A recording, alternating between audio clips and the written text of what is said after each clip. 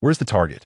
A cold voice echoed through the earpiece. Bathed in moonlight, a slender figure stood in the office, her form accentuated by a snug-fitting outfit that sculpted her curves.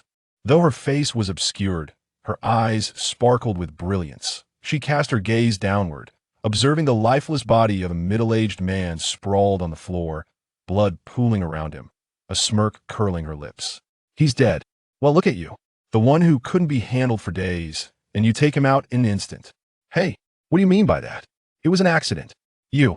At that moment, another voice crackled through the earpiece. Chijio paid them no mind, allowing their banter to fade into the background as she bent over the desk, rummaging until she discovered a blank file devoid of any markings or text. She held it in her hands, scrutinizing it twice, a triumphant smile gracing her face. This is it. Did you find it? The earpiece fell silent, and Lin Chuan's tone lifted with excitement upon hearing Chijio's murmured words. Yes. Exiting the office, Chijio surveyed the corridor littered with bodies, glass shards scattered across the floor, stepping over the fallen with a hint of disdain. The blood flowed beneath her feet, but her eyes remained unmoved. As she advanced 2 more steps, she spotted a tall figure and halted, her gaze sharpening with caution. When had this person appeared? Dressed similarly in dark attire, the stranger's face was concealed, but their once expressive peach blossom eyes now bore a chilling glare. Upon noticing the item in her hand, the expression of the person opposite her shifted. Realizing this individual was also after the same object, Chijio tightened her lips beneath her mask. Neither spoke a word, yet both entered a state of readiness. In an instant, combat ensued, and they grappled fiercely. The blank document exchanged hands in a swift dance. With strikes exchanged, neither yielded. The stalemate persisted. Boom, boom, boom. Suddenly, the sound of helicopters pierced the air. Seizing the moment, Chijio deftly drew a dagger from her waist and slashed at the stranger's side, causing them to part. In that fleeting opportunity, she snatched the file and burst through the glass of the building. Leaping into the void below, by the time the stranger regained their footing, Chijio was already suspended on the helicopter's ladder, drifting away into the distance. Damn it! At the airport in City A of Huagua, a young girl perched on her suitcase, her long legs dangling on either side, maneuvering with her feet. Her striking features were mostly hidden behind sunglasses, revealing only her delicate chin and rosy lips. I've arrived in Huagua, so what am I here to retrieve? She tossed her hair back, revealing a black Bluetooth earpiece. The phone in her hand displayed an active call interface. There's no rush, I'll tell you in a couple of days. Have you seen your adoptive parents yet? Not yet. They should be here soon. If you don't want to say more, I'll hang up. She offered no further words, disconnecting the call with a final beep. On the other end of the line, adoptive father, adoptive mother? The girl murmured, her smile growing increasingly enigmatic. Adjusting her sunglasses, which threatened to slip off, she stepped out of the terminal. The arrival area was bustling with people, and amidst the crowd, someone jostled her, causing her to stumble and her sunglasses to fall. Sorry. As she bent down to retrieve them, a deep voice resonated above her. Chijio squinted at the figure departing, a flicker of recognition sparking in her mind. Had she encountered too many people, or was it just her imagination? The silhouette seemed oddly familiar. In her moment of distraction, the crowd had thinned, and she picked up the sunglasses, tracing her fingers along the G engraved on the frame before placing them back on her face. At the arrival gate, a couple remained, their attire strikingly vibrant compared to others. They held a sign that read, 79, Chijio. 79 Chijio? Chi-Chi. The woman waved at her, prompting Chijio to gather her legs and approach. Nearby, a young man donned a brown suit, his slightly tousled curls adding a hint of charm without appearing unkempt. His features were finely chiseled, exuding an air of youthful arrogance. He observed the man who had just slammed the car door with a scowl, furrowing his brow. Brother, what happened? I heard you were injured. Who could harm you? What do you know about the other party? In the back seat, the individual removed their sunglasses and mask, revealing sharp brows and a prominent nose, their eyes glinting with frost. I'm not sure, it's nothing to worry about, just some superficial wounds. Uncertain of the stranger's identity, he nonetheless sensed their cunning nature. Chi-Silin's brow remained furrowed as he instinctively glanced out the window, only to pause abruptly. Is it a relative of the Shun family? Wasn't it the girl he had just bumped into? Zhongyu followed his gaze, shaking his head. I've never heard of her. but she is quite attractive. Shun manner. Through the introductions by the Shun couple, Chijio learned she had 2 older brothers and a younger sister. The sister was in high school, the eldest brother worked at the company, and the second brother was in college. Chi, I wonder how far along your studies are? Shen Ting placed a plate of freshly cut fruit before her. He had inquired about her when considering adoption, but the orphanage had no information that I lived abroad previously. I've nearly completed my high school education and can directly take the college entrance examination this year. In truth, she could forego the exam, but she worried the truth might startle them. Lu Li, her nominal mother, looked on in disbelief. Chi-Chi is only a year older than Cici, yet Cici is still in high school, and Chi-Chi is ready for university? Chi-Chi nodded. I was a bit more advanced. I skipped a grade. Mom, Dad, I'm back. The door to the hall swung open, revealing a girl in a school uniform with a ponytail. The harmless smile that adorned her face faded as her gaze fell on Chijio, replaced by a look of astonished admiration. Is this my sister? Shin Cici gripped her backpack strap, blushing as she regarded Chijio. She was stunning despite not wearing makeup. Her features resembled a masterpiece. While others praised her beauty, Cici felt overshadowed by Chijio's presence. At tea dinner, Shun Shimo, the eldest son of the Shun family, returned. His gold-rimmed glasses accentuated his sharp nose, and his jawline was more defined than many. Could this be the rumored domineering CEO? Perhaps due to his reserved nature, he exchanged only a brief greeting with Chijio before lapsing into silence. Once seated at the dining table, his gaze flitted between Shun Cici and Chijio before he finally spoke. "SIC, your brooch is quite lovely. I don't recall having seen you wear it." Before brooch? Shen Ting and his wife turned to look at Shun Cici's chest, having just noticed it. "Cici, is this brooch newly purchased? It looks nice, but it seems rather vintage." Shen Cici set down her chopsticks and smiled. "Oh, you mean this? It's beautiful, isn't it? Chi-Chi gifted it to me." Earlier, while helping Chijio tidy up the room, she had instantly fallen in love with the brooch. To her surprise, after merely glancing at it twice, Chi-Chi had noticed and promptly presented it to her. "Chijio." Shun Shimo's gaze shifted to Chijio, who was happily devouring pieces of meat. She seemed particularly fond of the stir-fried meat at home. Shun Shimo. While she appeared carefree, this brooch. "Chi-Chi, this brooch seems rather valuable. You simply gave it to Cici?" His tone held a hint of teasing, perhaps a touch of probing. Shin Shimo had unknowingly removed his gold-rimmed glasses, his dark eyes glimmering with amusement as he regarded Chijio. Upon hearing valuable, Shun Cici paused. When Chi-Chi had given her the brooch, the gesture had seemed so casual that she had assumed it was an ordinary piece. If it turned out to be overly precious, she would return it to Chi-Chi after the meal. "It's not valuable, it's just a little trinket. If you like it, I have more." Shun Shimo. A mere ordinary trinket worth millions. Is it?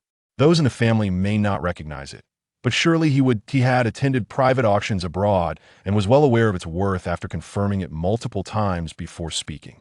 He fell silent, focusing on his meal, unaware of the glint of mischief that flickered in Chijio's eyes. The next day, the sun shone brightly. Shun Cici sat at the dining table, glancing this way and that, seemingly searching for something. "Cici, why aren't you eating? If you don't hurry, you'll be late." Shin Shimo observed the girl across from him, clad in her school uniform, her long hair tied back in a ponytail, appearing exceptionally well-behaved. Yet he could not fathom why she seemed so distracted even during breakfast. "Big brother, have you seen Chi-Chi?" "Chi-Chi?" Shin Shimo set down his milk and shook his head. No. It occurred to him that since he had risen, he had not spotted Chijio at all. "What do you need?" Just then, a cool voice floated from the doorway, and upon turning, he saw Chijio in sportswear, her sleeves rolled up, her black wristbands accentuating her slender, fair wrists. Shin Shimo stared at the beads of sweat on her forehead, momentarily taken aback. Went for a morning run? He couldn't help but express surprise in today's world. Finding someone who maintained such a healthy routine was rare. Even he had abandoned that habit. "Yes. Chi-Chi, could you take me to school today?" Chijio. Uncle Lu, who usually drove Shin Cici to school, was equally baffled. "What's going on? Did you sleep through your job?" Chijio glanced at Shin Shimo, who appeared just as perplexed, then nodded. "Sure, I in the garage." She selected a black BMW, and just as she settled into the driver's seat, Shin Shimo tapped on the window. "Chi-Chi, I seem to recall you being underage. According to the laws in Huagua, minors cannot obtain a driver's license, meaning she was essentially driving without one. Chijo seemed to have anticipated his inquiry and displayed no signs of panic. I previously misrepresented my age. Shin Chimo. At the entrance of Chuyong High School, the young girl observed the person who had alighted from the car, yet lingered nearby, prompting her to exit the driver's seat as well. Are you hesitant to enter because you didn't perform well? Honestly, your parents aren't that strict. Ah, how does Chi-Chi know? Shin Cici's voice grew softer, her head bowed as if she were a frightened kitten, stammering. Chijio, still in her morning workout attire, lowered her gaze to remove her wristbands. I know more than you think. Come on, aren't there parent-teacher meetings to attend? If there were no such meetings, why would Shin Cici be acting so unusually and insist that she accompany her?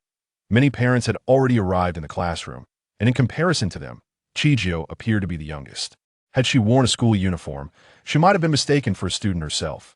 The homeroom teacher had already arrived and, upon noticing the unfamiliar girl behind Shin Cici, couldn't help but inquire. Cici, who is this? While the girl was not dressed in formal attire, her striking appearance suggested that she would look beautiful even in a sack. My sister. Your sister? The teacher was taken aback. She had been unaware that the Shun family had two young ladies. Oh, all right, please take a seat.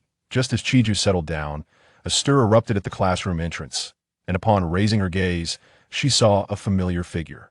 Dressed in a sleek black suit, his tousled hair meticulously styled into a side part, he exuded an air of sophistication, his demeanor aloof and cold. What is the young master of the Chi family doing here? Is he here to attend the parent meeting for the Liu family's young master? Who said that? My uncle is also here for my parent meeting. At that moment, a girl who appeared to be roughly Shun Cici's age chimed in.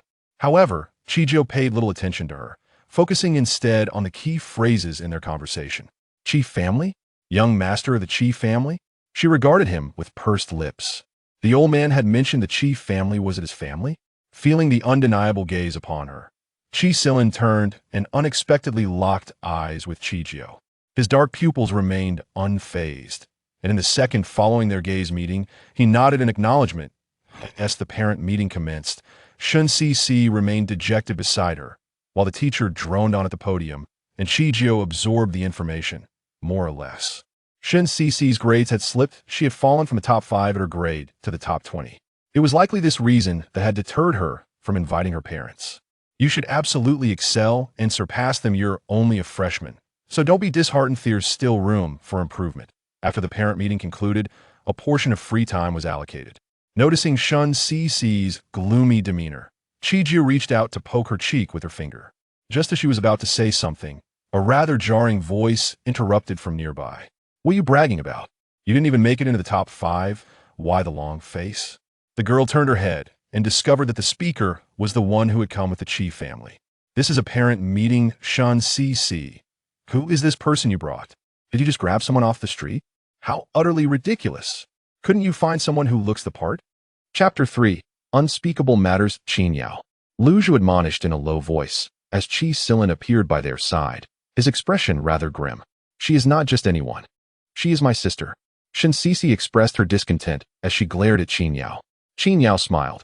How was I to know the Shun family had two young ladies? Foster daughter, Chi Jiu interjected. A foster daughter? How amusing. What purpose does it serve to bring her here? She is not even of blood relation, merely an inconsequential figure. Qin Yao, that is still my sister. I implore you to show some respect. This time, not only Lu Zhe but even Chi Silin could not restrain himself from rebuking her. Qin Yao glanced at Chi Silin's darkened face, hesitating to speak further. She understood that her uncle was displeased. Yet, the subject of their discussion wore a calm demeanor, a smile gracing her lips as she regarded Qin Yao. What does the Qin family even amount to? Qin Yao's expression stiffened as she cautiously glanced at Chi Silin. However, her uncle stood by her side.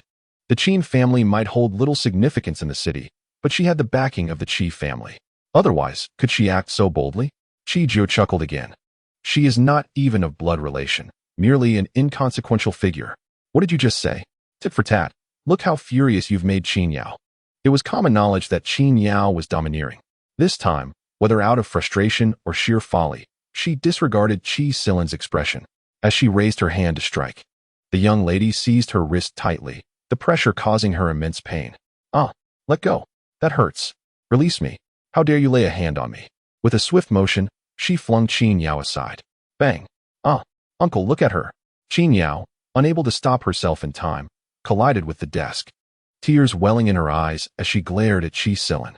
The pain was now not only in her wrist, but resonated throughout her entire body. Qin Yao, you have crossed the line. The Qi family is not your personal servant. The man's expression darkened considerably. He had previously heard of Qin Yao's arrogance. But out of respect for the long-standing friendship between the Qi family and the Qin family, he had chosen to overlook it. Little did he expect things to escalate to this extent today. Clearly, this matter would require a thorough discussion with the elder. Meanwhile, the one who had acted had already taken Shinsisi and exited the classroom. On the campus path, Shinsisi walked silently beside Chijio. Just because she has the Qi family backing her, she dares to remain silent? In the city, the Qi family indeed holds more power than the Shin family. But not here. Next time she acts arrogantly, you should retaliate as well. If she strikes, do not show weakness. In this city, you can stand your ground. If anything happens, there are those who will stand up for you. Moreover, if your parents were present, they would not wish for you to be bullied. Although their time together was brief, she could discern that Shinsisi was as pure as a blank sheet of paper. Sometimes, being overly protected is not necessarily a good thing. This silent demeanor likely meant that she had endured considerable bullying from that Qin Yao. Her reluctance to speak up was probably due to the fear of causing trouble for the Shin family. However, the young master of the Qi family did not appear to be someone who was incapable of discerning right from wrong. As Chijio left the school, the sun had risen high in the sky. At the school gate, Qi Silan held a cigarette, a faint mist curling up, obscuring his features slightly. When he caught sight of the figure not far away, he inexplicably extinguished the cigarette and approached Chijio. I apologize for the incident at the airport. As for what happened with Qin Yao earlier, I will ensure she is properly disciplined. His deep voice, tinged with frustration, suddenly resonated. Chijio paused as she grasped the car door, turning back to see the man's expression, which was surprisingly calm. The Qi family has taken the initiative to reach out? She inquired, incredulity evident in her tone. Does the Qi family involve itself in matters concerning the Qin family? The man pursed his lips, regarding her with a subtle mix of inquiry and explanation. No, it's merely due to the circumstances of the previous generation. I am only offering assistance to the Qin family. The mistakes she has made are hers to bear. Very well, the young woman intended to say more, but her phone unexpectedly rang from her pocket. Not immediately answering, she glanced at the caller ID and decisively hung up. I'm sorry, I have something to attend to. Until we meet again. Without a moment's hesitation, she opened the car door and walked away, leaving no opportunity for Qi Silan to speak again. Qi Silan, enveloped in the exhaust fumes, displayed no irritation. Rather, he murmured her words to himself. Until we meet again? Then it shall be so. Meanwhile, inside a black BMW, Qi Silan's subordinates were speaking. Boss, are you in Huagua? The voice on the other end seemed to sense the displeasure of their leader, lowering their tone considerably. Is there something urgent? At the Huagua branch, we've encountered some issues with our collaboration partner, and we might need you to take a look. The branch has only recently been established, and various problems are arising. Understood. While I'm away, ensure you keep a close watch on Xinyue. I will return when I can. Got it, boss. The black BMW sped down the road and eventually came to a steady halt in front of a towering building. Chijio adjusted her sunglasses as she observed the crowd waiting at the entrance. A middle-aged man hurriedly approached, pausing momentarily upon seeing Chijio, then breaking into a wide grin. You've arrived. Please come in. Chijio quipped. When did Xinyue transform into a restaurant? Those standing behind Wang De exchanged glances, their curiosity bubbling with a myriad of questions. Yet they wisely kept their mouths shut. Where is everyone? He has been waiting for you in the president's lounge. Wang De, with a broad smile, bent slightly as he ushered the guest inside. Once the two had departed, the others dared to express their frustration. Who is this girl that makes our President Wang act so obsequiously? After all, President Wang represents our nation. Silence. Do you not understand that calamity often comes from careless words? Regardless of her background, show her some respect when you see her. Meanwhile, as Chijio pushed open the door, she beheld a figure casually reclining with crossed legs, sipping coffee, exuding an aura of contentment. Observing this, Wang De cautiously called out, Young Master Chong. Oh, look who has graced us with their presence. Chong Yu replied, intending to jest, but was taken aback upon recognizing Qi Jiao. Wasn't she the girl he spotted at the airport? A member of the Shin family? What could possibly connect her to Xingyue? Chapter 4. Xingyue multinational corporation. Seated at the head of the desk, Qi Jiao regarded Chongyu, her lips curling into a professional smile. Young Master Chong, I apologize for the lack of proper welcome. I am Qi Jiao, the representative of Xingyue's Huaguo branch. Beside her, the true representative of the Huaguo branch, Wang Da, exclaimed. What? You are not. Just then, the secretary rushed in, drenched in sweat. Young Master Qi has arrived. A tall figure soon appeared in the president's lounge.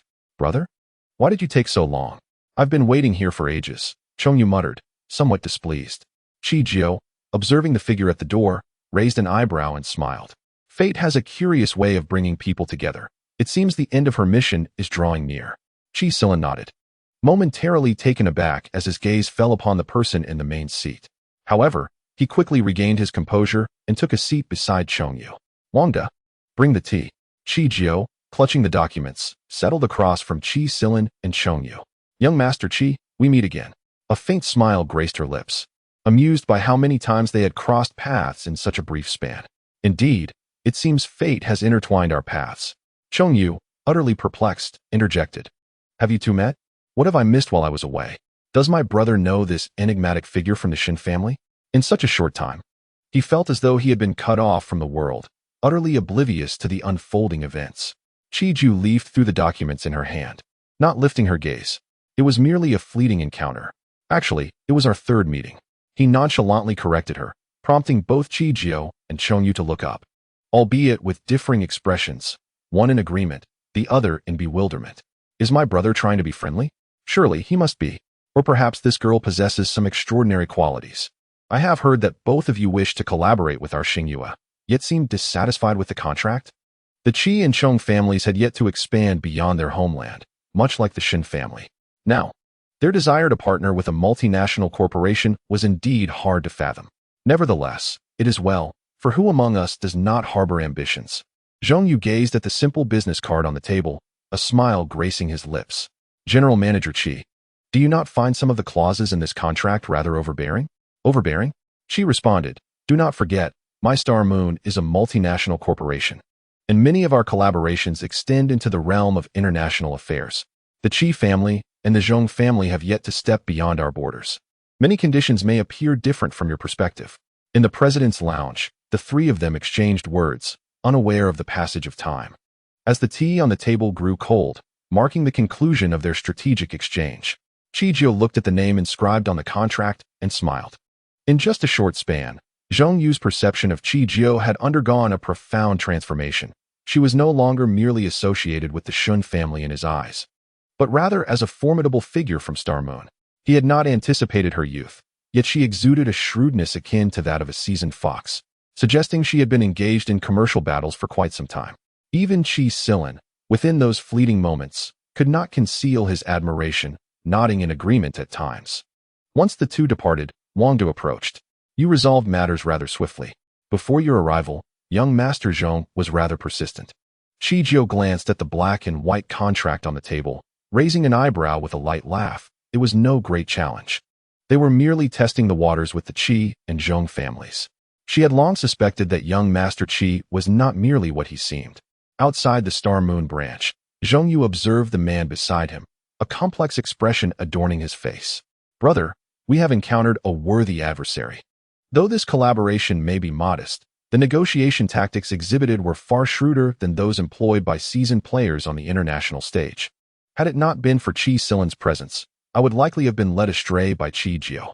Qi Silan bore an enigmatic smile, recognizing that the Shun family had indeed stumbled upon a treasure, though it seemed her brilliance extended beyond what was presently exhibited. The representative of Star Moon? Is it merely that? I find myself somewhat incredulous. Brother? Qi Jiao's sunglasses, crafted by a distinguished designer, caught Zhongyu's attention. That renowned international designer? Upon this realization, Zhongyu recalled that her sunglasses had yet to be released to the market. Where could she have acquired such an item? A prodigy indeed. Zhongyu was thoroughly impressed.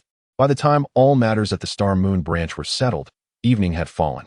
Upon Qi Jiao's return to the Shun Manor, the atmosphere within was particularly lively. Could it be that her nominal elder brother had returned? Indeed, As she stepped through the door, she beheld a young man seated cross-legged on the sofa, engrossed in a video game, while Shin Sisi stood nearby, offering him fruit. Upon seeing her return, he sprang towards her with unrestrained enthusiasm, abandoning the fruit platter in his hand. Chi-Chi, Chi-Chi, this is my elder brother. Elder brother, this is Chi-Chi, my sister. Shin Sisi joyfully introduced them. Yet to her surprise, Shin Siqing remained motionless, his expression darkening. Your sister? I have only you as a sibling. Where did this other sister come from? After speaking, he cast aside the game console, leaving it on the sofa, and turned away without sparing a glance at Chi-Jio. Chi-Chi, please do not be upset. My second brother did not mean it that way. Shin Sisi's expression was not quite right, and she wished to say more. But Chi-Jio had already placed her hand on Sisi's head. It's all right. If everyone in this household were to welcome her, that would indeed be somewhat amiss, as it would draw away some of their parents' attention and affection.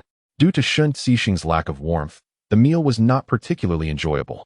The next day, Shin Siqing looked at the vacant spot across from him and smiled. What time is it? Sisi should be heading to class.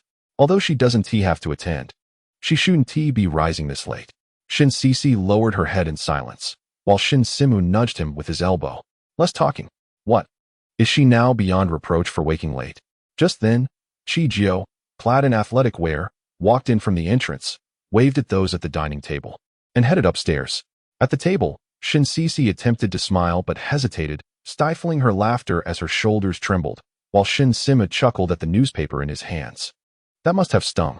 After the meal, Shin Sisi was the first to leave for class, followed closely by Shin Simu and Shin Siqing, one returning to the company and the other to school. By the time the sun was high in the sky, Chi-Jio also set out, driving her sleek black BMW. Today, she donned a trench coat, her dark hair cascading down, and her exquisite features obscured by sunglasses. Before her loomed the towering buildings of a bustling shopping district, where animated visuals danced across the 3 large screens, showcasing numerous international brands and their ambassadors. Chapter 5. The direct sales store. A variety of people flowed in and out of this mall, a sight dominated by wealth and affluence. Upon entering, Chi-Jio quickly located the electronic map and took the express elevator to the 6th floor. This expansive shopping center housed only international brands, with renowned domestic and foreign labels flanking her on all sides. In stark contrast to the throngs at other stores, there was one particularly large shop that attracted little attention. Yet, Chi-Jio made her way towards it. The store was designed with opulence that avoided vulgarity. Each sales associate wore a uniform, standing at the entrance with welcoming smiles and impeccable etiquette. Welcome to the Huagua Direct Sales Store. How may I assist you? Jewelry or clothing? I'm just browsing. Chi-Jio waved her hand dismissively, indicating she did not require accompaniment. The saleswoman, perceptive enough to recognize that some customers prefer solitude, nodded with a smile. Very well. Should you require any assistance, feel free to approach me. Chi-Jio perused everything from hats and sunglasses to clothing. Overall, the store offered a comprehensive selection of internationally trending styles, which she found satisfactory. However, her purpose for visiting today was not to shop, but rather to survey the situation in Huagua. After all, acquiring what she desired was merely a matter of a wave of her hand. Miss, is there anything you need? Or perhaps our store lacks what you desire? The sales assistant observed Chi-Jio meandering through the shop without making a purchase, assuming the items were unsatisfactory. Just as she intended to approach with an explanation, a voice from behind interrupted her. Linyu, look at this dress. It's absolutely stunning. It will surely suit you. Chi-Jio instinctively turned at the familiar voice to see Qin Yao linking arms with a rather sophisticated woman, admiring a dress. I don't require anything, she replied languidly, her tone soft yet audible enough for Qin Yao to catch. A calculating glance passed across Qin Yao's face as she leaned closer to Linyu. I thought it was someone important, but it turns out to be the adopted daughter of the Shin family. If you can't afford it, don't act so pretentious. Perhaps a stroll down the street would yield something more suitable. Having acknowledged her identity at a parents' meeting, many were now aware of her status concerning the Shin family. Qin Yao's sudden remark left Linyu momentarily stunned before she turned her gaze toward Chi-Jio. Adopted daughter of the Shin family? Just a fleeting glance revealed a striking beauty in Chi-Jio, evoking a sense of envy in Linyu, though it was quickly overshadowed by a complex emotion. Yao Yao. One shouldn't speak of others in such a manner. Why not? Qin Yao was emboldened. Everyone in our class is aware she is an adopted daughter. and an adopted daughter has nothing to boast about. Besides, what business does someone like her have in a store like this? She can't even afford to buy anything. Such a disgrace. Seemingly directed at Chijio, Qin Yao couldn't help but raise her voice. Chijio, unperturbed by Qin Yao's remarks, replied, Miss Qin, if I recall correctly, you are neither a member of the Lin family nor the Qi family. Perhaps you should reflect upon your own situation. The Lin family was well regarded in the city, and Qin Yao knew whom to associate with. Coupled with the Qi family's support, she now felt untouchable. Looking down on others, gazing at her own princess dress, Chijio smiled. Isn't it currently class time at Chuyang Middle School? Which young lady is so irresponsible as to skip class? You. Qin Yao attempted to retort, her face reddening, yet she found herself at a loss for words. The truth was that she had indeed skipped class to cultivate her relationship with Lin Yu.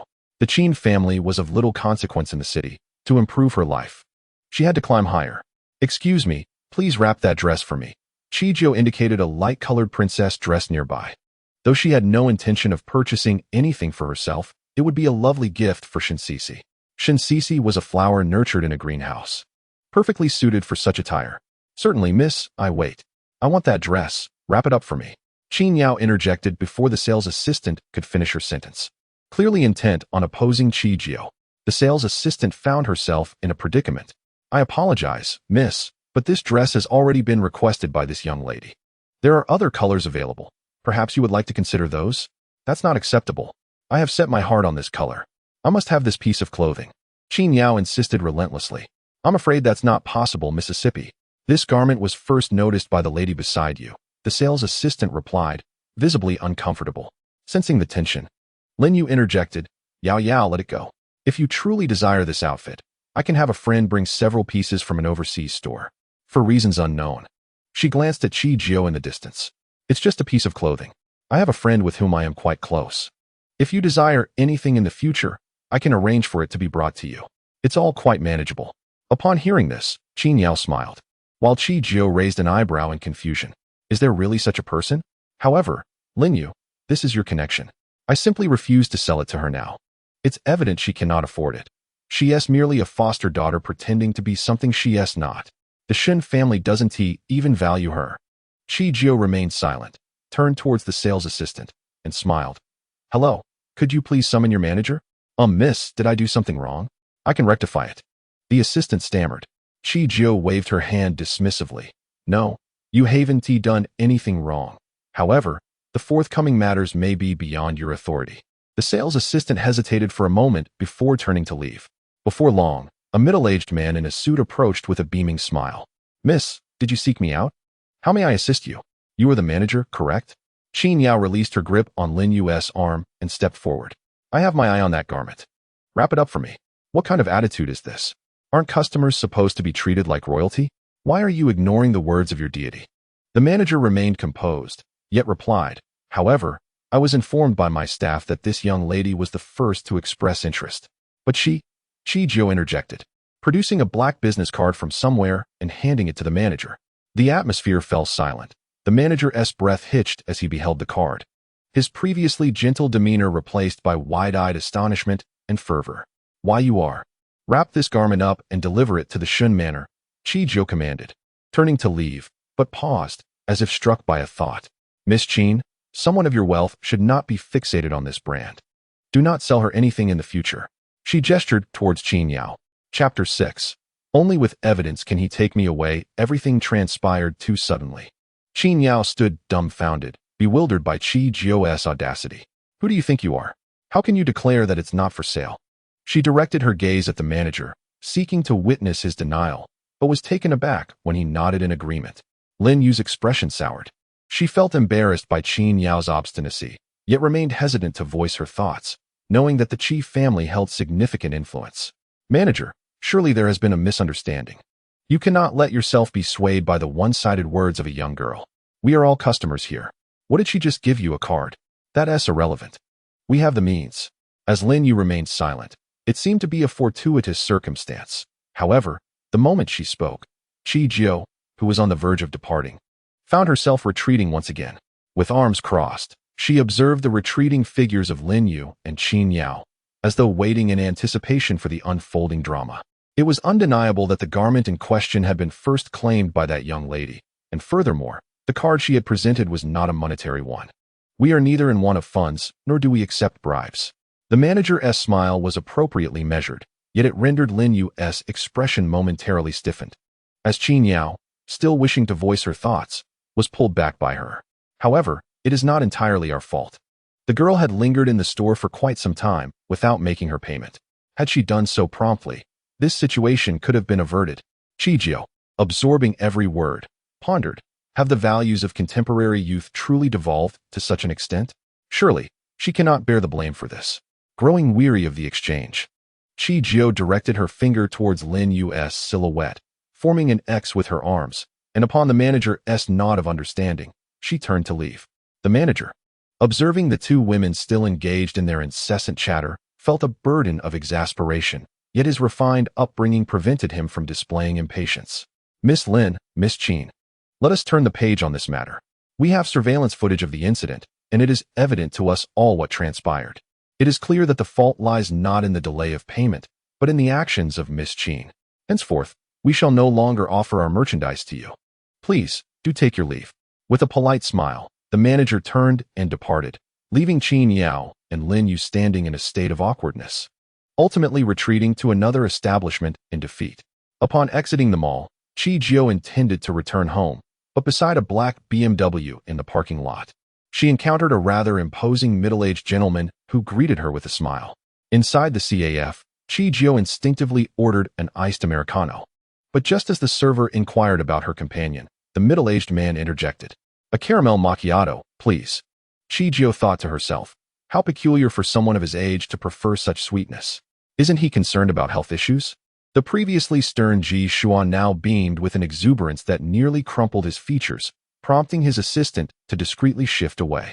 Occasionally indulging in a sweet drink isn't a problem. They say I am too serious, so I thought a touch of sweetness might lighten the mood, he remarked. Chijiao remained silent until the server arrived with the coffee, at which point Ji Xuan spoke again. Do young ladies nowadays prefer bitter flavors? The girl remained quiet, lowering her gaze to sip her drink.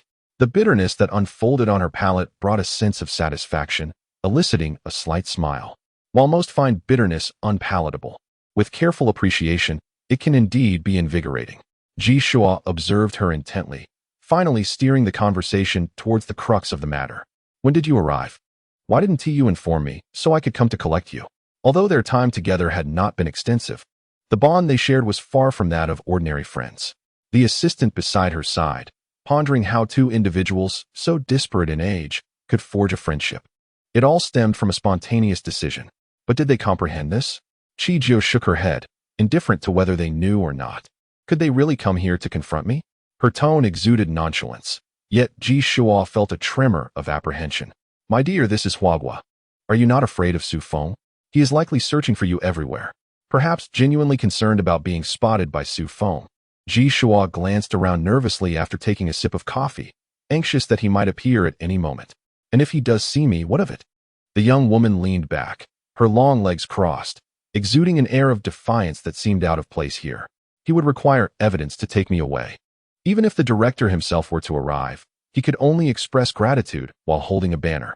That identity was somewhat sensitive. Yet her assistance to Su Feng in solving cases was undeniable. Every incident a formidable challenge that they struggled to resolve. She had indeed been of considerable help. Hearing her speak thus, Ji Xuan's worries dissipated. After all, she had never engaged in ventures without assurance. I heard you have become the adopted daughter of the Shen family? How has it been? Should I bring you back? Ji Xuan inquired. The Shen family hasn't even found you a school. Huagua is not like the international scene. Its educational system is rather strict. Ji Xuan shook her head in disdain. No need, I'll manage. High school is utterly boring. This year, I'm going straight for the university entrance exam to pass the time. In truth, her reasoning harbored another possibility. Should her mission proceed smoothly, she might leave Huagua before the exams. Enrolling in school presented complications, particularly at the high school level, where time was too constrained. Spending a bit longer in university wouldn't be so bad. Entrance exams? Do you still need those? Just be yourself, and I'll handle it for you. Ji Xuan replied. Chijiao chuckled and nodded. All right. In the afternoon, the sun hung high in the sky, bright, yet not oppressive. Within the Huafeng Auto Repair Shop, muscular mechanics toiled, glistening with sweat, but they seemed to take pleasure in their labor. Dressed in a trench coat and sunglasses, Chi Jio's pristine appearance starkly contrasted with the rugged workers around her. Her arrival captured the attention of most present. "Excuse me, miss? Are you here to purchase a vehicle? If so, you've come to the wrong place. You should head to the sales department across the way. We handle repairs here." A burly mechanic approached, sweat beading on his brow, traces of gasoline on his arms. He regarded Chi Jio, his expression nearly beaming.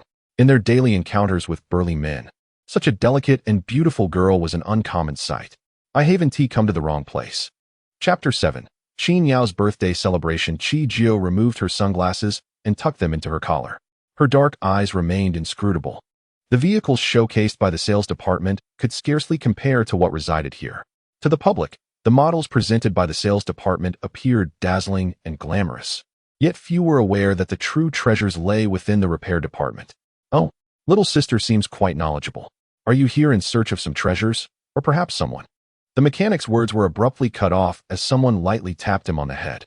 "Who are you calling little sister?" Turning around, he found a mechanic with dyed yellow hair, unmistakably the head of this place. Perhaps due to the brightness of his hair, one might easily overlook his features.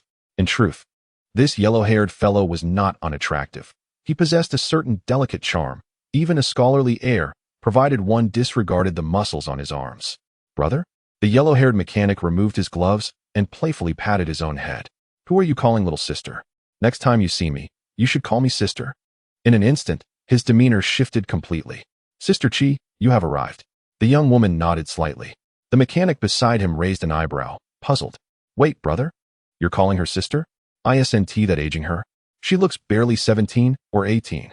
The yellow-haired mechanic shot him a glare. "When I say to call her sister, just do it. No need for unnecessary chatter." He turned back to Chi Jio with a sycophantic smile. "Sister, please follow me." Chi Jio regarded him with a nod and stepped forward, leaving the other mechanic and the hesitant workers dumbfounded. "Sister, why have you come in person?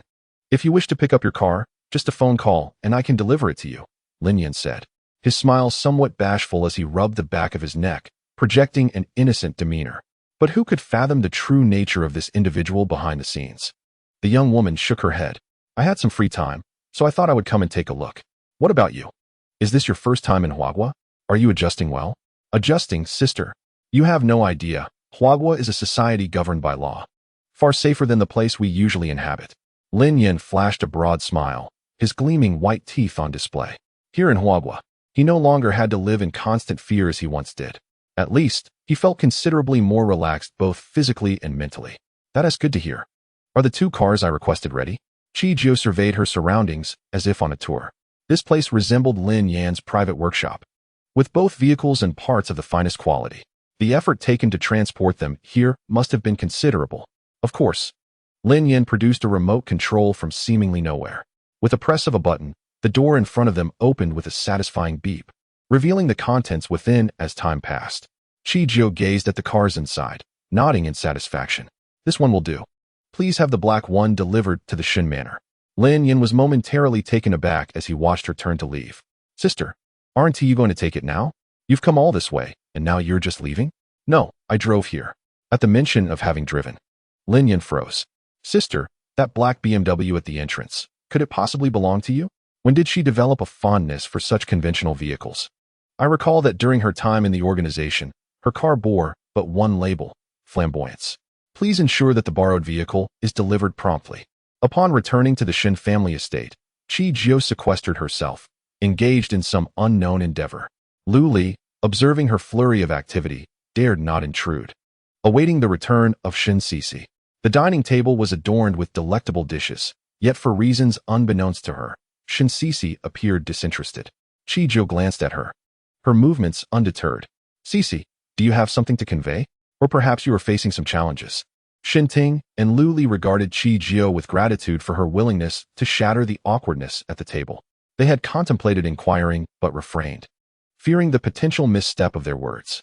Noticing their appreciative gazes, Chi Jio waved it off modestly, perhaps startled by the sudden attention. Shin Sisi jolted slightly before her expression fell. Qin Yao's birthday is approaching." "Oh." Chi Jio set down her chopsticks, eager for further details. "Today." In front of many classmates, Qin Yao invited me, and she also extended an invitation to you. With so many onlookers, I was unsure how to respond and remained silent. Yet, many classmates have taken it as a topic of discussion. With so many witnesses, it would be impolite to refuse, but deciding for someone else is equally inappropriate. The young girl picked up her chopsticks and placed a piece of braised pork into Shinsisi's bowl. I thought it was no big deal, so why not just accept? However, considering that you two quarreled at the parent-teacher meeting, even resorting to physical confrontation, what if you were bullied at the birthday gathering? Where Qin Yao will likely invite her own close friends and family. The parent-teacher meeting? What parent-teacher meeting? Chi, did you argue with someone? Did it escalate to violence? Are you all right? Did you sustain any injuries? Shinting and Lu Li's focus evidently shifted from the birthday gathering to the more pressing matter of a confrontation, which seemed far more serious. With a sudden sound, they simultaneously set down their chopsticks, scanning Chi Jio from head to toe as if she were under examination. I am fine. That incident occurred a few days ago, so there is no need for concern. However, Lu Li appeared somewhat unconvinced. Having spent considerable time in the city, she had heard numerous rumors regarding Qin Yao's character. Yes, it seems Qin Yao has the backing of the Qi family, Shin Ting remarked, his expression darkening. Chi Jio remained unperturbed. It's nothing to worry about. The Qi family won't cover for her, and I know how to handle it. The young girl's charming words eased Shin Ting and Lu Li's worries considerably. Speaking of the birthday celebration, Chi, isn't your birthday approaching as well? Chi Jio was taken aback. As her mind raced, she suddenly recalled that her birthday, as listed on her orphanage records, was indeed just a few days away. As for her true birthday, she had long forgotten it. After nearly 20 years of life, she had never celebrated her birthday. On Saturday, Shinsisi gazed in astonishment at Chi Jio, who was adorned in attire strikingly different from her own. Chi, are you truly going to wear that? The Qin family may not hold a significant status in the city, yet the Qi family behind them is another matter entirely. It is to be expected that a multitude of prominent figures would attend the birthday banquet, all dressed to the nines, even if the occasion primarily honors the Qi family. Chi Jio glanced at her outfit and smiled. What is wrong with wearing work attire? I find it quite appealing. It's also practical for any scuffles that may arise. Shinsisi was at a loss for words, unsure of how to respond. Chapter 8. The cake is gone. It is indeed quite appealing, but they were attending a banquet, and she alone appeared ready for a brawl. Chi, why not change into a dress? No need. Why dress so elegantly? Just being able to show up is already a gesture of goodwill. The gift is prepared, so don't worry. Chi Jio looked at Shinsisi's princess dress with satisfaction. At noon, at the entrance of the venue, Qin Yao greeted each guest arriving for her birthday celebration as if she were a hostess. Oh, Sisi has arrived. And your adopted sister is here as well. Seeing Shinsisi's attire, Qin Yao's teeth clenched in anger. This very outfit was the root of her being blacklisted. Today, she intended to repay all the humiliations she had endured in full measure. Whether intentional or not, she emphasized the words adopted daughter with a notable weight, raising her voice significantly. This provoked the attention of many attendees, who began to gossip and point at Chi Jio, eager to witness her embarrassment. Adopted daughter? What kind of adopted daughter? If the Shun family valued her, would she still bear the surname Qi? Such an odd surname. Exactly. The Shun family never regarded her as significant. Several individuals nearby, seemingly having conspired with Qin Yao, exchanged snide remarks. Qin Yao appeared to revel in the situation, unable to suppress the smile that crept onto her lips, even feigning benevolence. Oh, let us not speak like that. Since we're here, we are all guests and friends. Her words, rather than soothing the atmosphere, only fueled further gossip among the crowd. What do you mean? When has our family ever disregarded Chi? Shinsisi, indignant, flushed with anger, her eyes blazing.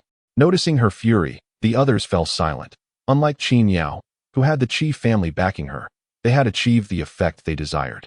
Meanwhile, the target of their derision seemed oblivious to their taunts, producing a gift box from seemingly nowhere and placing it before Qin Yao. In a voice loud enough for all to hear, she declared, I heard you blacklisted me, which is truly unfortunate. Since you can never acquire this item, allow me to gift you one.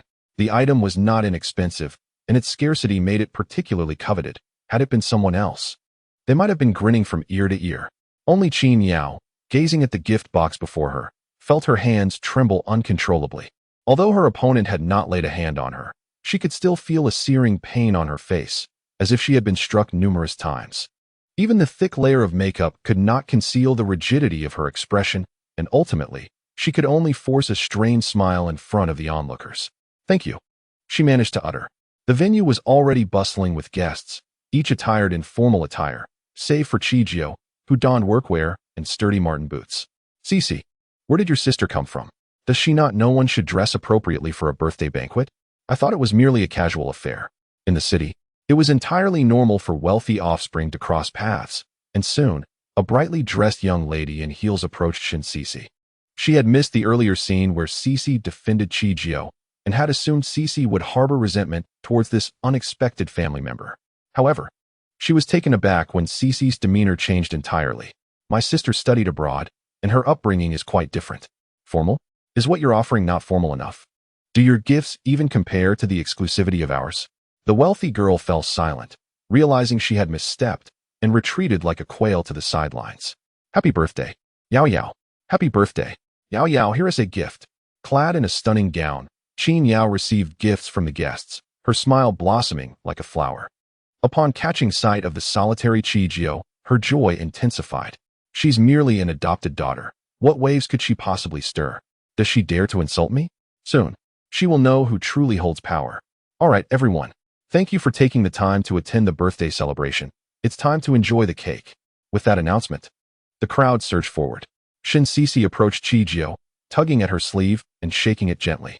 Chi, there's no rush. We didn't come here solely for cake."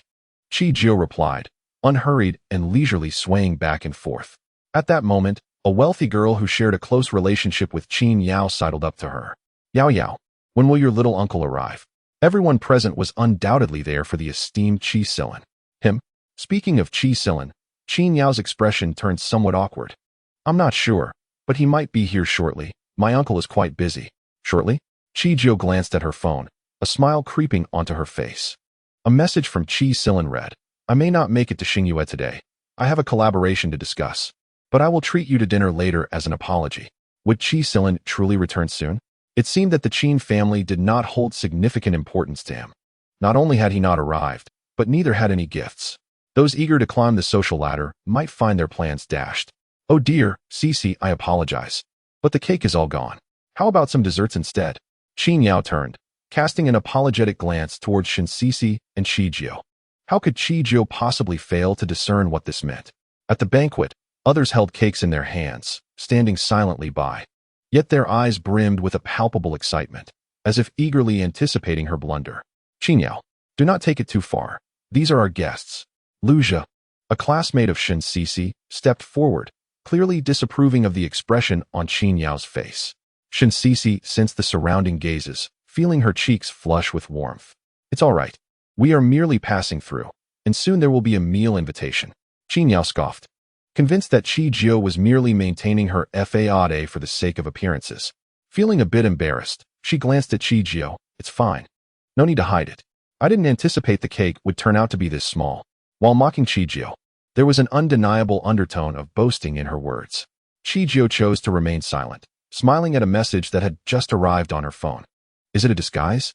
You shall soon find out. President Qi? President Qi?" At the entrance of the club, Chongyu donned a deep blue suit, his buttons nonchalantly undone, and his tousled curls appeared rather unkempt. "Brother Chongyu, what brings you here?" Luja was the first to notice him, his impatience barely concealed. "Brother Chongyu." Chapter 9.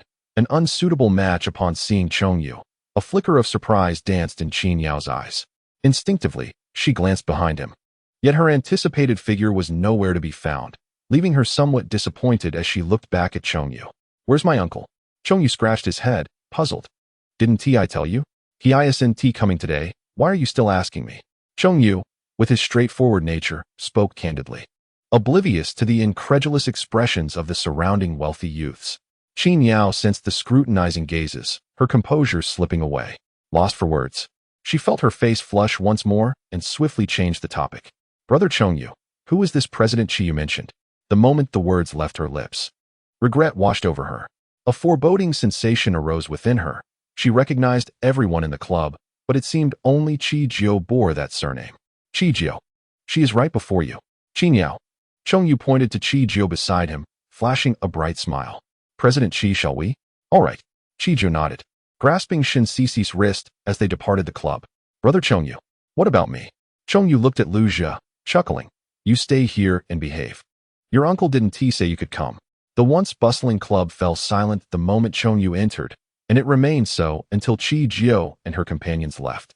The onlookers merely staring at the stiff expression on Qin Yao's face. Yao Yao? Huh, I'm fine. Qin Yao instinctively ran her fingers through her hair, gazing at the empty club entrance, and managed a faint smile. Carry on. Despite the ongoing birthday celebration, the atmosphere within the venue had shifted. The recent events had not gone unnoticed, and murmurs began to circulate. Who was this adopted daughter of the Shin family? Why had the young master of the Chong family come seeking her, addressing her as General Qi? Was the adopted daughter of the Shin family truly as unsatisfactory as they had presumed? Regardless, by the conclusion of the birthday festivities, it became evident to the attendees that while the Qi family's regard for the Qin family remained ambiguous, it was likely intertwined with this adopted daughter of the Shin family. Meanwhile, Shin Sisi gazed at Chongyu, who had opened the car door for them, feeling both honored and surprised, uttering countless expressions of gratitude before daring to enter the vehicle. Where are we heading? Shin Sisi inquired softly. Initially, she had assumed Chi-Chi's remarks were merely to provoke Qin Yao. However, she soon realized that Chi-Chi's words were indeed grounded in truth. She was aware of the young master of the Chong family and his long-standing ties with the Qi family. We're going to see my brother. Didn't he tell you? Chongyu, seated in the driver's seat, did not turn back, leaving Shin Sisi somewhat perplexed. Brother? Qi Silan. Chi Jiao kindly clarified from the side, then glanced at Chongyu through the rearview mirror. Isn't he supposed to discuss a collaboration? Oh, that matter? My brother wasn't he interested and declined outright. Chi Jiao nodded, falling silent thereafter. Time passed, and the car eventually halted. Stepping out, Chi Jiao spotted a tall, aloof figure not far away, fingers clutching something, surrounded by a veil of mist.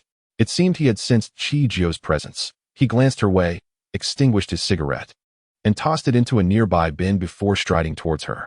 Are we discussing collaboration at the racetrack? The surrounding noise was deafening, the roar of engines reverberating in succession. Such a cacophony hardly seemed conducive to meaningful discussions. Qi Silan smiled, his irritation less evident as he regarded Chi Jiao. Let us see if there are any outstanding competitors recently. Have you eaten? Let us grab a bite first. He had anticipated that Qin Yao might create such a stir, which prompted him to disregard her dignity and have Chongyu fetch the two of them. This would also serve to convey his stance to those affluent heirs. Typically, a racetrack would be located in a more secluded area, yet nearby stood an establishment that exuded an air of sophistication. Observing the restaurant's decor, Chi Jiao found her thoughts inexplicably drifting towards the man beside her. Is this restaurant yours? The dark-toned interiors, meticulously designed, exuded both elegance and mystery, with commendable soundproofing that led her thoughts to Qi Silan. Yes, the man nodded, and as they listened to the distant hum of engines, a flicker of satisfaction emerged in his eyes. Chi Jiao noted every subtle change. After their meal, Qi Silan led Chi Jiao and the others to the front row of the racetrack, where the cars sped past, a gust of wind accompanying their swift movements, exuding a sense of freedom, while cheers for the race car drivers resonated all around. As they circled around, a flicker of joy danced in Chi Jiao's eyes. It had been quite some time since she had experienced such liberating activity akin to the wind. Uncle, you are here too. Initially engrossed in the exhilarating car race, Shin Sisi was jolted back to reality by the sound of Qin Yao's voice behind her, her expression darkening slightly. Why does this person persistently haunt me? Was she a plague in her past life? Qin Yao, seemingly oblivious to Chi Jiao and the others, dashed towards Qi Silan. Uncle, she called again, determined to push Chi Jiao aside. However, this time Qi Silan could no longer restrain himself. His gaze remained fixed on the racetrack as he retorted sharply. This is your spot. Go back. With so many affluent youths from the city watching, Qin Yao felt a twinge of embarrassment, forcing a sheepish smile as she departed. Meanwhile, Chi Jiao observed Qin Yao's retreating figure, her expression intriguing. Glancing at Qi Silan's chiseled profile, she spoke slowly. Miss Qin seems to have a fondness for you. At her words, Qi Silan paused and turned to Chi Jiao, his expression tinged with exasperation. Don't joke around. Assisting the Qin family is an elder's request. I am not familiar with them.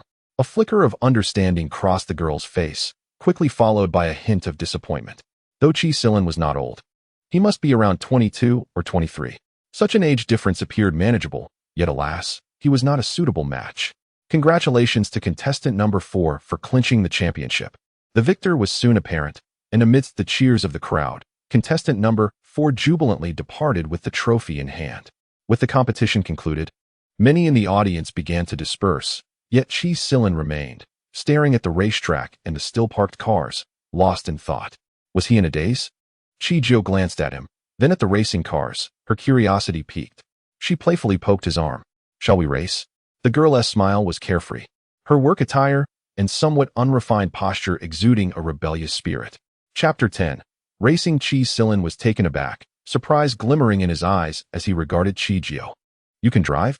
But, Miss Chi, is that feasible? At your age, obtaining a driver's license is quite a challenge. Even if you have one, where's your car? A race car driver's vehicle is not easily lent. Furthermore, after leaving Xingyue that day, Zhong Yu had, as per habit, inquired about Chi Jiao, and the findings were startling. The person who dominated the professional realm was still a minor. Although her birthday was approaching, legally, she was merely 17. Chi Jiao smiled quietly, not responding, as she watched the event organizers behind the award stage, fiddling with her phone for a moment. Lin Yan arrived swiftly, just as the spectators were still lingering in the stands. Sister Chi? Lin Yan, with a physique of sinewy muscle and unkempt hair, sported striking golden locks. Chi Jiao extended a hand, playfully patting him on the shoulder, and inquired about the car. The black one has been sent to your estate. The dark purple one is nearby. If you desire it, you can take it right now. Lin Yan responded with a cheerful grin. Zhong Yu observed the lively exchange between the two, gently nudging Chi Silin's arm. Brother, it seems this individual is the host invited today, the leader of Huafeng car dealership. Chi Silin nodded, his gaze appraising Lin Yan from top to bottom. Please bring it over for me, quickly. The young woman turned to the man beside her, her smile teasing. The car is ready. Are you going to play? In truth, she didn't need to ask, for she knew Chi Silin would acquiesce. Qin Yao and the others remained inexplicably stationary, watching them from a distance. What is uncle doing? Lu Zhe rolled his eyes beside her. Does uncle need to report to you about his actions? Although both the Qin and Lu families had accepted help from the Qi family, they had never gotten along. The Lu family was discreet and cautious, while the Qin family was arrogant and domineering. Lu Zhe approached Shen Sisi, standing beside Chi Jiao, and positioned himself next to her. Meanwhile, Chi Silin regarded the smiling face before him, his tone slightly subdued. Let the games begin. With an invitation from beauty, how could one refuse? In mere minutes, Chi Jiao's race car, piloted by Lin Yan, had taken to the track. The dark purple exterior exuded an air of stability and mystery, contrasting elegantly with the predominantly black racing cars nearby. Wow, what an incredible vehicle. Is this yours? Zhong Yu stared, entranced, his mouth agape. Chi Jiao teased him, careful not to drool. Shen Sisi instinctively grasped Chi Jiao's hand as he prepared to leave, saying, Chi Jiao, please be safe. Racing is all about thrill. She knew she should trust him, yet her heart was heavy with concern. All right, perhaps noticing the addition of 2 impressive race cars. The spectators who had yet to depart settled back down. Equipped with protective gear, Chi Jiao and Chi Silin readied themselves. With the roar of machinery, the race was set to commence. The 2 cars shot forth at breathtaking speed, racing side by side, gliding through the air like the wind, maintaining their velocity even through the sharpest turns. 1 lap, 2 laps, the crowd marveled at the audacity displayed. Who are these 2 daredevils? They're even more reckless than car number 4. How can they accelerate through those curves? One misstep could cost them their lives. I don't think I've heard of them either. Wait, that black car, wasn't that the Qi family's young master? As the laps continued to accumulate, Lin Yan stood at the finish line, his gaze fixed on the signs ahead, his expression grave. As the final lap approached, the scion of the Qi family closely pursued her, seamlessly navigating each turn. On the racetrack, Chi Jiao beamed at the car racing alongside her, her smile widening. It had been quite some time since she experienced such exhilarating competition, and the fact that her opponent matched her prowess only heightened her delight. With a rush, both cars surged across the finish line, and Lin Yan, ahead, found himself at a loss for words. He was well aware of the prowess of renowned international racing drivers, yet he had never heard of this particular racer from Huagua. The Qi family heir was a racing driver, and on par with Sister Qi? If he were to recount this back at the organization, he might be accused of fabricating tales. After disembarking, Chi Jio and Chi Silin removed their protective gear. And although a portion of the audience had departed, the cheers resonated like thunder. Your skills are impressive. Chi Silin casually tousled his hair. The meticulously styled look now replaced with an air of nonchalance. His handsome features no longer bore the weight of earlier tension. Chi Jio flicked her long hair, embracing a sense of freedom, equally relaxed in demeanor. Qin Yao and the others had vanished, leaving only Lu Zhi circling around Shen Sisi. On their way back, Shen Sisi occasionally cast glances at Chi Jio, the events from the race vividly replaying in her mind. Her eyes reflected a profound astonishment. The girl's unrestrained beauty was unforgettable. Perhaps it was on this day at the racetrack that the true Chi Jio emerged. In the driver's seat, Chongyu had remained silent, but as they neared the Shun family estate, he couldn't help but speak up. Miss Chi, for someone so young, your driving skills are commendable. He harbored a fondness for racing himself, albeit lacking the requisite skill, and his envy for Chi Jio was palpable. Just average. I've only raced a couple of times abroad. Chi Silin raised an eyebrow at this, questioning whether it was indeed just a couple of times. Upon entering the Shin family estate, Chi Jio noticed a figure near her beloved car, inspecting it with keen interest, fingers delicately tracing its surface, nearly drooling in admiration. Second brother, what are you doing? Shen Sisi's voice broke the spell, pulling Shun Xiqing back to reality. Caught in the act, he felt a tinge of embarrassment. Isn't it just a new car? Quite handsome and cool, he remarked, then glanced shyly at Chi Jio. Is this car yours? The person who delivered it mentioned it was for a lady with the surname Chi, and in the entire Shin estate, only Chi Jio bears that name. Chi Jio did not hide the truth and nodded affirmatively. It is mine. Shen Xiqing fell silent, grappling with an inexplicable bias against Chi Jio. Despite his undeniable affection for the car, he truly admired its exterior and intricate design. It seemed to be worth a fortune, each component crafted from the finest materials. A veritable dream for any automobile enthusiast. Chapter 11. What about the Chi family? The young lady crossed her arms, her eyes glinting with playful mockery as she awaited his response. How proficient are you at driving? At your age, you might still be a bit inexperienced. If you're not particularly skilled, I could offer you some guidance. Having witnessed the entire street race, Shen Sisi interjected, you would teach her? Are you certain about that? Chi Jio chuckled softly, waving a dismissive hand. If you're interested, you can take it for a spin, but ensure my beloved Haihei's safety. Otherwise, repairs will take quite some time, and I wouldn't want to waste any. Shen Xiqing was taken aback. His unvoiced thoughts had been so readily discerned by the person before him, who had agreed with such enthusiasm. Reminded of his previous malice and the urge to tease her, he felt a flush of heat rise to his cheeks. He truly was a fool. In the end, Shen Xiqing felt as exuberant as an unbridled husky, eagerly taking the driver's seat of Haihei, while Chi Jio led Shen Sisi back inside. The fact that Chi Jio could race remained unspoken, as Shen Sisi instinctively chose to keep it a secret, knowing that if their parents and brother were to discover this, they would likely regard her as if she were deranged. As the weather gradually warmed, the flora blossomed anew. Sister Chi. Before Chi Jio could step out of her room, a boisterous voice echoed from the living room. Descending the stairs, she spotted a familiar youth, restlessly perched on the sofa, clearly having arrived some time ago. Lu Zhi? Isn't he the one who incessantly clung to Sisi at the racetrack, buzzing around her like a little bee? Sister Chi. You can? Lu Zhi stammered, his words faltering, as if he struggled to articulate something that weighed heavily on him. Observing Shinting, who was engrossed in the newspaper at the dining table, and Lu Li, bustling about in the kitchen, Chi Jio understood the situation and gestured for him to follow her to the study.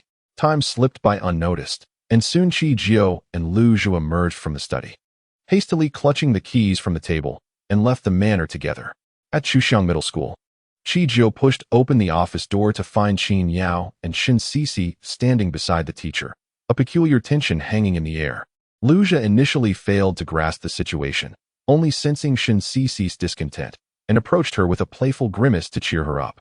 On a nearby sofa sat a couple, clad in designer attire, adorned with gold jewelry that seemed excessively opulent, exuding an air of wealth. Hello, teacher. I am Shen Sisi's parent. As the words left her lips, all eyes in the office turned towards her. The woman on the sofa scoffed. Are you truly the adopted daughter of the Shin family? How dare an adopted child claim to be an elder of the Shin clan? Chi Jio remained unperturbed, instead smiling at her. Does the Qin family dare to mock the Shin family? Even as an adopted daughter, the Shun family's name adorns my identity. Her words seemed directed both at the woman and at Shinsisi. You insolent wretch, whom do you think you're addressing? Do you not see? Behind our Qin family stands the Qi family.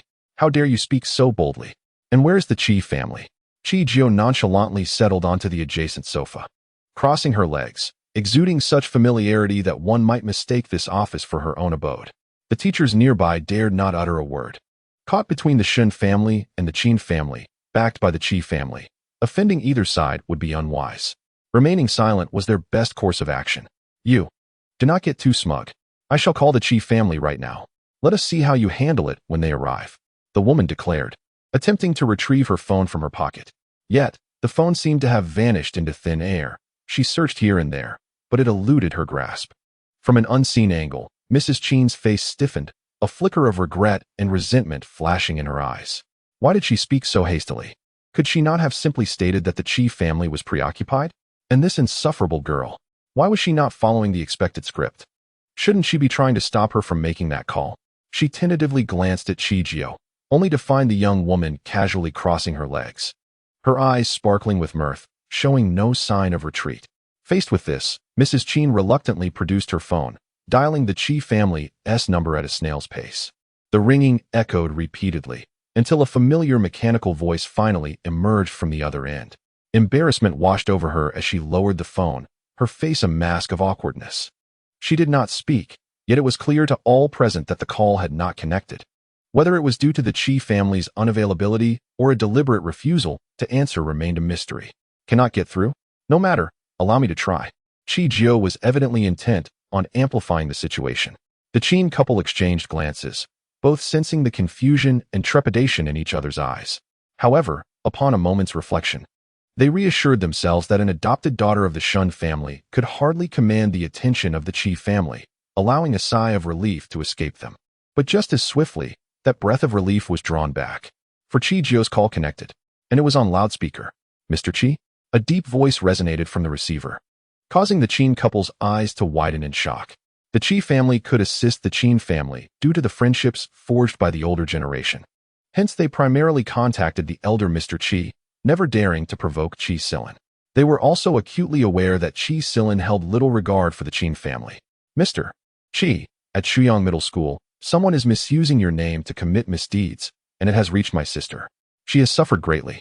My sister's name, comprising just 3 characters, was akin to a warming patch, instantly lifting the spirits of the otherwise downcast Shinsisi.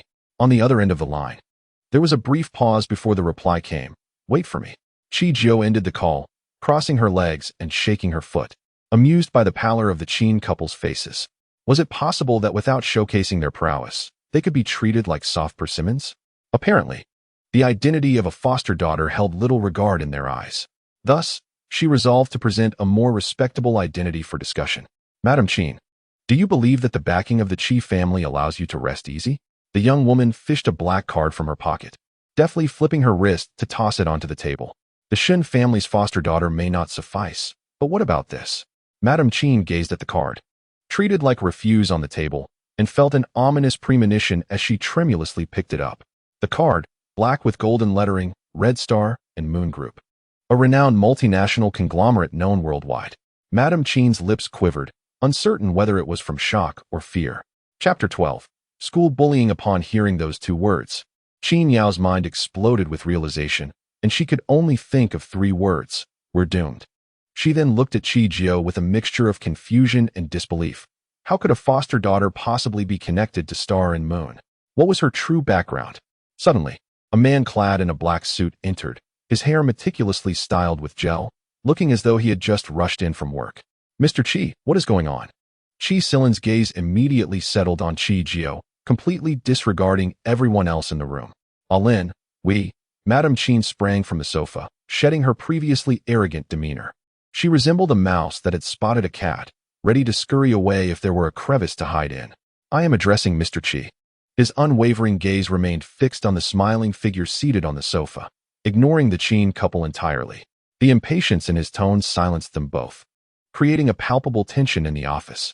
Only Qi Jiao appeared at ease, remarking, the Qin family claims the Qi family will intervene due to their backing. Will they? As her words hung in the air, Qi Silin glanced at the Qin couple, who recoiled like quails, too frightened to speak. Qin Yao attempted to interject, but, seeing Qi Silin's current demeanor, feared reprimand, and ultimately remained silent. The Qi family offered assistance only occasionally. They were not a mere cleanup crew for the Qin family. The implication was clear. This matter was not within the Qi family's purview. Very well, Qi Jiu nodded, calling over the teacher who had been trying to remain inconspicuous. Teacher, let us adhere to protocol. How shall we address school bullying? What school bullying? You are speaking nonsense. Our dear Yao Yao has become so much like Cici. Recently, numerous incidents of bullying in schools have surfaced, becoming a prevalent topic online. Such acts of bullying, when escalated, could lead to severe consequences, even incarceration. This accusation should not be taken lightly. Nonsense. Relying on her uncle's influence, Qin Yao has been brazenly domineering in class. When Qi Jilin's name was mentioned, Chicho instinctively shot a glance at him. Qi Jilin retorted, "No bullying? Then explain why Cece's backpack ended up on the lawn. Did it sprout legs and run there on its own? And the pig's head drawn on the exam paper, did the red pen stand up and draw it? Were the textbooks and stationery magically transported into the restroom?" The more Chicho spoke, the graver her expression became. Lu Jia, listening nearby, wore a similarly despondent look. He had only taken a half-day leave and was taken aback by the unfolding events. Previously, he was aware of the discord between Qin Yao and Cece. Yet he never anticipated she would stoop to such depths. Madame Qin appeared uneasy, stammering, "What evidence do you have to claim this was our Yao Yao's doing? Is there not surveillance in the classroom? Have you forgotten?" Chicho was almost laughing in exasperation. Is everyone in the city losing their wits? Nonsense. The surveillance clearly. Qin Yao, stirred by emotion, instinctively turned to counter, only to realize her slip of the tongue too late. In an instant, every gaze in the office was upon her. Chicho clicked her tongue. Is it so difficult to retrieve the footage? Teacher Jia, you know the rules of Chuyang Middle School better than anyone as the homeroom teacher. Handle this matter truthfully, fear not. If issues arise, Xingyue will take responsibility. The Qin family fell silent, and Qin Yao, standing aside, understood that her words held no weight now, yet she still yearned to salvage the situation. Uncle, that's not true. As she reached for Qi Jilin's sleeve. He sidestepped, evading her grasp. Qi Jilin's face had darkened, teetering on the brink of fury.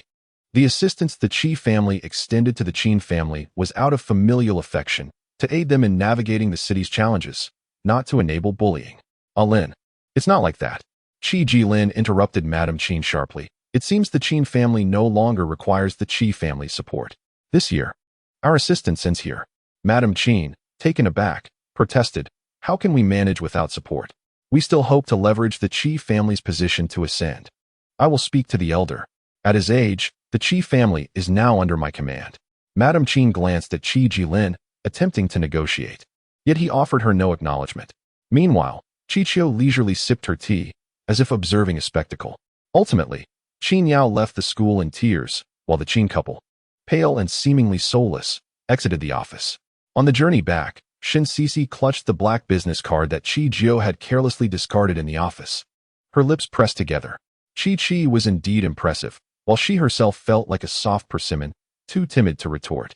Qi, could you please refrain from informing Mom and Dad about this? She felt weak, although not a bully. The thought of it spreading tarnished the reputation of the young lady from the Shin family. Moreover, she wished to spare her parents from worry. Qi Jiu turned to her and shook her head. I haven't told Mom and Dad, but Shin Cece, this is both the first and the last time. Hearing Qi Jiu address her by her full name for the first time made Shin Cece feel a bead of sweat trickle down her back, instinctively straightening her posture. Who could explain to her why this sister, who bore no frown and held no weapon, instilled such fear in her? Qi Jiu looked at her dazed expression and sighed. Cece, you are the young lady of the Shin family. You need not fear anyone in the city except the Qi family. The protection you receive from the Shin family, while well-intentioned, can be a double-edged sword. A single act of submission will embolden others, particularly in the face of school bullying. It's commendable to befriend others. But do not become a delicate flower in a greenhouse. You must have thorns when necessary. This had likely become her most frequently uttered phrase since arriving in Huagua. Shin Cece lifted her gaze to meet Qi Jiu's earnest face and nodded. I understand. Qi Jiu, do not be so fierce. You frightened Cece, remarked Zhongyu. who occasionally glanced at the rearview mirror to observe the scene behind. Although the two girls appeared to be of similar age, one dressed in a school uniform, head bowed in silence, and the other with arms crossed, exuding a more mature demeanor. Chi Silin turned to look back, sensing that this was not the opportune moment for conversation. Chapter 13.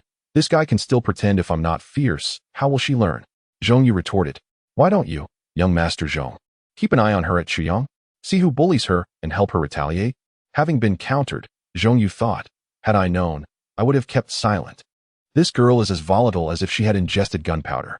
Chi Silin observed the chastened Zhongyu, a subtle smile playing at the corners of his mouth. See what I told you? Fortunately, I remained silent earlier. Otherwise, I would have been the one on the receiving end.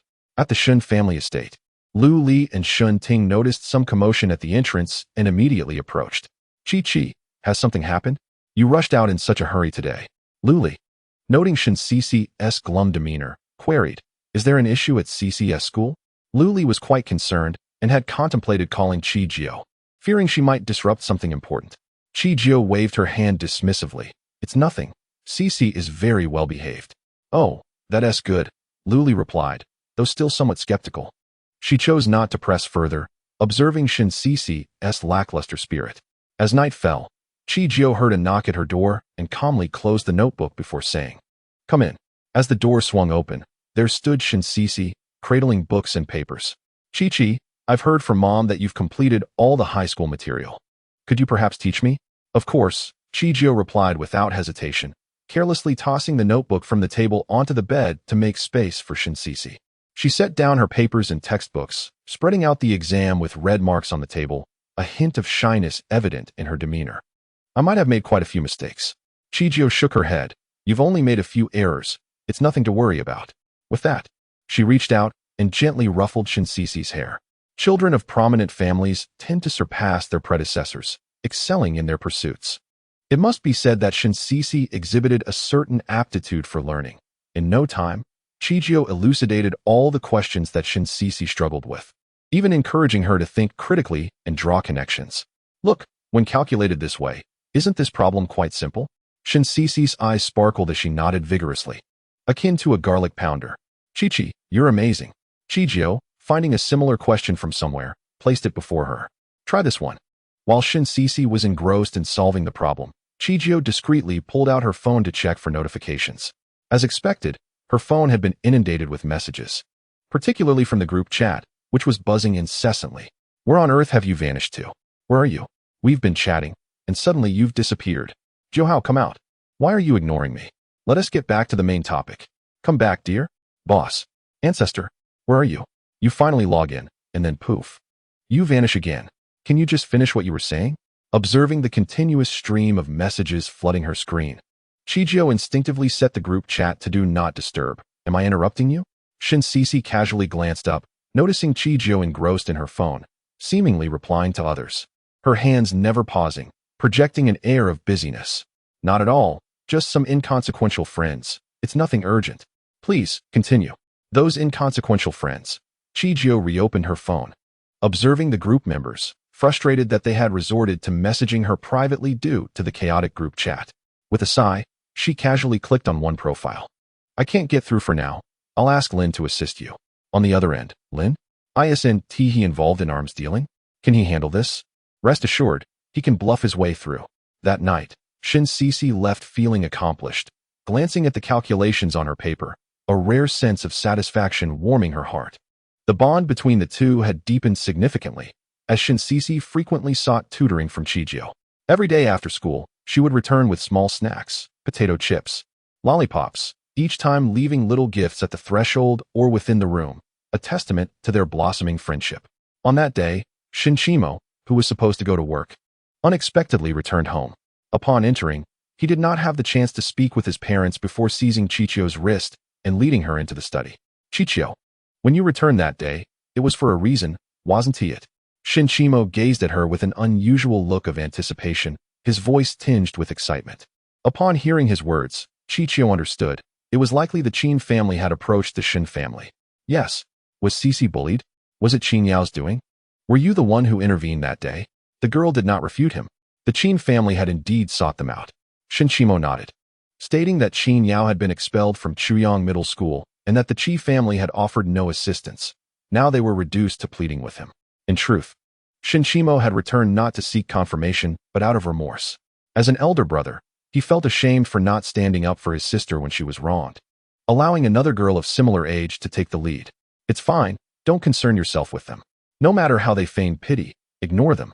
Shin Qimo nodded in agreement. Then, seemingly lost in thought, changed the subject. Chichio, do you know Chi Silin? Yes, we have some interactions. I want to mention this to Mom and Dad, but you must be cautious and protect yourself at all times. Since Chichio had come to the Shin family, he had never underestimated her. Giving away such an expensive brooch so casually and allowing the Qin family to act with impunity, surely they were raising a little tyrant. Rest assured, I understand my boundaries. We are all sensible people. Some things may not be articulated clearly, yet we comprehend them. The news of the Qi family's withdrawal of support from the Qin family spread quickly, and simultaneously, Chuyang Middle School issued a statement expelling Qin Yao. The Qin family, it seemed, had reached the end of their road.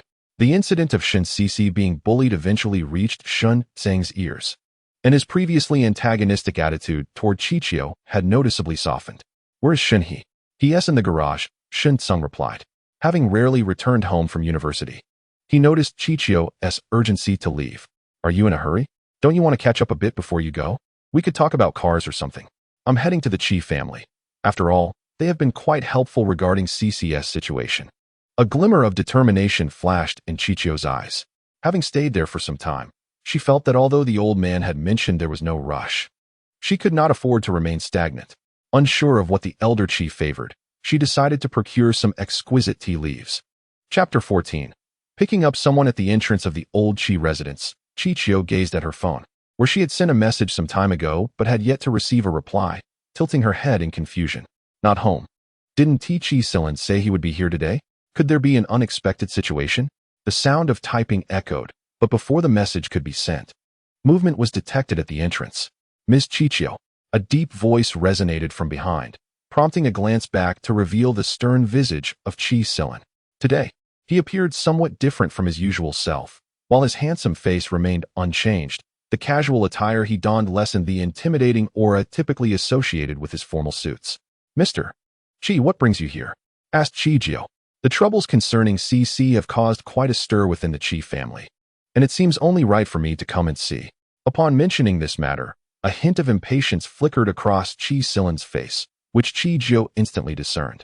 Is the Qi family currently in a difficult position? A minor issue, nothing of great concern. Please, come in, he replied, carrying premium tea leaves.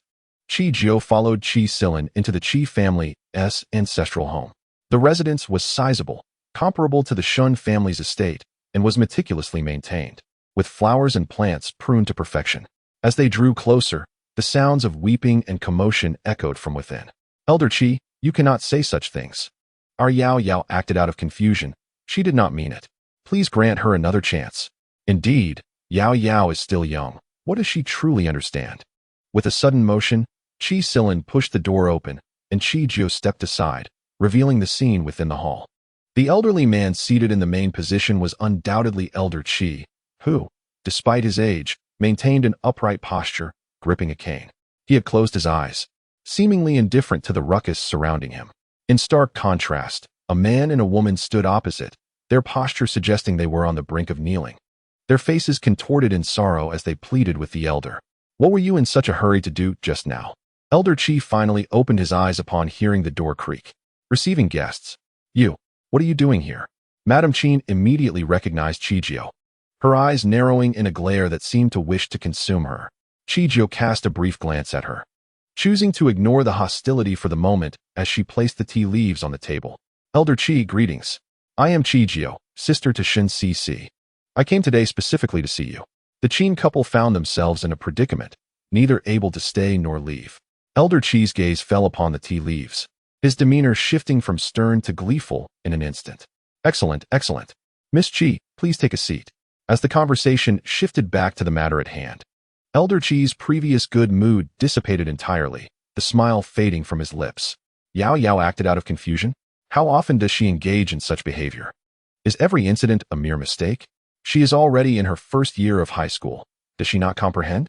Is she simple-minded? Are you too blind as parents? His cane thudded emphatically against the floor.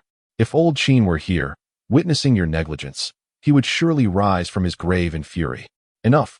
The Qi family will not concern itself with this matter. From now on, the Qi family will take no part in it. Old Master Qi, you cannot let this single incident dictate your thoughts about Madame Qin. However, before she could finish her words, the servants of the old residence dragged her away. Once the Qin couple departed, the atmosphere in the old house grew notably quieter, yet a faint air of awkwardness lingered. Ah, Qi, I have heard of you from Ailin regarding the matter of CC. In truth, you need not bring anything with you, the old master remarked. Casting a glance at the tea leaves on the table, must you be so overt? Qi Xilin retorted. Such is only fitting. For the Qi family has indeed lent a hand in this affair. Qi Jiu's response was both appropriate and courteous, which considerably uplifted the old master's spirits. It seemed as though the old master had finally found a companion, engaging in conversation about this and that, even drawing her into a game of chess. As the beloved grandson, Qi Xilin could only watch from the sidelines, and not only that, he had to serve tea and water, unable to interject amidst the chess match. By nightfall, the old master finally released them. Qi, do visit me whenever you can. Ailin is not much for conversation, and I find little to discuss with him. It is much better when you are here. I shall, Qi Xilin replied. At the entrance of the old residence, Qi Xilin, feeling somewhat bashful, spoke. Thank you for today. The old master has likely been yearning for company, and you graciously presented yourself. Qi Jiu nonchalantly shook her head. It is nothing. I must thank young Master Qi for serving me tea and water. While at the Qi family estate, Qi Xilin would summon the kitchen when hunger struck, and whenever he felt thirsty, he had already prepared water. When his mouth was parched, he would have fruits ready for her. The man leaned against the car door, smiling as he listened, his dark eyes shimmering with a hint of amusement. Such courtesy is only proper.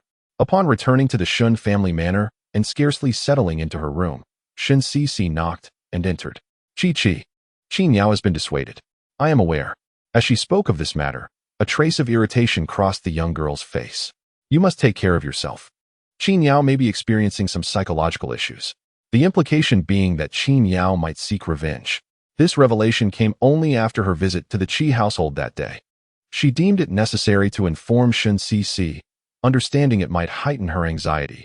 Yet, one cannot be too careful. A moment's negligence could lead to dire consequences. Be vigilant. What? Qi. Fear not. I will have the Shen family keep a discreet watch over you. I will also notify the others, she said, setting herself as an emergency contact on Shun Cici's phone. Should you encounter any trouble, call immediately. Those with psychological issues can act unpredictably. We must not take this matter lightly. Initially, when the Shen family learned of the situation, they were filled with concern and assigned numerous individuals to protect Shin Cici. However, the Qin family seemed to have vanished without a trace, leaving no further word. As time passed, their vigilance waned. It has been quite some time. Yet the Qin family has yet to make an appearance. Qi, are you perhaps overly concerned? Having so many people following us daily might inconvenience Shin Cici as well. Shin Cixing gazed at Qi Jiu, remarking that in a society governed by law, such a multitude trailing us is indeed impractical. It would be best to withdraw. The young lady remained silent, casting a glance at Shin Qimo, who also chose not to speak. Chapter 15. An urgent call as the weather gradually warmed. The occasional chirping of insects could be heard outside. Qi Jiu observed the motionless figure across the table, sipping her coffee, her expression tinged with impatience. How long do you intend to drag this out? I have an appointment, so please do not waste my time. Speak your mind swiftly. Upon her words, Su Feng's handsome visage darkened further. Upon hearing that the ninth had arrived in Huagua, he had rushed over without delay, for he was the only one who had witnessed her true identity. Frankly, he yearned to bring her before him, yet hesitated. However, upon arriving in Huagua, he realized he currently had no leverage over her. He had no evidence. Damn it. Qi Jiu regarded the man opposite her with a smile, relishing the expression of someone who wishes to eliminate her, yet finds themselves unable. Ninth, this is Huagua, not your continent. Do not let me catch you slipping, or I shall take you away immediately. What are you saying? I do not comprehend. I have always been a citizen of Huagua, a law-abiding citizen, indeed. Su Feng retorted. Do you wish to hear what you are saying? Law-abiding? Which of those words pertains to you? Ultimately, he sighed. However, I must express my gratitude. You have been quite helpful in the past. Your banners in the office are becoming too numerous to accommodate. You see, the relationship between people can be rather special, akin to theirs, an interplay of both rivalry and camaraderie. To be honest, he found himself surprisingly unperturbed by such interactions, even desiring to foster a friendship. I will leave those with you, as I have no space for such items. Su Feng, what do you mean? Does that imply he has a space for them? Chi Jiu found his bewildered expression amusing. Officer Su, do you have any further matters? If not, I shall take my leave. Do remember to settle the bill. 2 cups of coffee are not overly expensive. Su Feng, wait. He watched as the young lady stood up, pursing his lips. Remember, abide by the law. This is Huagua. Chi Jiu did not look back, simply gesturing with her hand before departing the CAF. Just as she stepped outside, she fortuitously spotted Qi Silan and Cheng Yu, carrying items as they exited Xinglan. General Qi? What a coincidence. Are you here to meet a friend? She cast a casual glance towards the CAF, noting that Su Feng, who had just been there, was now merely a stylish silhouette in the distance. Qi Silan observed the vanishing figure, his eyes narrowing slightly. A male friend? Cheng Yu, with a hint of curiosity, inquired before Chi Jiu could respond. Just in time to give you a ride back. Please get in the car.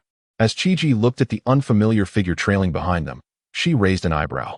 Clad in a sleek black outfit, the individual exuded a sense of strength and discipline, unmistakably a practitioner of martial arts. How had she never encountered such a person before? Inside the vehicle, the man in black took the wheel, while Cheng Yu, having relaxed from his role as the driver, now occupied the passenger seat. Miss Qi, although you have become the representative of the Xingyue branch, you are still quite young. Have you considered pursuing other endeavors?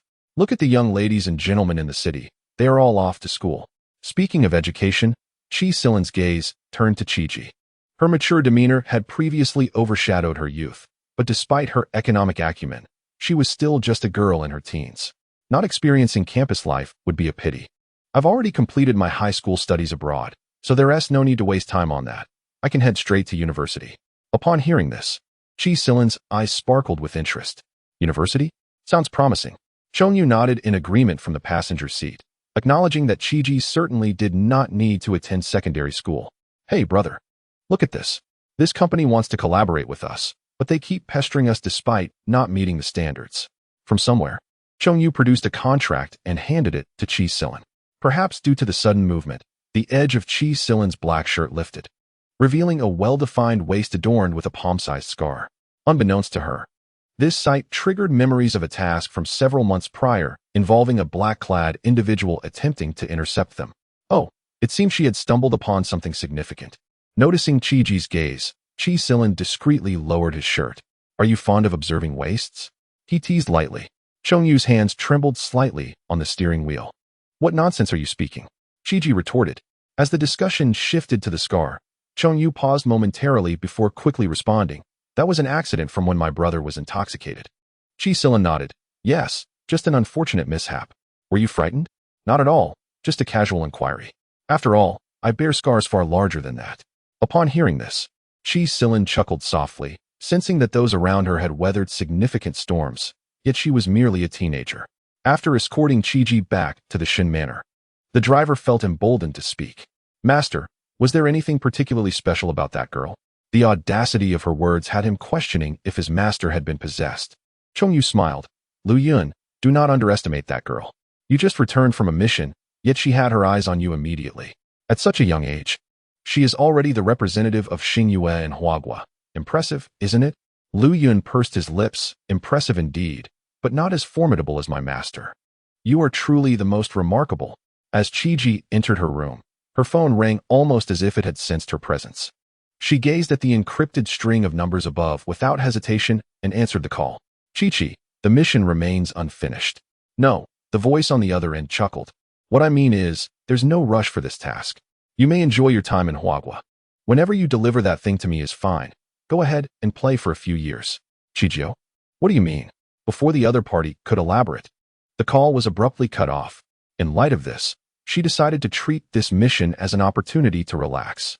That day, Chijiu sat in the CEO's office, staring at her vibrating phone and the number displayed, her brows furrowing.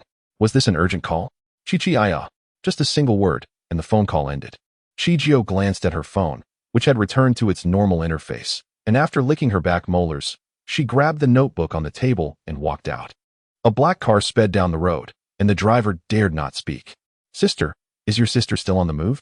Lin Yan, in the driver's seat, glanced over at Chijio, who was in the passenger seat, holding the notebook while observing the slowly moving red dot on the screen with icy eyes. "Yes, accelerate." Their destination should be that abandoned factory in the outskirts. Chapter 16. A disease. What a peculiar choice of location. This deserted factory hasn't seen a soul in ages. If anything were to happen here, one could scream until their throat was raw, and no one would come to help. Knowing their destination, Chijio ceased her idle staring and swapped places with Lin Yan, speeding towards the factory. The timing was quite fortuitous, and with the shortcut they took, they arrived just as the location indicated they had stopped. The abandoned factory lacked even a door, and as soon as Chijio arrived, Qin Yao noticed her. Instead of displaying the guilt typical of being caught in wrongdoing, she appeared to be even more joyful. "Is it just the two of you? Are you insane? Do you think two people can contend with us? What gives you such confidence?" Qin Yao waved her hand, and the burly men nearby stepped forward, their muscular arms resembling those of a spinach-fueled Popeye. Chijio ignored her and instead glanced behind her. Shinsisi lay unconscious, her school uniform slightly dirty, but otherwise unharmed. However, what was the son of the Liu family doing here? Lin Yan was stunned. Was it now fashionable to abduct pairs? Chijio pressed her lips together, surmising he was merely a scapegoat. Meanwhile, on the other side, brother? Is it here? So remote? Could it be that Luja made a mistake? Or perhaps he lost his phone. They had not received an urgent distress call, but they did get a text message. The moment they saw the text, they hurried over. "This is the place." Chi Silin stepped out of the car, and after just a few steps, he was taken aback by the scene inside the abandoned factory. Zhong Yu and Lu Yun exchanged glances, both peering inside. "Is that Chijio?" "Chi-Chi." Zhong Yu gazed at the agile figures within, his mind momentarily incapacitated. Lu Yun stood beside him, equally dazed. At this juncture, it was evident that the three of them had arrived rather late, as the majority of individuals lay on the ground, half alive. Observing the scene, Chi Silin led Zhong Yu and Lu Yun into the fray, and soon, only the five of them remained standing. Lin Yan rubbed his tousled yellow hair and inquired, "Did you come to rescue the Liu family, boy? Why did you arrive so late?" "I'm already exhausted from fighting." These burly men appeared to be seasoned fighters, each skilled in combat. With that, he kicked aside the man before him. "Luja only sent us a distress signal 10 minutes ago. We responded as swiftly as possible," Chi Silin remarked, his gaze shifting to Chijio nearby. At that moment, the girl stood with her tracksuit carelessly unzipped, revealing a slightly soiled white t-shirt smeared with dust and blood. Her hands stained crimson without her noticing. "We rushed here as soon as we received Luja's urgent message, having run countless red lights along the way. Luja's plea for help came too late," he added. Zhong Yu, eager to defend himself, noticed that the two individuals bound to their seats had awakened. Without hesitation, Chijio approached and untied the ropes binding Shinsisi, removing the cloth that muzzled her. "Sisi, are you all right?" Shinsisi looked at the person before her, bewildered, tears welling in her eyes. Just as she opened her eyes, she saw Chijio forcefully slamming a person against the wall. Frankly, such ferocity was indeed frightening, yet now, she felt a profound sense of closeness to her. Chijio seemed to sense something. "Are you afraid of me?" She realized that her current appearance was hardly dignified. Her white shirt was stained with dirt and blood, her hands equally grimy. "No, how could I fear you?" she replied, only taken aback by Chijio's fighting prowess. However, just moments ago, Chijio had truly been a beacon of light in her life. On the other side, Luja was equally astonished. He knew Zhong Yu and Chi Silin were formidable, but he had not anticipated Chijio's prowess as well. As for those burly men, disregarding their fighting techniques, their sheer size seemed to guarantee superiority. Yet, Chijio had directly slammed one's head against the wall. "Is this even human? Which young girl fights like this?" "Chijia, this woman is trying to escape," Lin Yan exclaimed, gripping Qin Yao's wrist and flinging her towards Chijio. At that moment, Qin Yao was utterly petrified, trembling from head to toe as she gazed at the unconscious giant sprawled on the ground, instinctively clenching her teeth. Why are these people so weak? Did they even summon competent fighters?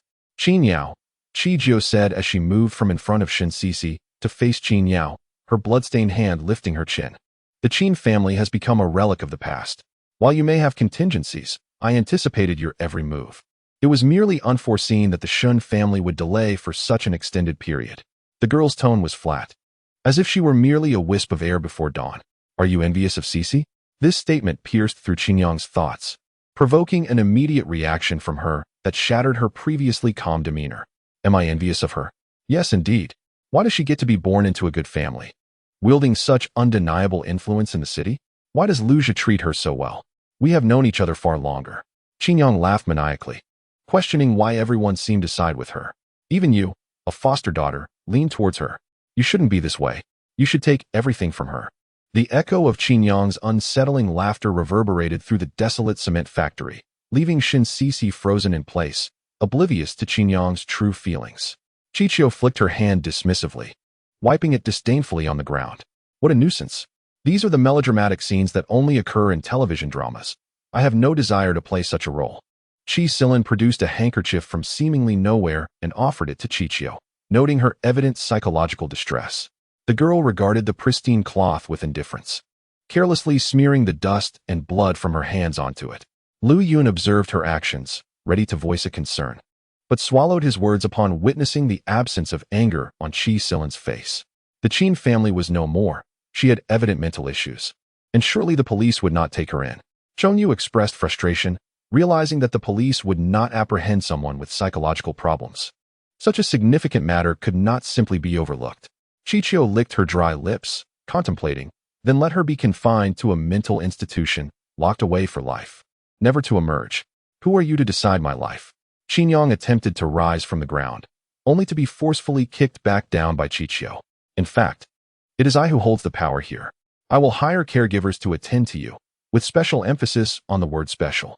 Chi Silin remained silent, fully aware that Qingyang's audacity stemmed from the support provided by the Qi family. Upon returning to the Shun manor, Shin Ting and Lu Li were absent, but unexpectedly, Shin Simuo was present.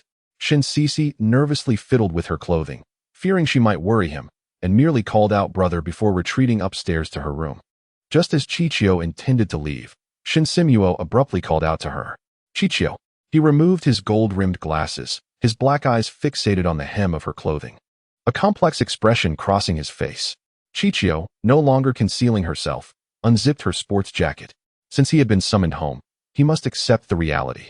The girl's white garment was stained with a mix of dirt and blood, filthy, yet chilling.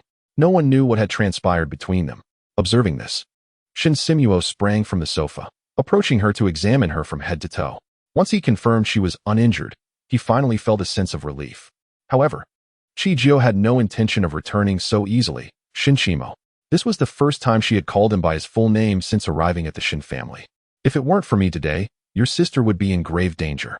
The girl's voice was calm, yet such words revealed a hint of defeat and shame on Shinchimo's face. Thank you, Chi-Chi. I failed to protect my sister. I am an incompetent brother. Chichio, feeling the round candy in her pocket, thought of Shin Cece's smiling face. The candy had been secretly placed on her desk by Shin Cece the previous night, and she never anticipated that such an incident would unfold the next day. I did mention that Qin Yao might have a backup plan. See, she has come. At that time, the Shin family had spent a significant amount to hire numerous individuals to secretly protect Shin Cece. But Qin's family's disappearance had caused them to relax their guard. This allowed Qin Yao to seize the opportunity. I apologize, it was my oversight. I should have prevented the withdrawal. I had overly optimistic views of human nature. Chichio waved her hand, dismissing the matter. Let us leave it at that. Unlike other members of the Shun family, Shinchimo's actions should extend beyond this. This incident served as a warning for him. After all, having been accustomed to a peaceful society, it was unlike the days of living on the edge of a knife. Since this incident, Shinchimo had shifted part of his focus towards family matters. Now, he no longer underestimated Chichio. It seemed that for any significant event, he would seek her counsel. Chi-Chi, do you desire any gifts? At the dining table, Shin Cece, nibbling on a piece of bread, looked at those around her. In truth, one should not inquire about birthday gifts in such a manner. However, after spending considerable time together, she realized that Chichio seemed to lack nothing. Like a treasure chest overflowing with all manner of riches, and inexplicably wealthy, she had seemingly never touched the card her parents had given her. Where could one even begin to rationalize that? Gifts? Chichio mumbled indistinctly. Your birthday is in a couple of days. Have you forgotten? Shinchimo, seated opposite her, observed the bewildered expression on her face and found it amusing for the first time. Birthday? Chijiao blinked. Oh right. I had been so preoccupied with the matter concerning Qin Yao that I completely forgot about it. I don't need any gifts. I lack for nothing. Chijiao had not been in the city long and should not have many acquaintances. As for the birthday preparations, let her handle it. Lu Li smiled slyly, recalling who had previously claimed the Shin family did not value Chijiao. This time, hosting a banquet would certainly challenge such assertions. While organizing a birthday celebration might seem hasty for Chijiao, for Shin Ting and Lu Li, the Shin family had been preparing for quite some time. Initially oblivious to the arrangements, Chijiao was soon whisked away for makeup and hairstyling. That night, the stars twinkled in the sky, and the Shun manor was abuzz with an unusual vibrancy. In the makeup room, Shun Sisi gazed at her reflection in the mirror, unable to suppress a gulp of anticipation. Chijiao possesses a remarkable foundation of beauty. Even without makeup, she is already strikingly attractive. It is astonishing how the makeup artist's deft strokes have accentuated her beauty to perfection.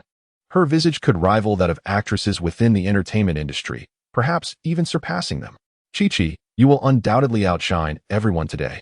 Dressed in a deep purple gown, the rich hue complements her skin, rendering it luminous and fair. The gown's fitted waist design elegantly highlights her slender figure. The length of the dress reaches just above her knees, exposing her long, delicate legs to the air, while the dark purple high heels add an inexplicable allure. Today, I am eager to see who dares to claim that the Shin family does not value you. You are indeed one of us. As the birthday banquet commenced, the Shin estate became a bustling hub of activity. Although many guests were unaware of the identity of the adopted daughter, they were drawn to the Shin family, and notable figures from the city were in attendance. What is causing such a commotion outside? After affixing her last earring, Chijiao listened to the sounds at the door, sensing that the entire event was abuzz with excitement.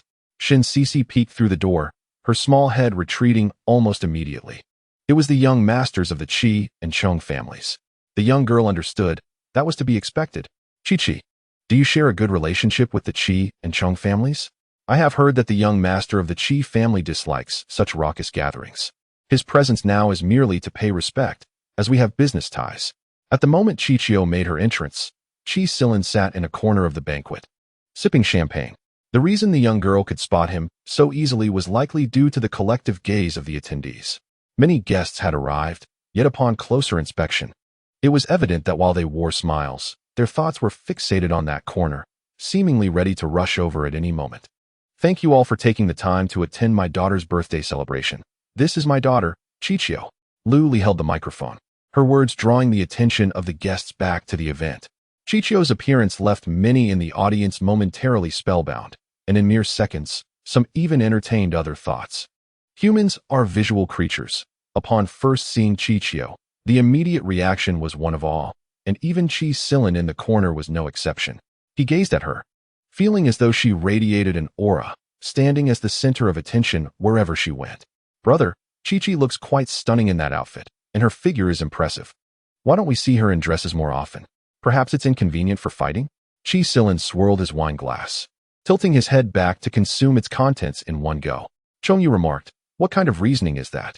Somehow, the memory of Chijiao fighting replayed in Chongyu's mind, and when he finally processed it, he nodded in agreement. That makes sense. Wearing a dress while fighting would indeed be impractical. What if there were an accidental exposure? Qi Silin spoke little, raising her gaze to the shimmering figure ahead, her eyes reflecting a newfound admiration. Having just returned to the country, the enigmatic persona of the martial arts practitioner and representative of Xingyue was woven with layers of mystery. What other talents did she possess? As the speech concluded and she stepped back to the side, Chijiao, eager to descend from the stage, was met with two outstretched arms. Lifting her gaze, she found herself facing two remarkably similar faces. It's precarious in high heels. Let us assist you, Shun Xixing said, awkwardly brushing the back of his neck. Who would have thought that he, who once held a disdain for her, could so swiftly be won over? Meanwhile, Shun Qimo nodded, extending his arm forward, his gold-rimmed glasses lending him an air of gentility. Seeing this, Chijiao felt compelled to accept their help, linking an arm with each of them as they descended the steps.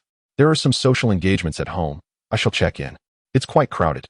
So do be cautious, Shinchimo remarked, adjusting his glasses before taking a champagne flute from a servant and making his way into the throng. Originally intending to impart further advice to Chijio, he swallowed his words, recalling the earlier events. Chijio noticed the hesitant expression on Shun Zixing's face and raised an eyebrow. Do you wish to offer some counsel as well? Having been seen through, Shun Zixing nodded. The young lady should indulge in less alcohol. My brother and I have arranged for your gifts to be delivered to your room. Additionally, happy birthday. As the newest member of the Shin family, Chijio now found herself the object of admiration. Once Shun Zixing departed, she was soon surrounded by a throng of people, including numerous reporters. May I ask how you came to be associated with the Shin family? One inquired. Miss Chijio, what makes you so special that the Shuns have chosen to adopt you as their daughter? Now that you are 18, what are your future plans? Chijio, noting the microphone thrust almost into her face, took a step back. I am rather unremarkable. The Shin family, recognizing my solitude, chose to take me in. From the side, Chongyu, who had listened intently, interjected with disbelief. Solitude? Do you have a peculiar misunderstanding of that term? Let us conclude today as questions here, Chijio stated, swiftly quelling the other reporters' intentions to inquire further. Indeed, can't you discern when to hold your tongues? A raucous voice chimed in nearby, and Chijio turned to see a shifty-eyed man standing beside them. Judging by his attire, he, too, appeared to be a scion of a wealthy family. Miss Chijio, I am the eldest son of the Wu family, Wu Ai. It is a pleasure to meet you. May I have your contact information? Are you free tomorrow? Would you honor me with your company for a meal? Chijio listened to his fervent barrage, pursing her lips. Wu Ai? He seemed rather starved for affection. So enthusiastic. Had he never encountered a woman before? I cannot. I am unavailable, she replied, trying to suppress her growing impatience. However, he pressed on. Why not? You have an engagement? I have an engagement. Two voices echoed simultaneously, one belonging to Chi Si Lin, while the other was a mystery until the crowd turned to reveal him standing behind them, his expression cold and piercing. Clearly, the second voice was his. Master Chi. Wu Ai stared at Chi Si Lin, as did the reporters, astonished that the adopted daughter of the Shun family had an appointment with him. However, their professional instincts kicked in, and in an instant, they turned their cameras towards him, snapping away. Young Master Wu, it appears I have already made prior arrangements with Miss Chi. Will you persist? Chi Si Lin's face betrayed little emotion. Yet his dark eyes seemed to penetrate the depths of the soul, causing Wu Ai to instinctively withdraw. No, since you have already made an appointment with Miss Chi, we shall discuss my matters at another time. With that, Wu Ai fled. The reporters, displaying a keen sense of awareness, gradually dispersed. Chi Si Lin and Chijio retreated to a secluded corner, observing the throng of guests at the banquet, all smiling insincerely, united by their ulterior motives. Birthday gift. Happy birthday. A deep voice interrupted, and as Chijio turned, a gift box appeared before her. The box was neither too large nor too small. Upon receiving it, she noted its lightness. There was weight, yet not excessively so. Miss Chi, mine is here as well. Zhongyu, whose presence she had not noticed until now, produced another gift box, placing it before her. Thank you. It was considered impolite to unwrap a gift in front of the giver, yet after the banquet concluded, Chijio pondered over the gifts from the two individuals. Strangely, they seemed to have conspired, both presenting exclusive, limited edition items, each containing a smaller gift box within. Chi Si Lin's offering was a dark purple bracelet, exuding an air of mystery and beauty, while Zhong Yu's was a necklace, somewhat antiquated in design. Curiously, both items hailed from the same auction, and coincidentally, she had been present at that event. Chijio's fingers caressed the bracelet, her eyes narrowing slightly. Had they discerned something? Her phone buzzed incessantly with a chorus of birthday wishes. As the reporters broadcasted their findings, Chijio's name spread throughout the city, while the supposed appointment between her and Chi Si Lin morphed into scandalous gossip. Daily visitors came to call, yet without exception, they were turned away by the Shin family. For Chijio was not within their residence. Master, what brings you here? Wu Chi gazed upon the tall figure before him, nostalgia flickering in his eyes. How long had it been since the master departed? He could scarcely count the days. The young woman adjusted her black cap, having heard rumors of a traitor. It was her first encounter with such a matter, and she was eager to witness the unfolding drama. Wu Chi remarked, a traitor dancing about on their own turf while the master observes? Is this reasonable? A minor issue has arisen. A minor issue? I do not recall such a problem occurring during my presence. Wu Qi. The vehicle moved slowly, and after an indeterminate amount of time, it came to a halt. And Qi Jio's eyes fluttered open. Master, we have arrived. The young girl responded softly with an alighting from the vehicle, revealing an expansive estate before her. Unlike the warmth of the Shun family home, this estate bore a palpable aura of menace, with patrolling guards and construction work imparting an air of foreboding. Master, as per your wishes, I have not made your return known, Wu Qi murmured, bowing beside Qi Jio. Chapter 19. The Culprit. Qi Jio remained silent, merely nodding. As the patrol team approached, she adjusted her cap, lowering her head, a deliberate movement that obscured her face from those nearby. Brother Wu Qi, who is this? Is she the captain of your patrol team? One of the guards inquired, instinctively drawn to the figure beside Wu Qi, though unable to discern her identity. Despite the uncertainty, the silhouette suggested a female presence. Wu Qi admonished softly, silence. Do not inquire about matters that do not concern you. She is our master's guest. You ought to know what is appropriate to say and what is not. Do not cause a disturbance. Seeing Wu Qi's seriousness, the patrol team's captain promptly ceased speaking, realizing his error, and swiftly led his team away. Qi Jio navigated her way back to her designated main building with ease. Upon entering, she was immediately approached by two men and a woman. Wu Qi, where have you been? We couldn't find you all afternoon.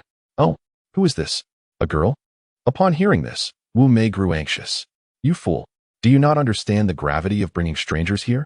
Do you know where we are? Even if you have taken an interest in someone, you cannot bring them here. Not even other members of the organization are permitted. Wu Qi interjected, speak your piece, but be prepared for the consequences afterwards. Why are you silent, master? Master. Wu Mei, frustrated by Wu Qi's reticence, instinctively reached to remove Qi Jio's cap. This action unexpectedly revealed Qi Jio's visage, leaving Wu Mei momentarily stunned, her hand frozen midair. The term master echoed like a venomous sting, inciting a fierce reaction from Wu Meng and Wu Liang, who were nearby. Master, master, Wu Mei, gazing at the smiling figure before her and then at the cap on the ground, suddenly felt a chilling proximity to danger. Master, I did not mean to. I did not know it was you. Qi Jio remained silent, her palm extended before Wu Mei. Understanding the gesture, Wu Mei, trembling, picked up the black cap, dusted it off, and carefully returned it to Qi Jio. Is she still here? Yes, she is still here. Upon the mere mention of her name, the four brothers, Qi Mei, Wang Liang, and the others, instantly recognized who was being referred to. The remaining three understood why Kijui had come here. How has she been lately? Wu Mei's expression soured, arrogant. Utterly arrogant. One might think she ruled this place with an iron fist. She ought to reflect on her own insignificance. She has been stirring chaos within the organization. Kijui nodded. What has she been up to? Engaging in discussions with those from the West? Wu Mao stepped forward, handing her several sheets of paper. Indeed. She has frequently traveled to the West in recent times, her visits becoming countless. She covets my position. Kijui gazed at the red wine on the table, a strange smile curling at her lips. She seeks to usurp me, to become the sovereign of this domain. The two statements left Qi Mei, Wang Liang, and the others with their heads bowed, too intimidated to utter a sound. The final collaboration is to be finalized the day after tomorrow, correct? Yes. The young woman waved her hand dismissively, letting her be for now. Having tasted sweetness, the bitterness will surely etch itself into her memory. In this vast main building, with its multitude of rooms, only the 5 of them reside here. Upon returning to her room, Kijui charged her long-depleted phone as it powered on. She noticed 20 missed calls blinking on the screen. She raised an eyebrow, about to return the call when it rang again. Glancing at the caller ID, she instinctively answered, placing it to her ear. Mr. Qi? After a brief silence on the other end, he asked why she hadn't answered earlier. My phone was dead. I forgot to charge it and just saw your call. I was about to return it when you called again. Upon hearing this, a sigh of relief escaped him. I've been preoccupied lately and may not make it to Xingyue for our collaboration. I apologize. No worries, it's quite serendipitous. As I also have matters to attend to. Perhaps sensing Kijui's fatigue, Qi Silin furrowed his brow, inquiring about her whereabouts. Kijui, unflustered by the darkness outside, replied, at home. They exchanged a few more pleasantries before ending the call. She regarded her phone, now back to its normal interface, and pursed her lips. The next day, Kijui, unusually, did not venture out for her morning exercise. Glancing at the clock on the wall as the hands pointed to 10, she donned a hat and a black mask. Departing her room. Master. Wu-mei had been waiting at the door. Where is she? Wu-mei lowered his gaze, still at the fighting arena. The fighting arena? Kijui chuckled. With her poor hand-to-hand combat skills, she dares to go there? Exiting the main building, the two made their way to the back of the estate, where they encountered a semicircular structure, occupying a considerable area. Without the slightest hesitation, Kijui and Wu-mei stepped inside. As soon as they entered, the cacophony of voices enveloped them. Hit him. Strike him. Hurry. Get up. Come on. Don't concede. As they drew closer, the scene before them came into focus. Upon the elevated platform, a muscular man stood with his arms raised, brandishing a flag while exulting in the cheers of the surrounding crowd, embodying the very essence of a champion in the arena. At his feet lay a convulsing figure, bloodstains marred the ground beneath him, a clear indication of his defeat. Chi Jio adjusted the brim of his cap, lifting it slightly as his dark eyes swept over the two individuals on the stage, before shifting to the audience surrounding them. His gaze soon fixed upon a particular woman. She possessed Western features, her deep-set eyes framed by cascading golden waves of hair, mirroring the exuberance of the victor on the platform, seemingly more jubilant than the champion himself. Found it. The culprit. Wu-mei, my lord. Chi Jio pointed towards the fallen individual still sprawled on the ground, recalling him as a newcomer. As his finger shifted, it redirected towards the victor, a member of Telina's camp. Wu-mei nodded in affirmation, stating that Telina's close combat skills were lacking, rendering her vulnerable to being surpassed by others. Thus, she sought to assert her dominance by challenging anyone willing to compete. With a disdainful shake of her head, Wu-mei remarked on the hypocrisy of it all. Chapter 20, Western Alliance. A murmur escaped Telina's lips, laced with sarcasm, as she realized that ambition, no matter how subtly concealed, could not be hidden for long. Wu-mei, go and teach him a lesson. Be ruthless, just don't take any lives. I trust your judgment. At that moment, Chi Jio resembled a devil, casually issuing commands with a nonchalant tone. Wu-mei was taken aback for a moment, then nodded vigorously, her eyes gleaming with excitement.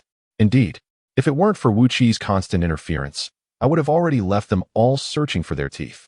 Wu-mei's presence acted as a catalyst, igniting sparks in the arena, transforming the atmosphere into one of palpable tension. Those present recognized her identity, lowering their heads in deference as if mice before a cat.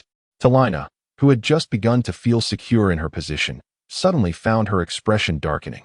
She glared at Wu-mei, her gaze filled with animosity, as if she wished to consume her whole. Why must it always be someone from Mubai's faction? Shattering her fleeting confidence? This was undeniably her territory. Lady Wu-mei, your appearance here is. Wu-mei casually tossed her hair over her shoulder. What else would I do at a fighting arena? Have a meal? The fallen man had been dragged away at some point, and Telina, confronted by the unwelcome intruder, gestured towards the platform. Since a fight was inevitable, refusal was out of the question. The burly man regarded Wu-mei with a conflicted expression. He knew he could not best her, yet with his master absent, he was reluctant to confront Telina. As the battle was about to commence, the two opponents quickly engaged in a fierce struggle. Wu-mei's position as Chi Jio's personal guard was not merely a result of her eloquence. She possessed the requisite strength to back it up. Though she is a woman, she shows no hesitation in combat. In no time, Telina's people have fallen to the ground.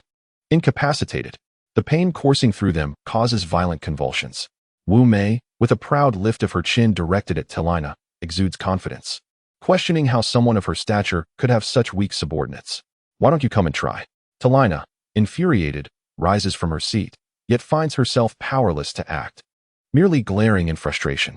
Her close-quarters combat skills are insufficient, and none present stand a chance against Wu-mei. Ultimately, Telina can only watch as Wu-mei struts away from the arena, leaving her feeling like a mere clown. Who is that? Telina grabs the person beside her, her gaze fixated on the individual accompanying Wu-mei. How had she not noticed this person before? A cap and a black mask. What secrets are they hiding? I don't know. I've never seen them before. However, I heard yesterday that a guest of the master was coming. This must be its Mubai. Telina grits her teeth in anger, infuriated that a guest who cannot be revealed is behaving so brazenly, even as her own guards act with impunity within the organization. Instinctively, she attributes Wu-mei's audacity to the guest of Mubai. Sister, one cannot utter the master's name within the organization. Why not? Mubai isn't here. Get lost. Talina's temper erupts like a bomb, and she kicks the person beside her with force. Those present understand the gravity of offending her and hurriedly retreat. Meanwhile, on the other side, Master, shall we head west to visit an old friend? Shinsisi gazes at the empty room with a sense of loss. Mom, when will Chi-Chi come back? It's been so many days. Why haven't I seen her? Lu Li, understanding her yearning for Chijio, soothingly pats her head. I don't know. Chi-Chi mentioned there were still matters to attend to abroad. It should be soon. If you miss Chi-Chi, why not call her? Shinshimo appears behind them, amused by Shinsisi's pout. I've called, but no one answered. She might be busy. No one answered? Could it be? Shinshimo purses his lips, chuckling. She probably has something to attend to. Just call her later. At the private airport, Lu Yun and Lu Feng stand side by side. Master, the helicopter is ready. The unmarked helicopter is prepared behind them. Once aboard, Zhongyu holds a piece of white paper with black text, confusion etched across his face. Brother, what does the West intend? Does this organization think it can simply replace the existing powers? It's utterly delusional. Are they not afraid Mu Bai will eliminate them all? The world knows who Mu Bai is. Everyone understands the danger in provoking her. Even they must tread carefully in her presence. Chi Silin smiled, for the West was merely a realm of daydreams. A place to witness the commotion and to experience the legendary Mu Bai. The organization known as Een, aptly named, lurked in the shadows of the world. Unlike the transparency of air, it intervened in every domain, not with a desire to compete, yet astonishingly excelling in all fields. This was its remarkable strength, compounded by the fact that there were always those who recklessly sought to usurp its place, but the outcomes were invariably grim. It was said that the master of Een was known as Mu Bai, whose appearance remained a mystery known only to those within the organization. The afternoon swiftly passed, and Chijio gazed at the white tiger nestled beside her, smiling gently as she affectionately ruffled its large head. Do not be displeased. It is a rare occasion for me to return. The white tiger, somewhat disgruntled, nudged her leg with its large head, its long whiskers tickling Chijio, prompting her to scratch it playfully. My lord, look at this. Wu Meng entered with the contract and has become utterly still, his gaze fixed on the white tiger beside you. Unwilling to approach, Chijio found this amusing. Bring it over here, standing so far away. How can I see it? Am I blessed with clairvoyance? My lord, it's been a long time. Don't you know whether it's dangerous? Just avoid provoking it like before. Wu Meng retorted. That time was unintentional. Who could have known this creature held a grudge? How could a tiger be so petty? Ultimately, under the watchful gaze of the white tiger, Wu Meng took a couple of cautious steps forward. My lord, T. Lena is set to finalize the cooperation in the West tomorrow. When shall we reclaim her influence? There's no rush. Let her revel in her arrogance for now. After tomorrow, her pride will be short-lived. As the saying goes, the higher one soars, the harder one falls. The following day dawned clear and bright, mirroring Chijio's buoyant spirits. T. Lena arrived at the West as promised, and as she beheld the base before her, her smile grew increasingly pronounced. After today, Een would belong to her. Then, let anyone dare to look down upon her. Let us go. T. Lena strode confidently towards the base, accompanied by her entourage. Guided by the subordinates within, they arrived at the designated location for finalizing the collaboration.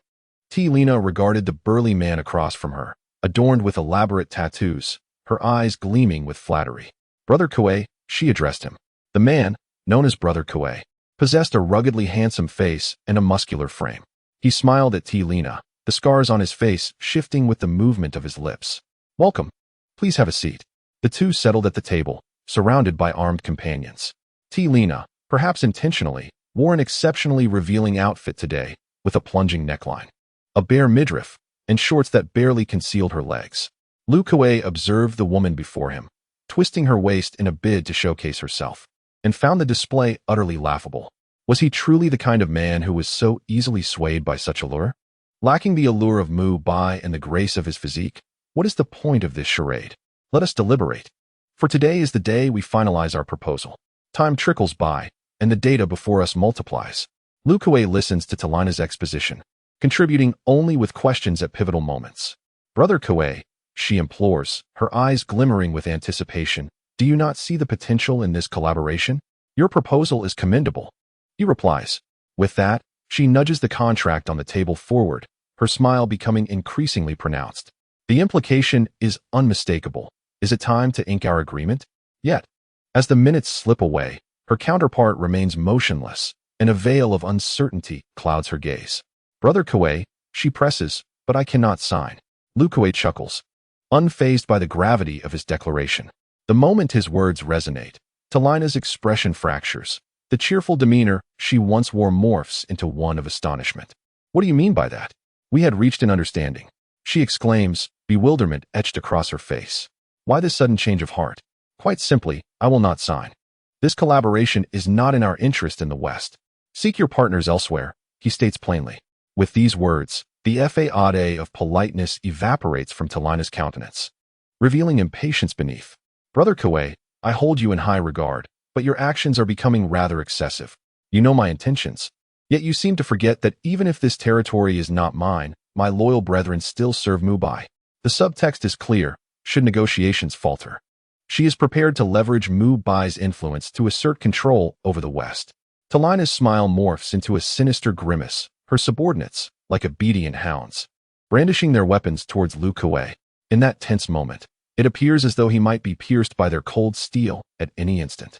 Yet, confronted with such hostility, Lu Kuei remains unperturbed, his smile only broadening. She speaks truth. No matter how deeply concealed, ambition cannot be masked indefinitely. Is she unable to restrain it any longer? Talina, catching the nuance, starts to piece together the implications, but just then, a roar erupts from behind Lu Kuei, echoing ominously. The sound, primal and fierce, causes Talina to sit up straight. Initially, she had noticed the black curtain behind Lu Kuei, obscuring their view like a screen. However, given her position in the West, she had refrained from voicing her concerns.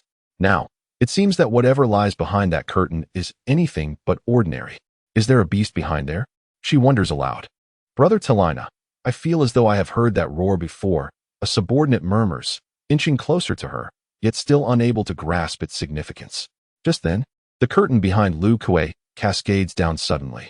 The subsequent scene unfolded before their eyes.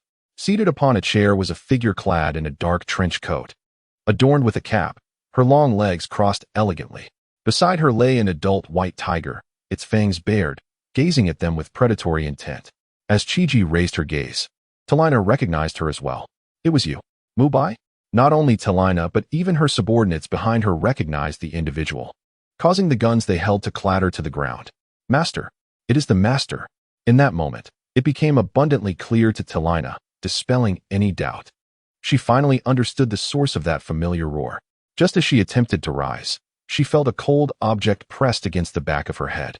Turning her head slightly, she discovered that her comrades had been subdued without her knowledge. Master, now you acknowledge me as master? Was it not just moments ago that you called me by my name? Chiji lowered her crossed leg and stood up, the white tiger following suit. It shook its fluffy head, baring its fangs, its barbed tongue licking its nose, regarding them with the eyes of a predator, as if it would devour them whole in the next moment. Good boy, she cooed. Howl. Lu Kuei watched the girl affectionately petting the white tiger, swallowing hard as he took 2 cautious steps back. This creature could easily end his life with a single bite. It was wise to remain cautious. Chiji leisurely approached Talina, her fingers gripping the latter's chin, turning her face toward the tiger. Tell me, who is this? Wyo. Indeed, my dear Bai has become a bit spoiled. It has been a while since it has feasted on fresh meat. Tell me, is not the flesh of the living the freshest? As she spoke, Chiji's fingers glided across Talina's cheek as if admiring a work of art. Her voice was soft, akin to a feather brushing against each heart, stirring a tremor within everyone present, who instinctively touched their own arms. Truly frightening. Talina lowered her head, a flicker of resolve flashing in her eyes when she thought no one was watching. If that was the case, then she would not be coerced any longer. Master, master, Mubai? In an instant, the situation transformed. Talina held a dagger in her hand, having taken Chiji hostage, the blade pressed against the girl's throat.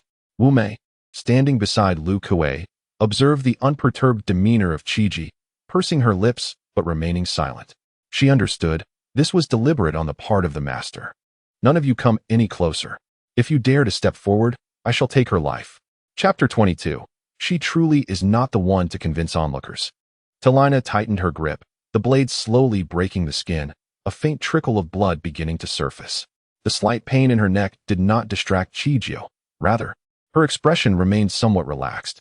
This is your path to self-destruction. Do not blame me. What? Before Lena could comprehend the meaning behind her words, she felt a sharp pain in her chest, followed swiftly by a sting in her wrist, and soon found herself restrained. Clatter. By the time she reacted, the dagger had already clattered to the ground, and she herself was pinned against the floor, her arm held firmly.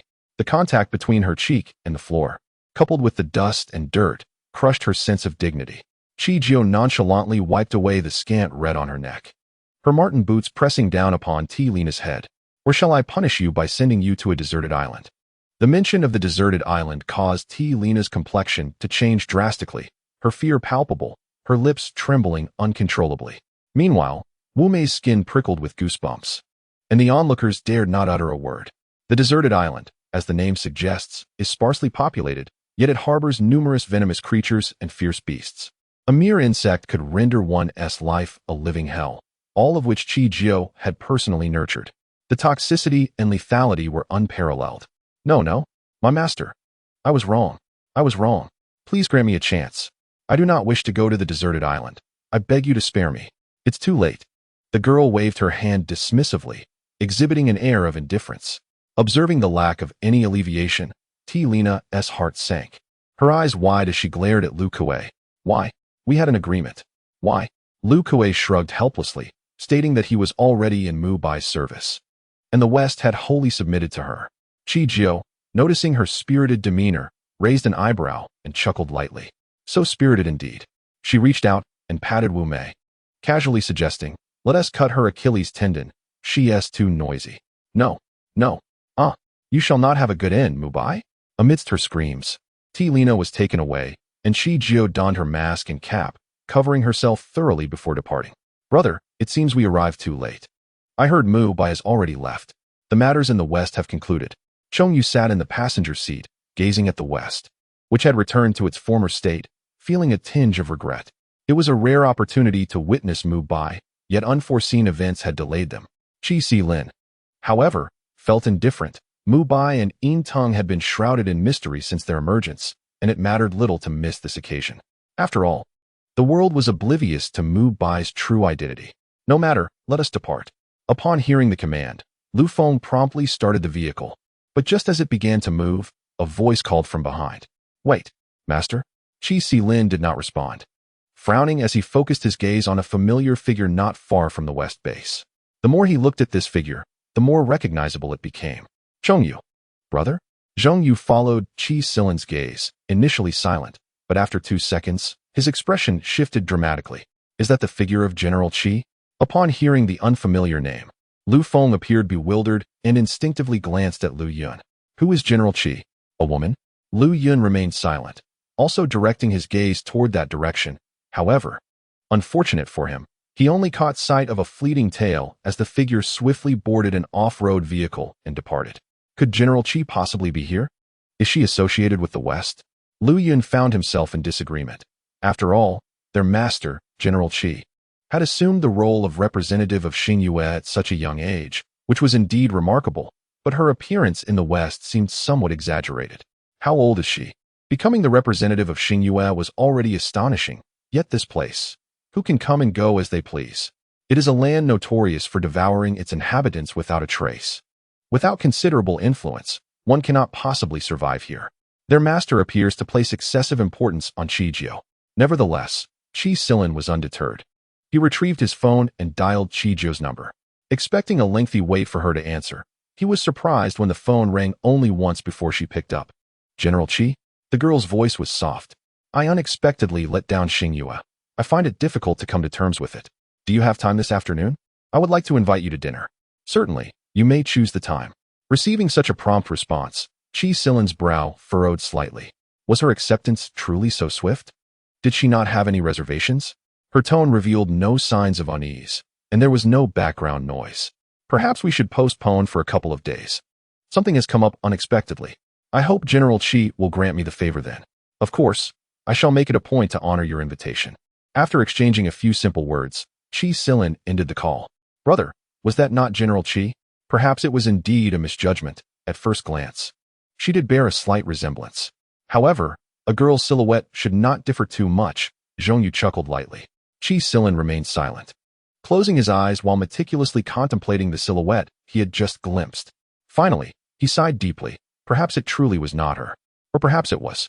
Meanwhile, Qi Jiao reviewed the call log, her expression imbued with intrigue. Had she been discovered or not?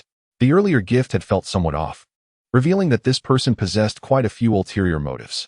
Master, if the person on the other end of that call has not changed their mind, what will you do?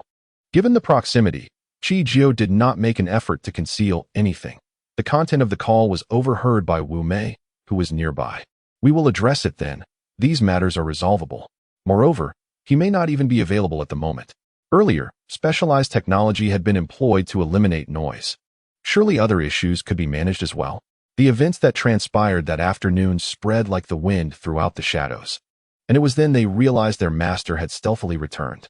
On that day, the once jovial patrol captain now stood before him, trembling and unable to lift his head, resembling a schoolboy caught in wrongdoing. Brother, the patrol captain stammered. A smile graced Wu Qi's lips.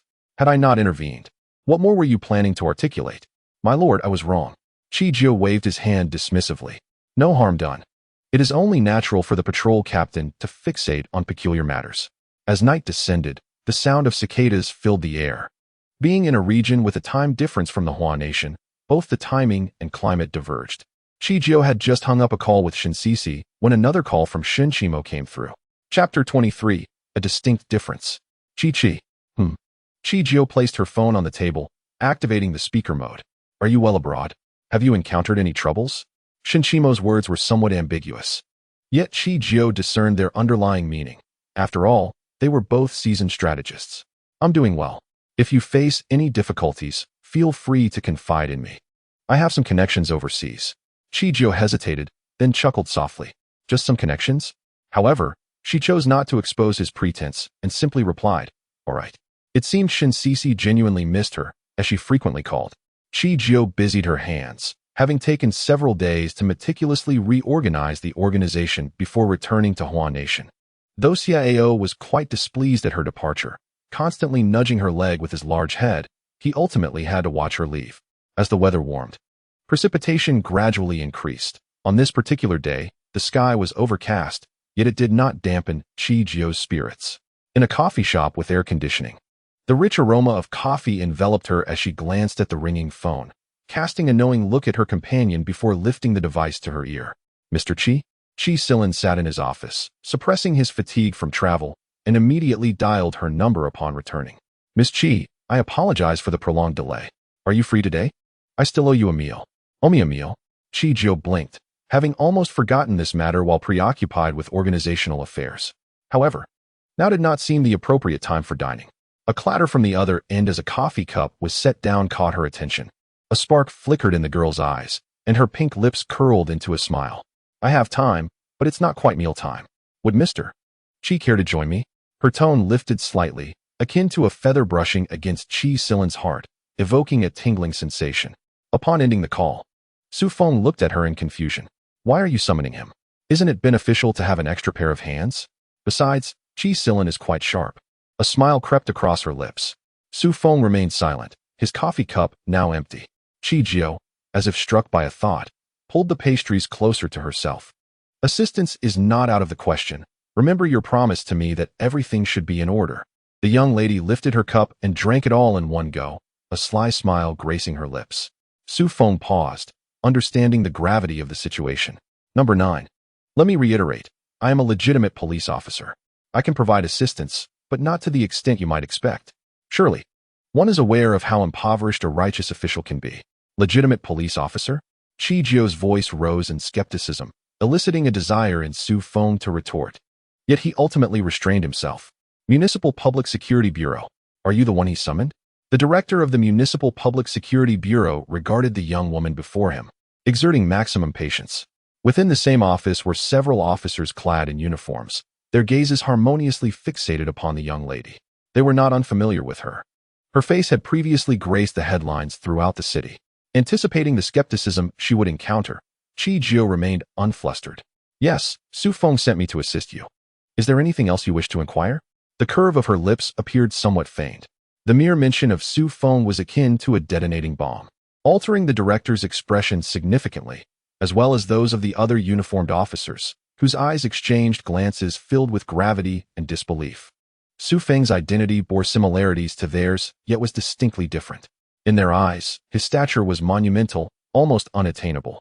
How could such a young woman, barely of age, come into contact with him? Or was it that Su Feng had personally requested her presence? However, a report interrupted the moment. Young Master Qi has arrived. A police officer saluted Director Guo Jianxing. Qi Silan, murmured Guo Jianxing. Unable to derive any clarity from the thought, he gestured to Lin Chuan beside him. Please go greet him. Lin Chuan nodded and exited the conference room, while Guo Jianxing continued. Miss Qi, how did you come to know Officer Su? Initially, when Su Feng mentioned someone would provide assistance, he had envisioned a forensic expert. He could never have anticipated it was the daughter of the Shin family. The connection between these two individuals seemed utterly distant. Furthermore, while they did not wish to judge by appearances, her youth prompted concerns about her capabilities in dealing with criminal matters. I met him abroad. I assisted him. As her words lingered in the air, the conference room door swung open, revealing Lin Chuan and the approaching Qi Silan to the public eye. Young Master Qi did not immediately speak, but instead directed his gaze toward those surrounding Guo Jianxing. The young girl, akin to a cat that had pilfered a fish, was smiling mischievously at him. Having arrived at this location, it was evident to him why Qi Jiu had summoned him: investigative work. Upon hearing the response, Lin Chuan appeared bewildered. Wait, previously, when I asked for your help, you said you were on a business trip and unavailable. Now you claim you're here for an investigation? He regarded him, utterly perplexed. Previously, every attempt he made to invite him was met with refusals due to being too busy or on business trips. Yet now, the situation has taken a turn as the individual has come to him uninvited. Qi Silan's expression remained unchanged. He raised his chin slightly, gesturing towards Chichio, who had summoned him. She called for me. It is a different matter, Lin Chuan remarked. So it appears that the captain of the criminal police team is less persuasive than a mere girl? Lin Chuan felt a surge of frustration but was restrained by the man's status and demeanor, rendering him unable to voice his thoughts. Very well, young Master Qi. Please find a seat. As time passed, Chichio gradually comprehended the circumstances surrounding the case. What took her by surprise, however, was that all individuals connected to this matter belonged to the entertainment industry. It is well known that the entertainment world is under constant scrutiny from paparazzi. Any minor disturbance could be swiftly reported online by both paparazzi and media outlets. The artist involved, known by the stage name Xingxing, was actually named Lu Yan. By the time Chichio and the others exited the conference room, the sky had begun to darken. The young woman sat in the lounge area, holding the relevant documents pertaining to the case, when a cup of coffee suddenly appeared before her. Looking up, she was greeted by the playful face of Chongyu. Chichio, it seems I underestimated you. Not only do you possess a keen business acumen, but you are also adept at solving cases. Whether this was an expression of admiration or merely a comment to others, the girl waved her hand dismissively, redirecting her gaze back to Luyan. Chapter 24. Alibi. It was him once more. It seemed that Qi Silan and his associates were indeed as formidable as she had anticipated. Furthermore, the scar on Qi Silan's waist, was it merely a coincidence? Just helping someone. Helping someone? Who? Qi Silan, who had remained silent thus far, raised his gaze to her. Strangely drawn into this affair, he felt no anger. Rather, he desired to grow closer to Chichio. At this moment, he too wished to uncover who it was that compelled the representative of Xing Yue, the adopted daughter of the Shin family, to engage in an investigation here in Huagua. Devoid of a police identity, shortly after her arrival, Su Feng. Upon hearing this name, Qi Silan's brows furrowed slightly, while Chongyu looked as though she had just been struck by a bombshell. Su Feng, the International Police. The International Police are seeking your assistance? To be frank, Chongyu found it hard to believe. Chichio, at just 18 years of age, was remarkably young, and her current achievements were unparalleled by others. He acknowledged her talent. Chichio was indeed exceptional, yet the realms of business acumen and criminal investigation were entirely distinct. The fields of finance and criminal investigation were hardly comparable. Sensing Liu Yun's scrutinizing gaze, Chichio smiled. It is merely a matter of mutual benefit. With that, she shifted her focus back to Qi Silan. As for why Su Feng sought my help, it may be due to the assistance I provided him while abroad.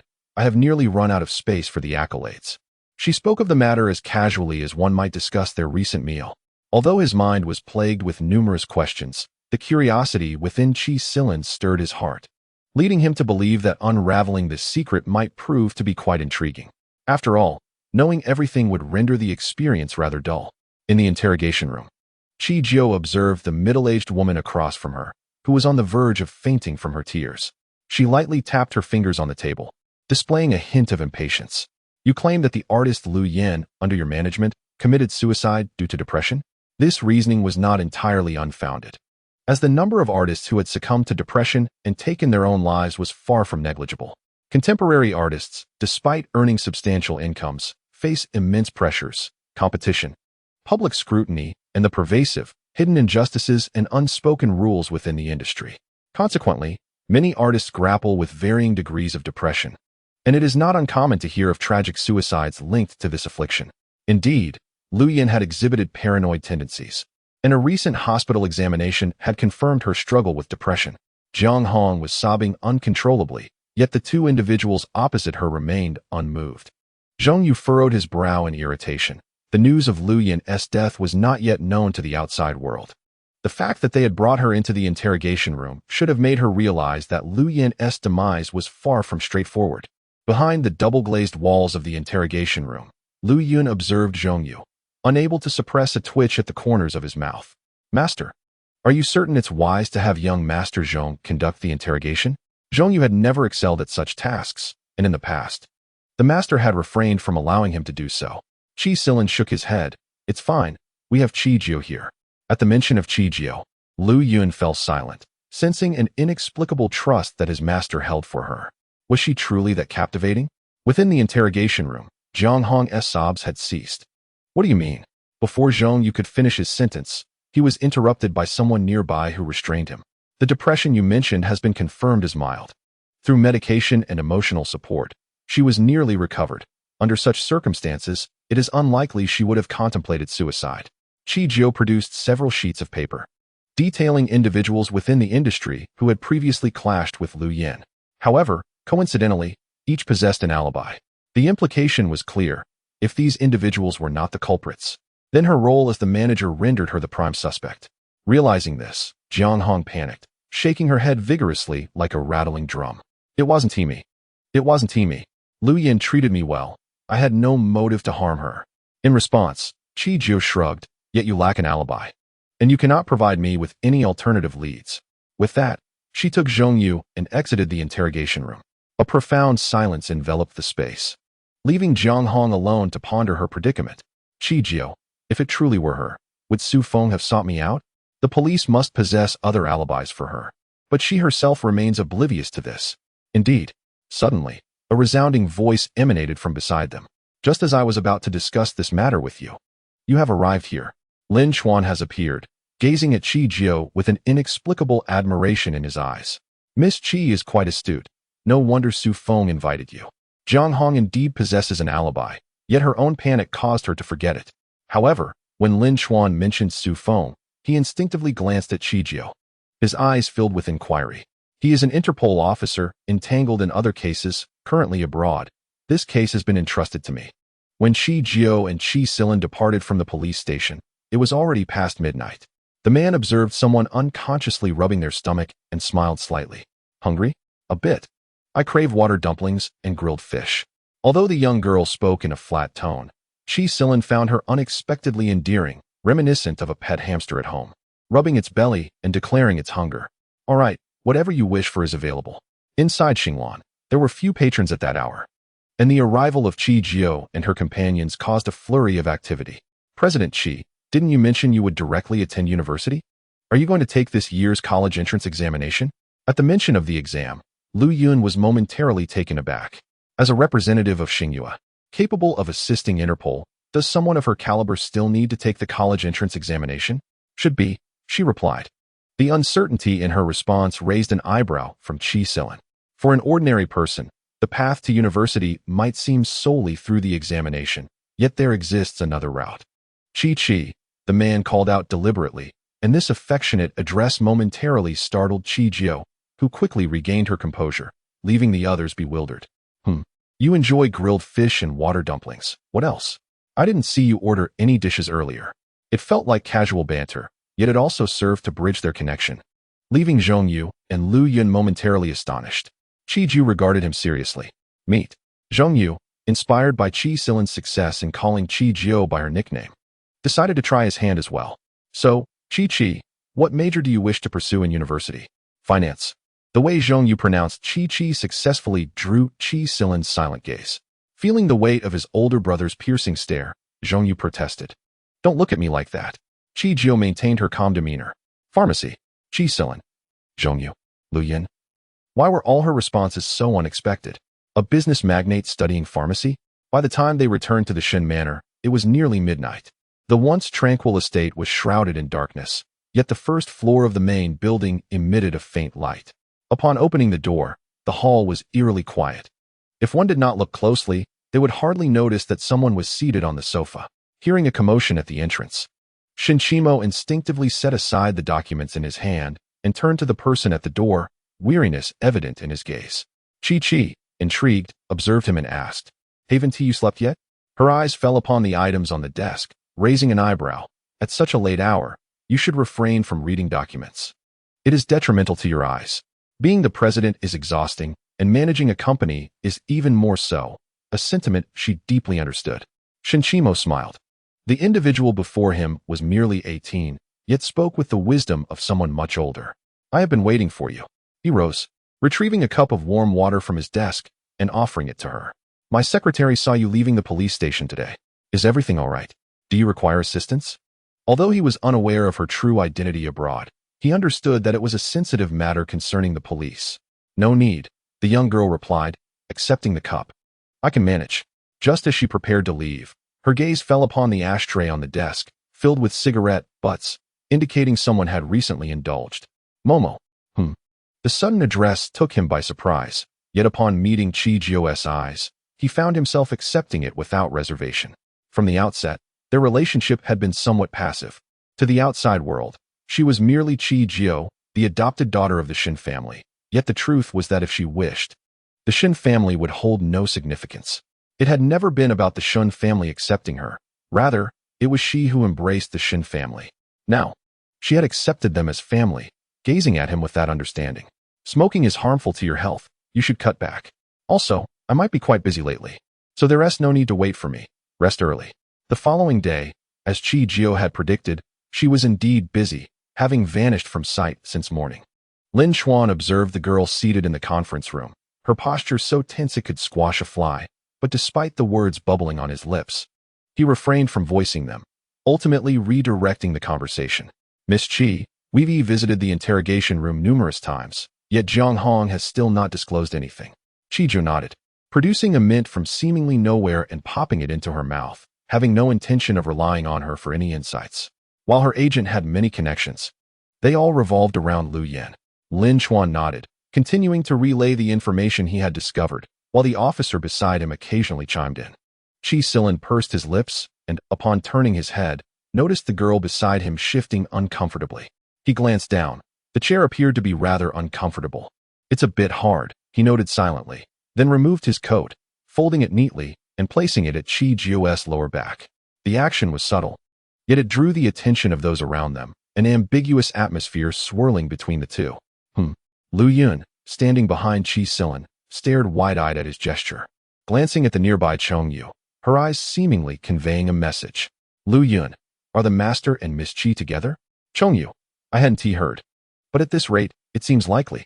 In the midst of shifting clouds, Guo Jianxing nodded with a sly grin, affirming that the rumors held truth. Indeed, the iron tree had blossomed. Captain, why should we not make this matter public? It would facilitate the investigation. A police officer in the rest area finally voiced his inner doubts.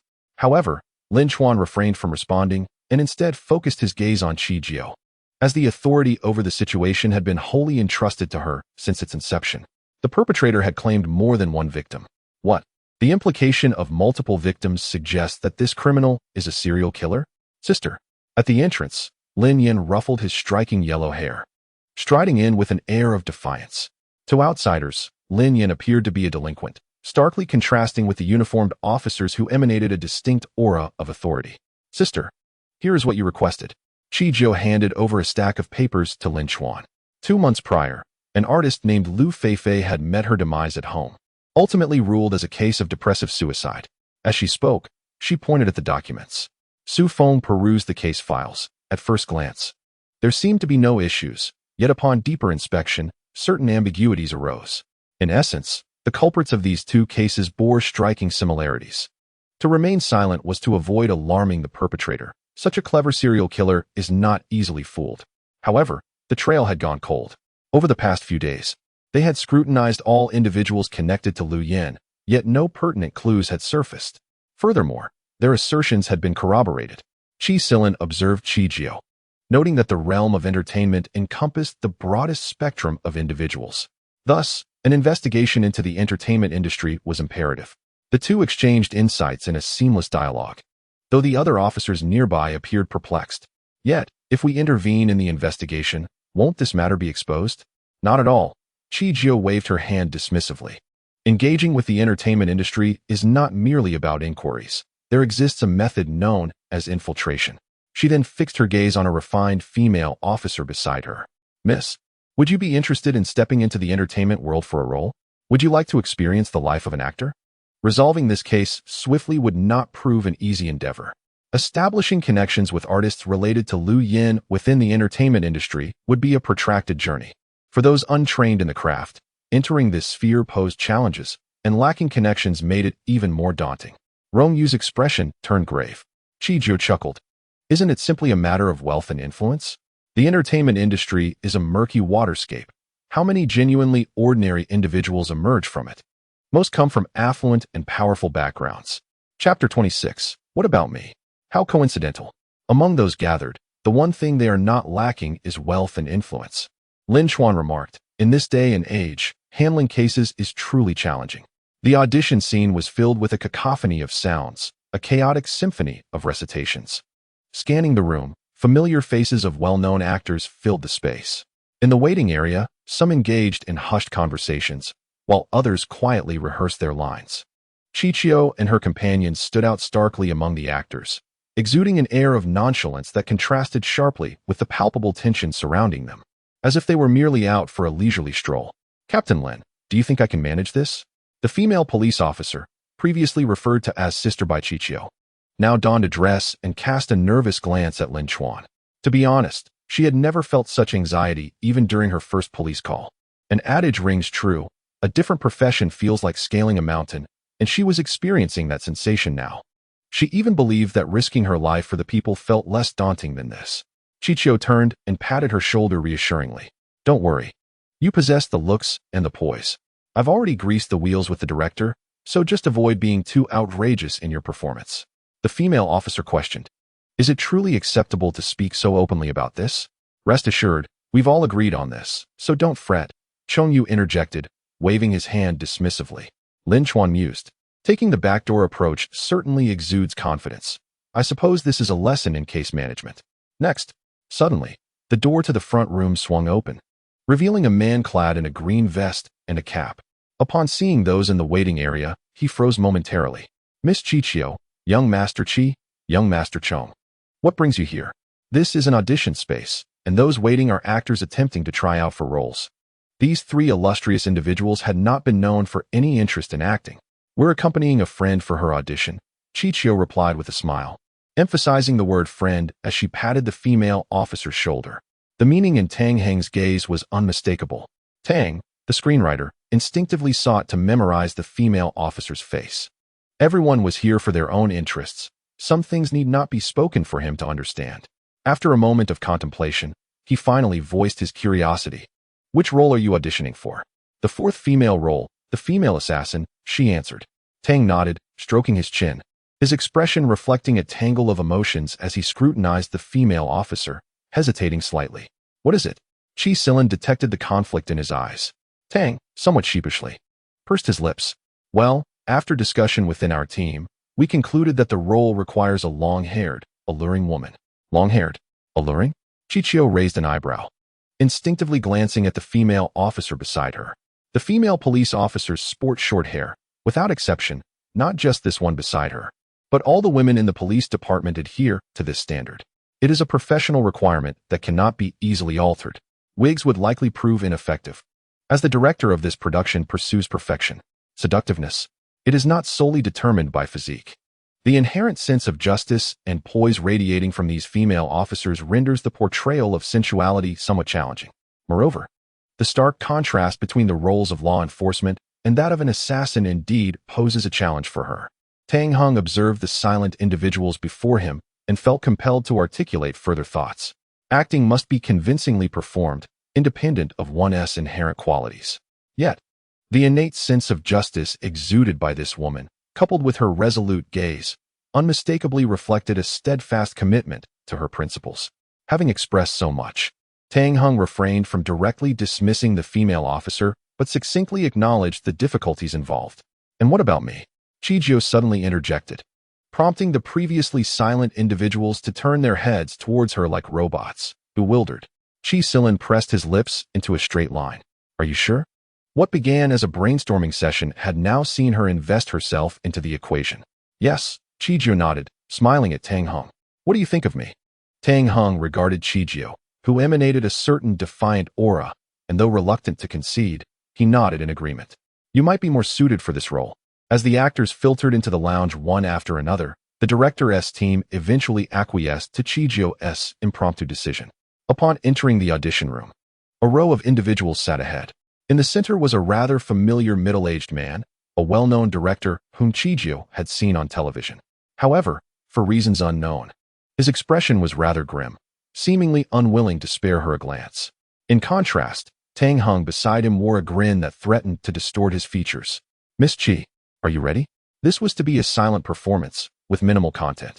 The character of the fourth female lead was an assassin, and the scene to be portrayed involved the aftermath of a recent kill. Chijio stood in the center, wielding a butterfly knife, her fingers deftly manipulating the blade, which twirled like a work of art in her hands. Her movements were casual, yet strikingly beautiful, devoid of any semblance of pretense. The ferocity and defiance radiating from her made her resemble a true assassin, with an aura of lethal intent, as if she were stained with blood, commanding life and death. Initially impatient, the director's demeanor shifted upon witnessing her performance. His gaze towards Chijio grew increasingly fervent, his body inching forward in intrigue. As she concluded her sequence, the individuals before her remained momentarily dazed, only coming to their senses when Tang Hung began to applaud, prompting their delayed reaction. At this moment, Director Wang realized that his previous demeanor had been somewhat inappropriate, and a hint of obsequiousness crept into his smile. "I apologize, my earlier attitude was less than ideal. Miss Chi, am I correct?" Miss Chijio, however, remained unfazed, for she had already discerned the director's temperament prior to their meeting. Wang Jiangwo, the director, was renowned for his many illustrious works in the entertainment industry, and he harbored a deep disdain for those who attained success through nepotism, as their acting skills often left much to be desired. Thus, when he observed Miss Chijio's displeasure, he felt compelled to inquire, "Miss Chi, could you share your understanding of this role?" Wang Jiangwo's gaze was now intensely earnest. He was eager to comprehend the individual before him. Although the fourth female lead was not as pivotal as the first, she was nonetheless an indispensable character. To him, each production was akin to a cherished child, and he yearned for no imperfections to mar his work. The person before him seemed as if she were born for this role. She was simply perfect for it. The young woman nodded. This character was an assassin, perceived by others as cold-blooded and ruthless, potentially even disruptive at critical junctures. Yet, from her perspective, Chijio articulated her thoughts as if delivering a compelling speech, vividly painting the essence of the role without a moment's hesitation, enrapturing everyone in the crew. Wang Jiangwo nodded fervently, a smile gradually spreading across his face, revealing a gleaming row of white teeth. After their exchange, Chijio's character was essentially solidified. Nevertheless, Wang Jiangwo could not resist posing a question that lingered in his mind. "Miss Chi, everyone present is familiar with your background. Given your connections with the Shen family, which afford you the luxury of a privileged life, what compels you to venture into the entertainment industry?" Chijio regarded Wang Jiangwo, a victorious smile gracing her lips. "It suits me." The ambiguity of her statement, whether she referred to the entertainment industry or the role itself, remained unclarified. "What do you think? What do you think?" As soon as Chijio exited the room, Chi Silin and others encircled her. It would be one thing if the policewoman had prepared herself, But Chi-Jio was a last-minute addition, and the outcome was still, "What I want to do, I will accomplish." Her expression remained serene. Chi-Jio's sudden foray into the entertainment world was a closely guarded secret. She was on a mission while acting, appearing to Gui Jianxing and Lin Chuan as if she were an undercover operative. Lin Chuan observed the striking figure arriving in a black Lamborghini, feeling a twinge of envy. While others drove luxury vehicles, here she was, a mere supporting actress newly entering the entertainment scene, drawing such attention. Was it truly appropriate?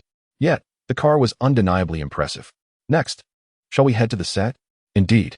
Chi-Jio tucked her sunglasses into her chest, and as her gaze fell, a figure across from her extended a small black object towards her. Lin Chuan smiled, recognizing the moment's significance. Upon arriving at the set, the crew had nearly completed the construction of the scene, and several actors were already present. The sleek black Chi-Ji vehicle instantly captivated attention as it rolled onto the scene. Its striking presence was unparalleled. Regardless of the wealth of the actors present, most opted for recreational vehicles for better comfort, making this extravagant car a rare sight. As the young woman stepped out, she was greeted by a girl clad in a suit, appearing as though she had just graduated from university. The mismatch between her age and attire was evident. "Miss Chi." "Hello, I am Fan Yi," the girl said, her cheeks flushed as she beheld the stunning individual before her.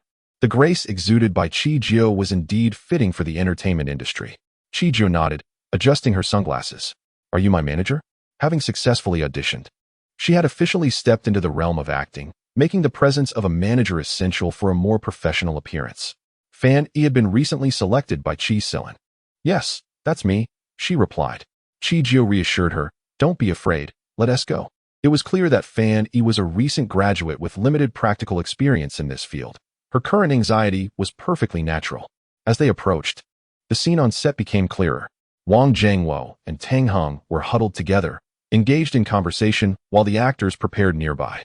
Chi-Jio's arrival drew the gaze of nearly everyone on set, each expression varying upon her entrance. "Is that Chi-Jio, the daughter of the Shin family? How did she end up here? Is she here to visit? I heard she has secured the role of the fourth female lead. Do wealthy heiresses now wish to make their mark in the entertainment industry?"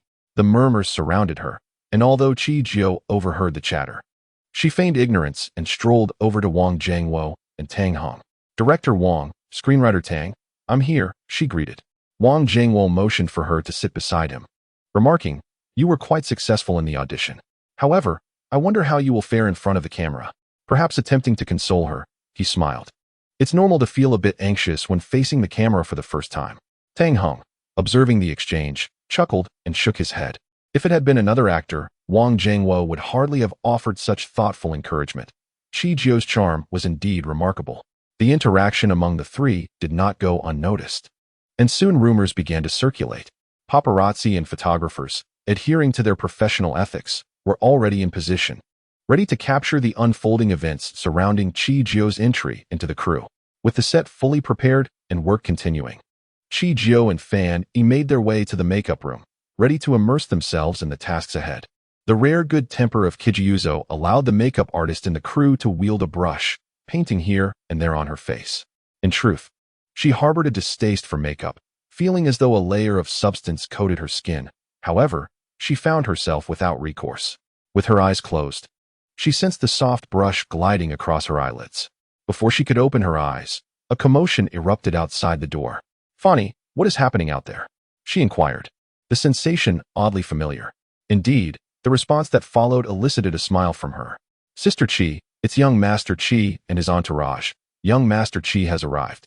In the next moment, before Kijiyuzo could react, the door to the makeup room swung open. "Chi-Chi, I'm here. How is the crew treating you?" Chongyu's exuberance suggested it was his first visit to the set. Kijiyuzo opened her eyes and, through the reflection in the makeup mirror, beheld the alluring eyeliner at the corners of her eyes, nodding in approval. "It's acceptable." Chi Silin uttered no further words as he approached the mirror, eyeing the array of lipsticks on the table, selecting a vibrant red to hand to the makeup artist. This shade, he felt, was befitting of a killer and resonated with her essence. Though he could not discern the exact shades or numbers, he instinctively believed this color suited her best. Kijiyuzo regarded the lipstick and nodded. Indeed, such a red was apt for a seductive assassin. With her makeup and hair completed, the next step involved her attire. Chi Silin and Chong Yu were ushered out of the makeup room, while Fani observed Kijiuzo, whose expression revealed nothing, hesitating to voice her curiosity. Is something the matter? Kijiuzo immediately detected her reticence, the stammering manner inciting a sense of urgency. Sister Chi, young Master Chi has come to the crew to see you, hasn't he? Fani's eyes sparkled with anticipation and a hint of gossip. Chi Silin had gained notoriety in the city for some time, never once entangled with the entertainment industry. And now he appeared here with young Master Chong. Furthermore, she was brought in by Chi Silin, making the implication clear. In Chi Silin's heart, Kijiuzo held a unique significance. Isn't it obvious? They had prepared for the case long ago, hadn't they? Then your rumors are true? Fani instinctively halted her actions, her gaze fixed upon Kijiuzo's silhouette. Rumors?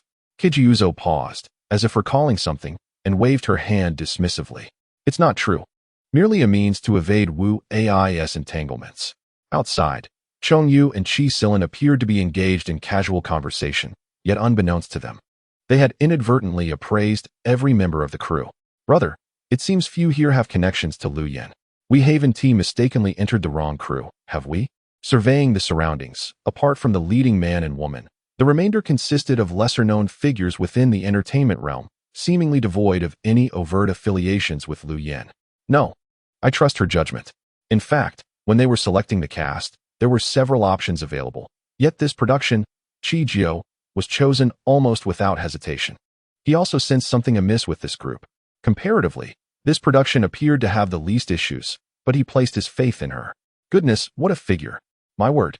Is her physique truly so remarkable beneath those loose garments? Indeed, the figures of these ladies are meticulously maintained. The chorus of admiration from those around captured Chi Silin's attention, and upon turning, he noticed that everyone, like him, was gazing at the figure by the makeup room's entrance. The young woman, clad in marten boots and a black bodysuit that accentuated her exquisite curves, had her long hair cascading over her chest and back, her makeup flawlessly applied. Wow, is that Chi? Zhong Yu's eyes widened as she flitted around Chi Jio like a little bee. Their essay saying, a person is judged by their attire, just as a horse is judged by its saddle, and it rings true. Chi Jio, who typically eschewed makeup for comfort, had surprised everyone with this sudden change in style. Without uttering a word, Chi Silin strode purposefully towards Chi Jio. With his elegantly long fingers, he pointed at her fiery red lips, stating, this color truly suits you. Although it might seem a touch mature for someone of 18, it was perfectly fitting for the character. Chi Jio felt the touch on her lips and instinctively pressed them together. The color was indeed exquisite. 10 minutes later, the young woman stood before a raised platform, a dagger in hand, as she slowly approached the lifeless body beside her. Is this it? I thought it would take more to bring someone down. She crouched down, disdainfully wiping the blood from her dagger against the clothing of the corpse, her movements effortless and carefree. She then turned and vanished into the building. Bravo! Though Chi Jio had few lines, her physical expressions and innate charisma spoke volumes. Wang Zhangwo hadn't anticipated that this heiress would possess such acting talent. Appearing unflustered before the camera, her first rehearsal had been executed flawlessly. Truly, she was a born actress. Perhaps the saying heaven provides sustenance referred to her. Those around her were equally surprised by Chi Jio's impressive performance. Even seasoned actors were left speechless. Sister Chi, Fan Yi approached with a cup of water. Joined by Zhong Yu. You acted splendidly, truly capturing the essence of it. It seems you've watched your fair share of dramas. Chi Silin observed Chi Jio in silence, contemplating her recent actions, a cryptic smile gracing his lips. Those movements felt too practiced to be mere acting. The vibration from his pocket was unmistakable. Glancing at the caller ID, he promptly ended the call. Chi. The man's fingers gently prodded her cheek. I have matters to attend to. I appreciate your efforts here. As he spoke, Chi Silin grasped Chi Jio's hand and placed a mint candy delicately in her palm. With pressing commitments, Chi Silin and Chong Yu soon departed, leaving Lu Yun behind. Hello, I am Anna, part of your production team, portraying the role of the third female lead.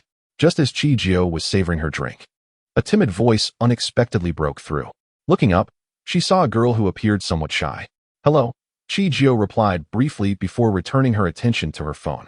Observing the other's reluctance to engage, Anna instinctively clutched her clothing. A broad smile crept across her face. I just witnessed your performance. You were exceptional.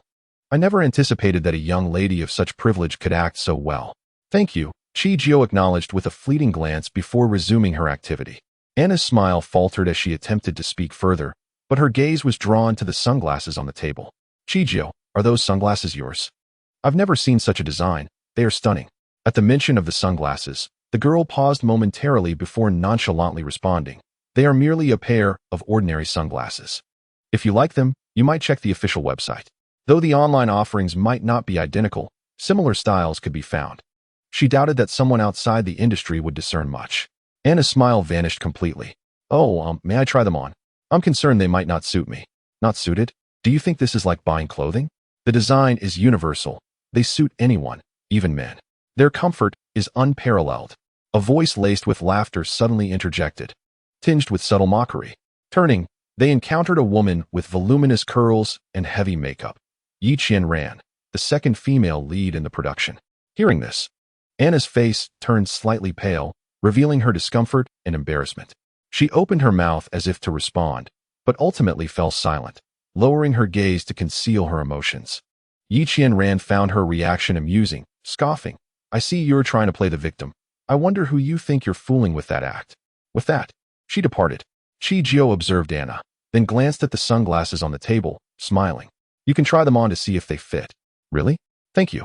Anna's excitement was palpable as she admired the sunglasses. Noticing her enthusiasm, Chi-Jio gradually added, if you truly like them, you should consider purchasing a pair. The quality at home is commendable, and they are quite comfortable. I've always worn them.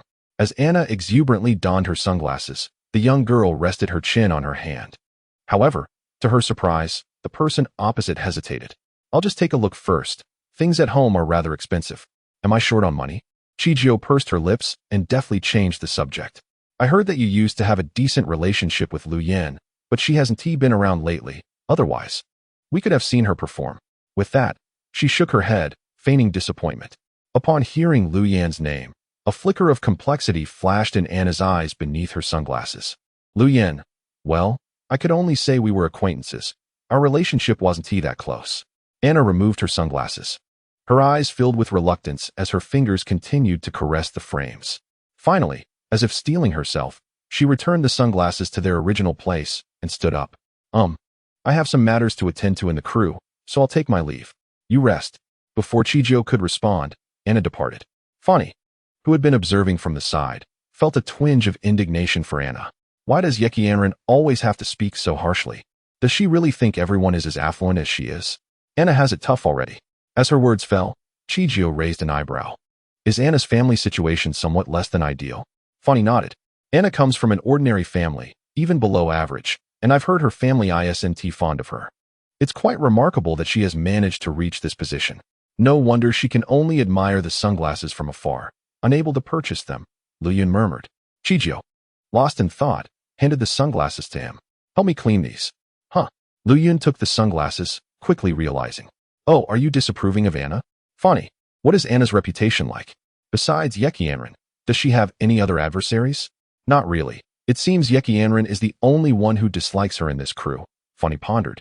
Drawing a blank except for Yi Qianran. Only Yi Qianran? It appears she is the sole source of inquiry. Chi-Jio's role for the day was minimal. After filming her scenes, she did not leave immediately. Instead, she wandered the set like a visitor, exploring every nook and cranny with a sense of admiration. During a break in filming, she observed the frazzled Wang Jiangwo and Tang Heng, alongside the sobbing Anna, and approached with Lu Yun. Director Wang, what is going on? Wang Jiangwo furrowed his brow, leaning closer to Chi-Jio. Anna's costume has somehow been damaged. The sleeve is torn. The outfit was borrowed from a sponsor, and if it's ruined, we'll have to pay for it. Oh, money troubles again, Lu Yun remarked, frowning at the convulsing figure of Anna. How much will it cost to repair this garment? Is it truly worth such distress? Look, she is almost on the verge of collapsing. Although Anna hails from an ordinary family, the remuneration for actors is undoubtedly substantial. While it may not rival that of the lead actress, it is reasonable to assume that she would still pocket a five-figure sum, around 68,000. Wang Jiangwo shook his head. In truth, this amount is trivial for them, yet no one is inclined to assist Anna in covering this expense without compensation. This garment was not damaged by me. Why must I bear the cost? Anna wept, her eyes swollen from crying. Her presence here has already delayed the filming of scenes that should have commenced.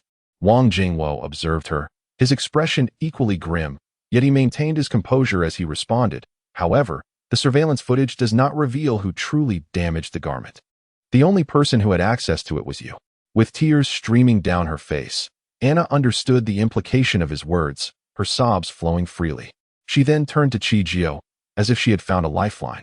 Miss Chi, I truly did not damage this dress. Please help me, she implored. I know you are not short on money. As a young lady of the Shin family, 68,000 must be a mere trifle for you. Please, I beg of you. As Anna approached to grasp Chi Jio's arm, Lu Yun swiftly moved to shield her, still unaware of the significance Chi Jio held for his master. However, he could not defy his master's orders. Furthermore, Anna's reasoning seemed flawed. Upon her utterance, the expressions of those present shifted, an unsettling air enveloping the room. Chi Jio was momentarily taken aback. I indeed lack for nothing, but you must provide me with a compelling reason to assist you in covering the cost of this garment. Anna wiped her tear-streaked face. Are you not wealthy? Chi Jio replied coolly, while Lu Yun added, What do you mean? Just because one possesses wealth, they should be responsible for this dress? Why should that be the case? Wealth is not simply conjured from thin air. I am affluent, yet I see no justification to assist you with this garment. Indeed, she had no shortage of 68,000, even possessing countless sums of that amount. However, this did not serve as a rationale for her to offer assistance. The world is rife with the wealthy. Does that mean everyone is obligated to lend a hand simply because of one's financial standing? Because you are wealthy. With your money, you can accomplish anything. You could even secure the role of the fourth female lead in an instant. Surely, this is no challenge for you. Anna exclaimed. Wang Jingwo was incensed upon hearing this. Not only did it cast doubt on Chi Jio's character, but it also questioned the integrity of their production team. Miss, kindly mind your phrasing. Lu Yun stepped forward, coldness emanating from his resolute countenance. Is it not so? I cannot fathom the effort I exerted to secure the role of the third female lead. Yet she can effortlessly claim a part on a whim. Do you not find that laughable? Yi Qianran found herself by their side without knowing when. Gazing at Anna, as one might observe a capering jester, Chi Jio also found it amusing, but only Lu Yun bore a complex expression. Prior to this moment, Anna had been exceptionally adept at concealing her true self. Even Fan Yi's fleeting words seemed to favor her. While Miss Chi appeared to possess an uncanny ability to read people accurately, Yi Qianran glanced at her manicured nails, a smirk playing at the corners of her mouth. After all, she was the daughter of the Shin family. If she so desired, the leading Lady Lin Lin would be hers. So why would she covet a mere supporting role? What value did the fourth female lead possess?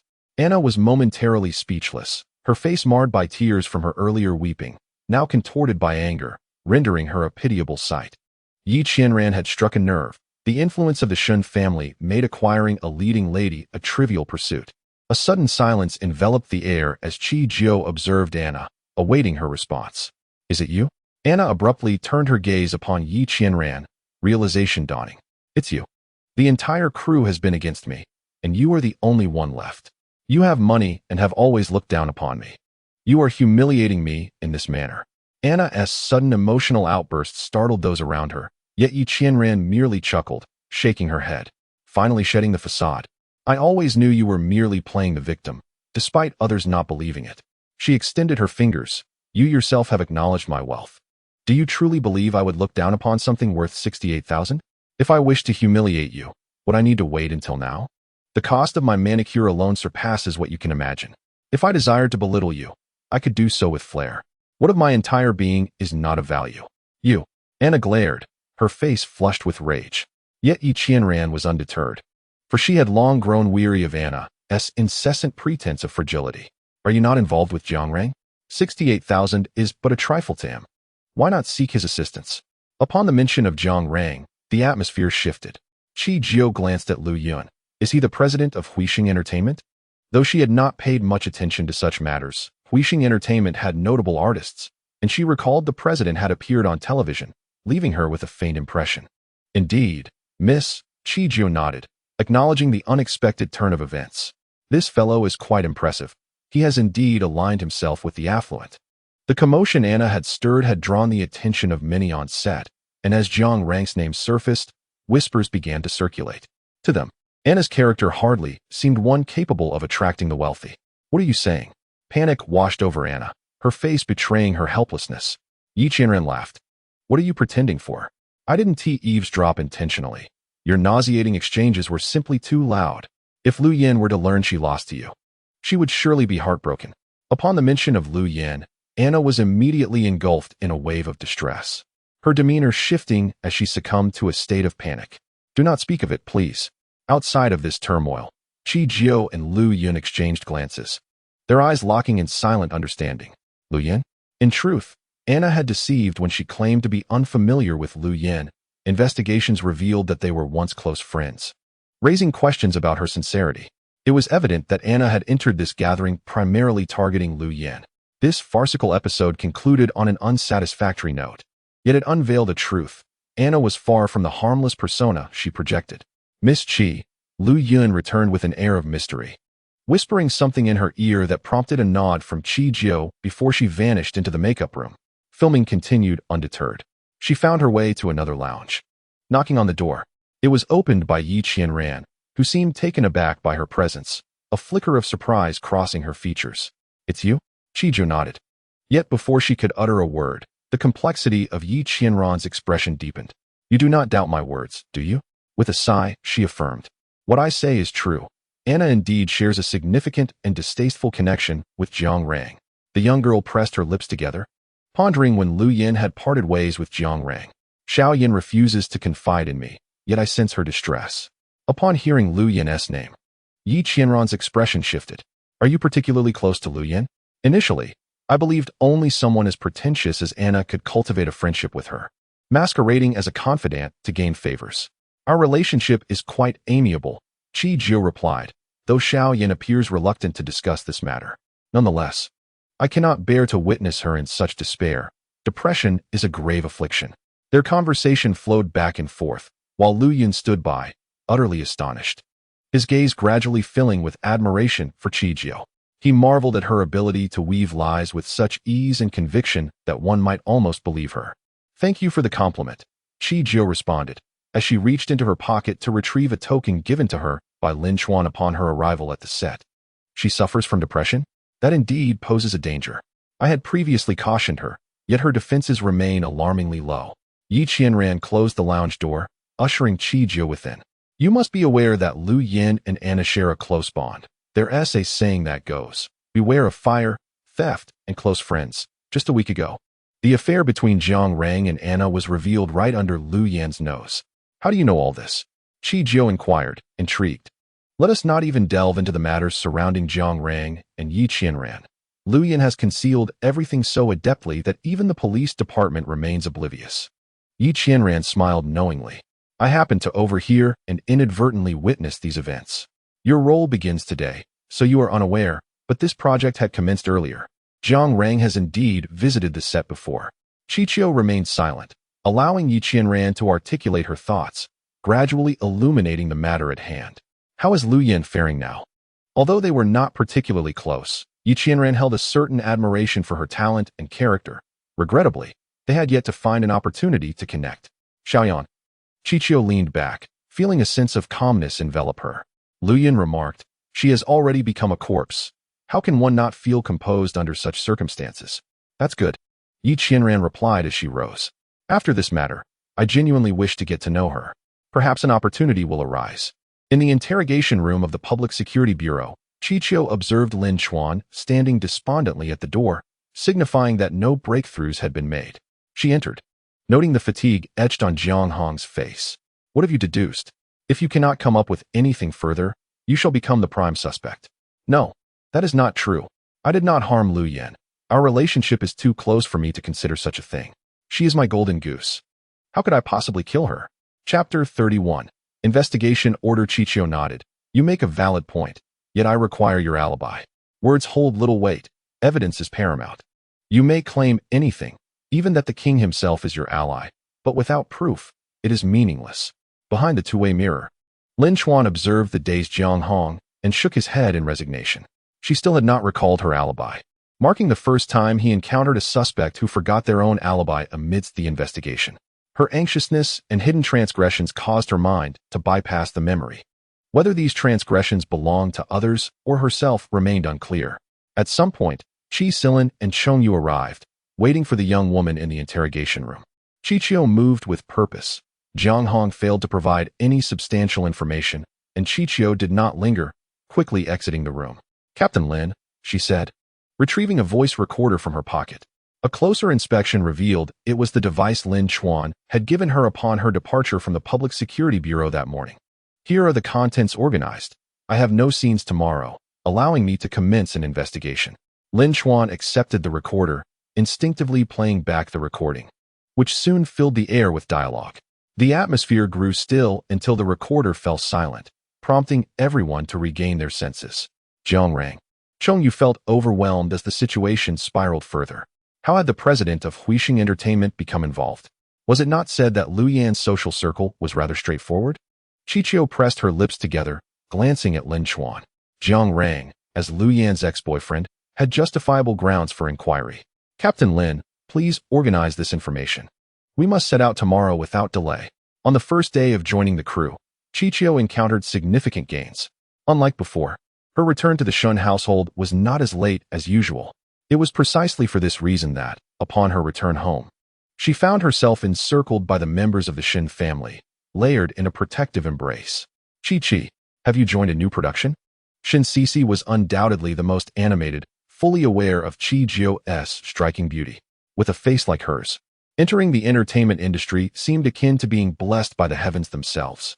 Yet, after spending considerable time together, it was evident that Chi-Chi was not one to seek fame and fortune in that realm, for she lacked for nothing. "Indeed, I just joined the cast today." Shin Sisi nodded, her thoughts evidently racing as she lifted her gaze to Chi-Jio.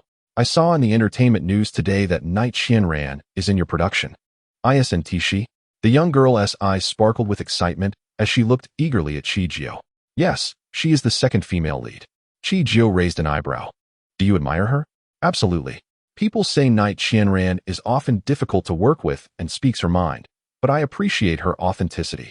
All right, Sisi," interjected Lu Li. Observing Shin Sisi's bubbling enthusiasm, "Your sister has just joined the cast today. She must be exhausted." They all knew that Chi-Jio had been coming and going at odd hours, and though they were unaware of the specifics of her endeavors, it was apparent that such a schedule would wear anyone out. Ultimately, Shin Sisi was ushered back to her room to write, while Lu Li and Shin Ting regarded Chi-Jio with a mix of concern and affection.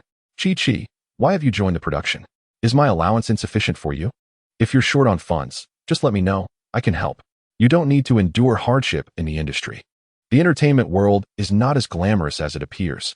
Though it seemed enticing, the allure of fame and fortune masked the reality of its challenges."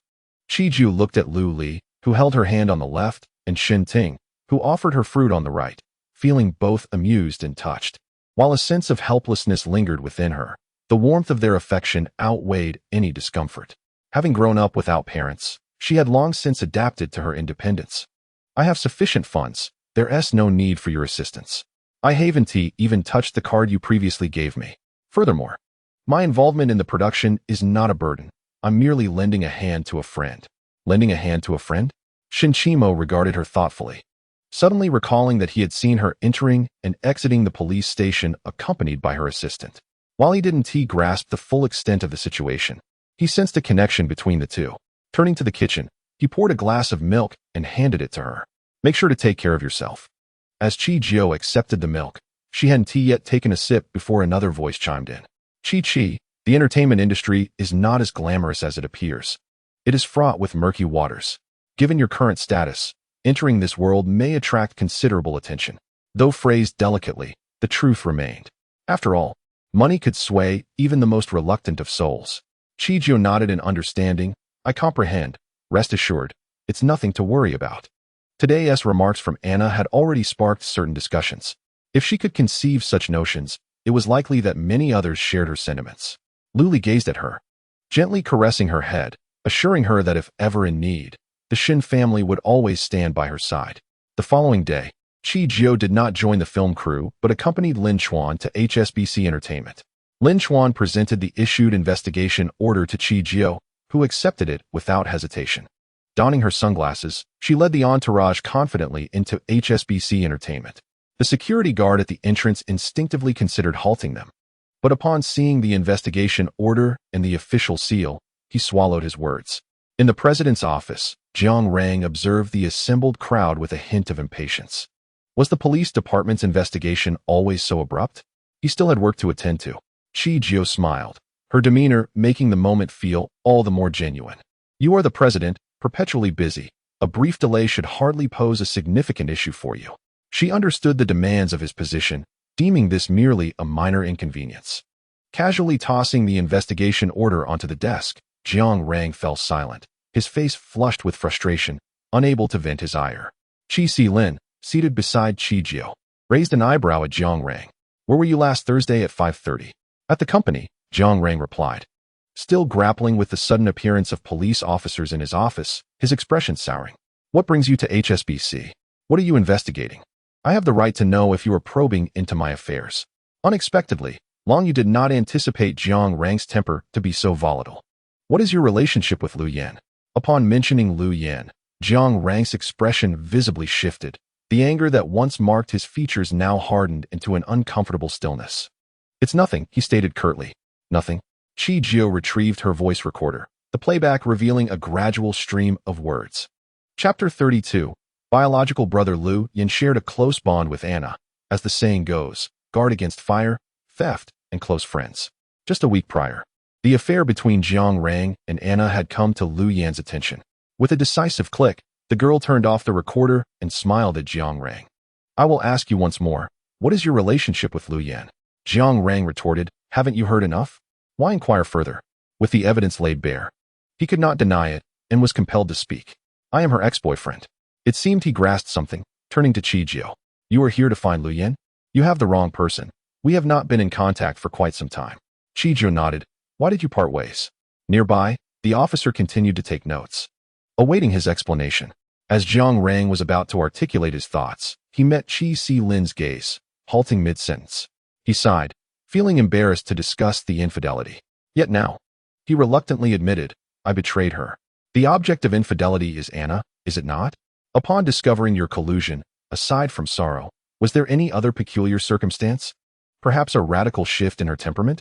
Jiang Rang shook his head, stating, no. Upon discovering the truth, she simply cried and ran away. That seems to be a normal reaction, as there was no communication between us. She even blocked me from all contact. Qi Silin raised an eyebrow at the person beside him. Logically, Jiang Rang had no reason to eliminate Lu Yan Lu. Rather, it would be Lu Yan who, driven by love turned to hate, might have been the one to commit the act. Yet, here we are, with Lu Yan deceased. This only indicates one thing. Jiang Rang is not the murderer. Brother, Fu Zong interjected as the office door was abruptly pushed open, revealing a man in a suit, whose features bore some resemblance to Jiang Rang. Jiang Shang, Qi Jiao called out, recalling the name from her memory. The records indicated that Jiang Shang was Jiang Rang's younger brother, currently holding the position of general manager within the company. Ah Shang, there's something here with your brother. Please step outside for a moment. I'll call for you shortly. All right, brother.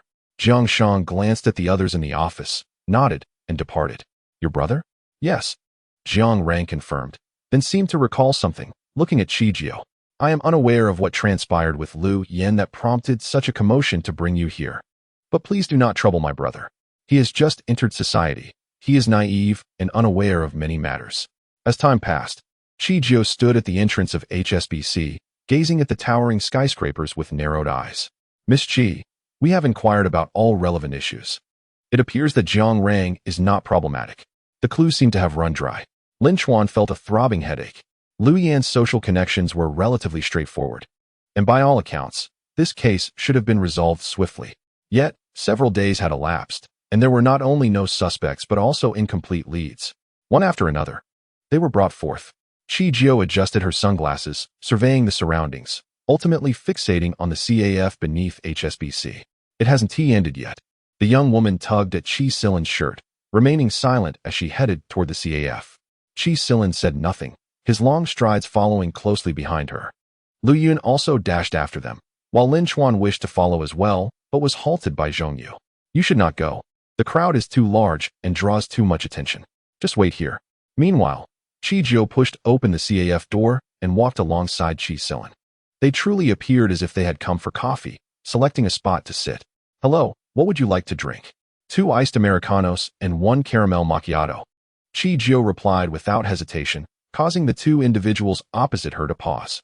How did you know I liked iced Americanos? Chi-Silin smiled at her. And even the flowing clouds awaited her response. I've seen you drink before. The caramel macchiato girl shifted her gaze towards the clouds. You prefer sweet flavors. You bought a caramel macchiato while on set. Though these observations were not deliberate, she remembered them all.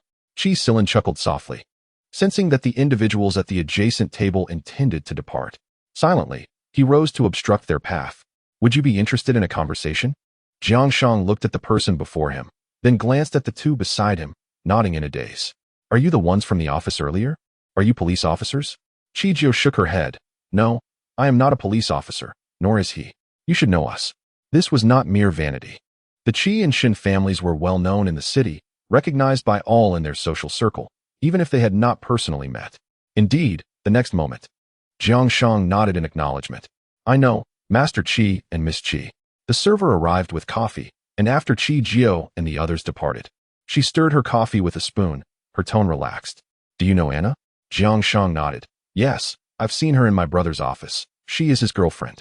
Have you encountered another girl, named Lu Yan, who is also an actress? Lu Yan? Jiang Shang pondered for a moment, but ultimately shook his head. No.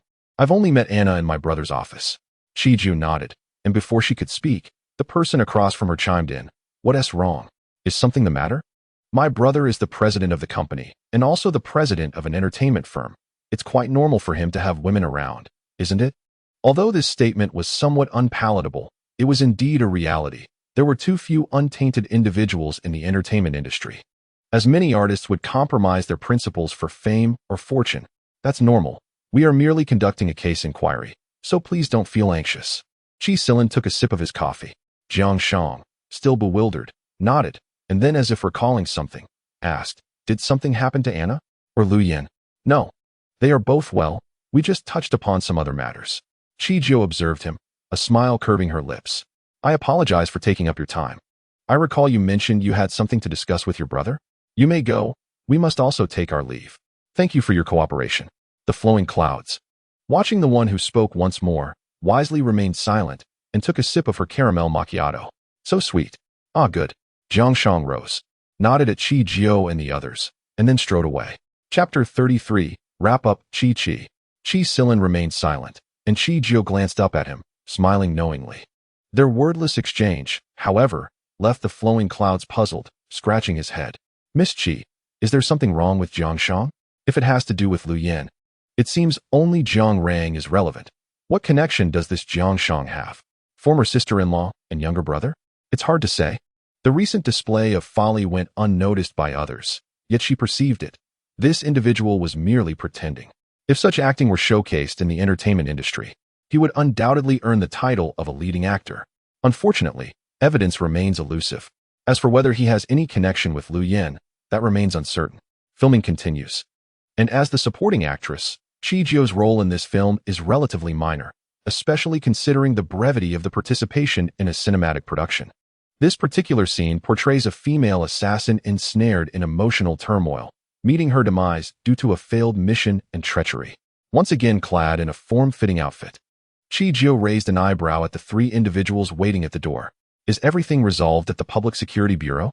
Chong-Yu shrugged, revealing the absence of direct leads, rendering further investigation impossible. However, rest assured, we have assigned individuals to monitor those associated with Lu Yan. Chi-Jio nodded in agreement. She had noticed that since joining the crew, whenever her scenes were scheduled, Chi-Si-Lin and Chong-Yu would set aside their own affairs to observe her performances. Thus, this occurrence came as no surprise to her. Chi-Chi, we are ready. Filming is about to commence. Wang Jingwo announced through a megaphone, as the others prepared accordingly. Chi-Jio exchanged a glance with Chi-Si-Lin before stepping onto the set. Her initial objective for joining the production had been achieved. Yet she possessed no inclination to abandon her efforts midway. Moreover, given the infrequent appearances of her character, completing the filming was hardly a daunting task.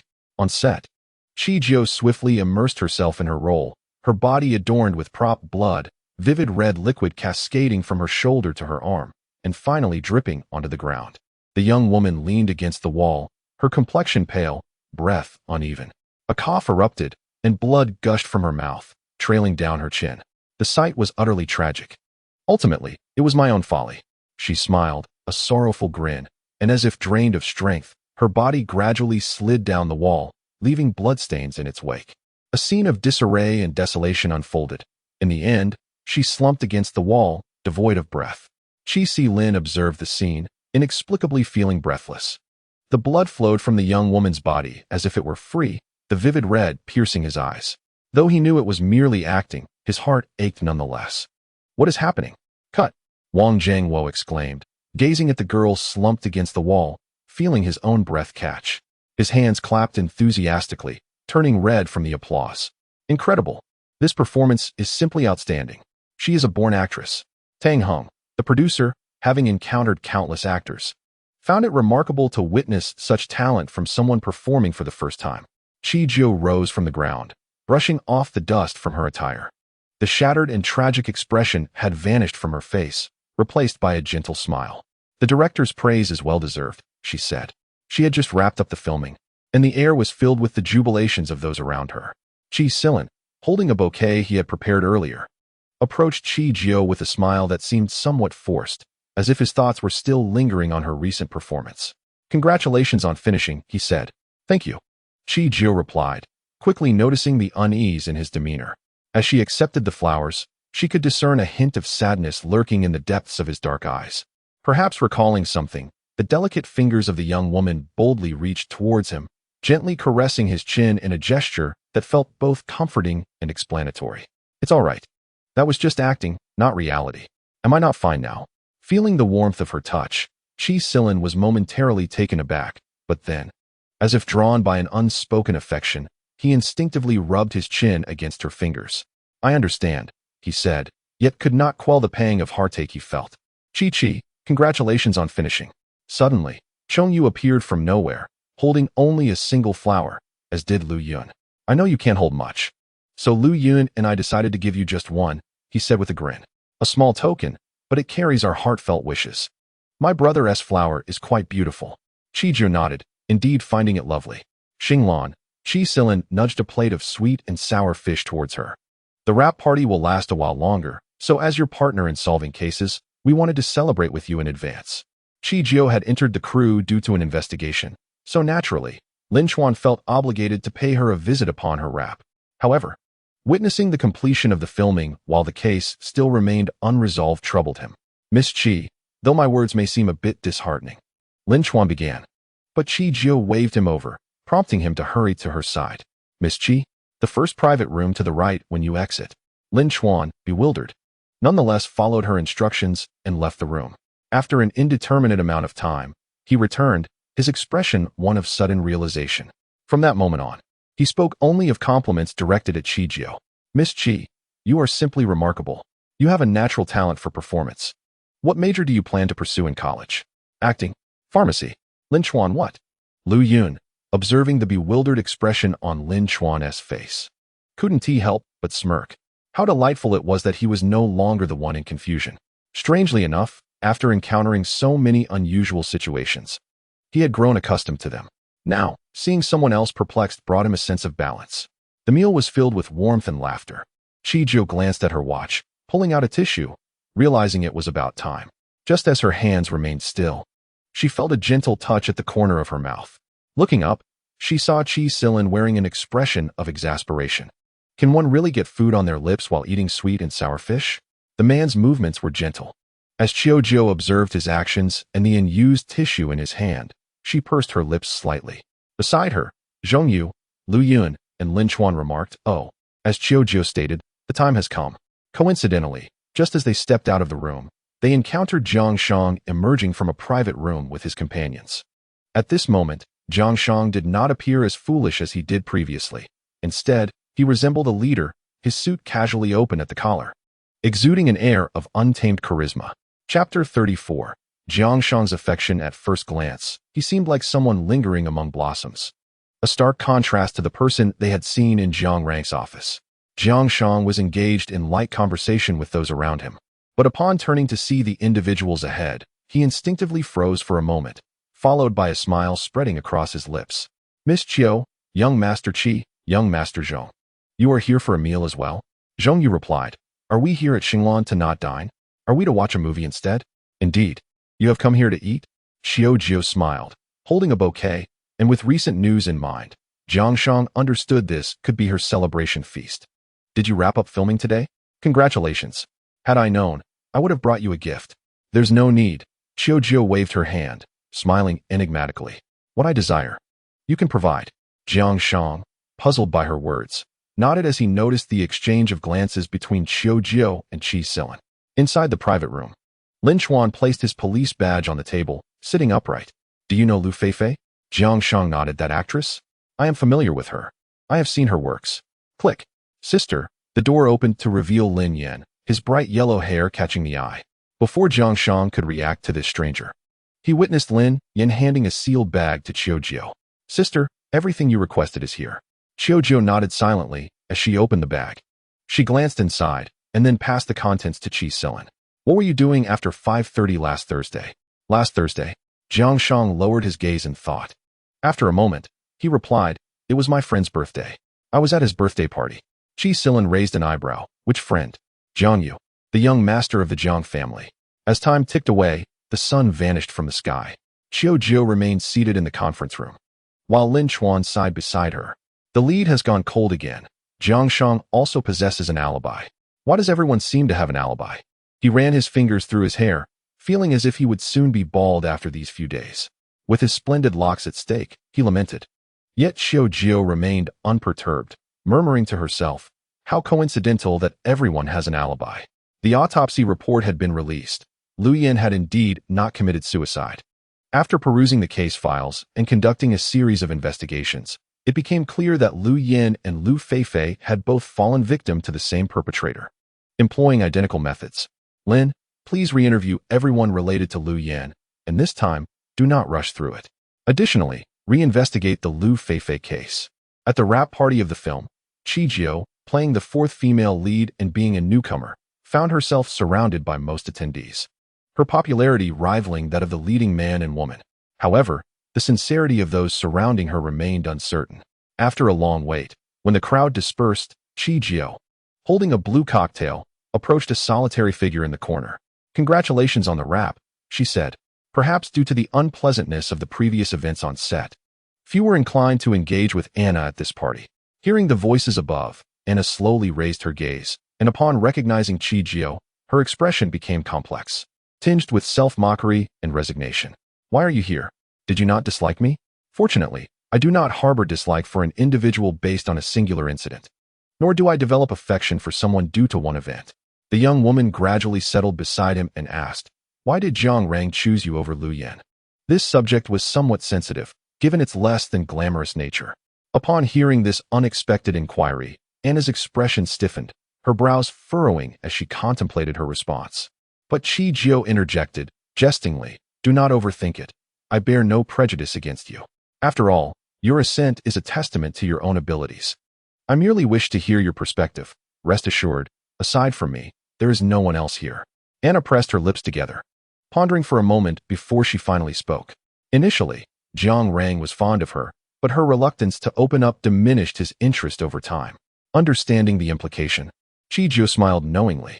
Conversely, my contrasting image piques Zhang Rang's interest. Qi Jiu nodded, confirming the playful nature of the entertainment industry.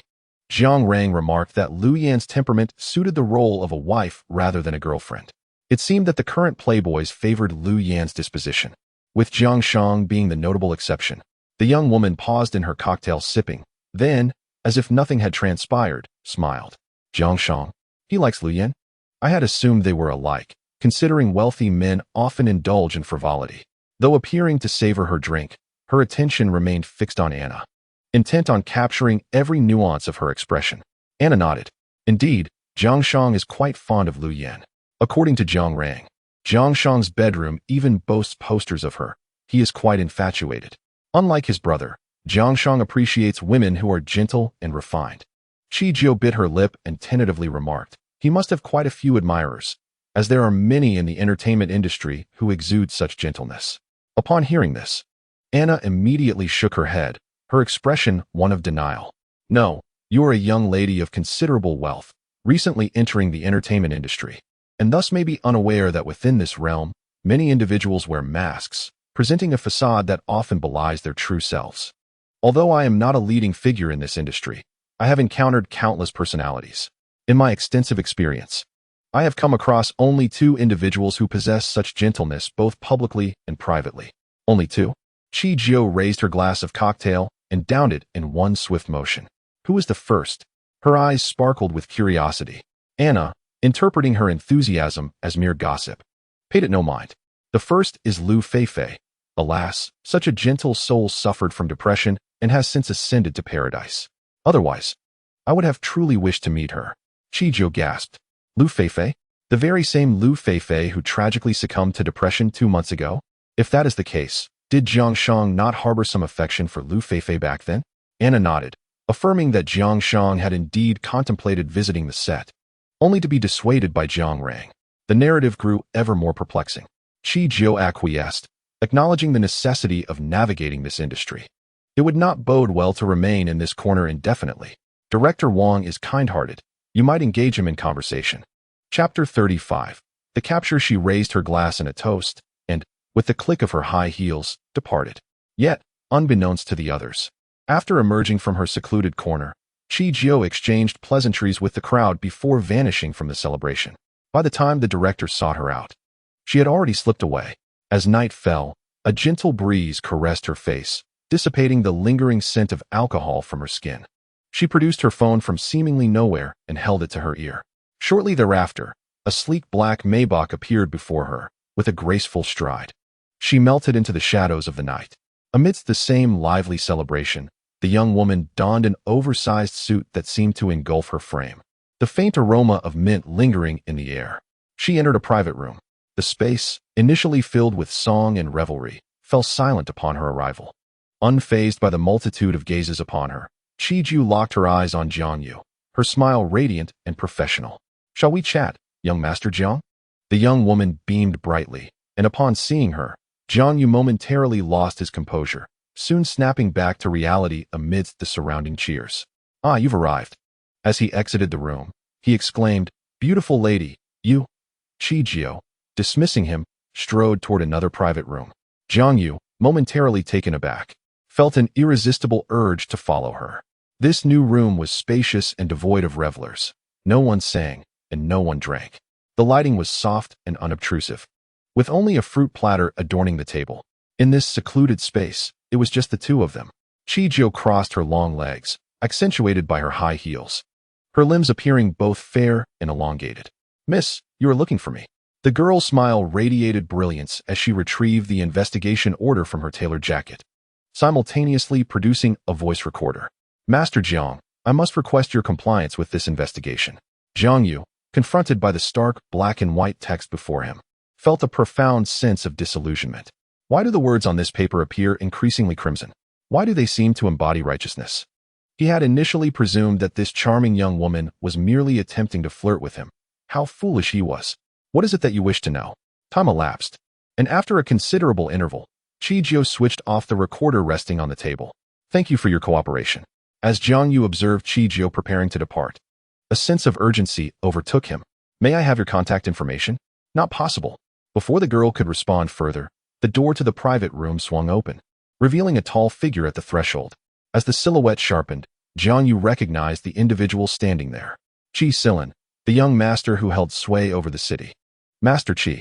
Observing the man's crisp shirt and tailored trousers, realization dawned on Jiang Yu, causing him to glance sharply at Chi-Jio. Isn't the jacket she wears indeed Master Qi's? Could it be that their rumored affair is authentic? Did he just make an advance on someone associated with Qi Silin? At the Public Security Bureau, within the technical department, Chong Yu stared at the surveillance footage before him, his head throbbing. All evidence pointed towards Jiang Shang. Yet he spoke no falsehood. He genuinely possessed an alibi. Thus, the trail of clues had vanished once more.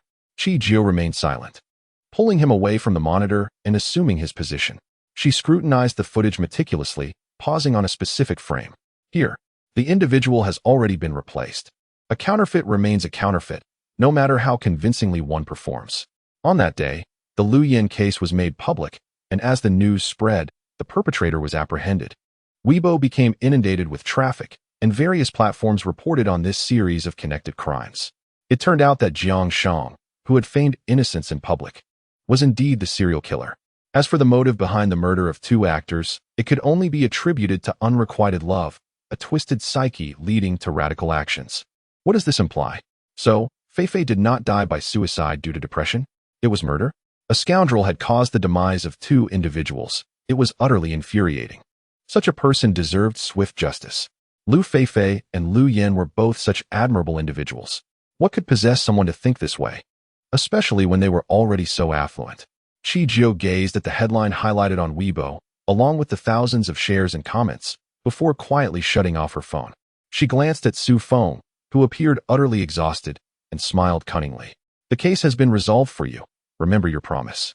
I expect to see results within 7 days. Otherwise, I shall come looking for you. Looking at the smiling yet cunning Qi Jiu, Su Feng thought to himself, had I known I would be entangled with such a troublesome individual, I would never have chosen her. Big sister, I've just returned from a mission and Haven Tea slept in days. Qi Jiu shrugged nonchalantly. What does that have to do with me? Su Feng, a heartless scoundrel. Understood. Meanwhile, in the office of the president of the Shun Corporation, Shin Chimo gazed at the notifications on his phone, his long, slender fingers lightly tapping the desk. Is this the reason for Chi's entry into the production? The young lady is quite astute. However, how could the police possibly approach her regarding such a significant case? Knock, knock, knock. President Shin, it seems Miss Chi has encountered a bit of trouble. In the CAF, Qi Jiu ended the call, her expression somewhat impatient. What happened? Su Feng observed her demeanor, mentally retracing the events of the day. He couldn't recall having offended her in any way. What was the matter with her? Is she angry? Is it too late to flee now? It appears we are already surrounded by reporters. How could she have forgotten that the film we shot earlier has recently been released? The online discourse, which had initially been ignored, has now escalated significantly. Su Feng cast a wary glance around. After all, he was an Interpol officer, and reporters were aware of his identity. Or was it that Qi Jiu paused, finally resigning herself to the situation? It's me. The front door is no longer an option. At the Municipal Public Security Bureau, Qi Jiu's arrival immediately captured the attention of the entire precinct, with officers surrounding her as eagerly as dogs encountering a bone. Miss Qi. They were oblivious to the rumors circulating outside and had no intention of acknowledging them. However, they were acutely aware that this young lady from the Shun family had resolved a dilemma within their bureau, her contributions surpassing even those of young Master Qi. Upon learning of Qi Jiu's arrival, Lin Chuan set aside his tasks and approached her. Miss Qi, oh my, what brings you here? Or have you fallen in love with the thrill of solving cases? Lin Chuan's grin was rather lewd, his expression suggesting, stay a while, one to you? An officer nearby remarked, as the captain of the criminal police team, could you perhaps rein in that unseemly demeanor? Chapter 36. Backdoor Deal. Qi Jiu remained silent. Her fingers clenched into a fist as she lightly struck Lin Chuan's shoulder. Is today not the day for releasing Jiang Hong? I thought I'd join the fun. Lin Chuan, what sort of excitement could the contemporary youth possibly muster? Jiang Hong had been in this predicament for quite some time, although her current state was disheveled. The joy on her face was unmistakable. After all, having eliminated the suspect, this should indeed be a cause for celebration. Jiang Hong, if you remain silent about crucial information next time, things will not be so simple. They all understood her silence could carry significant weight. Otherwise, the consequences would be dire. Jiang Hong looked at Qi Jiu, nodding earnestly. I understand. I won't dare to do so again. If there is a next time, I will surely speak up. Qi Jiu, and next time? This case has reached its conclusion. When Jiang Rang discovered that his brother was a serial killer, disbelief consumed him, plunging him into a state of madness. He even stormed into the police station no less than 3 times, but the evidence was irrefutable. His words held no weight. One day, Qi Jiu strolled along the roadside, her sunglasses shielding her from the world, when suddenly she slowed her pace and veered into a narrow alleyway. Sensing movement behind her, she instinctively prepared to evade, only to feel a warm grip encircle her wrist, and she found herself enveloped in a comforting embrace. Raising her gaze, she beheld the exquisite jawline of Qi Silan, accompanied by a faint and delightful scent of mint wafting through the air. Qi Silan, the man remained silent, yet the strength of his hold increased significantly. He did not lower his gaze to meet hers, instead focusing intently on a figure ahead of them. Chi-Jio tilted her head to follow his line of sight, spotting an individual clad entirely in black, a black jacket, black trousers, a black hat, and a black mask. In broad daylight, he seemed intent on broadcasting his nefarious intentions. Jiang Rang, this is the vicinity of the police station. You possess quite the audacity to act so brazenly. The man's voice dripped with cold disdain, causing Chi-Jio to feel a twinge of discomfort as she instinctively tightened her grip on his sleeve. Fortunately, Jiang Rang had not acted prematurely, otherwise they would have been at a disadvantage. The police station? Am I to fear the police? I have the gall to cause a ruckus there, having done so multiple times. What of being near the police station? The black-clad figure yanked off his mask, revealing Jiang Rang's weary visage, dark circles under his eyes, and unshaven stubble. This was hardly the appearance of a CEO. He looked utterly disheveled. Now, he glared fiercely at the two of them. The young woman slowly extricated herself from Chi Silan's embrace. Murder is a crime, and that is the law in Huagua. Actions bear consequences, and this too is a tenet of justice. Enough. You. It's your relentless pursuit of this matter that has led my brother to imprisonment, even facing the death penalty. It's all because of you. Jiang Rang's agitation escalated, causing Chi-Jio to find his outburst somewhat grating as she discreetly tapped her pinky against her ear. You are a citizen of Huagua, yet dare not abide by its laws. Be cautious, or I may very well have you incarcerated as well. Grasping Chi Silan's sleeve, Chi-Jio intended to depart, but the figure before them refused to yield. Chi Silan, not one to indulge him, raised his foot and delivered a swift kick to Jiang Rang's knee. Ack! The pain in his knee rendered him unable to stand upright, forcing him to watch helplessly as the two departed. At the police station, the female officer who had aspired to enter the entertainment industry clutched her phone, her expression shifting as she observed something on the screen. She prodded Lin Chuan beside her, who instinctively addressed the departing figures before him. Miss Chi. Lin Chuan hesitated, appearing to have something to say, yet remained silent for an extended period, causing Miss Chi-Jio to furrow her brow. Speak your mind, she urged. Lin Chuan retorted. How unappealing. Which young lady speaks of such things so freely? He continued. You ought to refrain from going out too often. There may be individuals waiting for you. He handed her his phone. Upon receiving the device, Chi-Jio noticed her name trending and instinctively clicked on the headline. To her dismay, the article concerning her was not a direct mention, but rather a segment of an interview, subtly alluding to her. Observing the woman's visage, Chi-Jio felt an uncanny familiarity. I believe I have seen her before, she murmured, while Lin Chuan was the first to recall. She appears to be from your production team. An actress in a supporting role, though I can't recall her character. She's rather inconsequential. The young woman nodded, unable to remember, and thus chose to disregard it, opting to watch the most circulated video. It appeared to be a live stream, where the actress engaged with viewers, responding to their inquiries. Chi-Jio's entry into the production was not a secret, and naturally, some had turned their attention towards her. The actress, glancing at the comments, read aloud. Is the young lady from the Shun family also in the production? She smiled, affirming, indeed, the young lady from the Shun family is part of our cast. However, for reasons unknown, the actress's expression suddenly shifted. As for how the young lady from the Shun family joined, I am unaware. I do know she did not audition. The actress took a sip of water, maintaining her smile, seemingly oblivious to any potential implications of her words. Addressing the comments again, she read aloud, How is her performance? And Yang chuckled, remaining silent, but perceptive viewers could discern a slight shake of her head. The video concluded at this juncture. Lin Chuan's expression soured after witnessing the entire exchange. The actress's tone seemed cryptic, failing to clarify her statements, which could lead to misunderstandings regarding nepotism. Chi-Jio refrained from speaking immediately, scrolling through the comments beneath the entertainment report. Isn't this a blatant case of favoritism? What a farce. Lacking talent. Why does such a person even enter the entertainment industry? Can we not rid ourselves of such individuals? It appeared many had been misled. The young police officer lowered her gaze, her expression equally discontented. Though Chi-Jio was indeed a young lady of the Shin family, having spent considerable time together, she had gained insight into her character. Miss Chi was nothing like the actress had portrayed. Her acting skills were undeniably commendable, a selection made by the director himself. Chi-Jio bore no semblance of anger on her face. She seemed unfazed, believing that truth would ultimately prevail and that falsehoods would inevitably unravel, leaving the actress to face the consequences. Chapter 37. bright, and open. There is a saying that rings true. Lately, she has been avoiding going out, as some reporters can be excessively bothersome, and certain paparazzi even resort to stalking for a scoop. In the live broadcast room, Eun gazed at the person she had propelled to trending status, smiling with delight. Observing the various fans clamoring for her to go live, she quietly responded from behind. Wait for me, all right? Isn't it merely a matter of wealth? Let us see who will stand by you this time. What good is exceptional acting?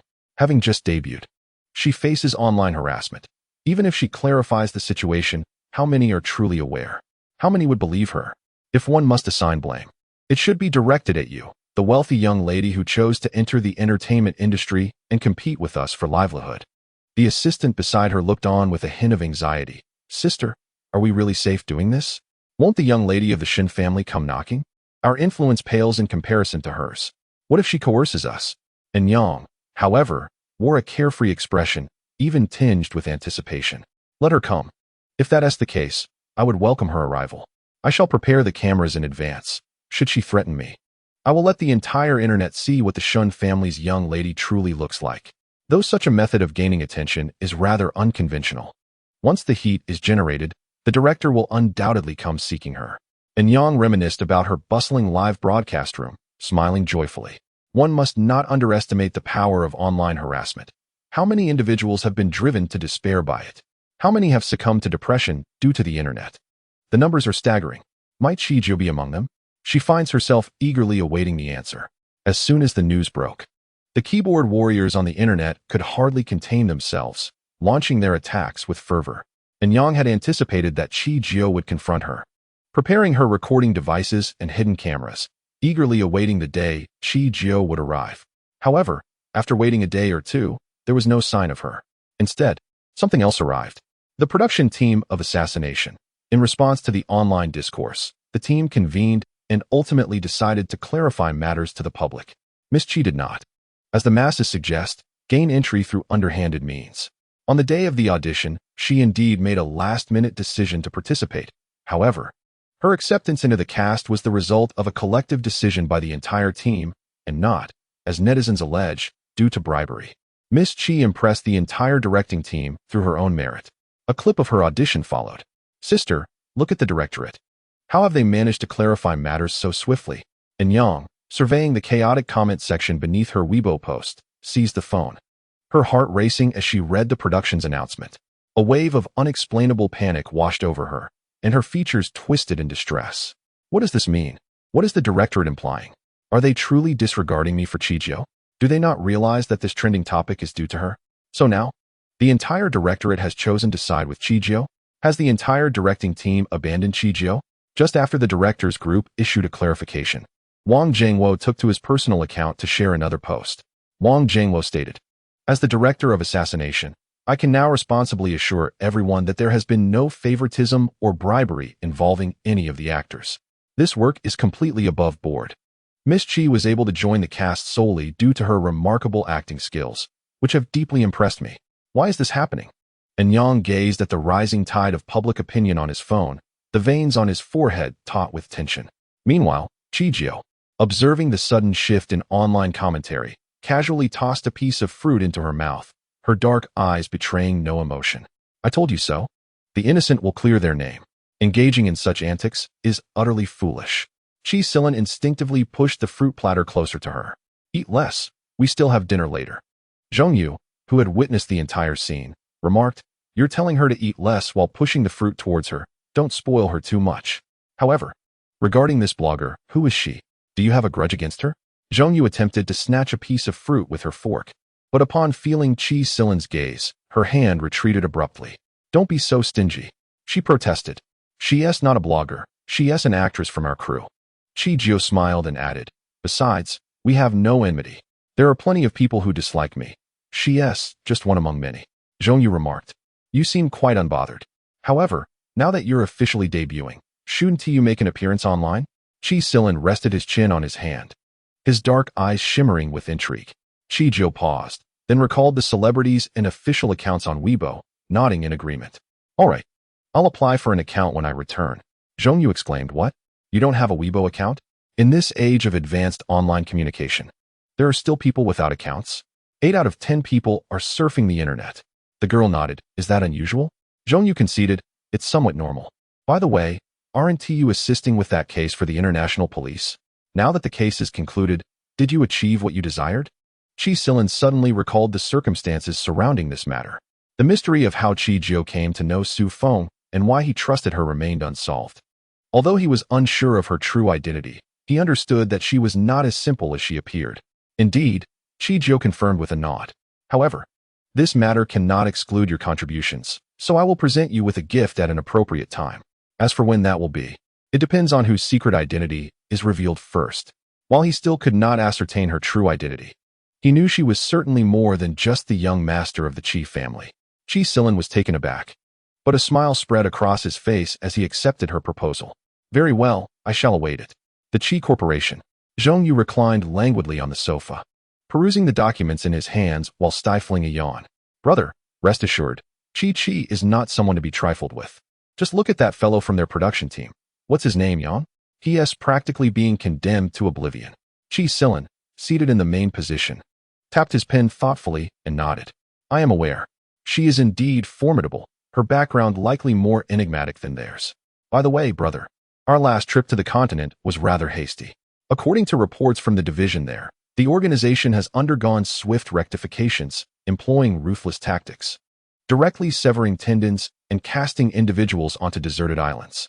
At this point, Zhongyu felt a sharp pang in his ankle. Chapter 38. A universal appeal. I can't shake the feeling that the organization is using a display of force to intimidate, he mused. With traitors surfacing within, this matter should ideally remain under wraps. Yet, the organization seems unperturbed, with information readily accessible. Who are they trying to impress? Qi Silin set down his pen and glanced at the splayed figure on the sofa, pursing his lips. Indeed, it is a demonstration of power. The deserted island is an excellent choice, but alas, it was preempted by Mu Bai. Otherwise, I would have claimed it for myself. I must make it a point to encounter this Mu Bai. The airing of assassination swept through the entertainment industry like a tempest. Its innovative premise drew many viewers, and as positive reviews proliferated, ticket sales soared beyond 1 billion within a mere 2 days. As the male and female leads skyrocketed to fame, Qi Jiu also became a subject of scrutiny. Prior to the film's release, her identity and acting prowess were questioned. However, with the film now out, those criticisms had been effortlessly silenced. Surprisingly, this incident even trended on social media. The acting of the young lady from the Shun family, Qi Jiu, sat in the office of the president at the Xingyue division. Observing her freshly registered account amassed thousands of followers. She bit her lip, her fingers hovering over the title, feeling the adulation from her fans even through the screen. Help! Wasn't it said that the Shun family's young lady couldn't act? What about this assassin? Not only is she stunning, but her physique is also enviable, and her acting is exceptional. Indeed, talented individuals excel in every aspect. I don't know if Qi Jiu slays men, but she certainly captivates women. I adore this sister. She was incredible. I wept when her character met her end. Sister Qi. Fanny stood at the office door, eyeing Qi Jiu in her tailored suit, swallowing hard. This was the first time she had seen Qi Jiu in such a guise. The suit and her innate aura presented a side of her that was entirely unfamiliar. Quite dashing, she thought. But how is it that Miss Qi, at such a young age, has already ascended to the position of president? Isn't that a bit hasty in the journey of life? What is the matter? The young lady remained focused on her phone, watching her follower count rise incessantly, before decisively turning off the device. Sister Qi, with the release of Assassination, your popularity has surged dramatically. A variety show just called me, inviting you to participate. Numerous directors have also approached us. Fan E handed over the materials, detailing the show's viewership ratings and other relevant information. The program team is likely inviting you for promotional purposes. Your presence would certainly enhance visibility, which is not an unfavorable prospect. However, considering her current position as CEO, does she truly require such endeavors? Qi Jiu observed her hesitating demeanor and blinked. What is it? Is there something else? Fan E, in her high heels, stood before the desk, exuding an air of a subordinate who had just aired. I've heard that In Yang will also be attending. Fan E's expression darkened slightly. Given In Yang's minimal screen time in the film, she should not have the right to appear. Yet, due to some recent online buzz, upon hearing this, Qi Jiu grasped the situation. The director was unperturbed, seeking to boost viewership ratings. In other words, they wished to witness friction between her and Yang, one might say. A spectacle of conflict. This was somewhat understandable. After all, in the entertainment industry, who lacks ambition? Directors are no exception, as achieving soaring ratings is likely their lifelong aspiration. Thus, it would be prudent to attend the variety show. With both the male and female leads present, it would appear pretentious for us, the supporting cast, to refrain from participating. Moreover, considering the director's extensive efforts, how could I allow his intentions to go unfulfilled? Should anything transpire, I can only wonder if they would be able to handle it. Yet, that is beyond her concern. In the broadcast hall, the stage was filled with people. In the center, one figure stood tall, maintaining a straight posture, while another appeared more casual and carefree. Welcome, everyone. I am your host, Yang. Let us once again extend a warm welcome. Recently, many new films and television works have premiered, and I believe everyone is familiar with quite a few. This time, we have invited some recently popular guests, so let us welcome them to the stage. As the host stepped back, the stage lights shifted, and white smoke began to spread from within. As the music played, men and women emerged from backstage. Following the male and female leads, Chi Jio made her entrance. A striking presence. The young woman donned a fitted dark top, accentuating her graceful figure, while her cargo pants exuded a touch of coolness. Her long hair was styled into two low ponytails, intricately woven, truly embodying the essence of a fierce girl. This contrasted sharply with the gentle demeanor of her companion, Huolin. With her captivating looks and unparalleled physique, the moment Chi Jio appeared, Chi Silin in the audience could feel the genuine cheers erupting behind her. The roars of approval were even louder than those for the male and female leads, creating a moment where it seemed her ears might be overwhelmed. On stage, Chi Jio followed the rehearsal script, executing several performance gestures before taking her seat beside the others. She gazed at the two individuals seated in the center of the front row, a subtle smile gracing her lips. Welcome, everyone. After a captivating performance, the crowd reconvened at the center of the stage. As the host set the rhythm, Chi Jio took the microphone, her smile blossoming as she addressed the audience. Hello, I am Chi Jio, portraying the enchanting assassin in Assassination. As her words echoed, the auditorium erupted in thunderous applause. If male actors attract female fans, then Chi Jio is a universal delight, captivating both genders. The waves of enthusiasm surged behind her, a surprise to both the director and the host. Who could have anticipated that a newly debuted actress, with limited screen time, would garner more fans than the leading roles? It appears our Chi Jio possesses great charm, with such a multitude of admirers present. Indeed, her acting in Assassination is truly commendable, presenting a character that captivates the eye. Yang cast a glance at Chi Jio, instinctively noting the almost invisible presence of Anyang beside her. Let us once again extend a warm welcome to Chi Jio. Exciting performances await. After the introductions of the various actors, only Anyang remained. Hello, I am Anyang, portraying the character Linghua in the production. Anyang's voice rose with excitement as she introduced herself, but after her introduction, only the host clapped, leaving an awkward silence in the air. Anyang's smile slowly faded, yet she struggled to maintain her composure for the camera, forcing a smile while waving her hand.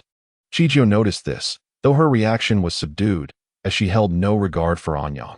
The variety show unfolded in a series of segments, and while the host and others engaged in games, the remaining participants were cast aside.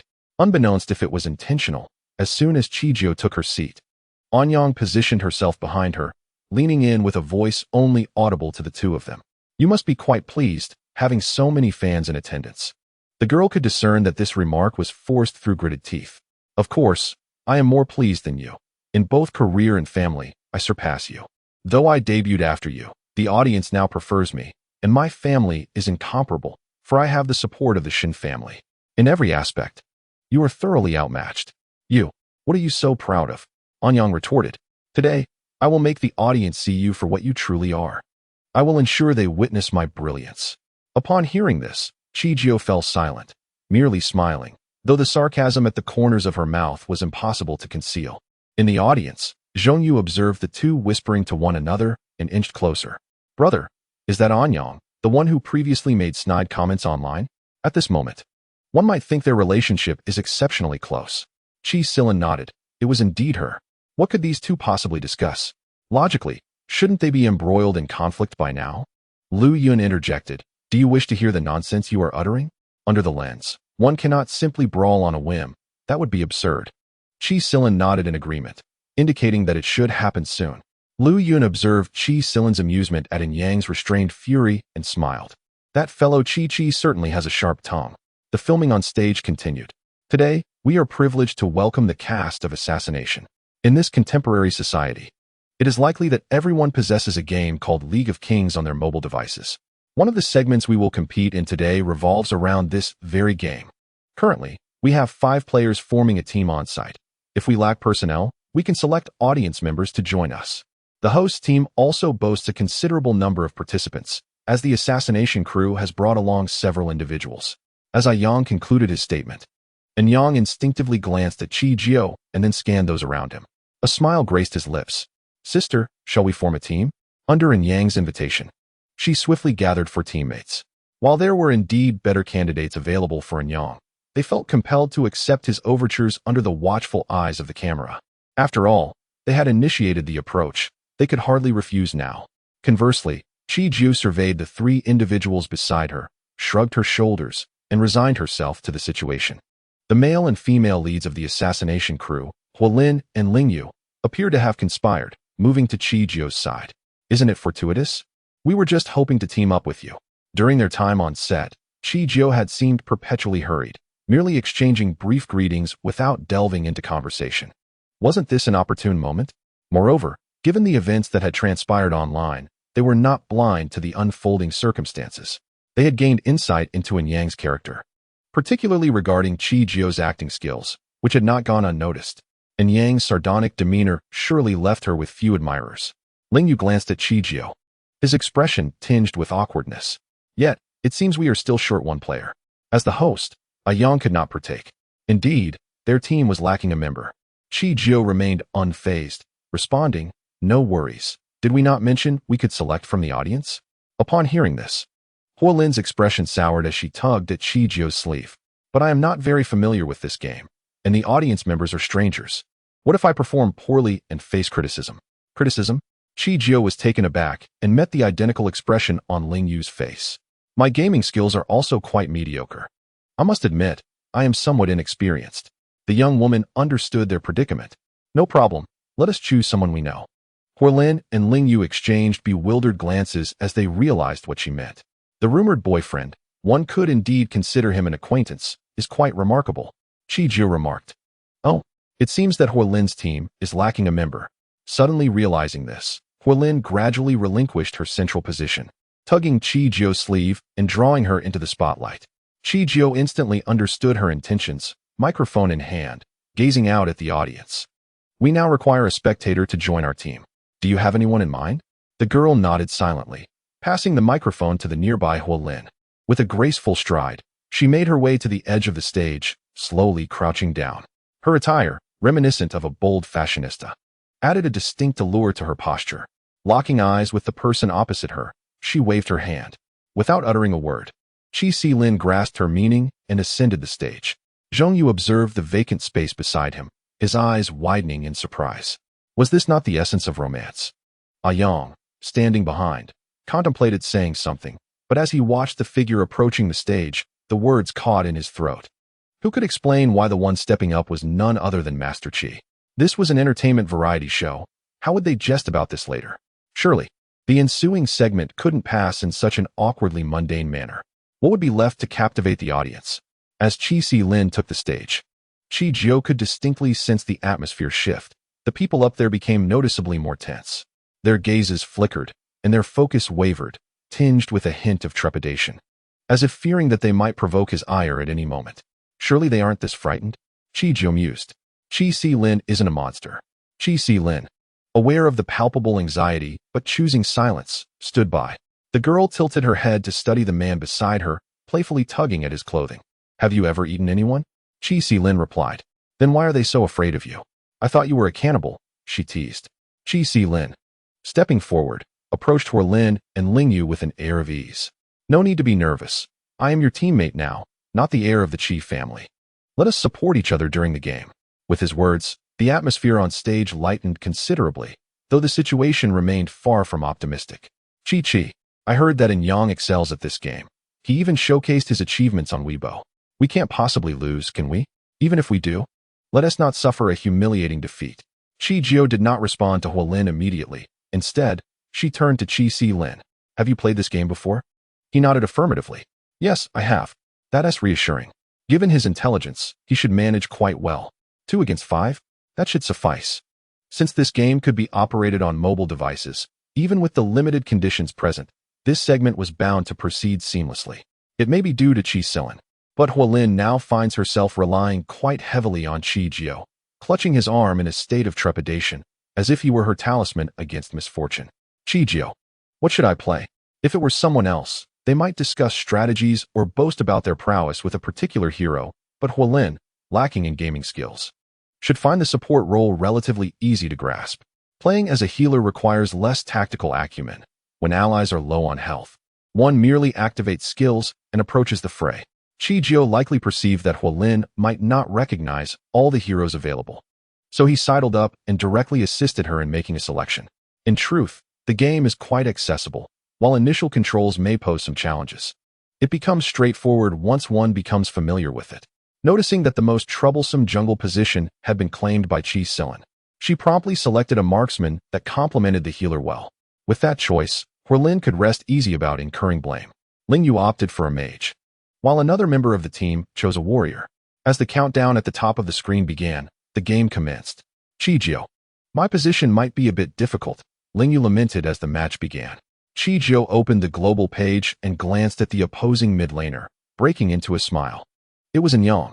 Rumor had it that Yang had previously boasted quite an impressive record. And considering this was a hero capable of executing foes in one swift move, Ling Yu would indeed face a considerable challenge. If he were even slightly careless, especially with the enemy lurking in the brush, he might find himself claiming few kills. However, while this hero may lack technical complexity, its ease of use does not guarantee success against more skillful opponents. A hero relying on mechanics could easily falter. After all, every skill has its limitations, and mages typically deal less damage. No need to push forward, just stay under the tower and let the passive do its work. Engage when the minion wave reaches the tower, Qi Jiao advised. Huolin, perhaps genuinely inexperienced, found herself closely trailing Qi Jiao as the game commenced. Akin to a devoted follower. It was precisely as Qi Jiao had described. Upon seeing his health deplete, she activated her skills, buzzing around him like a diligent bee. Only when Qi Jiao's health bar was full did she finally relax. Qi Jiao glanced at her, offering a reassuring smile. Having just cleared the minion wave, they were met with the game's voice announcement. Bloodbath. First blood claimed by Qi Si-lin. Huolin turned to regard the man, whose features remained composed and unperturbed, arching an eyebrow in surprise. Didn't he realize you were a gamer too, President Qi? Your skills are quite commendable. The man raised his gaze, his dark pupils meeting hers. Mediocre, certainly not as proficient as you. In the audience, the onlooker Zhong Yu, having absorbed the entirety of the exchange, remarked, are they really feeding us dog food? It can't be just a game. Not only Zhong Yu, but others in the crowd, and even those on stage fell silent. Murmurs of speculation rippling through as they pondered. So, their rumored relationship is indeed true? Has the Shun family allied with the Qi family through marriage? Lu Yun, is this truly the case? How could he forget that his master has already pledged himself to another? A heart-wrenching betrayal. The voice notification echoed once more, and Ling Yu wore a mournful expression, wishing he could tousle his hair into a chaotic mess. Apologies, I am finished. Her damage is overwhelming, and a single skill has rendered me powerless. With her control over me, I cannot even utilize my abilities. Qi Jiao chuckled, shaking her head. Fear not. Your sister Qi will avenge you. With that, she commanded her hero towards the mid lane, her fingers deftly navigating the mini-map. She noticed Yang had just cleared the minion wave and had yet to retreat, so she promptly executed a swift maneuver. Yang was startled by Qi Jiao's sudden approach, instinctively beginning to activate her skills. Just as she unleashed her control, she realized her opponent had already distanced herself. Her skills had missed. In the next heartbeat, her health plummeted, and she stared blankly at her phone's black and white screen. What just transpired? Yang, observing the sudden shift, found her mouth agape, nearly wide enough to fit an egg. Is Qi Jiao truly a gaming prodigy? Wait, what just happened? And Yang's health evaporated in an instant. Yang, filled with excitement, repositioned herself to better view the match. At last, Yang regained her composure, gazing at the archer who had dealt her catastrophic damage, her lips trembling in fury. In truth, dying once in a game is not terrifying. What is daunting is that this segment of the game was supposed to be her forte. She had believed she could dominate the game, only to find herself not only failing to secure Chijio's kill, but also losing her own life in a swift execution. Chijio, is there anything you cannot do? Ling Yu adjusted his earpiece, a complex expression in his eyes. He did not believe in the existence of perfection, yet Chijio had astonished him with her background, performance, and now, her prowess in gaming. And Yang gazed enviously at the adulated girl, a flicker of resentment flashing in her eyes. This was her oversight. There would be no more fortunate turns for her. Returning to the development lane, Chijio wasted no time, swiftly leading Hualin to demolish the first defensive tower. Meanwhile, Ling Yu continued to be suppressed by Yang in the mid lane. Almost instinctively, the girl controlling her hero made her way to the mid lane. Ling Yu fell once more, leaving the mid lane eerily quiet. Still by the river, Chijio scrutinized the mini-map, observing the tranquil pathway ahead. Originally intending to proceed through the river, she abruptly altered her course, deliberately veering toward the brush. As she approached, a skill suddenly shot forth from the undergrowth. Chijio found herself ensnared, the battle reaching a critical juncture. Yang and the onlookers gasped in shock. Had she truly been incapacitated? Yet, the protagonist remained unperturbed, watching as her opponent unleashed a barrage of skills upon her. Chapter 41. Counterattack. And Yang felt an overwhelming sense of joy as she successfully controlled Chijio with her skills. From the very beginning, she had effortlessly dispatched heroes at such a distance, unimpeded by any external interference. This time, she was eager to witness how Chijio would attempt to escape. However, in the next moment, the smile on her lips froze and gradually faded. All three of her skills had struck Chijio, yet to her astonishment, the opponent did not perish. Although Chijio's health bar was nearly depleted, it was evident that she had no skills left. Skills required cooldowns. Almost instinctively, Yang attempted to retreat, but how could Chijio grant her such an opportunity? With a swift roll to her side, Chijio unleashed her second skill, which not only attacked but also slowed Yang down, complemented by the ultimate ability. In a heartbeat, the screen of Yang's phone went black once more. Another instant kill. What did I just witness? Despite Yang having secured several kills and her damage reaching a formidable height, she had failed to eliminate Chijio. Even more astonishingly, Chijio began her counterattack. It was as if she had been meticulously preparing for this moment, patiently waiting for the opportune time. This counterattack was nothing short of magnificent. Yang's exclamations echoed, leaving the audience, including Chongyu and Lu Yun, utterly stunned. This ancestral figure had indeed held back a trick. When had she purchased that defensive item? How had I missed it? As Yang finally grasped the situation, she tossed her phone onto the table, bowing her head, her features twisted in a scowl invisible to others. How could this be happening? My damage is so high. How could Chijio possibly survive? This is inconceivable. Amidst the host's astonished remarks, Chijio opened her equipment screen, and Yang was rendered speechless. When had she acquired the magic resistance item? How had I overlooked it? Yang stood beside the team, dumbfounded. Miss Chi had actually bought a magic resistance item.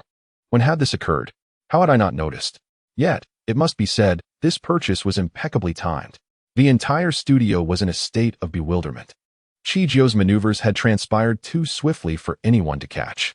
Instead of returning to base, she chose to remain in the mid lane to clear the minion wave, eventually claiming the last cannon minion. Suddenly, from the bushes on either side, a figure burst forth. Given Chijio's current health, she was in a precarious situation.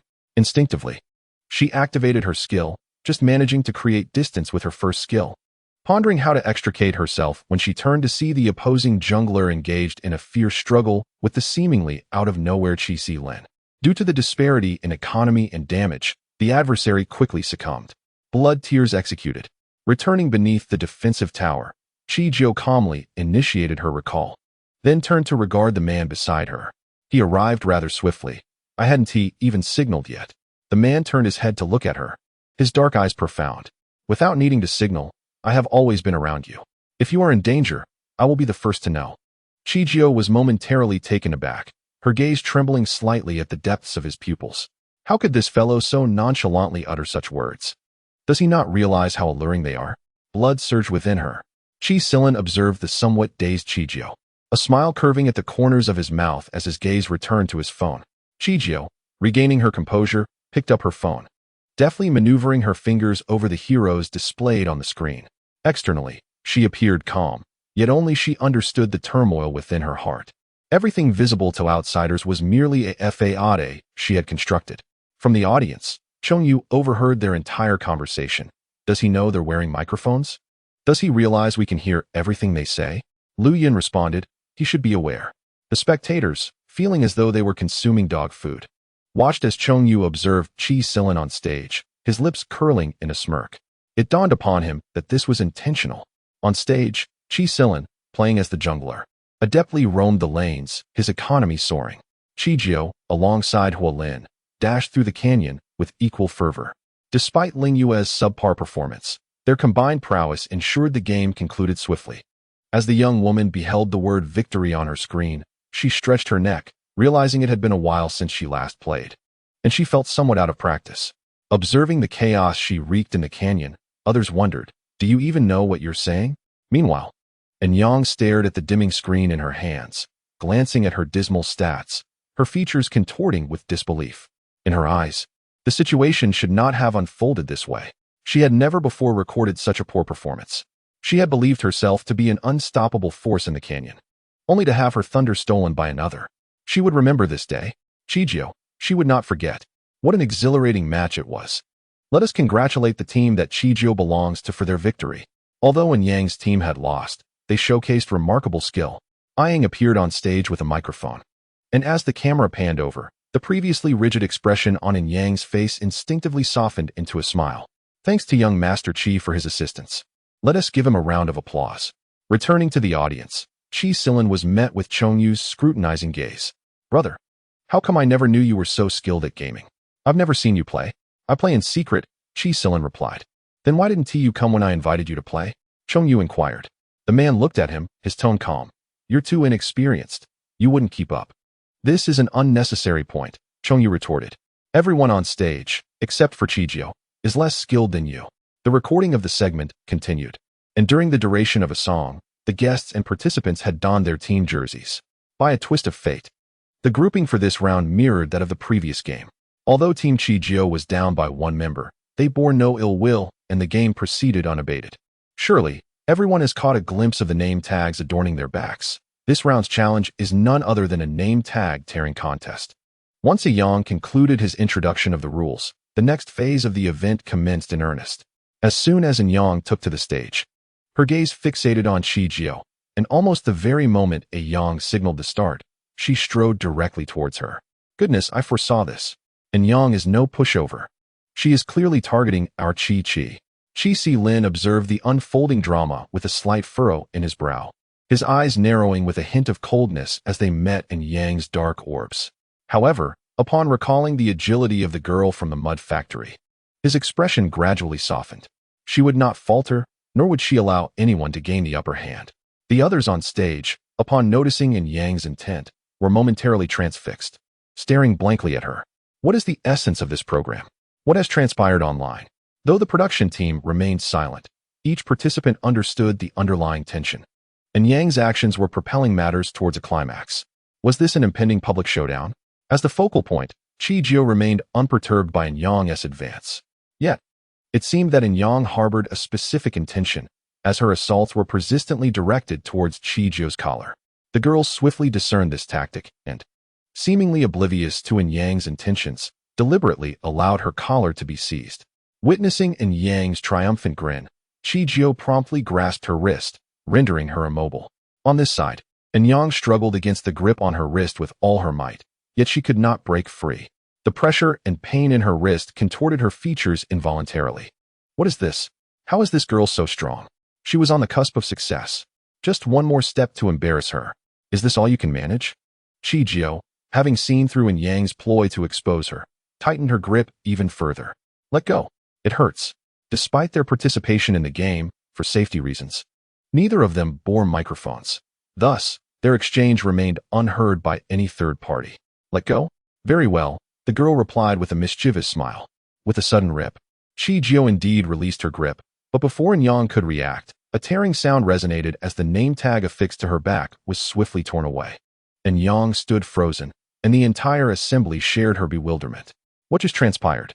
This loss occurred far too swiftly, and due to the angle of the confrontation. As Chi-Jio reached for the name tag, her arm brushed against Yang's collar, inadvertently exposing her undergarments during the unraveling of the name tag. This was too much. Ryu was already stammering with excitement.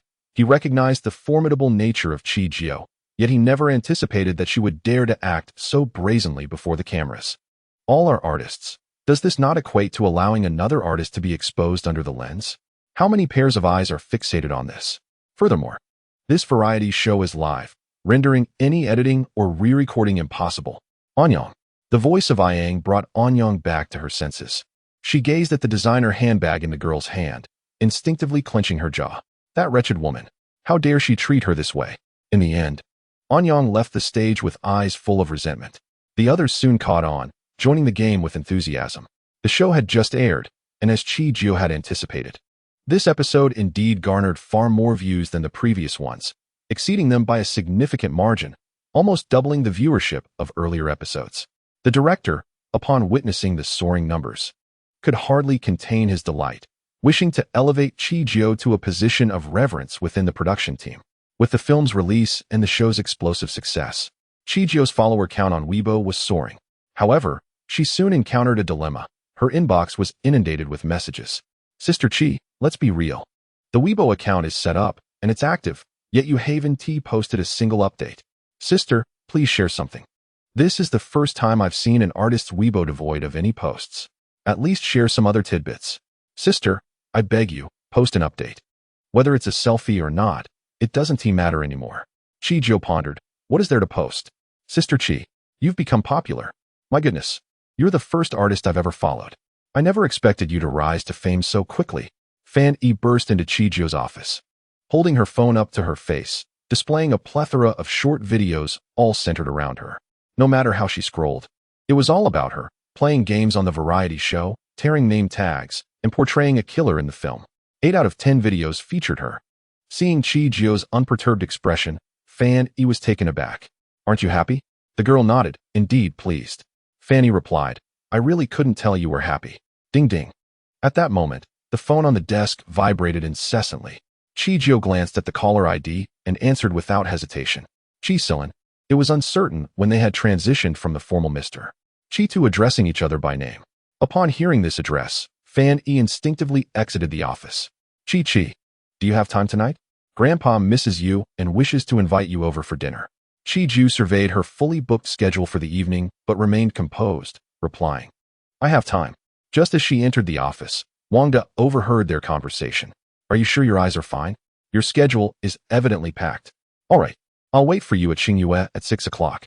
Once the call ended, Chi-Jio continued her work without lifting her head, seemingly oblivious to the presence of another individual in the room. Wangda gazed at the often overlooked Chi-Jio, exercising patience. Mr. Chi, let us cancel our meeting tonight. All of it. Wangda was taken aback, looking at Chi-Jio with an inquisitive expression. All of it. Wangda mused. How did I not realize that Mr. Chi is a romantic at heart? For the sake of a dinner with Chi-Silin, she is willing to forego the evening's crucial work. Chi-Jio, unaware of Wangda's thoughts, was preoccupied with the task assigned by the old man before coming to Huagua. During her last visit to the Chi residence, she had cautiously probed for information without revealing her true intentions. She had learned that Chi-Silin's parents were currently vacationing abroad, leaving only him and his grandfather in the country. The Chi family had been engaged in commerce for generations without any mishaps. The ancestral home of the Chi family had no forbidden areas, meaning one could freely enter the vast estate. Additionally, from her previous visit, she was certain that there were no secret passages or concealed spaces within the Chi residence. Thus, was what the old man sought truly located within the Chi family. She was uncertain of the exact nature of the old man's request, but the mere fact that he entrusted her with this task indicated that it was indeed something extraordinary, perhaps even more valuable than items found in an auction house. However, it appeared that the Chi family did not have a dedicated space for its protection. Chapter 43. The abandoned building. There were too many questions lingering, and the old man was reluctant to divulge further details, merely mentioning a letter. As for the identity of the letter's author and its contents, the old man refused to elaborate. Nevertheless, some progress needed to be made regarding this task. At 6 in the evening, Chi Jiao indeed spotted Chi Silin waiting downstairs at Xingyue. The man leaned against the car, his suit slightly open, exuding an air of casual elegance. This demeanor contrasted somewhat with that of the president of the Qi Corporation. The moment Chi Jiao arrived, Chi Silin noticed her immediately, straightening up and courteously opening the car door, waiting for her to enter. Going empty-handed? The young woman paused at his gesture, contemplating whether it was customary to bring a token when visiting someone else's home. Would arriving empty-handed be perceived as impolite? The man nodded, assuring her that they lacked for nothing at home and that her presence alone was sufficient. At the Qi family's ancestral home, it was Chi Silin who had greeted her at the door previously, but this time, it was the grandfather himself who came to receive her. As they drew closer, the smile on the old man's face widened, and even his steps became noticeably more sprightly. Chi, the old man, brimming with excitement, nearly forgot to use his cane. Chi Silin, grandfather, why are you still out here? Alin said you were coming. How could I not be delighted? Come, let this old man take a good look at you. The elderly gentleman smiled, the wrinkles on his face gathering together, resembling a blooming chrysanthemum. Upon hearing such a remark, Qiu Jiao was momentarily taken aback. Wasn't he had said that the old man missed her? Why did it seem somewhat amiss now? Almost instinctively, she turned to glance at the man beside her. Chi Silin appeared to sense the unease as well, his thin lips pressed into a straight line. Finally, under the fervent gaze of the young lady, he slowly opened his mouth, confessing, I miss you too. Thump thump. Once again, that sensation surged within her, her heart racing as if it had ingested a stimulant. The rhythmic beating echoed in her ears as Qiu Jiao endeavored to feign ignorance, trailing behind old Master Qi as they entered the ancestral home, entirely disregarding Chi Silin behind her. As soon as they stepped inside, the delectable aroma of food wafted through the air. It turned out the old residents had prepared a feast. Qiu, I heard from Alin that you enjoy sweet and sour dishes, so today I had the kitchen prepare sweet and sour pork tenderloin and sweet and sour ribs. It was evident that the old gentleman was in remarkably high spirits today, chattering incessantly upon seeing Qiu Jiao, with the topics ranging widely from preferences to tales from across the world. At the dining table, Chi Silin deliberately placed the sweet and sour dishes in front of the young lady, facilitating her selection. Nevertheless, despite this, he would still proactively use the serving chopsticks to help her with her food when he noticed her bowl devoid of any dishes. It was as if it were a habit, unceasing. Observing his own bowl which contained only plain rice, old Master Qi mused, what about me? So, this is what a granddaughter-in-law looks like. Previously, he had dismissed the rumors circulating online about the two of them. After all, he was well aware of his grandson's true nature. At times, he even questioned whether his grandson had a preference for men. Yet now, it seemed he was beginning to understand that, regardless of whether Qiu Jiao was indeed their family's granddaughter-in-law, she held a unique significance for Alin. However, the girl herself appeared oblivious to this. After the meal, Qiu Jiao followed closely behind Chi Silin, exploring the old Qi residence, from the main building to the backyard.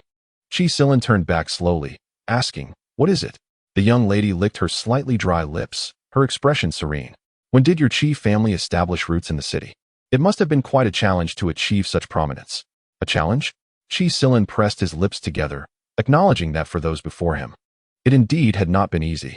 The Qi family had been in the city for a considerable time, with several generations of effort paving the way for their current standing. As for the exact year, he could hardly recall. The young lady nodded, her gaze meeting the moonlight, inadvertently spotting a dilapidated building not far off, her brow furrowing. What is that place? It appears to have been long abandoned. Surrounding the decrepit structure were overgrown weeds, some towering to knee height, suggesting that it had been quite some time since anyone had tended to it.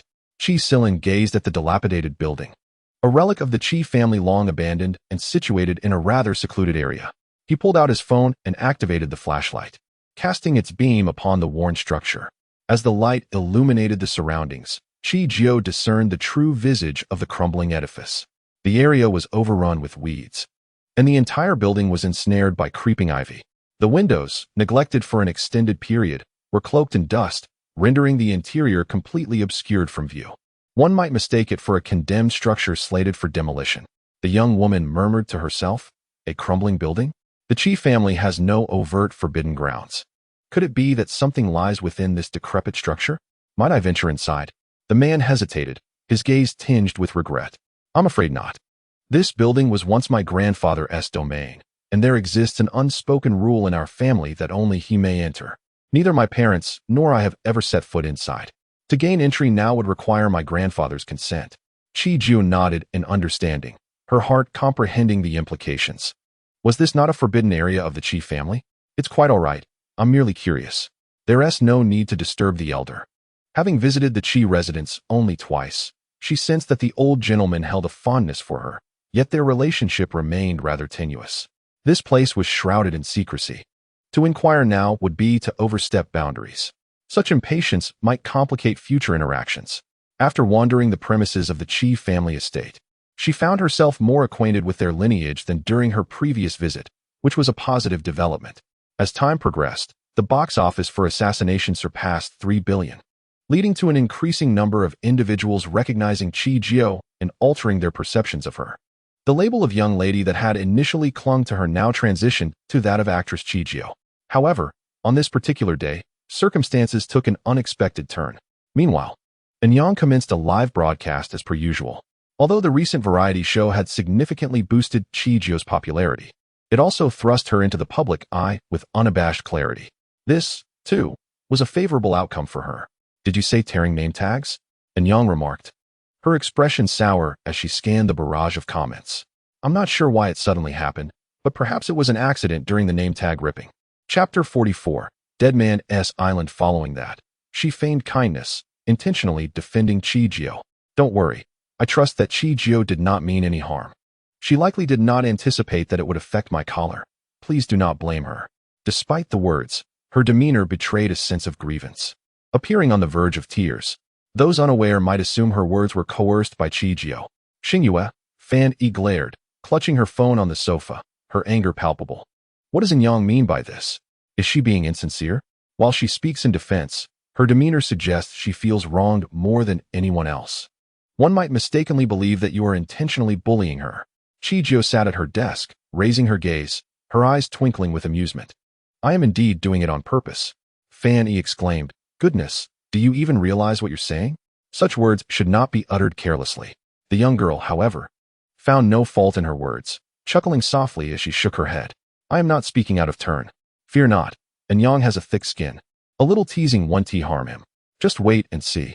As anticipated, within moments, the tide of public opinion shifted dramatically. What was once criticism directed at Chi-Jio swiftly turned into accusations against her. The suddenness of this change left Enyang utterly speechless. Help, it's just a game.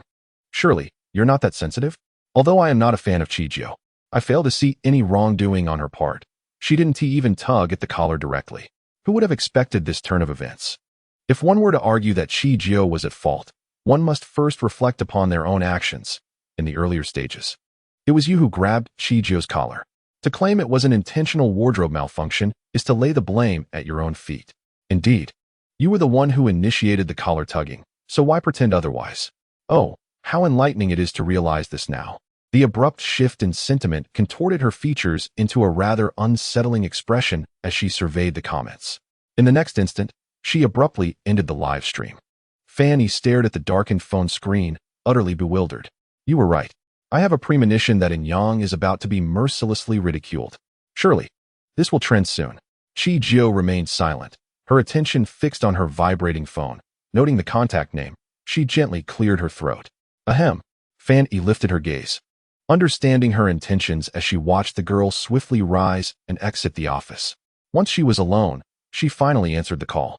Is there something urgent? Chi-Jio placed the receiver to her ear, her eyes downcast, obscuring her expression.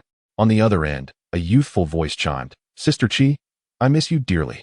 Spare me the pleasantries. Chi-Jio was aware that absent pressing matters, such calls were rare, given each individual's busy life. Sister Chi, we have work to do. Someone has invited us to serve as technical advisors. Su Qin's tone grew grave. They request that we send our most skilled personnel. That would be you, without a doubt. The higher-ups wish for you to accept. Initially, he had not intended to inform Chi-Jio, believing he could manage alone, as he was well aware of her hectic schedule. Yet, rules dictated that tasks posted on the dark web must be authentic. Listening intently, Chi Jiu paused, her carbon pen halting mid-motion. Instinctively, she rose and moved to the window, gazing out at the bustling street below, her expression a tapestry of complexity. Compensation? Location? Have you agreed? I thought you were quite busy. Suchin seemed taken aback by her swift acquiescence, his tone filled with surprise. Xiao Jiu exhaled deeply. That old fellow hoped I would take the call, so I shall. After all, this is a debt she incurred. If she could do a bit more for that old man, it would be acceptable. Sister Qiu, he does not wish for you to be this way. You should have your own thoughts. This is what I want to see, what he desires to see, what we all long to witness. Su Chun's emotions surged unexpectedly, causing Qiu Jiu to reluctantly distance the phone from her ear. I am aware, thus the remuneration and location. Qiu Jiu remained composed, her tone unwavering. Seeing her obstinacy, Su Chun was exasperated, yet he complied and disclosed the details. As for the remuneration, the other party provided no specific figure, claiming that the price was not the issue. They were willing to pay any amount as long as the desired outcome was achieved. Quite generous, indeed. They appeared unafraid of her demanding a high price. The location is Deadgate Island. Upon hearing those words, the expression on Qiu Jiu's face became intriguing. Her eyes narrowed slightly, the depths of her dark pupils revealing complexity. I understood. With that, she abruptly ended the call. Deadgate Island is reputed to be a formidable place, said to be under the influence of a power where the island lord trains a cadre of mercenaries.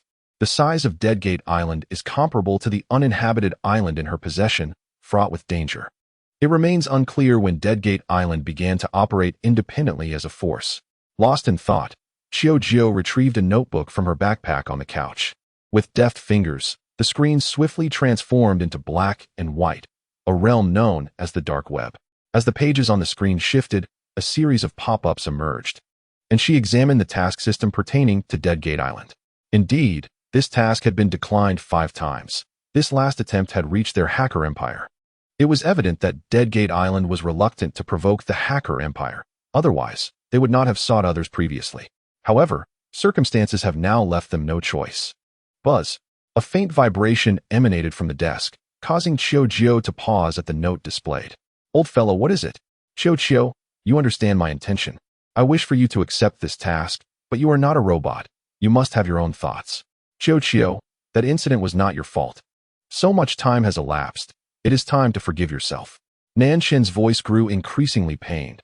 He did not want Qiu Jiu to bear this burden. She was undeniably intelligent, a genius, with a promising life ahead. He did not wish for that incident to ensnare her for eternity. Rest assured, I have no intentions. The opposing force is Deadgate Island, which piques my interest. Nanshin remained skeptical, but ultimately refrained from pursuing the topic further. Be cautious. Those 4 words left Nanshin momentarily speechless. What was he implying? In this world, it seemed unlikely that anything could harm her. Upon returning to the Shun family estate, Qiu Jiu felt for the first time that it might be necessary for her to move out. The Shuns had treated her exceptionally well, and there was no denying that fact. However, her identity is particularly unique, and her frequent departures inevitably give rise to concerns and doubts among the Shin family. After all, their lives have been exceedingly tranquil. Chapter 45, Departure. Notably, Shin Sisi is overly reliant on her. Perhaps it began from the very first time she stood up for her, or even earlier. Moreover, Shin Ting and Lu Li are quite concerned for her, as her constant travels abroad are difficult to justify. Which family's good-hearted individual is perpetually abroad? After dinner, Chi Jiu poked Shin Chimo's arm, and he readily grasped her intention, following her footsteps out of the hall. Shin Xixing observed the two of them, feeling an unsettling sense of unfairness for the first time. They are all brothers, so why is Chi so close to the eldest brother, while she scarcely exchanges a word with him? Is he merely a decorative second brother? Where are you two off to? Why wasn't I invited? Chi, I am your brother too, you know. Shin Chimo looked at him and smiled. My sister needs me for something. After all, among our 2 brothers, I am the only one who is a president, unlike someone who makes a fuss about attending university. Shin Xixing retorted, you better keep both eyes on guard tonight. With that, Shin Xixing's attempt to rise was halted, and he could only begrudgingly sit back down on the sofa, simmering with resentment. In the small garden of the Shun estate, Mo, I might have to go out again. I need you to help soothe things at home. If they press for answers, please weave a little lie for me. Among the entire Shin family, Only Shinchimo has a slight understanding of her identity, making him the most suitable person to approach. Going abroad? Shinchimo regarded her with a hint of inquiry in his eyes. Yes, he nodded, adeptly refraining from probing further. All right, I will assist you, but do take care of your safety. If anything arises, do let me know. At this juncture, Shinchimo detected a slight anomaly. Chi-Chi, constantly traveling abroad, is not a viable solution. If something were to happen, Cici and our parents would be worried. How about you move out and live with me and Ashung instead? In truth, they all have their own residences outside. Being at the Shun estate can sometimes be rather troublesome. Often, their actions may disturb Lu Li and Shun Ting's rest. I think so too. As Chi Jiu prepared to leave, Shinchimo resolved to assist her in finding a suitable place in the city. At the city's private helipad, brother, they've arrived. We promised to secure the best hacker, so the individuals coming this time are likely.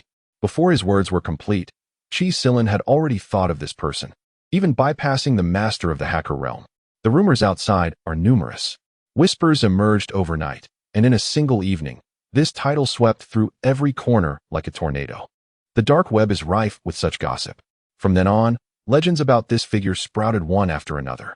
Above the dark web, tasks that others cannot resolve are merely trifles for her. Matters that elude others ultimately find resolution in her capable hands.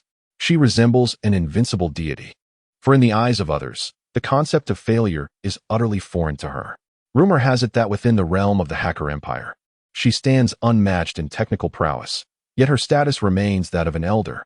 Nonetheless, they are all acutely aware that the ruler of the hacker empire can be supplanted at any moment.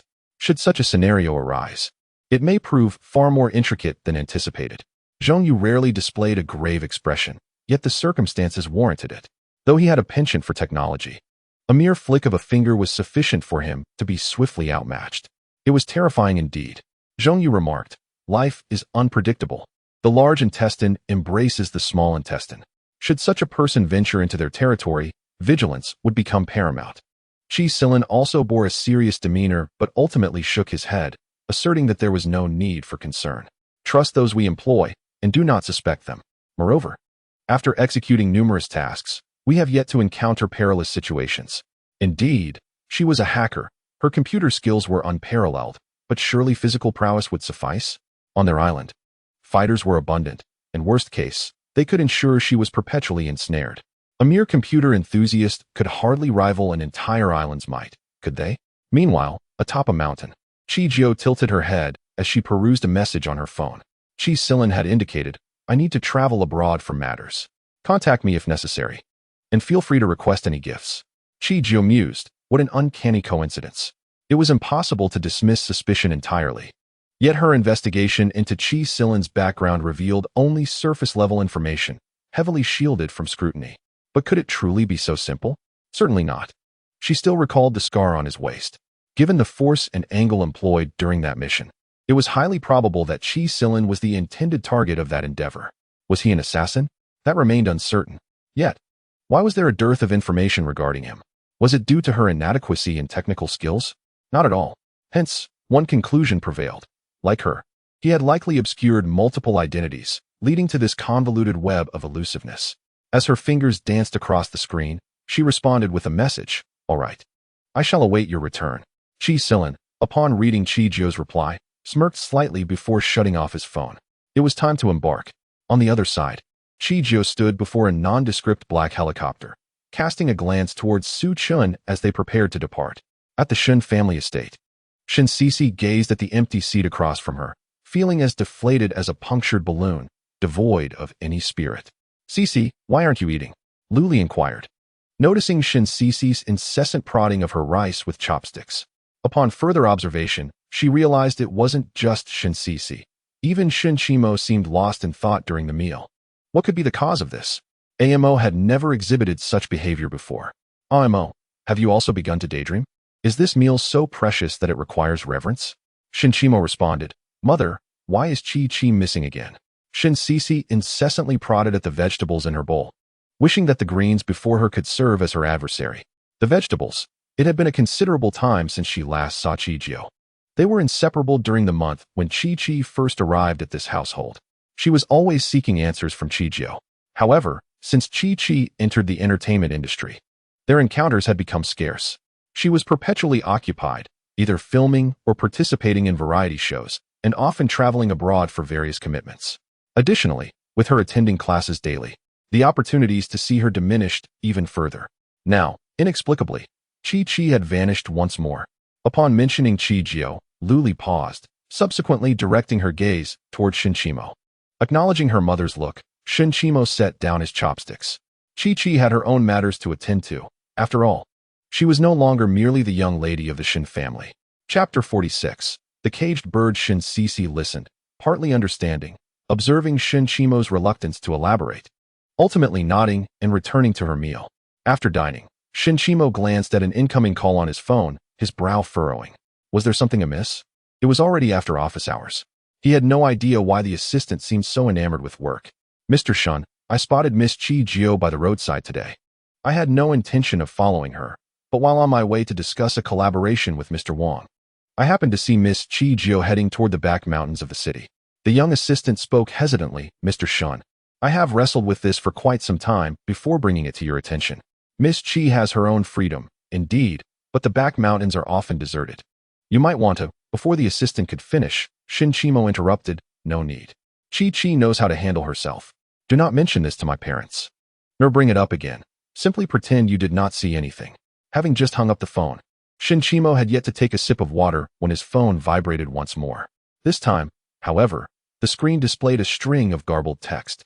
What is this? Shinchimo stood before the floor-to-ceiling window, his eyes narrowing. Whatever was being said on the other end of the line caused his expression to stiffen. He replied softly, understood. Prepare the helicopter before ending the call. Meanwhile, Chi-Jio, despite having accepted a mission from the dark web concerning Dead Door Island, did not report there immediately. Instead, she headed to a hacker empire located near the island.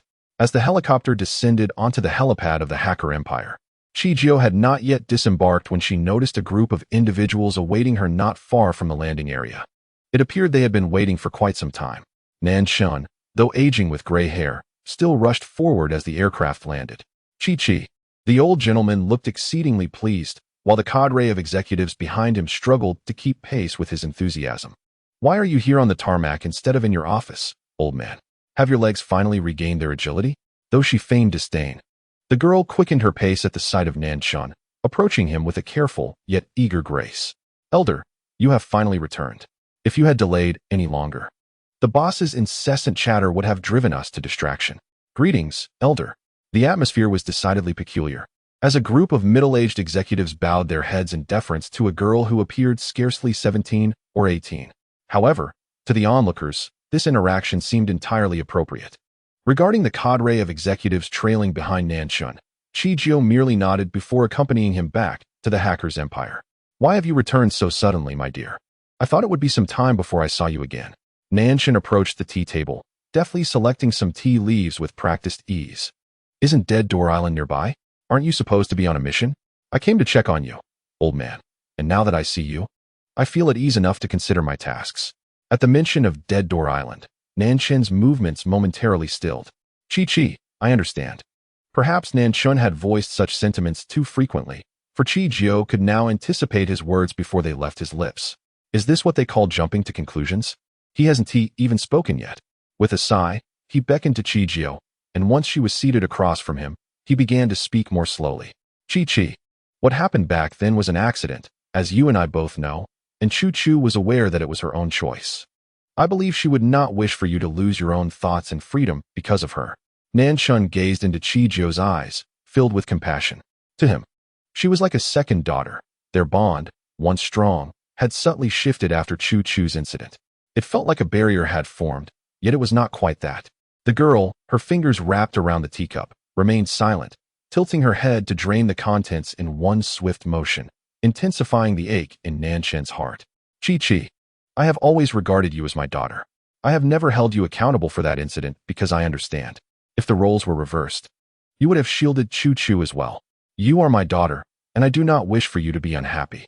The death of Nanchu was a wound he bore most painfully, yet he believed that Chi-Jio shared in that grief. He did not want her to carry the burden of sorrow for the rest of her life because of Nanchu. Old man, I understand your intentions. For the first time, a rare expression graced the girl's face. Is there nothing else you wish to discuss? Perhaps the hacker's empire? Given your age, are you truly capable of managing it? If not, perhaps it is time to step aside. Nanshan replied, there will always be those who seek to undermine me. She deliberately lightened the mood, and he could see through her facade. Since she preferred to avoid certain topics, he chose not to press further. Do not underestimate me. My dear, in your absence, the hacker empire has flourished remarkably, thriving like never before. However, it would have been even better had you been here. I shall take a seat for a moment. There is no need for haste. The two individuals sat opposite each other, reminiscent of long-lost friends, and at times, akin to a father and daughter. At the hacker empire's helipad, Su Chun gazed at the helicopter that stood ready before him, and then at the young girl before him, her delicate face revealing a hint of concern. Sister Chi, are you truly leaving so soon? The hacker empire has recently been recruiting. Want you take a moment to meet the newcomers? We haven't encountered any particularly talented individuals in the past 2 years. What if this year is different? What if someone catches your eye? Chi Jio had spent merely a day at the hacker empire, and it had been quite some time since they last met. He found himself missing her, despite her usual fierce demeanor that suggested she might twist their heads off. Nevertheless, she had always treated them kindly. Thank you for such compliments, Chi Jio replied. However, I must decline. It appears that Dead Door Island cannot afford to wait. They seem rather impatient. In just a day, Dead Door Island had already sent multiple messages on the dark web, pressing for her presence as if they were desperate for a rebirth. Su Chen realized that no amount of persuasion would sway her, and reluctantly decided to let her go.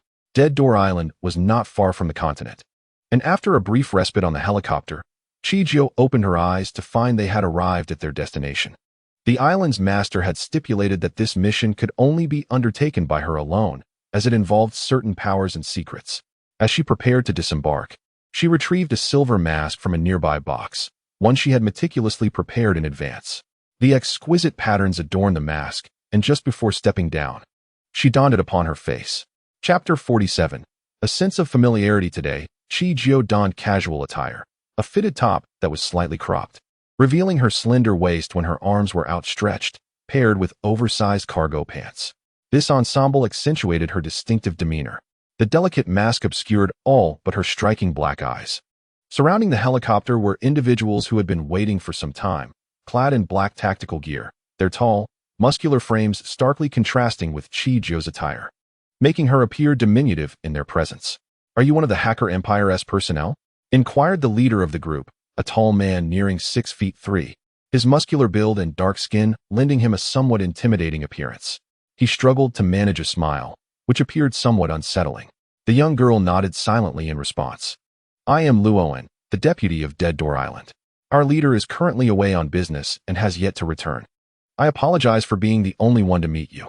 Luoan observed her with a hint of nervousness in his eyes, fully aware that this explanation might lead her to misconstrue their intentions as a display of authority from Dead Door Island. However, their leader was truly absent. Not to worry, she reassured him. According to the task at hand, I am here to educate you, not to instruct your island master. His presence is of no consequence. The young girl nonchalantly waved her hand, and as her vocal cords vibrated, a mechanical voice gradually emerged. Loan, what a carefree heart. If it were someone else, they would likely be consumed by a myriad of inner calculations. Upon arriving at Deadgate Island, she was introduced to her residence by Loan. The island's master was quite generous, providing her with a one-bedroom apartment, elegantly decorated. The amenities were plentiful, resembling those of a luxurious apartment. In this perilous place, densely forested and fraught with danger, having such accommodations was indeed a rarity.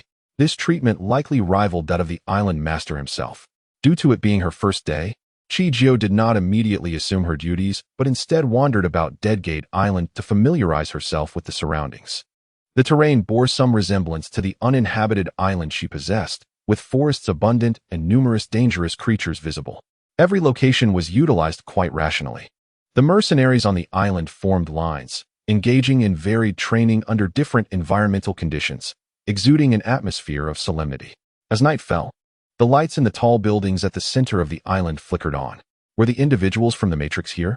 Chi Si Lin, clad in a trench coat, bore a slight air of fatigue. Loa nodded, confirming their arrival in the afternoon. Zhong Yu sprawled on a nearby sofa, utterly exhausted. While we were away, did she not say anything? By protocol, Guests should be personally attended to by their hosts, yet they truly could not break away. No, Lowen shook his head, his expression ambiguous, not even bringing it up. Very well, this is quite Matrix-like, Zhongyu remarked. Qi Si Lin rubbed his temples. Is it? The best technology associated with the Matrix should indeed be present. However, substantial costs would be incurred later. He did not wish to have invited someone inconsequential. I am uncertain. She did not disclose her background. It seemed as if she were leisurely exploring her own backyard, touring our Deadgate Island throughout the afternoon. Qi Si Lin pondered. Zhongyu, she has not fled. Master, do you wish to check on her? She is likely still wandering outside, given the vastness of Deadgate Island. Completing a tour in half a day was certainly unfeasible, especially since she lacked any means of transportation and was not as physically capable as the mercenaries. She would likely tire after a short while. Qi Si Lin shook his head. No, let it be until tomorrow. After all, just one night has passed. There is no pressing need to rush to establish our presence before her.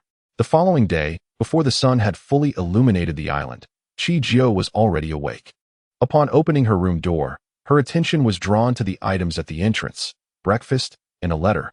The sandwiches were neatly wrapped, and the milk retained its warmth, indicating it had only recently been placed at the door. The young girl took the items back to her room, disregarding the sandwiches and milk, and immediately opened the envelope. It was handwritten. The handwriting was robust and elegant, exuding a sense of ease.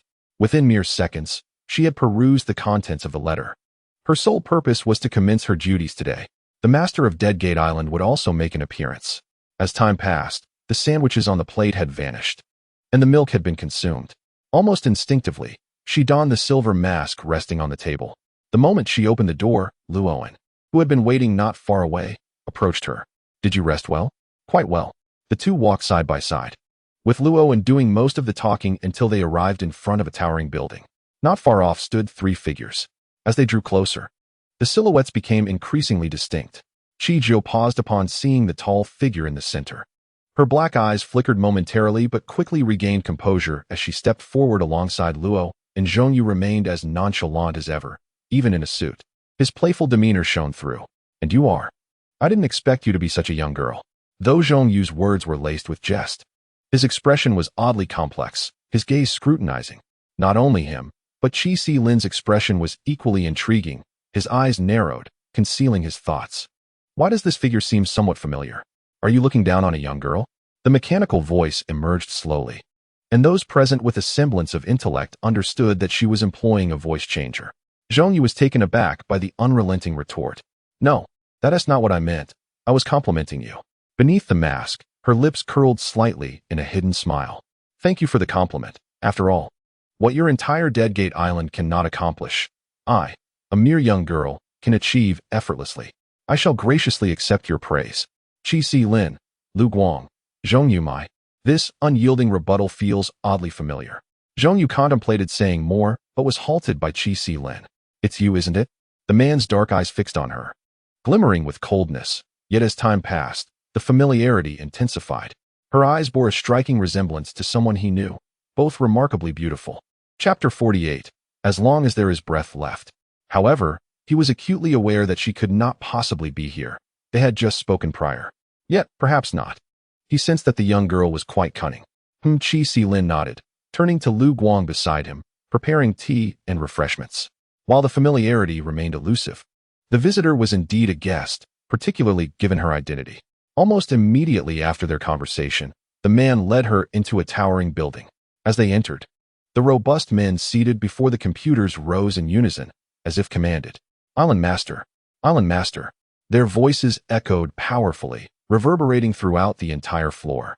Hearing those words, Qi Jiu instinctively turned to the man beside her, her eyes gleaming with curiosity. The title of Island Master indeed held some weight. This brought to mind the information and calls she had received earlier. Going abroad? The scenery was breathtaking, lush mountains and tranquil waters. There was no denying that they had ventured abroad. The island's pristine forests were indeed a sight to behold. With mountains and waters, how could one argue otherwise? The man waved his hand, his expression remaining unchanged. Qi Jiu observed the muscular figures seated at the computers, an overwhelming sense of incongruity washing over her. Given their stature, they should be wielding firearms, leading lives on the edge of peril.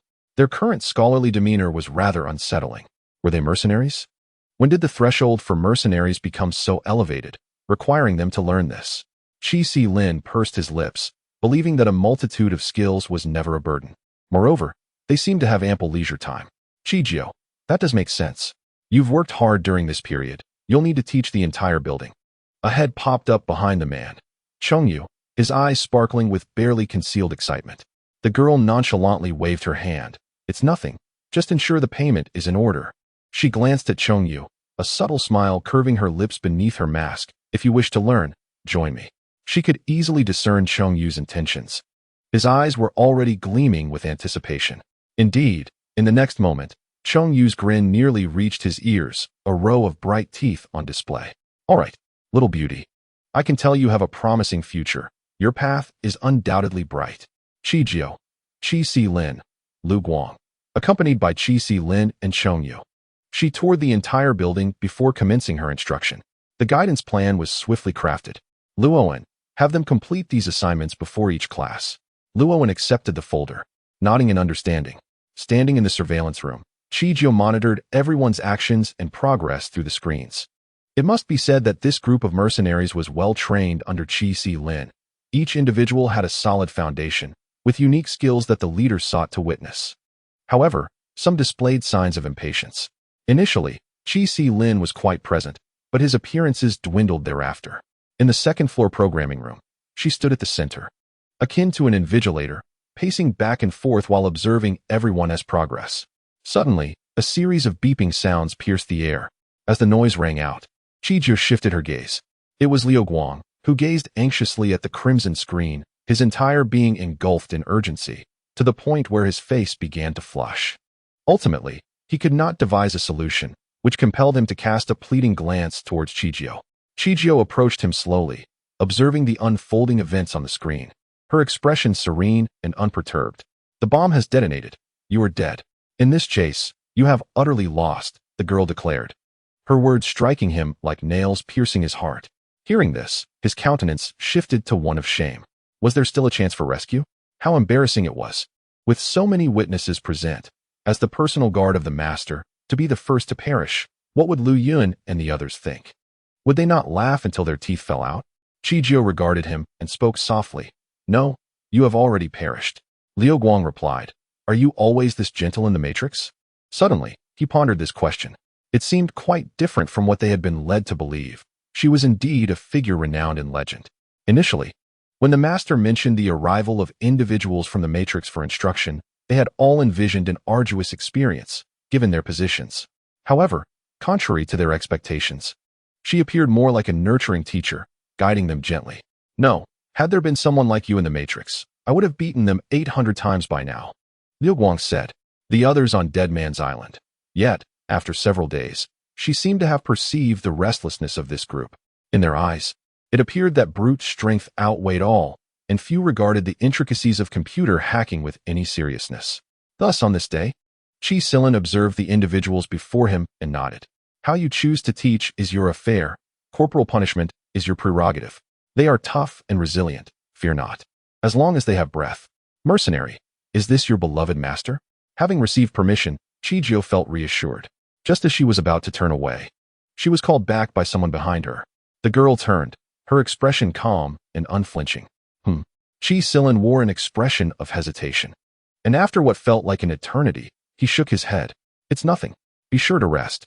Chijio was taken aback, nodded, and strode out of the office. Before she could exit the main building, her phone began to vibrate softly in her pocket. She glanced at the caller ID, quickly surveyed her surroundings. And upon noticing no one was near, she answered the call. Chi Silin. The mechanical tone had somehow reverted back to her own voice. On the other end, the man's voice was calm. Where are you? Upon hearing this, the girl lifted her gaze, squinting against the harsh sunlight, her emotions obscured. Was she beginning to arouse suspicion? Her observation skills and vigilance were quite astute. She remained composed, at home. What's the matter? Nothing. I just realized I haven't seen you in a while, and suddenly found myself missing you. Was this man attempting to flirt with her? She had not yet found the opportunity to speak when the person opposite began to inquire if there were any desired gifts he could bring back upon his return. Gifts? I have not yet decided. I shall inform you once I have made up my mind. After exchanging a few simple pleasantries, the call was concluded.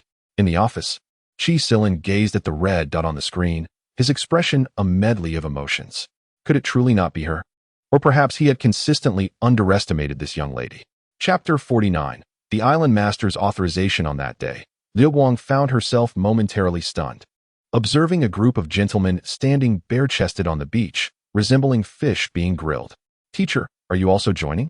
Before she could finish her sentence, Chijio interrupted her. The girl, without raising her head, spoke in a monotonous tone. What do you mean? Oh, perhaps growing impatient from the wait. The girl did not afford him the chance to complete his thoughts and delivered a swift kick. If I say go, then go. Why all this unnecessary chatter? Liu Guang, clad in military green casual attire and wearing a mask, she nonetheless stood out to the onlookers, particularly due to her eyes, which today seemed to harbor an unsettling aura. Was she gazing at them as though they were criminals?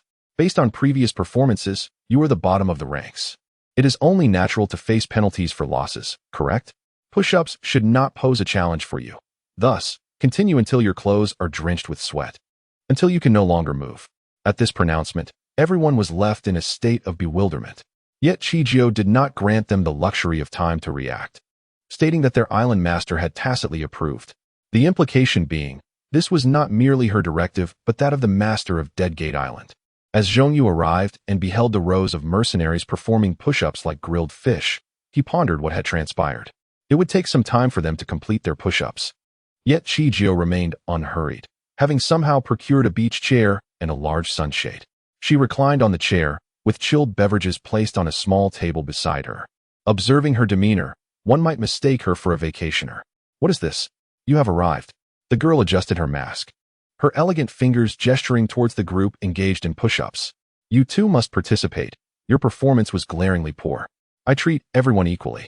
Zhongyu, watching his second-in-command, along with the mercenaries, engaging in push-ups. Is a change in leadership underway? These mercenaries of Deadgate Island, unflinching in the face of gunfire, now obediently following the orders of someone adept in technology? Where's the law in this? The girl seemed to possess an uncanny ability to read minds, her smile exuding an air of arrogance. I am the law here, so hurry up. If you dawdle, do not expect to eat. The mercenaries. The sun had traversed a considerable distance across the sky, and at some point, those doing push-ups on the beach had become thoroughly soaked, as though they had just taken a dip. Sweat trickled down their foreheads and soaked their clothing. Her arms trembled slightly. They were unaware of how many push-ups they had completed or for how long. They only knew that they had been at it from dawn until the sun was about to set. Now, their arms felt as if they were borrowed. Chijio observed the mercenaries sprawled on the beach like lifeless fish, rising from his beach chair with a seemingly good mood. Let us call it a day, he declared, and his words acted like a reprieve from death, instantly eliciting a chorus of lamentations from the exhausted mercenaries. Oh, my arms. I think they're ruined. With the task concluded, they began to engage in idle chatter. Have you heard? Sister Ming is back. I haven't seen her in ages. She must be quite liked. She has a real knack for computers. In terms of technical prowess among mercenaries, she was indeed impressive. Chijio, however, chose not to listen further and turned to leave. Meanwhile, at the helipad of Dead Door Island, Meng Han gazed at the familiar surroundings, a smile gradually widening on her lips, her eyes sparkling with excitement. Sister Luyu, do you think they'll be happy to see me? It's been so long since I've seen those brothers. Luyu, looking at her with a rather neutral expression, replied, I suppose. Her demeanor lacked warmth, yet Meng Han seemed accustomed to it, beaming brightly nonetheless. In the main building's office, Chi Silin looked at Luyu before flipping through the documents in his hands. Well done. Securing this collaboration means we'll have more opportunities to venture into the world from Dead Door Island. It's my duty, Luyu replied, a rare smile gracing her lips. Meng Han stood behind Luyu, her gaze fixated on Chi Silin. Sensing the silence in the office, she took the initiative to speak. Island Master, Luyu was incredible in this collaboration. She bewildered the other party with just a few words. I barely contributed at all. She stepped forward, but Chi Silin ignored her, while Chongyu, beside her, appeared disinclined to speak as well. The atmosphere grew tense, and awkwardness crept in from below. Meng Han cast a pleading glance at Luyu, but Luyu remained silent, pretending not to notice. It was evident to her that the master did not favor this individual. Thus, she felt no fondness either. The silence in the air became unbearable. Menghan noticed that no one in the office spoke up for her, causing her face to flush with embarrassment. Just as she was about to say something further, Chi Silin looked up. This doesn't concern you. Leave. His voice was low, imbued with coldness and detachment. Huh. Menghan was taken aback, instinctively glancing at Lu Yu. Yet before she could receive any response, the office door swung open with a click. The sound drew the attention of everyone in the office. Menghan looked at the newcomer, her eyes filled with confusion. The silver, exquisite mask adorned her face, while her upper body was clad in a waist-revealing lining beneath a black coat. Below, she wore utility pants paired with sturdy marten boots, exuding a casual, yet subtly seductive allure. Her figure was statuesque, akin to a living mannequin. However, the question lingered. Why the silver mask? An inexplicable sense of crisis enveloped her, be it regarding Dead Door Island or its master. Who are you? Why did you enter the master's office without knocking? An unspoken hostility emerged as Chi Jio regarded her with deep, dark eyes. You are permitted by the island master. Thus, knocking is unnecessary, the girl replied, her demeanor unwavering, as though she spoke a truth. In reality, there was no such permission granted. It was merely her habit of entering without knocking. Initially, Chi Silin had raised this issue, but she had never heeded his words. Zhongyu, don't be absurd. Well, this is a distinguished guest of Dead Door Island. Speak more courteously. Zhongyu could no longer contain his impatience, his eyes reflecting annoyance. Why was this woman so bothersome, chattering incessantly, oblivious to the silence of the office? Had she not been a member of Dead Door Island, he would have expelled her long ago. The term distinguished guest caused Menghan's expression to momentarily stiffen. Chapter 50. Am I to unleash my horses? The island master and the second son were so inclined towards her. Was it intentional? Chi Jio turned to gaze at her, an air of condescension in his eyes. As his words fell, Menghan's complexion altered dramatically, her pupils trembling slightly. Could it be the person she dreaded? The one from the Matrix? Cautiously probing, her breath hitched when she saw the other person nod in affirmation. Oh dear, what had she just said? Had she been too aggressive? But how could she possibly be here? Hello, I am a mercenary from Dead Door Island, and I possess considerable computer skills. I greatly admire you. She extended her hand towards Chi Jio, aiming for a friendly handshake.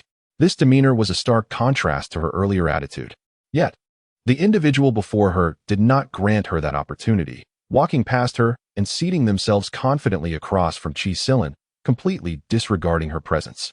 Flowing rain. Chi Silin's expression remained largely unchanged, yet his voice carried a chill. Everyone present could discern his displeasure. He seemed on the verge of violence. Flowing Rain nodded in understanding. The next moment, she escorted Menghan out of the office. The office fell into an abrupt silence as Chi Silin pinched the bridge of his nose, murmuring an apology. It's nothing.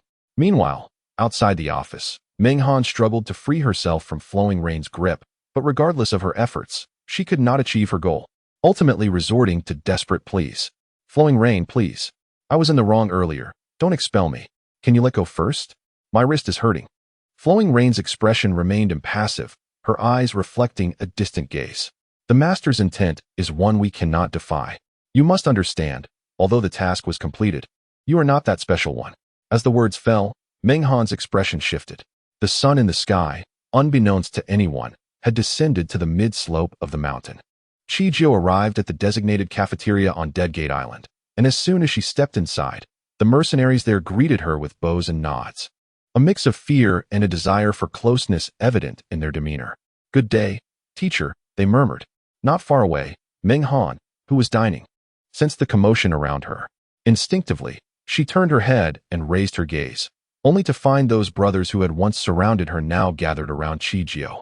A surge of resentment and frustration ignited within her. Hey, isn't that our teacher? A brother sitting at the same table as her noticed Chi Jio as well, his mouth still full of food, waving excitedly and speaking somewhat incoherently. Teacher, teacher. Upon hearing the noise, the girl nodded, collected her meal, and exited the cafeteria. Huh. Why did the teacher leave? Of course, how could she eat with a mask on? The others murmured. After she departed, Menghan's companions resumed their meal, but she remained fixated on the fading silhouette, lost in her thoughts. Island Master. Island Master. On that day, while Chi Jio was still in class, calls echoed from outside the door. The girl turned to see a tall figure, frowning as if conducting an inspection. You've arrived? The man nodded, his demeanor akin to that of a strict supervisor, his eyes scanning the surroundings. Meng Han, who had been disinterested and somewhat disengaged, perked up upon seeing Qi Si Lin, her fingers deftly dancing across the keyboard as she completed her basic training. Beep. The familiar sound resonated again, and Qi Jiao turned to see Lu Guang, the conspicuous figure, grinning sheepishly at her. Teacher, could you let me off this time? I promise I won't make the same mistake again. Let you off? Lu Guang exclaimed. The girl's eyes sparkled playfully. 5 kilometers. He didn't mean it. So fierce. Lu Guang protested, as he rose from his seat and passed Qi Si Lin. He looked at him as though he were his own father, his eyes pleading, Master, save me. I don't want to run 5 kilometers. Help me, Master.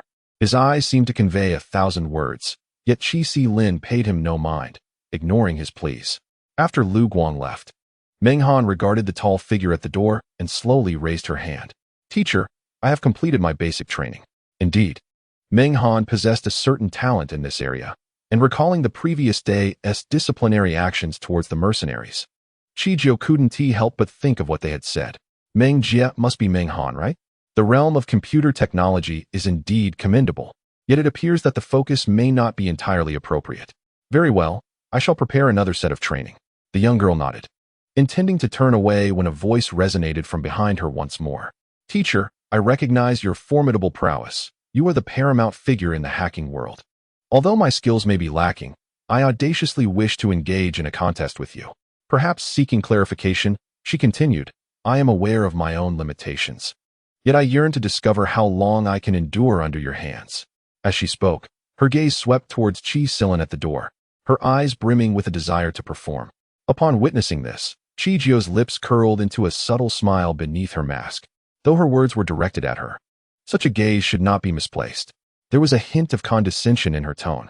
Lu Yu, who had been lingering behind Qi Si Lin, felt an unusual displeasure flicker across her face at this remark. What was Meng Han scheming? Was she displeased? And why was she fixated on their master? Contemplating this, Lu Yu stepped forward to shield Qi Si Lin. This situation seemed rather straightforward, but Meng Han's intentions likely extended beyond mere competition.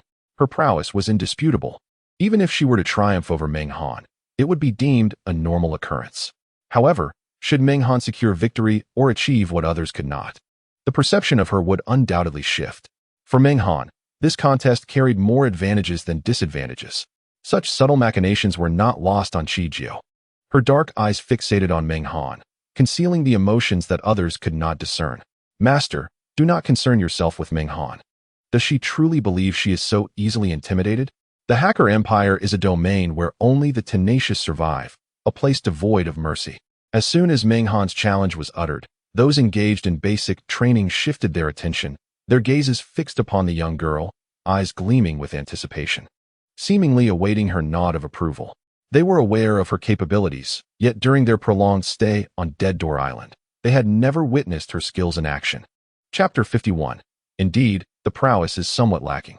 To be frank, they were incredibly eager to witness her abilities firsthand, for they had yet to observe a master at work on a computer.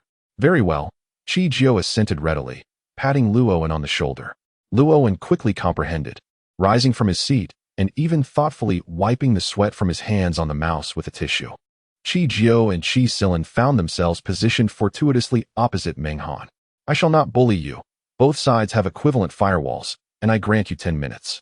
Upon concluding her statement, she crossed her arms, leaning back with an air of authority, her long legs elegantly intertwined, embodying the demeanor of a seasoned expert. She might as well have been holding a phone, ready to engage. Meng Han's expression shifted, a sense of shame washing over her. Yet she ultimately refrained from uttering a word. Instead, she immediately began to tap away at the keyboard with fervor. The mercenaries, who had been training in the room, suddenly swarmed around her and Qi Jiao, encircling them like dumplings in a pot. Even Qi Si Lin stepped forward a couple of paces. Meanwhile, Meng Han's fingers danced relentlessly across the keys, as she observed the firewall gradually succumbing to her relentless onslaught. The progress bar on the screen incrementally climbed. Impressive indeed.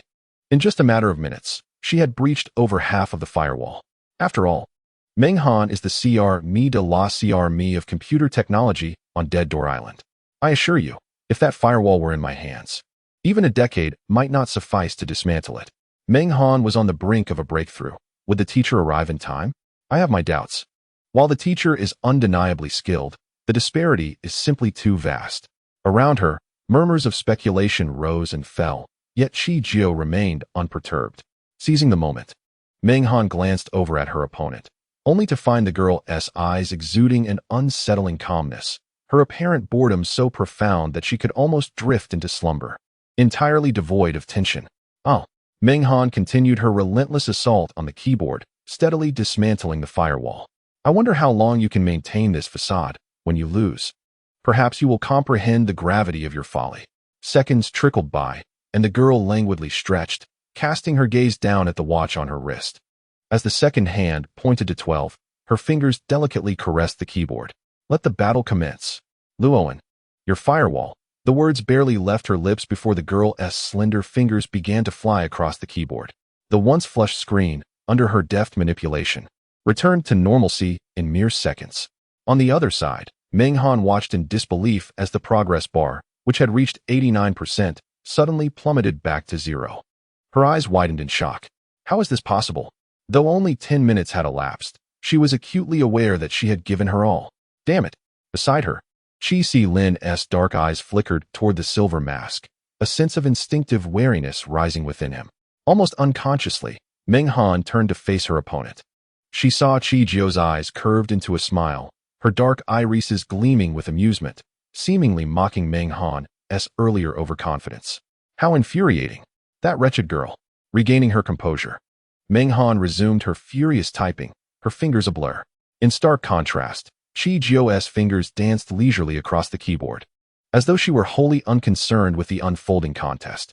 Luoan observed her serene demeanor and contemplated speaking again. But the memory of the earlier slap in the face silenced the words that threatened to escape her lips. Luoan, sometimes, it is indeed better to remain silent. Are you not hurrying up?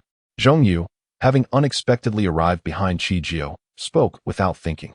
Luoan regarded him, a look of hesitation etched upon his face. What is the matter? Zhongyu blinked at him, and upon noticing Luoan's silence, shifted his gaze to Chi Si Lin, who also offered no response. Zhongyu, what does this mean? Just then, a series of beeping sounds emanated from Meng Han's computer. Staring at the now black screen, her mind struggled to comprehend the situation. No matter what action she attempted, the screen remained unlit. Had she truly lost? Was it this simple? She had hoped to mount some sort of resistance, yet despite her fervent keystrokes, the screen showed no signs of revival. Chi Jio rose, his dark eyes fixed upon her, a smile lingering in his gaze, clearly unimpressed by her abilities.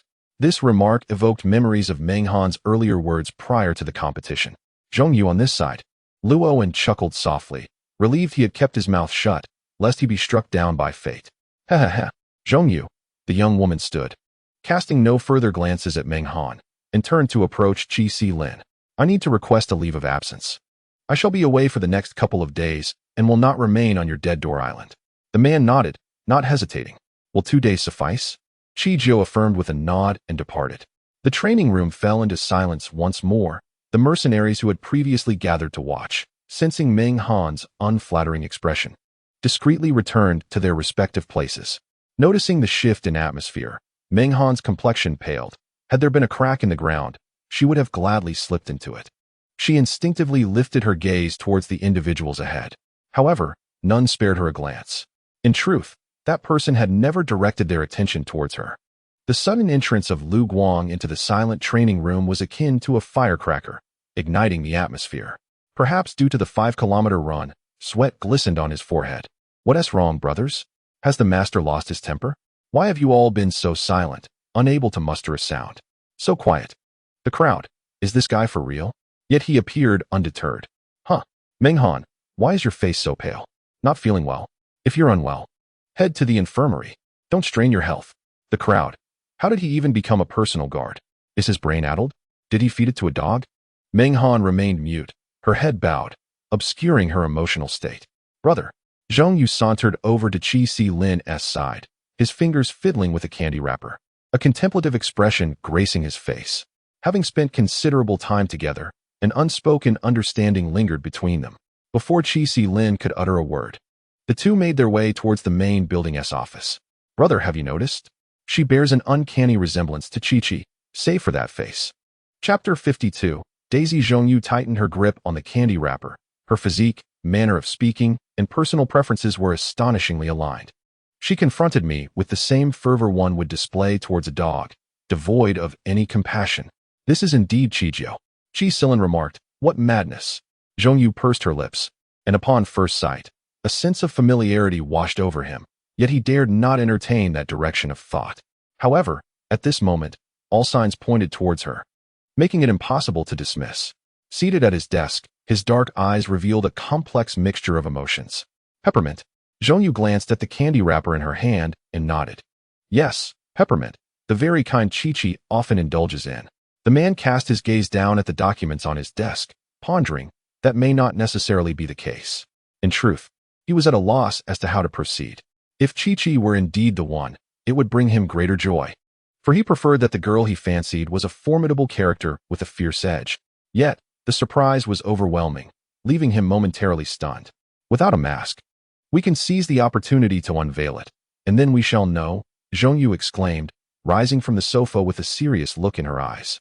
To her surprise, Chi Silin regarded her as though she were a fool. If Chi-Chi wishes to speak, she will do so.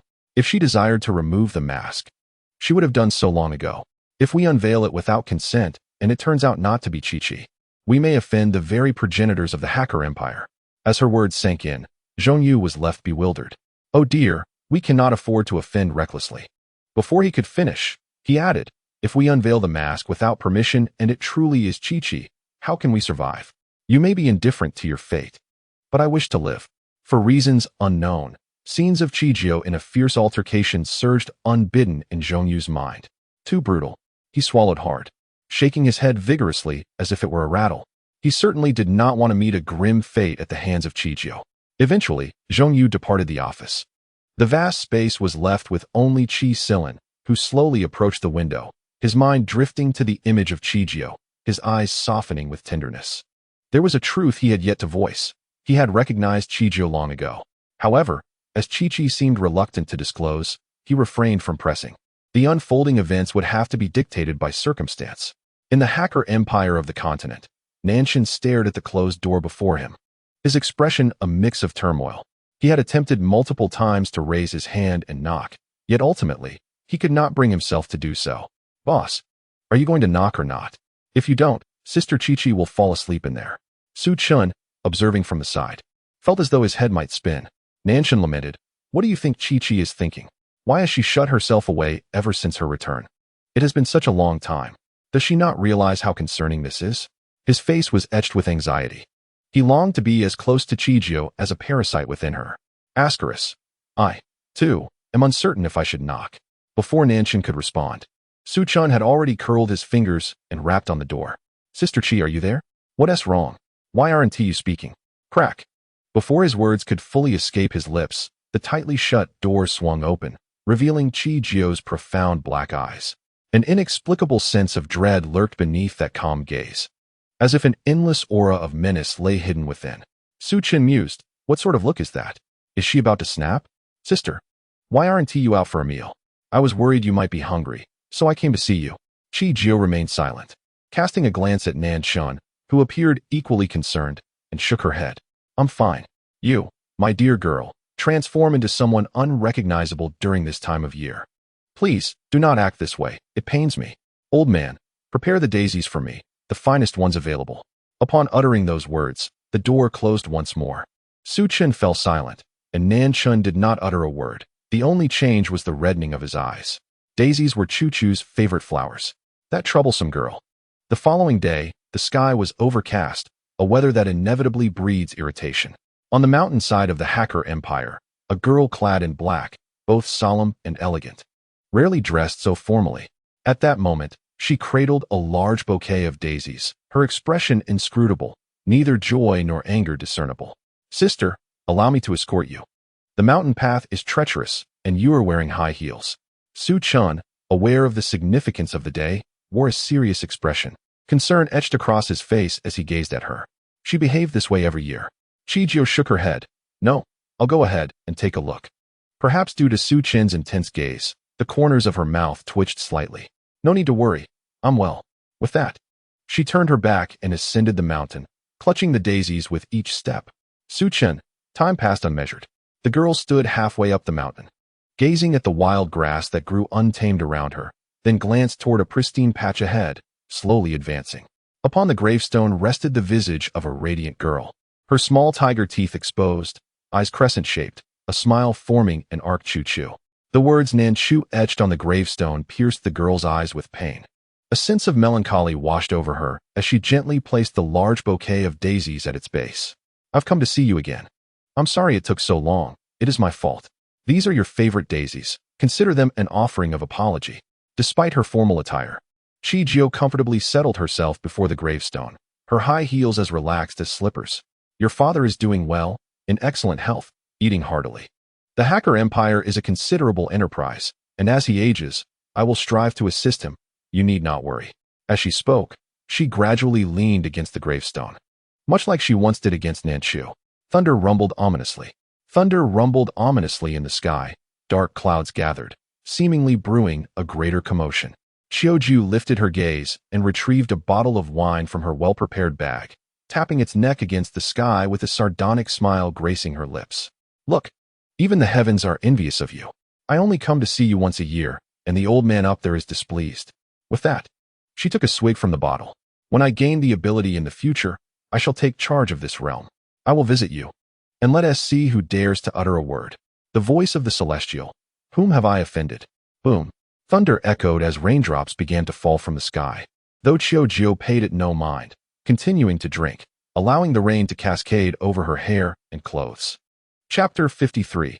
The difficulty of earning money and the hardship of eating excrement. Soon, she was completely drenched. Not far away, Su-chan observed the soaked girl amidst several empty bottles, his heart aching. Just as he intended to approach her, he was stopped by Nanshun. Don't go over. She hasn't visited Chu-Chu in a long time, and who knows when she will next. Give them some space. Seeing the concern in Nanshen's eyes, Su-chan sighed. What a contradictory old man. Time passed unmeasured until Qiu-Jiu descended from the mountain, leaving a daisy before the tombstone to be washed by the rain. Yet, accepting the rain's baptism, the daisy showed no signs of wilting. Rather, it appeared even more radiant. Sister, where have you been? You're completely soaked. Are you all right? Upon returning to the hacker empire, the staff in the building quickly surrounded her. I'm fine. No need to worry. Continue your work. I'll have someone prepare coffee for you. Back in her room, Xiaojiu stood before the mirror, shaking her drenched hair nonchalantly. You look quite disheveled. With a towel in hand, she dabbed at her inky locks, her dark eyes glinting slightly in the reflection. Growing impatient, she muttered, It rains at the drop of a hat. I should take over this celestial role. Who decides when it should rain or not? No sense of timing whatsoever. The celestial. I shall remain silent until my lawyer arrives. Having changed into a fresh outfit, Qiu-Jiu made her way to her office. Halfway there, she spotted Su-chun rushing towards the reception area. Why the haste? Sister, the organization has arrived. Qiu-Jiu regarded his anxious expression. The one that devours people? Su-chun replied, Do you even realize what you're saying? Sister, after we accepted the mission to Dead Door Island for the Hacker Empire, the organization requested a task from us, and you were the one they sought. I recall we initially declined, but now they seem to have agreed. The girl raised an eyebrow. Su-chan nodded. Indeed. Hence, the organization is dissatisfied and is now demanding an explanation. His complexion was far from favorable. More dismal than someone who had consumed something unpleasant. Chi-Jiu remarked, What a melodramatic occurrence. The young girl patted his shoulder, her expression unperturbed. Fear not. I shall handle this. In the reception room, Nanshun gazed at the man opposite him, who showed no inclination to relent, feeling a headache brewing. Since you have accepted the task, you must bear the responsibility, do you not?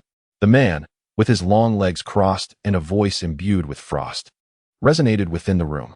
Nanshan had been stifled by this remark on several occasions. Earning money is arduous. Enduring this nonsense is intolerable. I truly cannot persist in this endeavor any longer. An elderly voice echoed from the entrance of the reception room. Old fellow, I heard someone was looking for me? At this utterance, all eyes in the room turned toward the entrance. Simultaneously, the young girl discerned the true nature of the organization. Chijo gasped, her footsteps faltering as her dark eyes trembled slightly in the exposed air. Yet, she quickly regained her composure. Why is he here? Old man, Please step outside. Huh. Nanshin stared at the figure at the door, momentarily taken aback. Rest assured, I can handle this. You cannot, but I can. Before Nanshin could finish his sentence, Chijio tugged at his sleeve, forcefully ejecting him from the reception room. Instantly, the room was left with only the two of them. Chijio seated herself opposite the man, nudging the teacup on the table forward. However, he seemed disinclined to appreciate the gesture. Surely, you hackers cannot conduct yourselves in such a manner.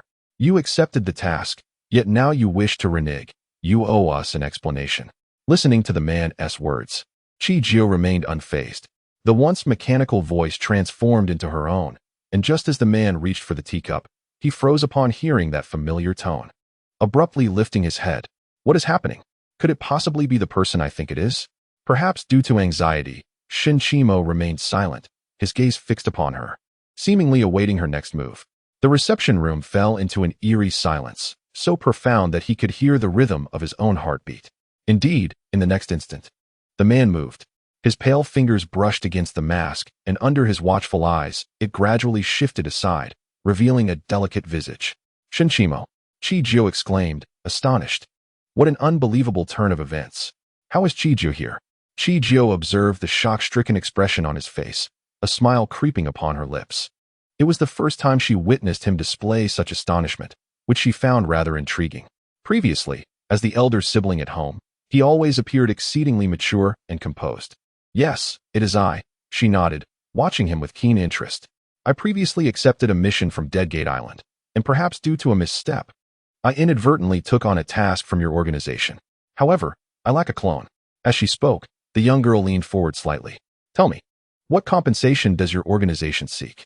The Hacker Empire shall endeavor to accommodate your requests. Shinchimo, still reeling from shock, momentarily paused at Chijio's sudden shift to business. His large hand rubbed his forehead, and just before his brain cells threatened to shut down, he looked up. Chi, are you truly a member of the Hacker Empire? He seemed to have instinctively ignored the girl's earlier question, directing his gaze at Chijio and voicing the inquiry that had been most pressing in his mind. Indeed, Chijio affirmed, retrieving 2 peppermint candies from her pocket. She tossed one into her mouth and offered the other to him. Her smile radiated warmth. Mo, do you have any further questions? As Shinchimo unwrapped the candy. The moment it touched his tongue, a burst of minty freshness awakened his senses, invigorating him considerably. In the Hacker Empire, what is your level of influence? He inquired. A mere hacker or an ordinary staff member would not dare to speak so boldly. Just below the elder you spoke with earlier, she replied. Shinchimo's eyes widened in realization. They have a formidable figure among the Shun family. That elder was none other than the master of the Hacker Empire. Uncertain of the motives behind his question, Shinchimo felt an undercurrent of nervous anticipation. Chijio's fingers danced lightly on the table, her dark eyes gleaming. What you seek is within reach. Chapter 54. The photograph, perhaps overwhelmed by the revelation, Chijio observed through her gold-rimmed glasses that his eyes had widened significantly. Thus, everything I mentioned earlier is entirely feasible. Feel free to request any compensation. As long as it lies within the capabilities of the Hacker Empire, we shall comply. She shrugged, amused as she watched Shinchimo remove his sunglasses, lost in thought. After a lengthy pause, he finally raised his gaze, his eyes twinkling with mirth. Very well. I trust you. Leaning forward, he pressed on. How much longer do you have left on your contract with Dead Door Island? That depends on the circumstances. But it should conclude soon. The girl blinked playfully. While I do not expect you to abandon your contract with Dead Door Island immediately, I hope that when time permits, you might offer me some guidance. Chijio nodded, finding the request reasonable. Just as she intended to rise and depart, he called after her. Chi, Dead Door Island is not a place to be taken lightly. The atmosphere there is tinged with violence. Please, exercise caution. Her radiant smile returned. I am not an innocent either. Meanwhile, on Dead Door Island, Meng Han observed the frequently guarded area, unable to contain her curiosity any longer. Isn't this an unremarkable place? Why do you continue to stand guard here? This was not the first time she had witnessed such vigilance. Typically, only the island's leader and their second-in-command would be subjected to such scrutiny. What merit had they to be here? Sister Meng, the island master has stated that henceforth, her treatment will be equivalent to theirs. Meng Han stood rooted, taken aback by the revelation. The implications of this statement were profound. Thus, in the future on Deadgate Island, She would possess the same authoritative voice as the island master, receiving the same treatment as he did. How utterly absurd. What kind of enchantment had the island master fallen under to issue such an edict? Regardless of his prowess, he remained an outsider. Sister Ming, if you have no further matters, shall we continue our patrol? The mercenary in front tentatively scratched the back of his head, casting a cautious glance towards Meng Han. With a glint in her eye, she smiled at the mercenary. Allow me to handle the patrol. Given the island master's regard for this task, we cannot afford any slip-ups. Really? Sister Ming, that seems inappropriate. This is an order from the island master, and having you substitute is against protocol. The mercenary's eyes sparkled with a flicker of excitement. Yet thoughts of the island master dampened his enthusiasm. Indeed, he was reluctant to patrol. He longed to engage in a proper match at the fighting arena. Meng Han seized upon his reluctance to patrol, smiling. It's quite all right. I happen to be free as well. The island master would surely feel more at ease with me taking charge. Ultimately, the two mercenaries departed. Meng Han, holding a key of uncertain origin in her hand, wore a peculiar smile. She was the only female mercenary of significant capability on Deadgate Island, having completed innumerable missions.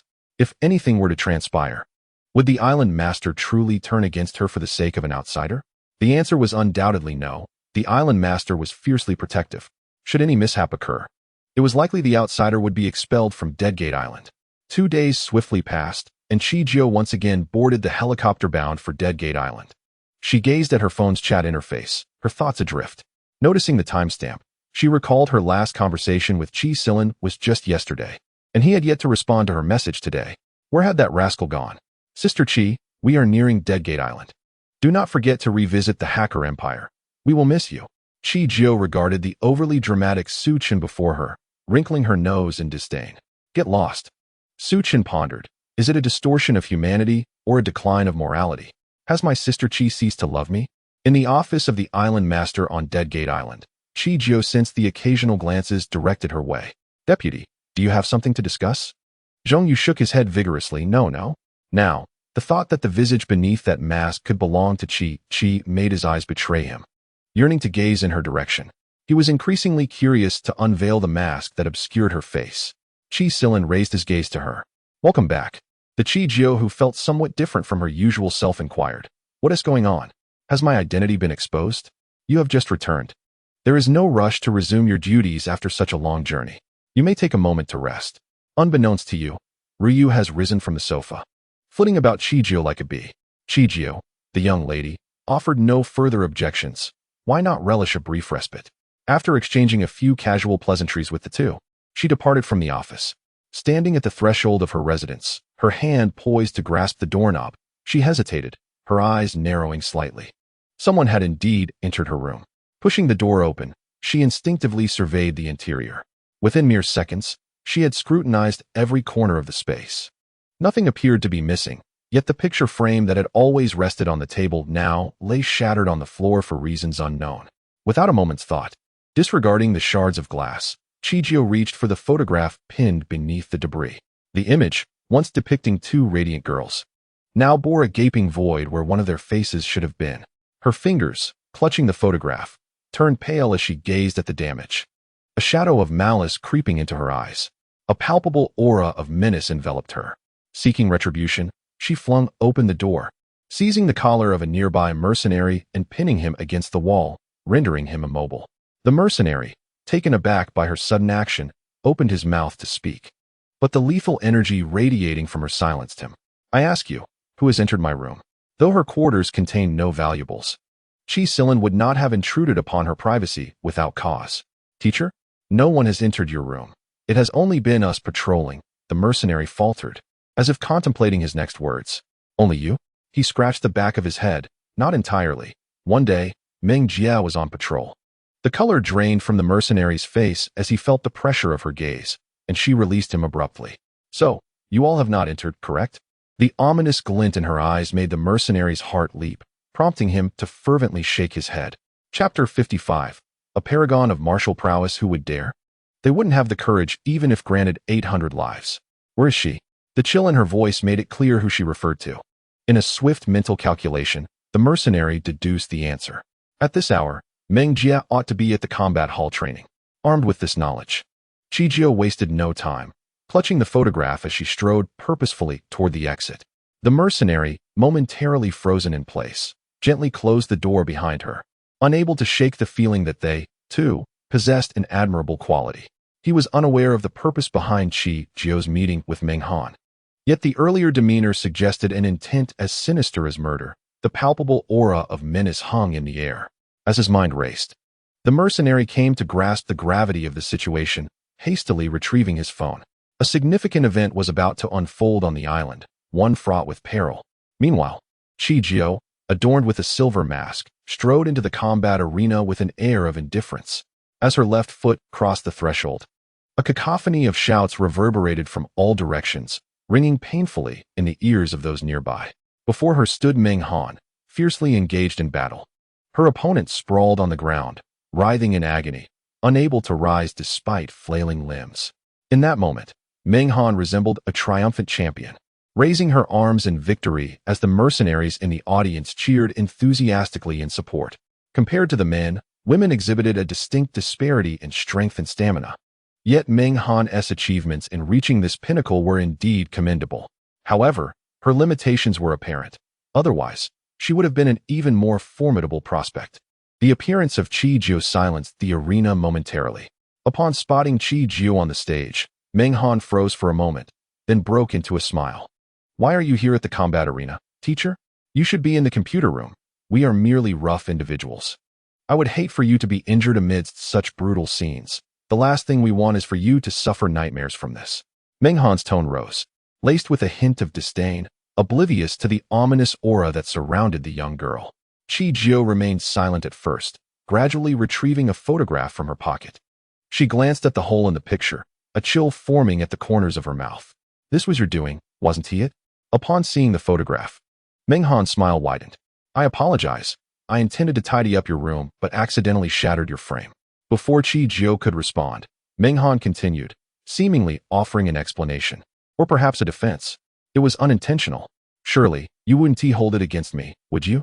I can replace it, but our island has run out of colored ink. Would black and white suffice?" "Black and white." The moment her words fell, Chijio's gaze intensified, radiating an unprecedented ferocity. "I think black and white would work quite well." "What?"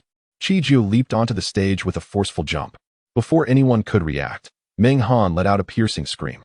And by the time the mercenaries in the audience grasped the situation, Meng Han was already writhing on the ground in despair. Sister Meng, teacher, can we discuss this calmly? Please don't be so impulsive. Who could have foretold that someone adept at computers possessed such formidable strength? Is Meng Han truly one to engage in battle without hesitation? What on earth is going on?" Witnessing Meng Han being utterly powerless against the onslaught, Chijio showed no signs of abating her assault. The mercenaries below were in a state of frantic desperation, for if this continued, it would undoubtedly lead to loss of life. Observing the bloodshed, they could no longer contain themselves and surged onto the arena, attempting to intervene. However, their efforts proved futile, as Chijio, undeterred, dispatched each attacker with ease.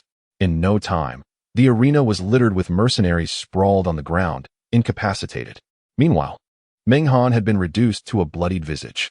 In a moment of weakness, someone from the crowd timidly called out to the island leader, prompting Chijio to pause and glance towards the entrance of the fighting arena. Two figures boldly entered her line of sight. Zhongyu was left speechless, his jaw nearly dropping in disbelief. He had thought Chijio's reckless fighting at the cement factory in Huagua was extreme, yet here she was, overpowering the mercenaries of Death Gate Island. Was she truly just a financial prodigy? Was she merely a hacking genius? Her combat prowess surpassed even that of seasoned mercenaries. She was the epitome of both intellect and strength. As Chi Si Lin slowly spoke, observing the scene on the arena, a sudden pang of sympathy flickered in his eyes. He understood that, true to Chijio's character, she would not act against others unless provoked. The current situation could only indicate that the mercenaries of Deathgate Island had crossed her final threshold, inflicting harm upon her. Realizing her identity had been uncovered, the girl discarded her facade, tearing off the blood-stained silver mask to reveal her exquisite features. Yet, the ferocity etched upon her face lent an unsettling quality to her beauty. Although they had anticipated her identity, seeing Chijio's visage in the flesh left Chi Si Lin and Zhongyu momentarily breathless. "Island leader, save me," Meng Han, regaining consciousness, looked at the figures at the entrance with a face full of pleading. Despite her numerous injuries, she summoned the last remnants of her strength to implore for help. She wished to survive. Qi Silin, I advise you to remain still. In a departure from her usual demeanor, she called out his full name, causing his feet to feel as if weighed down by lead, immobilized in place. He comprehended the gravity of her anger.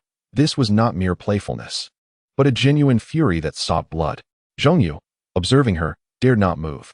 The two stood like statues, watching as she unleashed her wrath. Time seemed to stretch indefinitely, and soon, Meng Han had succumbed to unconsciousness, her body battered and bloodied, a pitiful sight.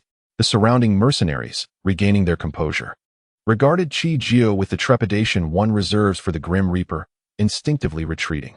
The thought of her violent prowess sent shivers down their spines. This woman was terrifying. They longed to return home to their mothers. As she gazed upon the lifeless form that had long succumbed to unconsciousness, Qi Jiao finally rose and gracefully descended from the arena. Qi, the man, softly uttered her name, though the girl had ceased her actions. He could still perceive the simmering anger within her, unspent. Chapter 56. How infuriating at that moment. Qi Jiao cast a fleeting glance at Qi Silin and Zhongyu without pausing, striding decisively away from the combat hall.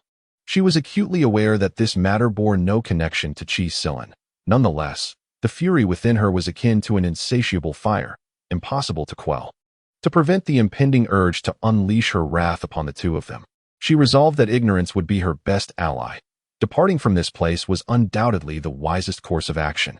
Otherwise, she could not guarantee what action she might take next. Qi Silin observed the retreating silhouette of the girl beneath him, a headache brewing as he rubbed his nose. This is troubling. She is indeed angry. Should I attempt to placate her? Before arriving here, he had gained a rough understanding of the events that had transpired. His gaze fell upon Meng Han, still prostrate on the stage, coldness flickering in his eyes. Island Master, you cannot allow her to act with such disregard on Dead Gate Island, he implored. Meng Han summoned the last vestiges of her strength to voice her thoughts to Qi Silin, but before she could finish, he interrupted her. I have previously stated that you are to enjoy all my privileges. The key to your room was pilfered by you from logistics. Since you have chosen to court danger, do not blame others for the consequences. From this day forth, mercenary Meng Han, you are expelled from Dead Gate Island. As his words settled, Meng Han fell into stunned silence. The surrounding mercenaries were equally taken aback. No, this was not the progression they had anticipated. The Island Master only possesses a photograph. I have risked my life for Dead Gate Island. You cannot treat me in this manner. Yet, the man appeared to be deaf to her pleas, turning his back to the combat hall without a hint of hesitation. As hope dwindled for Meng Han, her anger spurred her into a fit, causing her to spew forth blood before succumbing to unconsciousness once more. The mercenaries nearby dared not utter a word, their eyes filled with pity as they regarded Meng Han. Though they did not comprehend why the Island Master would expel a long-serving mercenary over a mere photograph. Who would dare to accept a mercenary cast out from Dead Gate Island? The prospect of a future seemed bleak in this ruthless domain. What further opportunities could she possibly pursue? On another front, once Zhongyu had exited the combat hall, he cautiously spoke. Brother, while Meng Han has erred, her transgression does not warrant death. The man shot him a sidelong glance. I have not killed her, have I? Zhongyu pressed. What difference is there between expulsion from Dead Gate Island and death? Is there a path to survival beyond it? Seeing Zhongyu's intent to continue, Qi Silin cut him off. Do you believe this is merely a matter of a photograph? When was the last time you saw her pin someone to the ground in a beating? Meng Han must have inadvertently crossed Qi Jiao's threshold. With this revelation, Zhongyu grasped the gravity of the situation and chose to remain silent. Following the footsteps of the person before him, he returned to the office, watching Qi Silin, who immediately began to scour the room for food upon entering. He was taken aback. Brother, are you fleeing for your life? Surely, our Dead Gate Island is not so impoverished. Where are you packing this for? Qi Silin, not lifting her head, was evidently upset and required some coaxing. The implication was clear. All of this belonged to Qi Jiao. Zhongyu retorted, but when I was angry before, I didn't see you trying to console me. One should not be so hypocritical. Before he could contemplate the matter further, he noticed Qi Silin glaring at him. What are you dawdling for? Join in, Zhongyu replied. Well done. I shall remain silent until my lawyer arrives. Returning to her room, Qi Jiao grasped a photograph, her expression vacant, reminiscent of a marionette. Yet the aura of detachment surrounding her had not diminished. Suddenly, a series of knocks resounded against the door. The girl slowly turned her head towards the entrance. And only upon the second knock did she rise from the sofa and approach the door to open it. Chi. Upon opening the door, she was greeted by the sight of Zhong Yu, grinning widely, his suit failing to conceal his mischievous demeanor. Chi, it's you? Before Zhong Yu could finish his sentence, he was abruptly pushed aside by the person next to him. Chi Silin entered, carrying a large platter laden with fruits and candies. The girl's gaze immediately landed on the striking peppermint candy within the assortment. Chi. The man appeared as if he had much to say, but the girl turned around and invited him in. Come in. Zhong Yu stealthily entered the room, opting to sit on the small tatami mat instead of the spacious sofa that could accommodate several people. Observing Zhong Yu, who was a large figure curled up on the mat, Chi seemed much more generous as she settled onto the sofa. An unexpected silence enveloped the air as he gazed at the damaged photograph on the table. After much hesitation, he finally spoke. Chi, the girl in the photograph must hold great significance for you, does she not? Perhaps it was inappropriate to inquire at that moment. Yet he could not pinpoint the crux of the issue. Any attempt to comfort her might merely address the symptoms rather than the root cause. She might simply dismiss his words. As the topic of the photograph arose, Chi's gaze instinctively shifted to the table. Her slender fingers pinched the photo, and a hint of nostalgia flickered in her eyes. Her name was Nan Chu. She was my dear friend and my savior. Upon hearing the words my savior, both Chi Silin and Zhong Yu comprehended the profound importance this girl held for Chi. Zhong Yu, recalling his earlier intention to speak well of Meng Han, clenched his teeth in frustration, wishing he could slap himself twice for nearly committing a grave error. He truly felt wretched. Today, he had almost made a terrible mistake. I watched her die before my eyes, and yet I was powerless to help. At that moment, I didn't even possess the ability to avenge her. As she spoke, a bitter smile tugged at the corners of the girl's mouth. Afterward, I found myself capable and avenged my grievances, yet she would never awaken again. I often ponder, had I possessed the strength then, perhaps her life could have been spared. Chi Silin and the other individual gradually absorbed her words, both sinking into contemplation. In truth, Chi has already achieved remarkable feats at the tender age of adulthood. She stands not only as the representative of Xingyue Wagwo, but also as a myth in the hacking realm. Each of these identities alone would suffice to boast about for a lifetime. The young girl became lost in her memories, and as she regained her senses, she felt a gentle touch atop her head. Raising her gaze, she beheld Chi Silin's tender, smiling visage. You are already quite formidable. You now live unrestrained, and I believe Nanchu in the heavens would take joy in your accomplishments.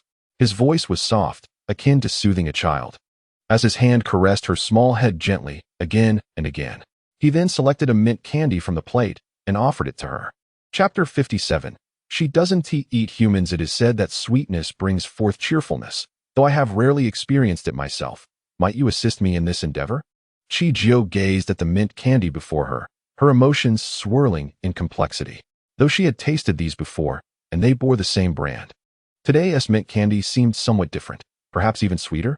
Time slipped away unnoticed as the two departed from Chi's room. From the moment he entered until now, Zhong Yu had not felt at ease. His expression resembled one who had just consumed something distasteful. Perhaps he had never truly understood Chi. He only recognized her prowess and the remarkable achievements she had attained at such a young age, accolades that others could only admire from afar. Yet now it dawned on him that there exists no genius who is merely fed by fate. Talent is accompanied by diligence, and her current success has been forged through adversity. The tale of Chi's fierce confrontation with Meng Han had spread like wildfire across Dead Door Island, with even Chi Silin's expulsion of Meng Han being recounted as an act of wrath for a fair maiden. The narrative shifted dramatically. On this day, as the young girl stepped out of her chamber, she noticed the mercenaries stationed nearby, standing at attention. What is this absurdity? Are you afraid of me? She inquired, striding toward the mercenaries. Having unmasked herself the previous day, she no longer concealed her exquisite features from their view. Yet, curiously, they appeared entirely devoid of the leisure to admire her beauty. They were trembling in fear. After all, they had witnessed her overpowering their comrades on Dead Door Island, who had time to indulge in longing when one's life hung in the balance. Not at all. Not at all. The two mercenaries fervently shook their heads. Such grace and beauty, Combined with your kindness and understanding, you truly embody my dream goddess, she jested. Enough. Chongyu wouldn't flatter you like this. The young girl, somewhat impatient, used her pinky finger to scratch her ear. The mercenary, Chongyu, remarked. What does it have to do with me? I'm leaving. She waved her hand dismissively, watching the girl's retreating figure until it vanished completely. He finally exhaled a sigh of relief when the corridor was empty. Even a brief encounter had left his shoulders feeling sore. Goodness, did you feel that overwhelming aura of menace? I felt as though I might suffocate, one mercenary said, leaning weakly against the wall, while another wiped the sweat from his brow and also breathed a sigh of relief. She is indeed beautiful, more stunning than any woman I have ever seen. But a girl radiating such an aura of danger? Only the island master could possibly handle her. As soon as he spoke, another mercenary burst into laughter. The island master? Are you jesting? That day in the fighting arena, our teacher spoke a single word, and the island master and his second-in-command were rendered immobile, like wooden puppets. If anyone is in control, it's our teacher who has the island master under her thumb. After experiencing the events at the fighting arena, when Shi Jiuyo returned to the training room, she sensed a palpable shift in the gazes of those around her. From their previous lethargy, they now stood tall. From playful banter, they became serious. From smiles, their eyes now brimmed with respect. Is it true? Is she really that terrifying? She doesn't eat people. Do not feel constrained. We can still interact as usual. I am the teacher and will not lay a hand upon you. The girl held the training schedule and glanced at the neatly arranged mercenaries at their computers. As her words concluded, they seemed to have reached a silent agreement, remaining stationary while they began to chant in unison, yes, yes. Their voices resonated so loudly it felt as if the entire corridor could hear them. Clearly, that message has yet to sink in, but I shall not dwell on it. The girl, still holding the training schedule, tapped beside her at Luowen, indicating their upcoming training plan. Take a look at this and inform them that every detail must be attended to with utmost seriousness. Also Luowen, stiffening, nodded vigorously, as if pounding garlic. Yes. Are you afraid of me too? She questioned. Why is everyone so frightened? She clearly does not consume humans. Right? She does not eat people. No. Luowen shook his head vigorously, yet retained his posture. When he accepted the training schedule from the girl, he did so with both hands in a respectful manner. How could one not be afraid? A single word from her left both the island master and his second-in-command frozen in place. How could that not instill fear? The fighting arena? That was not fighting. That was a one-sided massacre. What is Meng Han's influence? Even some of the men are intimidated. They are mercenaries, the pinnacle of combat prowess. And our Dead Door Island boasts the highest success rate for black market missions. As a result, they were beaten by the one playing on the computer. Is this normal? Who would believe such a story if spoken aloud? I asked, who wouldn't be afraid? Chijio. Everyone is terrified to such an extent, yet they claim not to be. Very well, then keep your eyes peeled. The young girl intended to offer further advice, but sensing the commotion nearby and the gazes of the mercenaries present, she opted to turn back. There stood Chi Silin, a smile gracing his lips as he looked at her. Chi, he spoke softly, his voice imbued with warmth.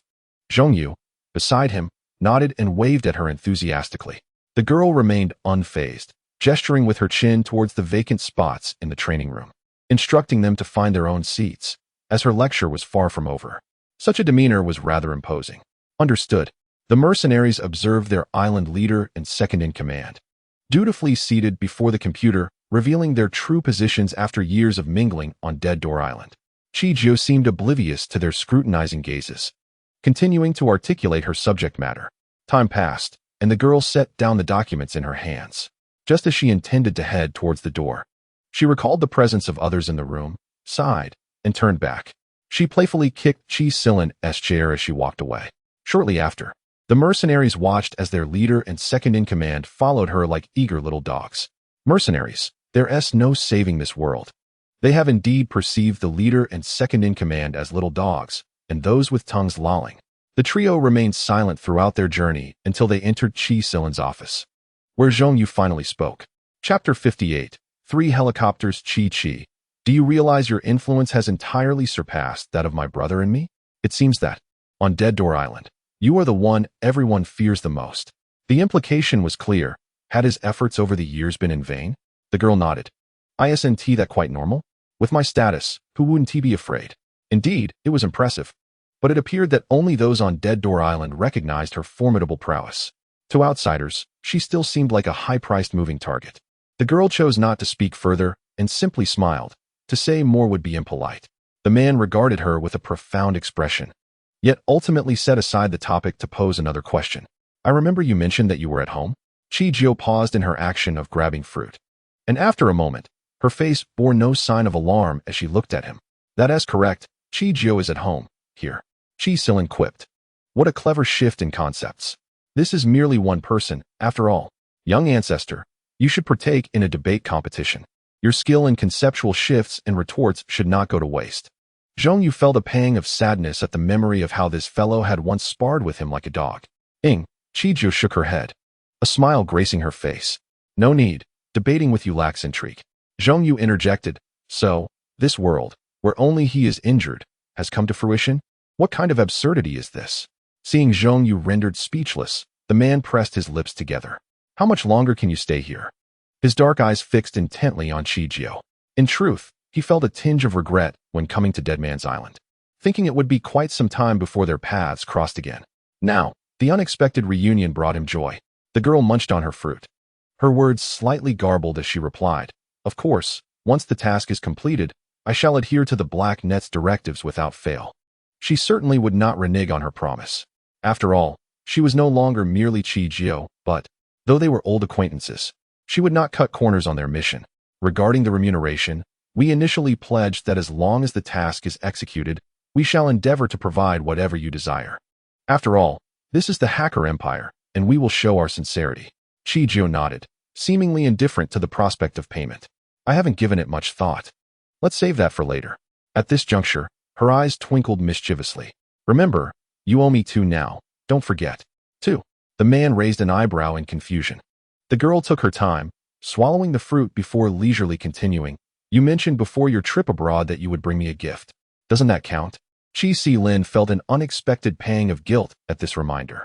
Indeed, he had traveled abroad. What was there to feel guilty about? Zhongyu observed the two engaging in their cryptic exchange, feeling somewhat irked. Was there something he couldn't overhear? Baby's getting feisty. Chi-Chi exclaimed. I told you not to.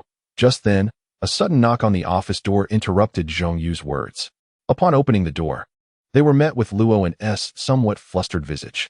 Island Master, 3 unmarked helicopters have unexpectedly appeared on our helipad, yet not a single soul has disembarked. He reported, uncertainty palpable in his tone. What? Zhongyu rushed to Luo and sighed, his eyes wide with alarm. What on earth is this? Where are they from? This is Dead Man's Island. Who dares to land here without prior notice? 3 helicopters, no less. How dare they look down upon us? That's not all, Luo stammered, his hesitation evident. Chi-Jio turned to see him, questioning. And what else? Why are you so hesitant in your speech? Had Chi-Jio not spoken up, Luo might not have even noticed her presence, startled to the core. Moreover, their helicopters have clearly been modified, due to the prolonged inaction of the opposing party. We attempted to resort to intimidation through force. However, we soon discovered that standard ammunition was utterly ineffective, leaving not even a mark. Rarely did a look of frustration cross Luo's face as he shook his head. Upon hearing his words, Chi-Silin and Chongyu also sensed something amiss. The adversary possessed considerable stature. An abrupt silence enveloped the air, broken only by Chi-Jio's calm inquiry. Modified? All 3. Luo hesitated, then nodded in affirmation. Indeed. All were extensively modified, showcasing significant investment. Observing their equipment, it was evident that without substantial backing and prowess, one would struggle immensely. The young lady comprehended. How did they manage to land? Doesn't Dead Door Island have surveillance radar? At this juncture, Luo's expression darkened further. Yes, but they have jammed it. What? Chongyu was utterly bewildered. What kind of entity were they dealing with? If they truly intended to assault Dead Door Island, it would be dire indeed. When did such jamming technology come into existence? Chi-Jio pursed her lips, seemingly grasping the identity of the adversary. Such cutting-edge technology, freshly developed, was scarce.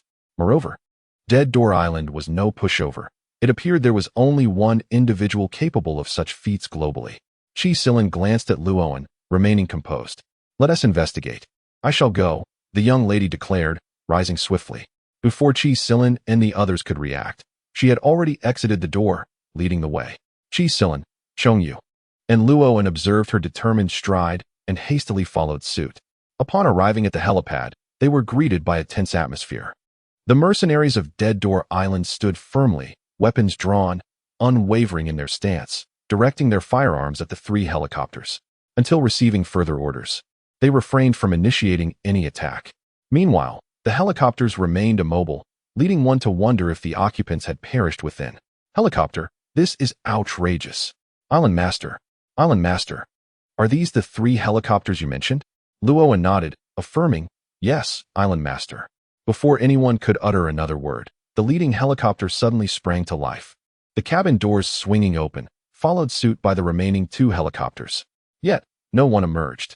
Concurrently, Chi-Jio heard the sound of weapons being loaded around her. She turned to Chi-Silin beside her and urged, tell them to refrain from firing. It's all right. Observing her self-assured demeanor, Chi-Silin instinctively nodded. Although he was yet to comprehend the situation, he chose to place his trust in her. Do not fire. No one is to move without orders. As the words fell, Chi-Jio took a long stride towards the three helicopters. Hey, little ancestor, you're unarmed. Without even a bulletproof vest, don't act recklessly. At this moment, both parties were at a standoff, and even he dared not approach so boldly. Zheng Yu's forehead glistened with perspiration, reflecting his anxiety. In contrast, Chi-Si-Lin, though his eyes betrayed a hint of concern, bit his lip in silence. What a performance. Let's see how long you can keep this charade up. Endure it. And soon enough, your lips will be torn apart. Meanwhile, the girl continued her swift movements, undeterred by the sounds behind her. Her gaze was fixed on the three approaching aircraft, a smile dancing on her lips. Suddenly, a gunshot rang out. The accuracy, however, left much to be desired. Chi-Jio's amusement faded as she observed the bullet holes beneath her, replaced by a smoldering anger and a hint of arrogance. Chi-Chi. The gunfire startled those behind her. The mercenaries from Dead Door Island instinctively aiming their firearms at the helicopters. At a mere command from Chi-Si-Lin, they would charge into action. Aware of the modifications made to the enemy's helicopters, they had also brought upgraded weaponry from the island. Ordinary bullets could not pierce through, but they were determined that their enhanced ammunition would prove effective. Chi-Si-Lin furrowed his brow, his countenance darkening. Before Zhong Yu could react, he sprinted to Chi-Jio's side. Chi-Chi, he uttered gravely, concern and frustration evident in his eyes. The girl let out a cold snort, glancing at his strong hand resting on her arm, offering a reassuring pat. It's fine. Before they could exchange further words, an enraged shout erupted from the lead helicopter. Damn it! Who ordered you to fire? Did I command you to shoot? Are you seeking death? Linda's heart nearly stopped when he witnessed his subordinate firing at the young lady. Just moments ago, he felt as though his heart had ceased to beat. How terrifying. Thankfully, the earlier shot had missed its mark. Otherwise, he would have been left with a mere half-life. The culprit who had fired was scolded into silence, resembling a frightened quail, and the area fell into a tense hush. The girl twisted her foot over the bullet hole on the ground, her expression darkening as she stared at the helicopter before her dark eyes glinting with cold disdain. Still not coming down? Are you waiting for me to invite you? The icy tone sent shivers down the spines of the mercenaries behind her. Yes, that was the very voice they had heard in the fighting arena, shortly before Meng Han was pinned to the ground and subsequently vanished. Utterly chilling. As her words hung in the air, a figure slowly descended from the door of the lead helicopter. He bore a Western visage, sporting gold hair cut to ear length, parted in the middle, and striking blue eyes that caught the light enticingly.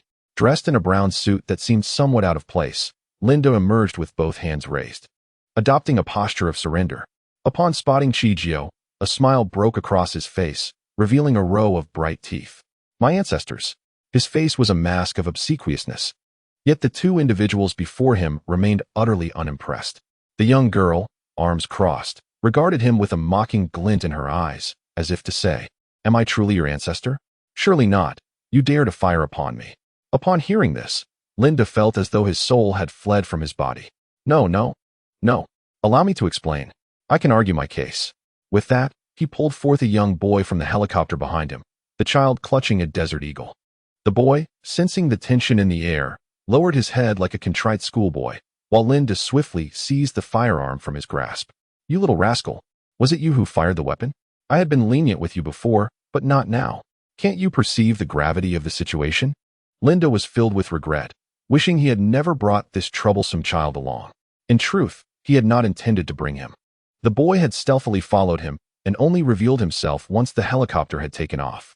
Chi Silin stood protectively before Chi Jio, his long arms extending in a defensive posture, brow furrowed, ready to draw his blade at a moment's notice. He recognized the individuals across from him all too well. Linda, a notorious arms dealer of international repute, though they had only crossed paths occasionally. This was the first time they faced each other under such dire circumstances. It was plausible that these 3 helicopters belonged to him, given his line of work. Meanwhile, the young girl tilted her head, observing the boy beside Linda. "Is he your son?" Linda retorted. "How could that be? I am not that old. How could this wretched child be my offspring? His brown hair contrasts sharply with my golden locks." Linda's temper flared, but upon realizing the absurdity of his denial, his previously assertive demeanor faltered, and he fell silent. "Then where did he come from? Surely you cannot claim he emerged from a rock crevice." Such a miraculous origin seemed more fitting for a character in a famed Chinese novel, perhaps a monkey. Perhaps her gaze was too direct. For the boy glanced up at her, fear etched on his features, tightening his grip on Linda's clothing, too intimidated to meet her eyes. As for the boy, Linda appeared somewhat embarrassed. "I found him in a slum. I raised him for a time until he resembled a human being." The young boy interjected, "Oh, splendid. So this is how you choose to advertise me. Was I not a human before? You little scamp. What do you mean by that? I was just fine before." The boy instinctively retorted. "Just fine? You look like a zombie reincarnated. Had it not been for me, you would have starved long ago, skin and bones. I tell you, you wouldn't have earned a penny selling yourself." "Enough." Chi Jio, visibly irritated, glared at the 2 bickering individuals before her, exuding impatience. "Regardless of your reasons for being here, adhere to the rules of Dead Door Island." As she spoke, the young girl waved her hand at Juan behind her. "Disarm them." When she first arrived, she had disarmed herself, leaving even her knives behind. How could this fellow still be thinking of bringing modified weapons? Impossible. Absolutely inconceivable. Upon hearing the order to disarm, Lin's face reflected a hint of reluctance. This was Dead Gate Island. If something were to happen, how could they survive without weapons? It was a land rife with man-eaters. Isn't it ironic? Now you're afraid? Before we arrived, weren't you quite arrogant? She continued, "Rest assured. I won't let anything happen to you. Disarm."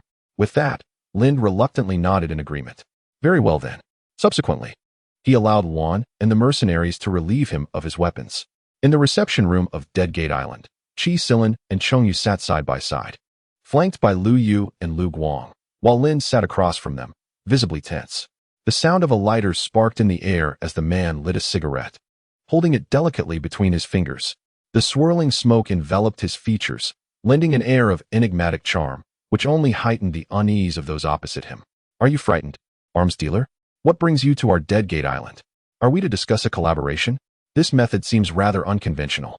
However, it appears we are not particularly fond of such approaches here." With Chi Jio absent, the man maintained a formal demeanor, devoid of any semblance of camaraderie.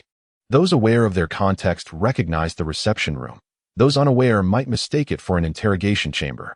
Clearing his throat, Lind comprehended the nature of the individuals before him and forced a professional smile. "I am here to find someone and to test some new equipment." He paused, then abruptly shook his head. "However, I harbor no intentions of provoking Dead Gate Island. I merely miscalculated my flight path and had to make an emergency landing here." He refrained from voicing the latter, for it was far too embarrassing. If his subordinates heard that, they would surely laugh uproariously. He had thought his piloting skills were impeccable and had dismissed the designated pilot, only to find himself in this predicament. Moreover, even if he had 8 lives, he wouldn't dare to provoke Dead Gate Island. Wealth is one thing. Preserving one's life is the true skill. Looking for someone. Who might that be? Cheng Yu seized upon the crux of the matter, his tone less severe than Chi Silin's, though the seriousness in his eyes remained unyielding. They were on Dead Gate Island, and the arrival of 3 aircraft posed a significant threat. They were fortunate today to encounter this individual. Had they met a rival, the situation could have turned dire. Her. Lind pointed toward the door. It was then that they noticed, at some point, Chi Jio had appeared at the entrance, arms crossed, leaning against the doorframe, observing them. "What do you want?" The young girl boldly sat down beside Chi Silin, perhaps feeling a bit cramped, nudging the person next to her, silently implying for them to shift over a bit. The man, without raising his head, understood the implication and directly lifted the heavy burden, moving it to the back before returning to his seat. What does this mean? Does my brother matter less than a woman? Chong Yu pondered, feeling a pang of sorrow. How could the esteemed second-in-command stand idly by? Liu Yu observed Chong Yu's suppressed fury, silently acknowledging his potential. I wish to see you. Yet I have been unable to trace your whereabouts. I heard that the Matrix has assigned you a mission, which is why I ventured to this vicinity. Hoping to make a descent, Lin's voice dwindled, and the towering figure of a man appeared as timid as a chick in the presence of Chijio. His long legs were tightly pressed together, and his hands rested on his knees like an elementary school student. At this juncture, Chijio sensed something amiss. Where's the pilot? Did you fly in personally? Yes, Lin replied. So, you ended up in the wrong place? Forced to land? Yes, he confirmed. Chi Si Lin. Chong Yu, what the hell do you mean you flew in yourself? Are you out of your mind? Do you not comprehend your own capabilities? As she spoke, the girl hurled a tissue from the table towards him, exasperated. That equipment was a first-time trial. If it had truly failed, you would have already been shot down by Dead Door Island. I would have to dive into the sea to retrieve you. What do you mean? So, you're not concerned for my life, but rather that you don't want to go into the water to fetch me? Is that it? So your scolding is merely out of inconvenience? Lin's eyes widened in disbelief. The girl shrugged. What else could it be? Well done, Lin exclaimed. Now that the situation had unfolded, there was no more to discuss. Chijio tugged at the sleeve of the person beside her, for this predicament was Lin's fault, and he had come seeking her. As the mercenaries observed their island master's mood improving, one spoke up. So, let's discuss it. Was there any issue with that equipment on its first use? I could potentially enhance it. At this, not only did Chong Yu turn to look at her, but even Chi Si Lin could not help but glance her way. Enhance. You developed the radar evading equipment? Indeed, the girl nodded, not denying it. The astonishment and incredulity mingled in Chi Si Lin's dark eyes as he beheld her, feeling as if he had truly encountered an extraordinary young woman who stirred his heart repeatedly. Time slipped by, and the atmosphere in the reception room shifted from a tense stillness to a more relaxed ambience. Once everything was clarified, Chijio realized that she was still gripping Chi Si Lin's sleeve, and throughout this exchange, he seemed not to have the intention of shaking her off, even subtly shifting his arm towards her. It was as if he feared she might lose her grip. Understanding this, a smile crept upon her lips. The heavy feather of omniscience. Is this the rumored ambiguity? It seems he perceives pink bubbles surrounding the two individuals. Chijio gazes at Lin, reminiscent of an elder observing his grandchild. Nevertheless, you have certainly instilled considerable panic in the Dead Door Island today. Thus, a token of gratitude, perhaps? Lin is momentarily taken aback by this sudden shift in topic, stammering somewhat. A token of gratitude? For what? An unsettling premonition washes over him. A nagging sense of impending loss. You deal in arms. What do you mean by a token of gratitude? Lin, damn, my fortune is at stake. So, the loss pertains to my fortune. Once they departed the reception room, Lin was temporarily accommodated in a chamber. As Chijio prepared to leave, she felt someone tugging at her sleeve. Looking down, she found Chi Silin's handsome face, his distinctly jointed fingers firmly grasping her garment. She raised her arm and gently shook it, yet the man's grip remained steadfast, contrasting their earlier interaction. Heavy feather. What has he witnessed? What has his titanium alloy eyes discerned? Is his brother acting coy and not letting go? Chijio seemed to realize as well. Are you being coy? Chapter 61. Zhou Luyun. Liu Guang. Bystanders. What is happening? Upon uttering those words, Chi Silin felt the intensity of the gazes upon him intensify, multiplied by the sheer number of observers. Chi Silin, what's the matter? If women can act coy, why can't men? What's wrong? The young lady patiently resumed her seat, akin to soothing a child, drawing the fruit platter closer, ensuring he could reach it. The man remained silent, casting a glance at Heavy Feather.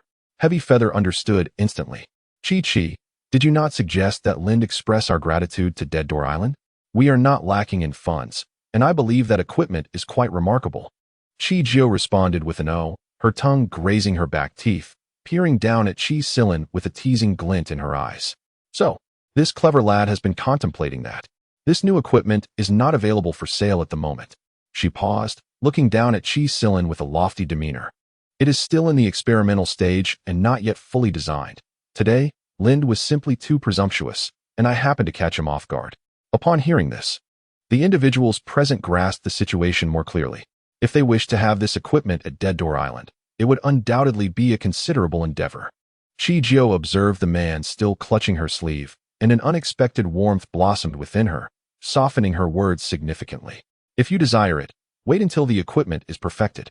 Watching as Heavy Feather and the nearby mercenary's eyes sparkled anew, he thought, did you not say it is not for sale at the moment? Such equipment, he believed, would be sought after not just by Dead Door Island, but by any faction wishing to acquire it. Hearing such a response from the young lady, their hearts sank. However, now they say they can give it to him, and to claim they are not excited would be disingenuous. Chi Jilin's face brought a smile to Chi-Jio, who, for reasons unknown, suddenly reached out and gently brushed her finger against his chin. The soft caress seemed to savor the stubble he had yet to shave. It felt almost playful, yet there was an unspoken understanding that it was neither for sale nor could it be given away. The surprise arrived so abruptly that Chong Yu and the others were momentarily taken aback. By the time they regained their composure, each silently celebrated in their hearts. This unique device, unlike any other in the world, would soon belong to the Dead Door Island. They would have the opportunity to flaunt it to all. Onlookers would exclaim, would you care to perish? You have a case of pink eye? Only Chi Jilin remained seated on the sofa, his gaze lowered, lost in thought. His long, slender fingers brushed the spot where Chi-Jio had just touched, lingering on the sensation, warm and gentle. The movement was almost tender. His dark eyes resembled a pebble dropped into a tranquil spring, stirring emotions within. Brother? Chong Yu called out to the man still seated on the sofa. Unable to restrain himself. Why are you gazing down? You haven't spoken a word. This is a fortuitous event. What troubles you? When Chi Jilin finally raised his eyes, the ripples of emotion had vanished without a trace. You appear remarkably composed, Chong Yu remarked, perplexed. This is unusual. This equipment is coveted by the entire world. Even someone as stoic as Lu Yu managed to smile. How can you remain so unresponsive? The man cleared his throat, secretly pleased. Others nearby remarked.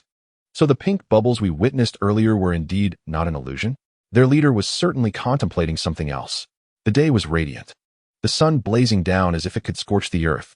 Chi-Jio donned a military green training suit, a dark green sun hat perched atop her head, and oversized sunglasses shielding her striking features. In this attire, she exuded an air of confidence. She observed a somewhat slender figure on the training ground and nodded in recognition. Is this the purpose of your retrieval? Not far off, the boy who had aimed a desert eagle at her was now drenched in sweat, tirelessly sprinting. Despite being soaked as if he had just emerged from a bath, his pace never faltered. Surrounding him were other mercenaries from Dead Door Island. Although he could not match their speed, his stamina far surpassed that of his peers. Well done, isn't it? Lind grinned broadly, nudging the girl playfully with his shoulder, eager to appease her. I hope she forgets the previous incidents upon witnessing this boy's talents.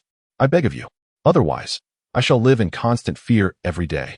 Yet, the girl's eyes betrayed little astonishment. Her delicate lips pursed slightly, revealing her disdain for his emaciated form, a sign of malnutrition. Lind felt a sense of helplessness upon hearing her tone. I took him in, he reflected. But you cannot fathom the state he was in when I found him in the slums. He was exceedingly thin, his ribs visible, resembling a mere pole on the roadside. He paused momentarily. However, it seems this lad has potential. He possesses commendable stamina and agility, which is why I decided to take him under my wing. Perhaps it is a stroke of luck for him. As the conversation meandered, Chi-Jio heard him mention fatigue and finally spoke. The slums? Which slums? Lind lowered his gaze. Pondering, I believe it was the one in Lofiel, where I went for a business collaboration. And his parents? Upon hearing Lofiel, the girl's expression subtly shifted. Though she could not articulate the change, her brows furrowed slightly, suggesting a negative impression of the place. They are deceased, Lind replied. A rare flicker of compassion gracing his features as he observed the small boy nearby, who had yet to cease his activity. He sighed. What a fate this child bears. Having lost both parents at such a tender age, looking as frail as a chick. Dead. The girl turned to Lind. Her eyes, concealed beneath sunglasses, reflected curiosity. The boy appeared no older than 14 or 15. Having lost both parents in Lofiel, how had he managed to survive? Lofiel was no ordinary slum. Without certain skills, survival was nearly impossible. Most children there relied on their parents as a refuge, enabling them to endure. This boy, at 14 or 15, has only just begun to resemble a human after being cared for. What talents could he have had prior? Lind confessed he too had pondered this question. Yet the boy had stammered and refrained from answering, prompting Lind to drop the matter. He scratched his head, feeling somewhat embarrassed. Chiju remarked, "You dare keep such a mysterious individual by your side? Aren't you concerned that one day it might cost you your life?" Chapter 62. The Lofiel Slum. Lind smiled, noting that surviving in the slums was a testament to one's abilities. However, if he had truly possessed significant skills, Lind mused, he would not have appeared on the brink of starvation when Lind first encountered him. "I invested considerable effort to save him," he added. The girl bit her lip, glancing at the small figure that was gradually coming to a halt. She nodded in agreement, acknowledging the truth in his words. Having skills is one thing. The extent of those skills is another matter entirely. This boy was indeed reminiscent of his marksmanship, entirely unreliable. "By the way, what is his name? I cannot keep calling him Little Chick, can I?" Lind replied, "His name is Joel." "Quite pleasant, I assent it." The boy interjected, "Who calls him Little Chick? He is certainly not a chick. He is remarkably strong. Not at all like a chick." The young girl nodded in understanding, deliberately disregarding the subsequent question. She retrieved her phone from her pocket, her fingers dancing across the screen with a rapid flurry. After a brief moment, she put the device away and beckoned to a small boy in the distance. "Come here, Joel."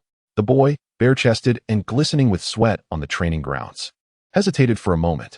Though fear flickered in his eyes upon meeting Chiojio's gaze, he remained silent, encouraged by Lind's presence, and ambled slowly towards her. The girl shot a sidelong glance at Lind. "Are you certain you wish to keep him by your side? Are you resolute in nurturing him? He hasn't even reached me yet. If you wish to reconsider, now would be the time."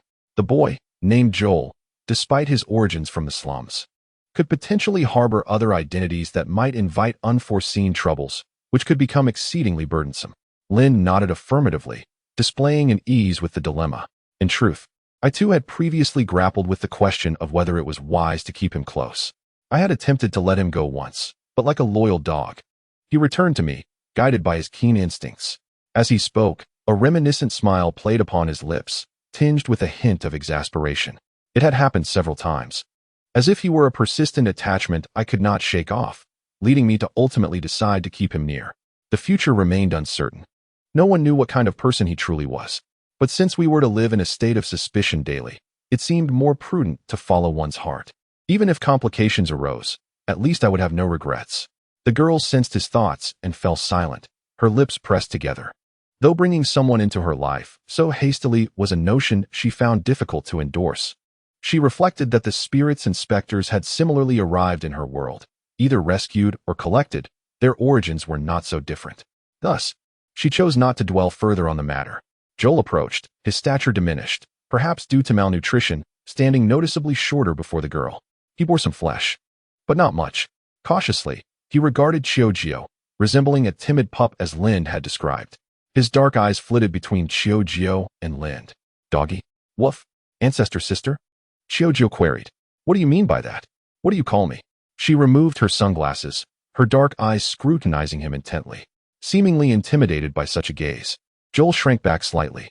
"Lind called you ancestor, and you don't appear much older than I am, so I thought sister would suffice. Am I mistaken?"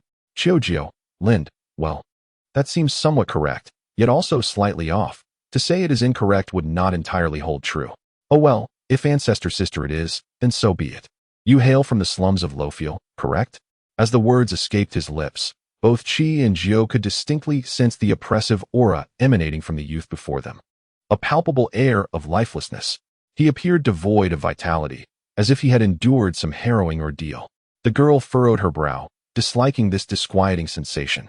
Indeed, the young chick's voice was faint and scarcely audible, yet they were all aware that he had just spoken, failing to refute it. In truth, Chi and Jio had further inquiries to pose, but upon observing Joel's current emotional state, they ultimately chose to forego them. It was not the appropriate moment to delve into such matters, lest they evoke adverse reactions. Lowen. A call rang out, and Lowen, who was performing on the parallel bars, executed a flawless dismount. With long strides, he rushed over. "Teacher," he panted, his breath slightly labored, his shirt inexplicably removed, revealing his robust physique. His sun-kissed skin radiated health and a potent aura of vitality. "Today, this little chick will train alongside you. Whatever you do, he shall follow suit. You need not concern yourself with him, merely take on the role of a leader. His well-being is not your responsibility." The little chick, Joel, he has a name. You know. Moreover, what do you mean I shouldn't care about his well-being? How can one utter such cold words with a mouth at 37 degrees? At this, Lowen was taken aback, instinctively turning to gaze at Joel, whose physique contrasted starkly with his own, a look of bewilderment in his eyes. Teacher, are you sure? Isn't this dangerous? She nodded, casting a glance at Joel. Rest assured, he is no fool. Should he reach his physical limits, he will cease. Joel observed as the tall and short figures gradually departed. Lin didn't utter a word, yet he felt a sudden kick at his rear. How audacious! Who possesses such gall? Before he could finish his sentence, he turned to see the girl's disdainful expression. You too. You don't even know a modicum of self-defense. And if trouble arises, it will be you who perishes first. Lin retorted, Isn't it possible to hire someone for that? Why learn self-defense? Your life should be in your own hands. Unless absolutely necessary, relying on others is the mark of a fool, she remarked, seemingly able to read his thoughts with an impassive demeanor. Lin knew he should not hesitate in this place. While devising training plans for Lin and Joel, the original curriculum of Deathgate Island was not neglected, and compared to their initial performance, they had achieved a qualitative leap. Chi, you are truly my goddess. From now on, you shall be the esteemed guest of Deathgate Island. We shall revere you. Zhongyu, clutching documents, gazed at the soaring statistics, a smile nearly splitting his face.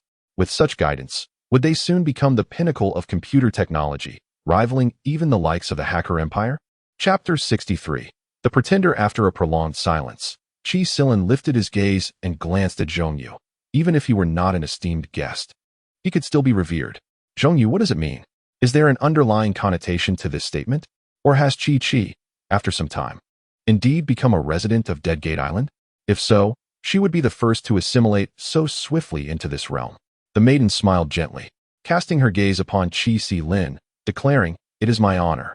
As those 4 words escaped her lips, Chi Silin paused mid-signature, lifting his gaze to meet Chi Jiu's eyes, which seemed to hold a profound depth, as if one could easily become ensnared within them. Simultaneously, a smile crept upon his lips. He noticed that the young woman before him radiated an even more dazzling brilliance, her unwavering gaze seemingly intent on etching her image into his memory. Chi, I recall you expressing a desire to attend university. With the college entrance examination approaching rapidly, are you not anxious? Zhongyu pondered this question, suddenly struck by the thought. Having spent considerable time with her, he had only witnessed her remarkable prowess and had forgotten that she was still a student, merely just having reached adulthood. Although her current status could sustain her for a lifetime, experiencing the vibrancy of campus life could prove to be equally enriching. Not anxious at all, Zhongyu replied, sitting up straighter. However, with the imminent examination just a few weeks away, I have yet to observe you studying. Are you truly prepared? Without a doubt. Chi was intelligent, yet after such an extended period without books or lessons, could she truly manage? They say the mind rusts when left idle. He had once dismissed this notion, but now found it to be all too true. College entrance examination? I never said I would participate, the young woman retorted, not lifting her head, continuing to organize the training plans on the table, seemingly intent on delineating her forthcoming agenda. What? Zhongyu was taken aback, his curly hair bouncing slightly as he stared wide-eyed at Chijiu.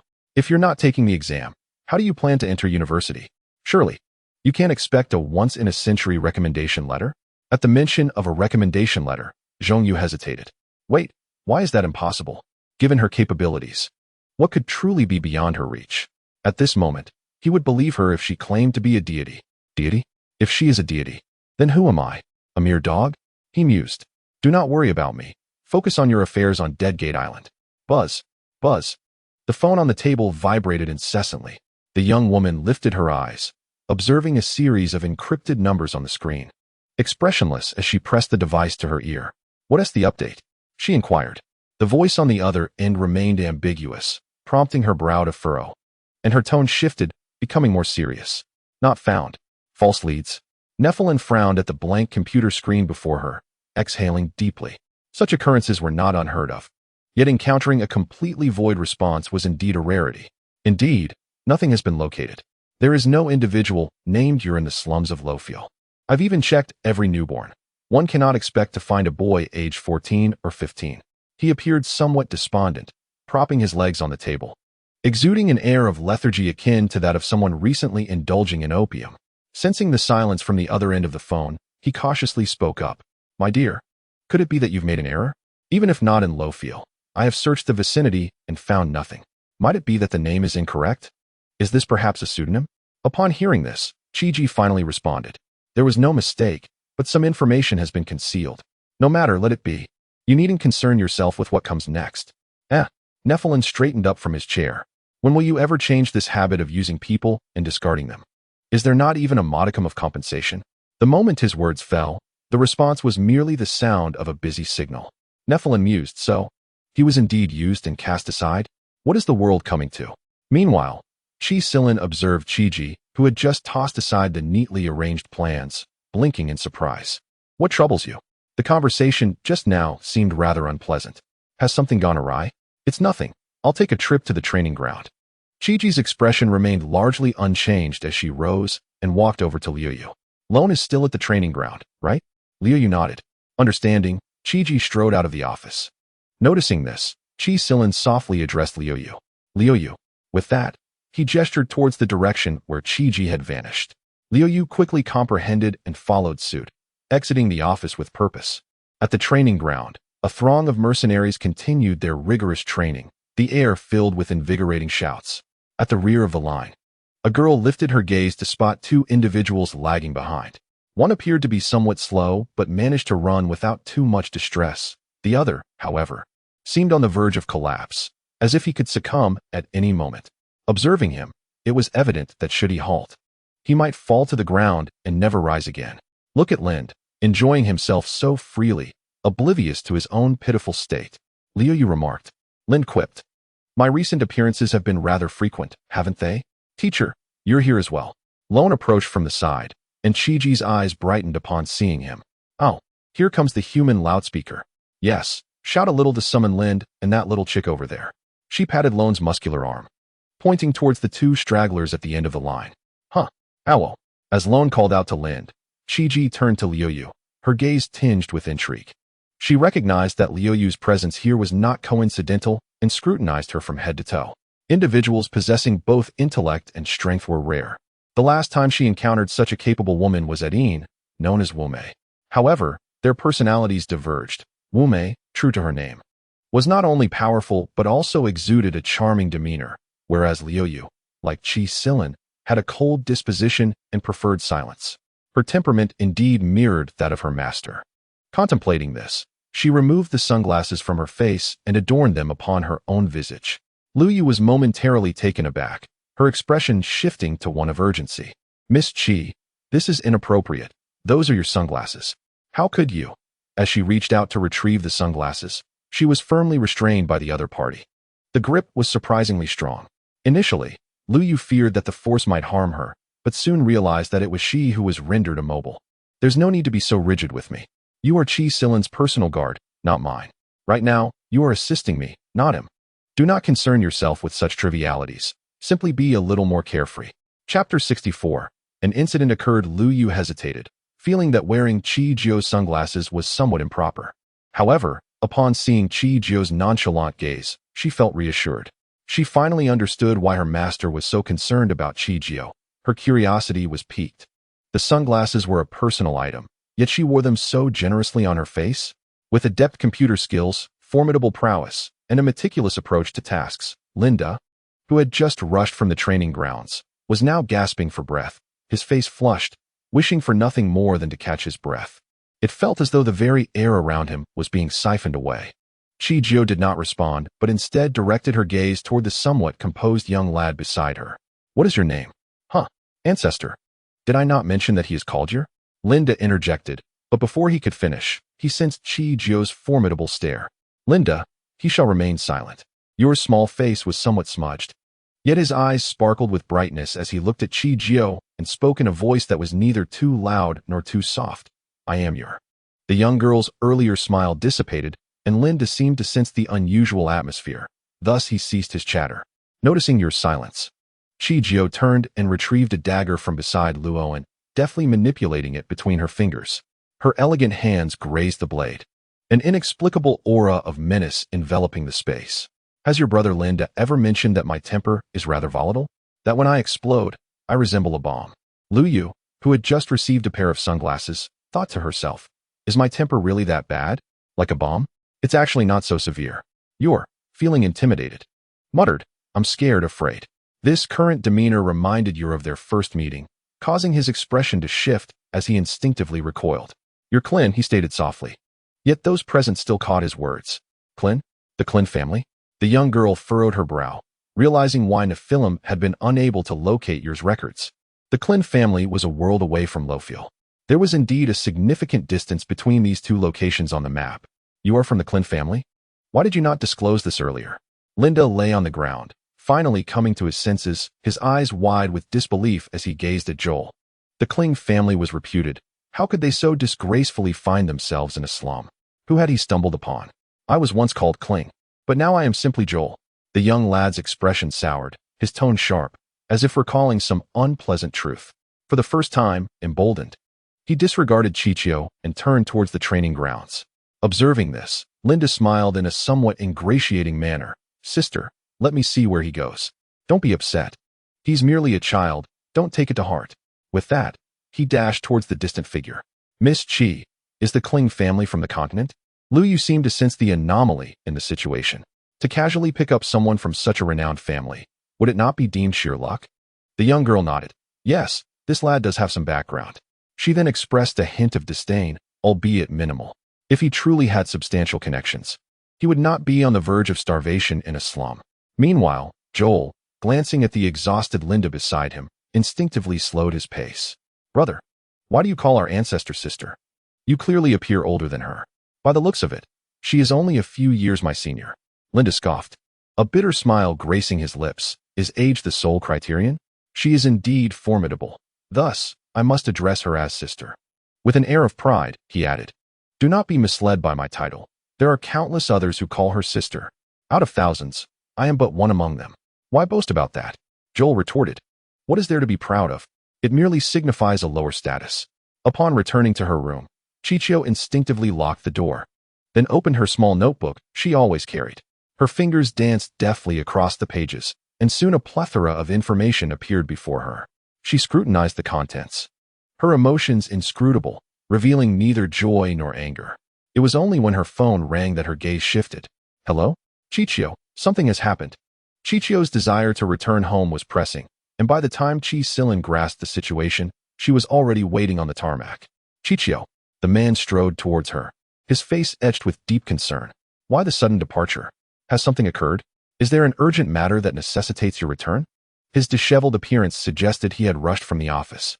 Having just arrived, Chongyu was still catching his breath when he inquired, Chichio, what's wrong? I heard you were leaving so abruptly? The young girl nodded, lifting her gaze slightly to meet his. I have a pressing matter. I must return unexpectedly. As she spoke, she reached out, gently caressing Chi Silin's cheek, reminiscent of a parent reassuring a child. During my absence, keep a vigilant eye on them. The training progress must not lag. I have already devised a plan in advance.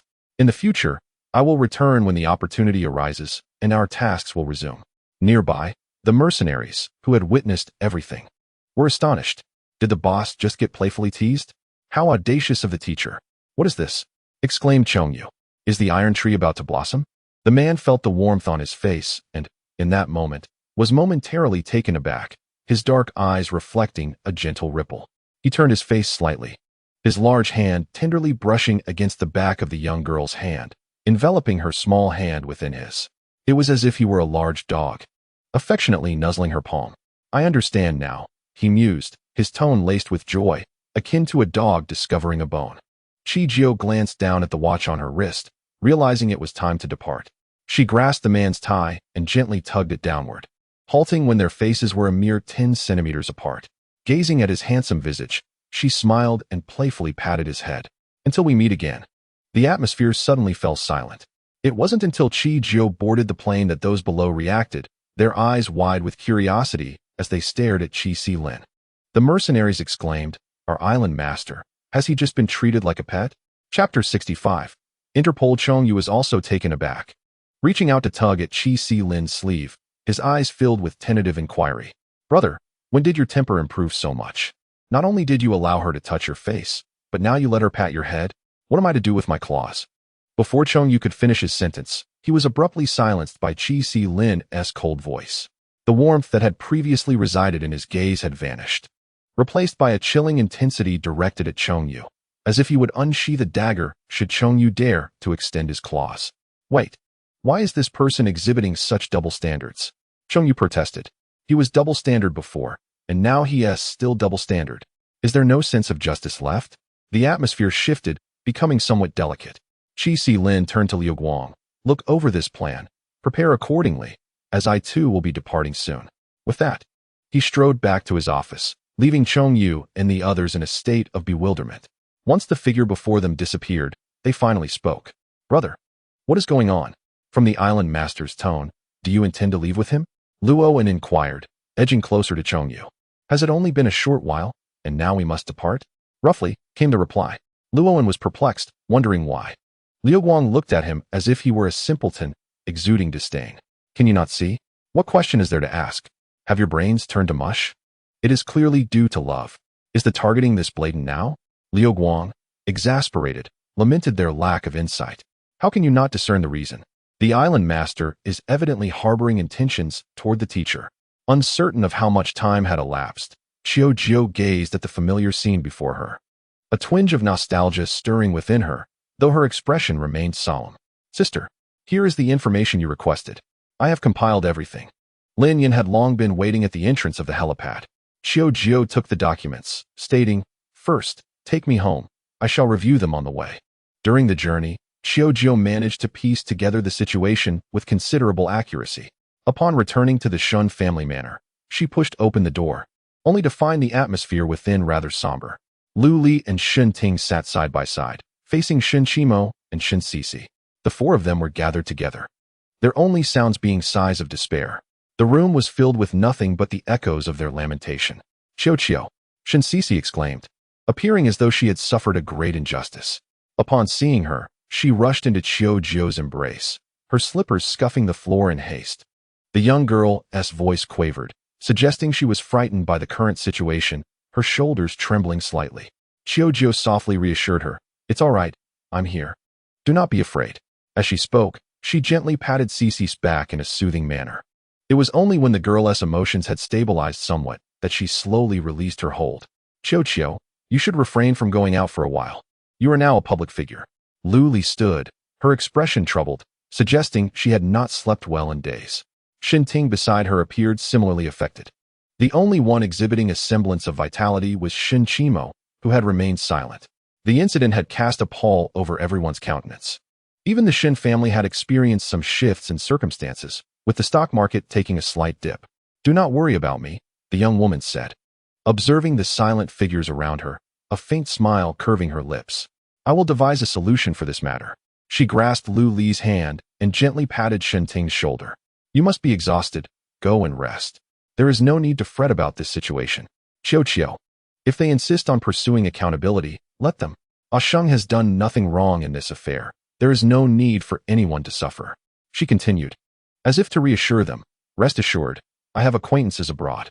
Sheng is blameless. He need not bear the burden of this incident. After an indeterminate amount of time, Qiu Jiu glanced at the now peacefully sleeping Shen Sisi and quietly stepped out of the room, ensuring to close the door gently behind her. At the entrance, a tall figure had been waiting patiently. Qimo, to the study. Upon entering the study, Shen Qimo finally allowed the weariness and concern etched upon his face to surface. He no longer regarded the person before him as a mere junior. In the living room just moments before, he had refrained from displaying any signs of weakness. After all, he was now the pillar of the Shen family, and should he falter, the others would surely follow suit in their anxiety. Qiu Qiu, if you can resolve this matter, I would be most grateful. The individual in question is a compatriot, with minimal interactions with the organization, although they could exchange a few words. The reality of the situation prompted him to shake his head, a hint of frustration etched on his face. Should they reach a certain threshold, the organization could exert military pressure on the nation, yet such a course of action would be a last resort. Preferable would be a well-considered solution. Rest assured. Leave it to me. Qiu Jiu settled onto the sofa in the study, caressing the still warm teacup with a smile. Tell me, what is the matter with Sheng? especially the details. The following day, the sky was shrouded in dark clouds, seemingly on the brink of unleashing a torrential downpour. A young woman stood at the entrance of the municipal police station, disguised to evade media attention, donning sunglasses and a cap. Little ancestor, what brings you here? Are you aware that you are now a public figure? Your connection to the individual inside is quite sensitive. Aren't you afraid of gossip? Lin Chuan, who had been resting in the lounge with a cup of tea, rushed over upon recognizing the person at the door, his heart racing in alarm. It's fine. I have nothing to fear when my conduct is upright. If the media were to catch sight of me, they could only report on it. I have nothing to lose. With that, she took a step forward, intending to enter. However, as her left foot crossed the threshold, Lin Chuan extended his arm to block her path. Your relationship with him is complex. You should be cautious. Observing Lin Chuan's concerned expression, Xiaojio cleared her throat. I am no longer Miss Shun from the Shin family. I am an Interpol agent here to resolve this case. Is that satisfactory? She smiled radiantly. And before Lin Chuan could regain his composure, she strode confidently inside, leaving him bewildered by her assertion. Interpol. He hastily fished out his phone. Xiao Lu. Find out who is currently handling the case involving Shen Zixing. On the other end, a rapid clattering of keys followed, and shortly after, a response came through. Captain Lin. This case has just been transferred. Given the individuals involved, it is now classified as an international matter, currently under Interpol's jurisdiction, assigned to a person codenamed 9. Chapter 66, 9? Lin Chuan ended the call, deep in thought about Xiaojio's earlier demeanor as he made his way to the interrogation room. If Su Feng was handling the case, then 9 must indeed refer to Xiaojio. The young woman observed the worn figures within the interrogation room, her hand grasping the doorknob when she felt a tug at the hem of her clothing. Turning around, she found Lin Chuan's astonished expression awaiting her. Codename 9. The unexpected remark left her momentarily speechless. Realizing he must have investigated, she nodded in acknowledgement. Yes, that's me. With her confirmation, Lin Chuan relaxed his grip, his eyes wide as he watched her enter. As she took her seat inside, his mind began to process the implications. 9. Interpol. Wasn't it said that we were assisting Su Feng? How has one now become an Interpol agent? What was the intent behind the earlier concealment of identity? Was there a fear that the police would pin the blame on her? Qijiu, you've hit the nail on the head. Lin Chuan.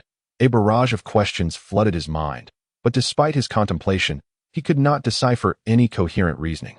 In the interrogation room, Qijiu observed the noticeably haggard Shen Zixing, furrowing her brow.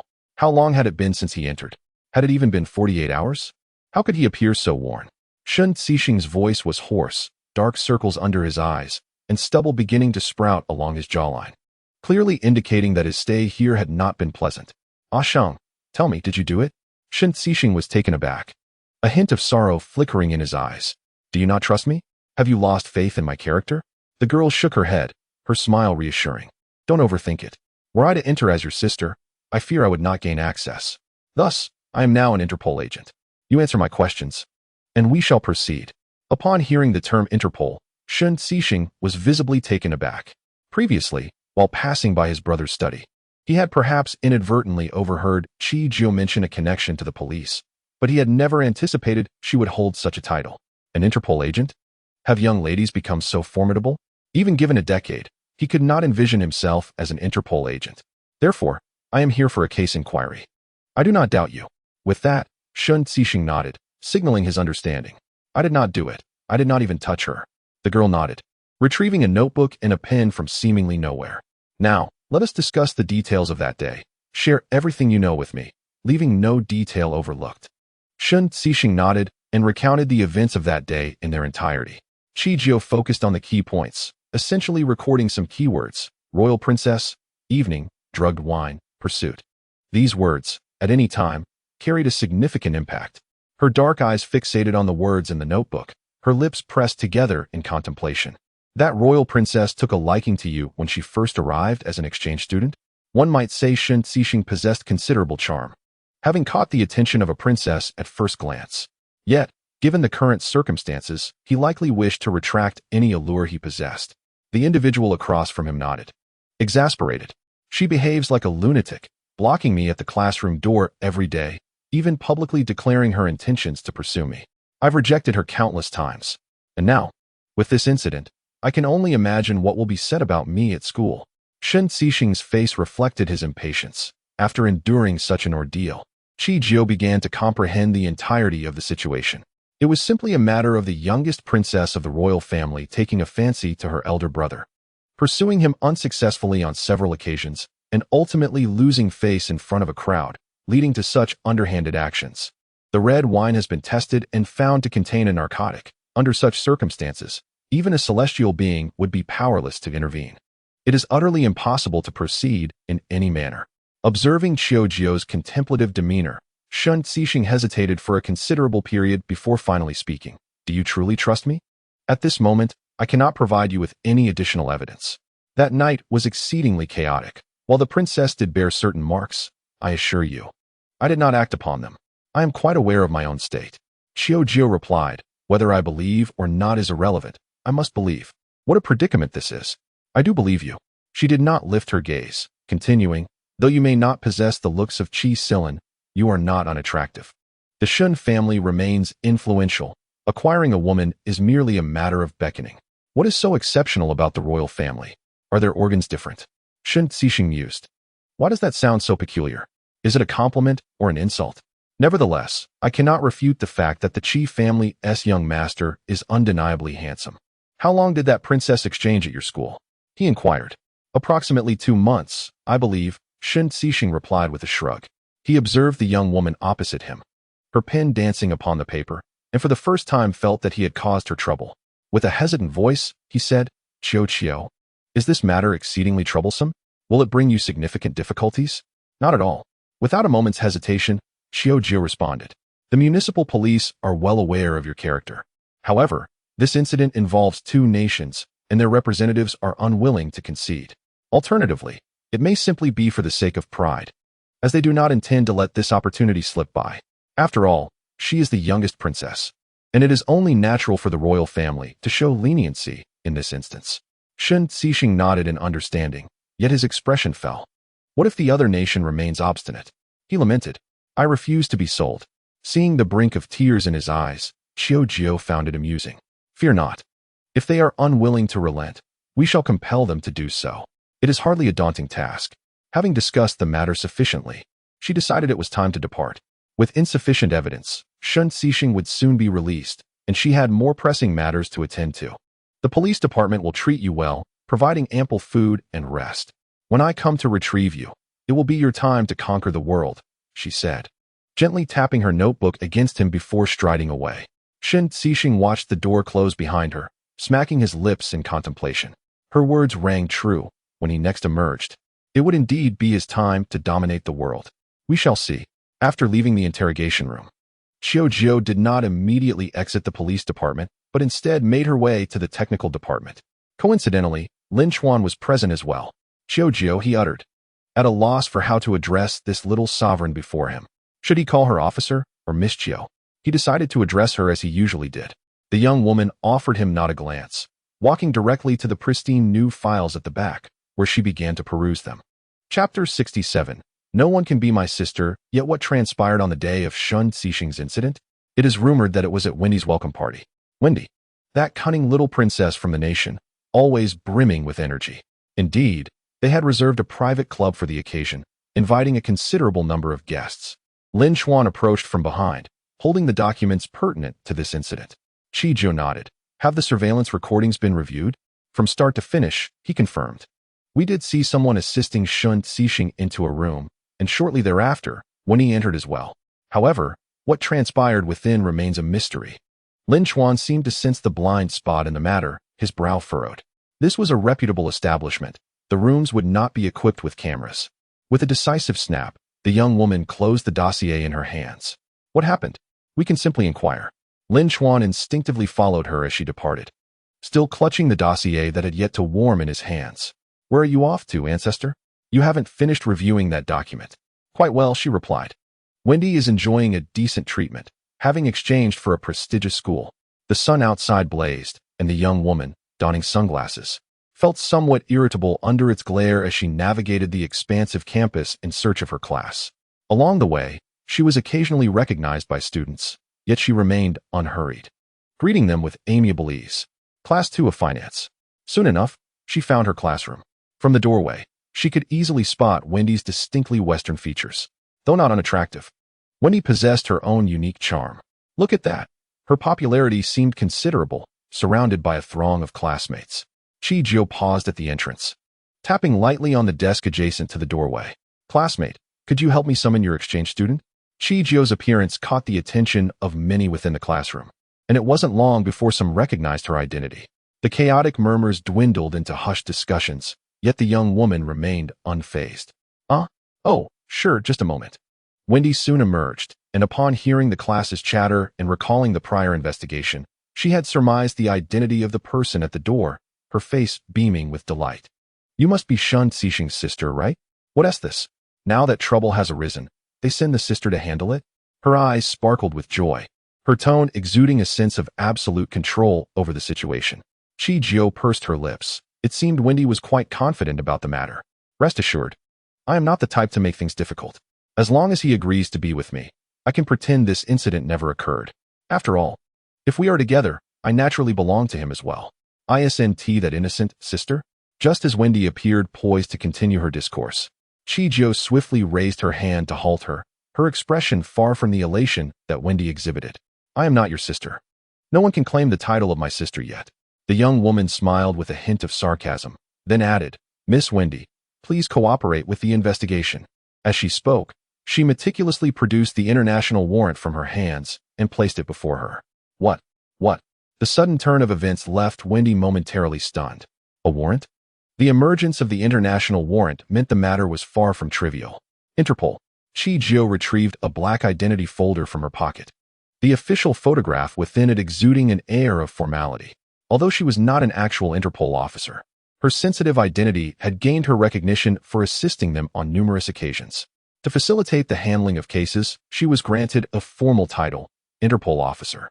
Wendy's expression soured as she gazed at the badge before her. The presence of Interpol here could only mean one thing. Aside from the events of that day, had they found another breakthrough? Yet, the incident from that day was indeed. Miss Wendy, cooperate with the investigation. We require evidence. I need you to present it. I trust you understand the gravity of speaking carelessly. Chi-Jio remained unwavering. Wendy, sensing the gravity of the situation, realized she had no choice but to comply and stepped out the door. Just as she crossed the threshold, she noticed the area around her class was already surrounded by individuals clad in black tactical gear. Clearly, the Interpol officers accompanying Chi-Jio. The display suggested that they were well prepared.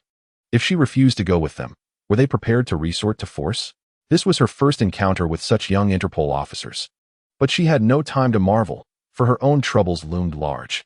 The girl smiled, holding the warrant firmly. There was no escaping now. Wendy exclaimed, Fine, let us see how this unfolds. If nothing comes of this, I will still expect you to call me sister.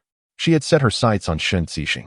Upon entering the interrogation room, Wendy's expression grew increasingly sour. As soon as she sat down, she unleashed a torrent of words. Do you know who I am? Do you know my family's background? How dare you confine me to an interrogation room? Are you seeking death? It's merely the Shun family. What more do you want? Lin Chuan observed the person who had just sat down and immediately began to rant, feeling a surge of impatience. Enough with the noise. Hearing this, Chi-Jio remained unfazed, calmly taking her seat across from Wendy. I understand, the royal family, so what? Even the royal family must sit here in the presence of a warrant. It makes no difference if the names above belong to your parents. You. Wendy felt her words land like a punch against cotton, frustration with nowhere to vent. You claim it was Shun Cixing who assaulted you at the welcome event, right? Chi-Jio twirled a pen in her fingers, her dark eyes piercing into Wendy. Wendy scoffed. Of course. The marks on my body are irrefutable. How could I not know what happened to me? Chi-Jio pursed her lips, her expression remaining largely unchanged. Then why are there no signs of intimacy on Shun Cixing? According to the investigation, this is your first time, and naturally, it is also Shun Cixing's first. It is quite difficult without any traces. Wendy glanced awkwardly elsewhere, biting her lip. I can endure it, but I fear I might hurt him. Initially, she had contemplated leaving some marks on Shun Cixing, but worried about waking him, she ultimately refrained from doing so. Hurt him? If we were to follow your scenario, then that night Shun Cixing would indeed be a perpetrator, and you were the victim, yet here you are, still considering the feelings of the assailant? When he found herself at a loss for words, lowering her head, her emotions unreadable. Observing this, the girl remained unperturbed and changed the subject. You claim you were assaulted. Why did you initially refuse to go to the police station for a medical examination? Chapter 68 Logistics. I had no time back then, so I didn't go. Wendy did not raise her head, her voice barely above a whisper. Chiju let out a cold laugh. There are so many loopholes, by now. It's clear to everyone that the country simply does not wish to concede. You state that Shun Xixing assaulted you. Yet the best evidence would have been to undergo a hospital examination, and you claim you had no time? What could be more important than this? You must understand that without evidence, this case cannot be established. Wendy remained silent, appearing as though she wished to speak but found herself unable to. The girl continued. You indeed shared a room with Shun Xixing, but investigations reveal that he was incapacitated by a drug and had no ability to act. Your unilateral statements are unreliable. Upon hearing this, Wendy became anxious. How could he have had no ability to act? How do you explain the marks on my body? Did I inflict them upon myself? Her face flushed with urgency. She appeared genuinely wronged. Chijio smiled. How could it be impossible for you? Shun Xixing was incapacitated, yet you had your own capacity. Those marks on your body could very well have been self-inflicted. After all, they are merely bruises, and without kiss marks, such traces can easily be sustained from an accident. If there had been kiss marks, the persuasiveness of your claim might have been stronger. Noticing her opponent's silence, she continued, without any other evidence, this case will not stand. Furthermore, in Huagua, spreading falsehoods is an unlawful act. With those words spoken, Chijio felt no desire to elaborate further and stood up. This entire procedure, originally intended to interrogate Wendy, now seemed to have turned into a one-sided oppression by her. Failing to provide any evidence means the case cannot be established and is merely slander. As she departed, the girl placed her notebook into Lin Chuan's arms, indicating that according to Huagua's laws, they should see how she would be dealt with for her defamation. Seeing the girl's intention to leave, Wendy realized she had struck a hard wall. Gone was her previous arrogance, now replaced by genuine panic. What are you doing? Don't leave. You cannot confine me. She attempted to rise to obstruct Chijio, but was restrained by a nearby officer. Lin Chuan regarded her and stated, either provide evidence, or you may remain here. Chijio ignored her and strode out of the interrogation room. Wendy gazed at the already vanished silhouette, her face flushed with anger, huffing in exasperation. Very well, just wait. Our nation shall not let you off easily. You will see. Just a mere policeman. How audacious. Soon, you shall all be dismissed. Lin Chuan listened to the roaring sounds in his ears, his expression unruffled. He then led the officers out of the interrogation room, leaving Wendy to continue her tirade alone. Even as her voice grew hoarse, he paid her no heed. After spending some time in the technical team, the young woman leisurely stretched her shoulders and made her way towards the exit. She had gathered all the necessary information. Now, it was merely a matter of persuading the royal family. The heat of the day gradually ushered in the sound of cicadas. Just as Chiju stepped out of the police station, she spotted a tall figure not far away. The individual leaned lazily against a nearby Maybach, clad not in the previously worn black suit, but in a simple shirt with rolled-up sleeves, revealing his muscular forearms, likely due to the oppressive heat. Chi Silen's presence was akin to a refreshing mint candy, revitalizing her spirit and alleviating her fatigue significantly. What was this phenomenon? How could Chi Silen's appearance have such a miraculous effect? You're out? The man had sensed her presence the moment she stepped outside. Chijio responded with a dazed mm. Chi Silen remained still, observing her as she approached. For reasons unknown, an unsettling wave of emotion surged within him. He could not quite grasp this feeling. Yet under the golden hues of the setting sun, as he watched Chijio step closer, it felt as though he had not experienced such contentment in ages. How come you're back so soon? Has Simon Island already been organized? Chi Silen gently shook his head. Not yet, but it's nearly done. Just leave it to Lu Guang and Lu Yu. I could tell you were eager to return, worried perhaps. In the car, Lu Yun's gaze shifted upon seeing Chijio, revealing a distinct change from before. Both he and Lu Guang, Lu Yu were the master's loyal guards. The events at Simon Island would soon reach his ears. Previously, he had underestimated the situation, thinking this individual's potential was merely representative of the star moon. To his surprise, this little ancestor had now emerged with an identity akin to that of a hacker emperor. Who was she intending to surpass? Miss Chi, hello. Hello indeed. After so many encounters, I have yet to witness such courteous greetings, Chijio replied, nodding seriously. Seated side by side in the back seat, Chi Silin and Chi Jio watched her as she tilted her head to gaze out the window. His distinctly knuckled fingers gently poked her arm. Turning to him, she noticed the familiar mint candy resting in his palm. I have a general understanding of the situation. Do you require assistance? I am available at any time. After such an extensive period of acquaintance, it has become evident since the incident involving Shinsisi that this individual is exceedingly protective of those around him. Previously, he engaged in a fierce altercation for Shinsisi, and now he has returned without completing his tasks on the dark web, all for the sake of this brother. At present, it is unnecessary. I am capable of managing on my own. Chi Jilin glanced at the man, whose gaze was imbued with a hint of complexity, and shifted her words. I have been tirelessly occupied. I could use some logistical support. Chi Jilin paused, lifting her eyes to meet his, which gleamed with an enigmatic intensity. Logistical support? Could it be him? Surely it must be. The girl beamed with a radiant smile, asking, Are you interested in being my logistical support? Upon her utterance, an unmistakable jolt surged through the vehicle. Instantly, the man turned his gaze forward, emanating an inexplicable aura of menace through the rearview mirror. Luyan pondered. If he claims it was unintentional, would the master believe him? Zhong Yu awkwardly cleared his throat a couple of times, adopting an exaggerated demeanor as he looked at Lu Yun. How on earth are you driving? Be careful not to throw us out. Lu Yun retorted. Don't think I didn't notice your gaping mouth. It could fit an egg, and you dare to criticize me? Suddenly, the atmosphere within the vehicle became rather tense. Zhong Yu felt an overwhelming urge to inquire further, but, perceiving the lethal glare from Chi Jilin, hesitated. Should I ask? He still has more to say, doesn't he? Why is he so timid now? This isn't like him. Chapter 69. The royal family contemplating this, he turned to Chi Jilin as if resolutely determined, parting his lips. Chi, what exactly do you mean by logistical support? Cooking? Making soup? The role of a domestic husband? Forgive his lack of comprehension. He understood the term within the context of the organization, yet when applied to his brother, he remained perplexed. Chi Jio pursed her lips, glanced at the man beside her, and nodded. Roughly that. Someone to take me out to eat after I finish my tasks. If convenient, picking me up after work is also acceptable. Upon hearing this, Zhong Yu distinctly observed a glimmer in Chi Jilin's eyes and a smile creeping across his lips. Are you putting on an act? What expression is that?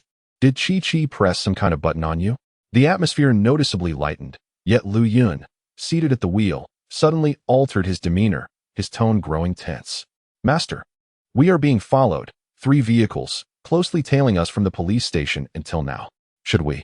Chi Jilin glanced back, her expression unfazed, as if such occurrences were commonplace. It's fine, just drive normally.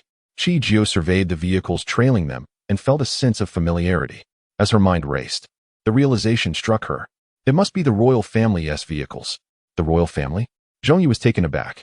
What business do they have following us? Why are they being so clandestine, as if they were thieves? The man remained silent, silently turning to gaze at Chi Jio, as if the answer to the question was inscribed upon her very countenance. Chi Jio remarked, How embarrassing it is to say this aloud. Is it conceivable that I have taken their little princess to the police station, wailing like a banshee, and she is yet to be released? Zhong Yu. Lu Yun. What? Ancestor, what did you just say? Zhong Yu, wide-eyed, ceased to glance through the rearview mirror, turning his head directly. He stood there, dazed like a wooden figure, appearing rather dim-witted. Chi, do you dare to repeat that? Lu Yun, are your ears deaf? Chi Jio, with her long legs crossed, regarded him with a glint of amusement in her eyes. I have indeed taken their little daughter to the police station, and she remains there to this day. Zhong Yu, my lord, what shall we do? We must heed her. Before Lu Yun could finish his sentence, Chi Si Lin interrupted, his gaze fixed unwaveringly upon Chi Jio, as if his eyes held a spring of water, tender to the point of overflowing. Lu Yun, can we still continue this conversation? And what about Miss Chi? Chi Jio pursed her lips in contemplation, her features betraying no emotion. Let us halt here, lest we follow them home. There must be a matter to discuss. Lu Yun nodded in understanding.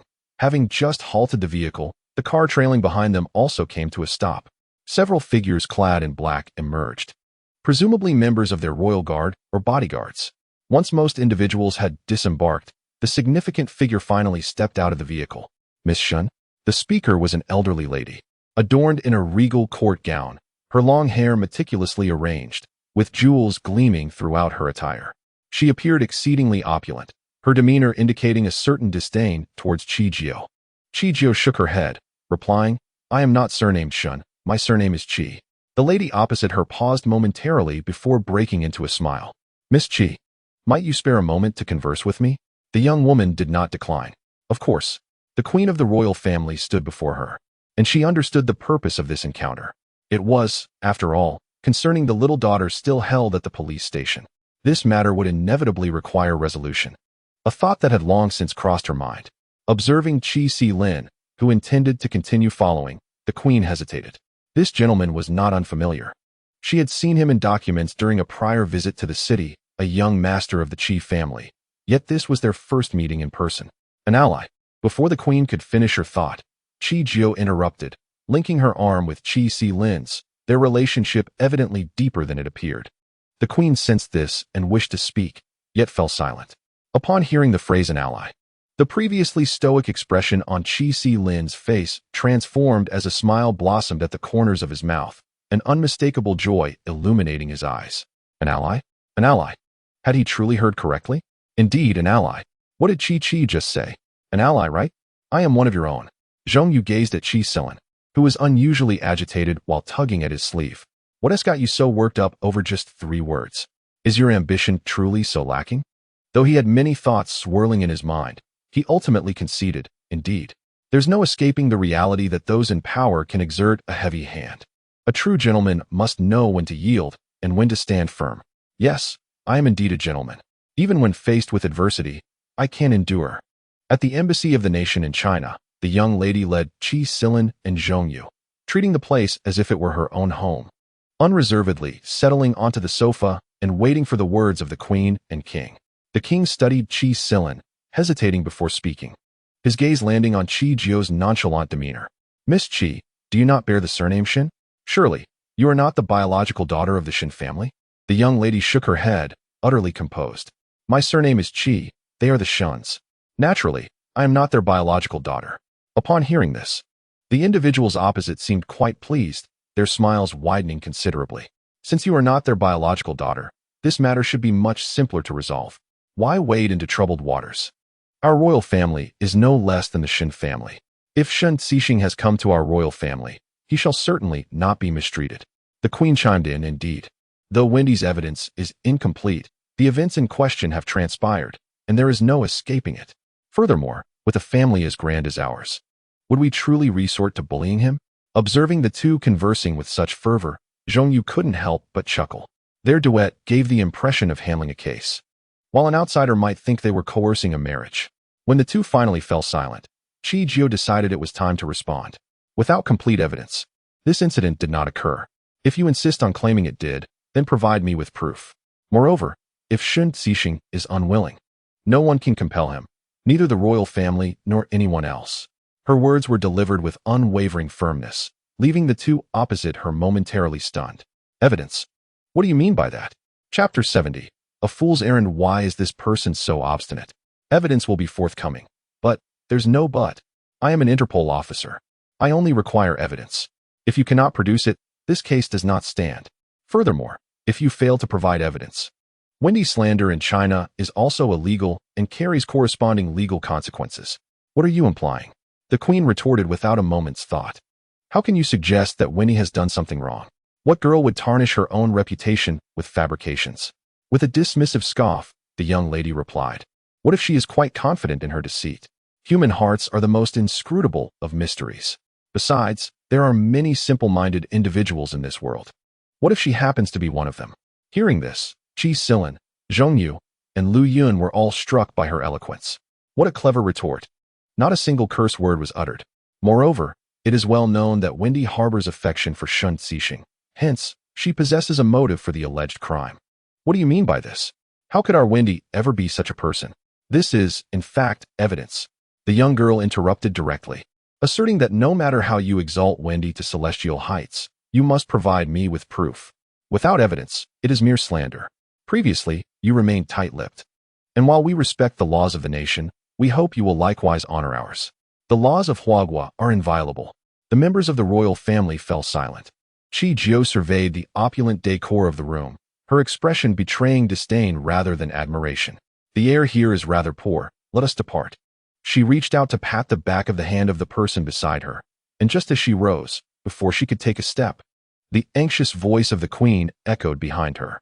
Miss Chi, you must carefully weigh the pros and cons of this matter. You are merely a police officer. Are you truly determined to oppose our royal family? You are not a biological daughter of the Shin family. Should trouble arise, do you believe they would protect you? Such words are quite pragmatic, and they might sway an ordinary individual. Unfortunately, Chi Jio is no ordinary person. It must be said that this provocation was rather effective. She retracted the foot she had just moved, her dark eyes glimmering with depth. Are you threatening me? Before Ruyun could fully straighten his posture, he pulled Luyun back down, his inquisitive gaze akin to someone eagerly awaiting a snack. Look at Chi-Chi's expression. It seems familiar. Trust me, what follows will be a spectacle. Don't leave. Stay and watch. It will be delightful. Luyun. Indeed, the next moment, Chi Jio took a seat beside Chi Silin once more. Her posture was commanding, slightly leaning forward, exuding an aura that was both powerful and impossible to ignore. I am not mistaken in this. You are merely a police officer. Although few your age ascend to the ranks of Interpol, you are indeed formidable. However, to strike a stone with an egg is hardly a prudent outcome. After all, your wings are not yet fully grown. You should consider the ramifications of your actions. Perhaps intimidated by Chi Jio's presence, the queen initially stumbled over her words. Yet, recalling that this individual was merely just of age, her fear began to dissipate, replaced by a burgeoning confidence. To strike a stone with an egg? Are you implying that I am the egg and you are the stone? The very utterance caused her to stifle a laugh. After so many years, it was the first time someone had referred to her as an egg, an amusing novelty. The queen sensed Chi Silin's gaze, which seemed to regard her with bemusement, causing an involuntary shiver along her spine. Is it not so? What kind of gaze is that? Ryun, too, smiled, observing the royal family as one might gaze at a fool. These two simpletons. Who is the egg? Chi is certainly no egg. The individual before her is the very pillar of the hacker realm. Hey, fools. The king was momentarily taken aback. Is it not so? You are but a mere constable. How could you possibly contend with an entire royal family? The strength of an individual ultimately pales in comparison to that of a lineage. Curiously, I happen to possess a solution.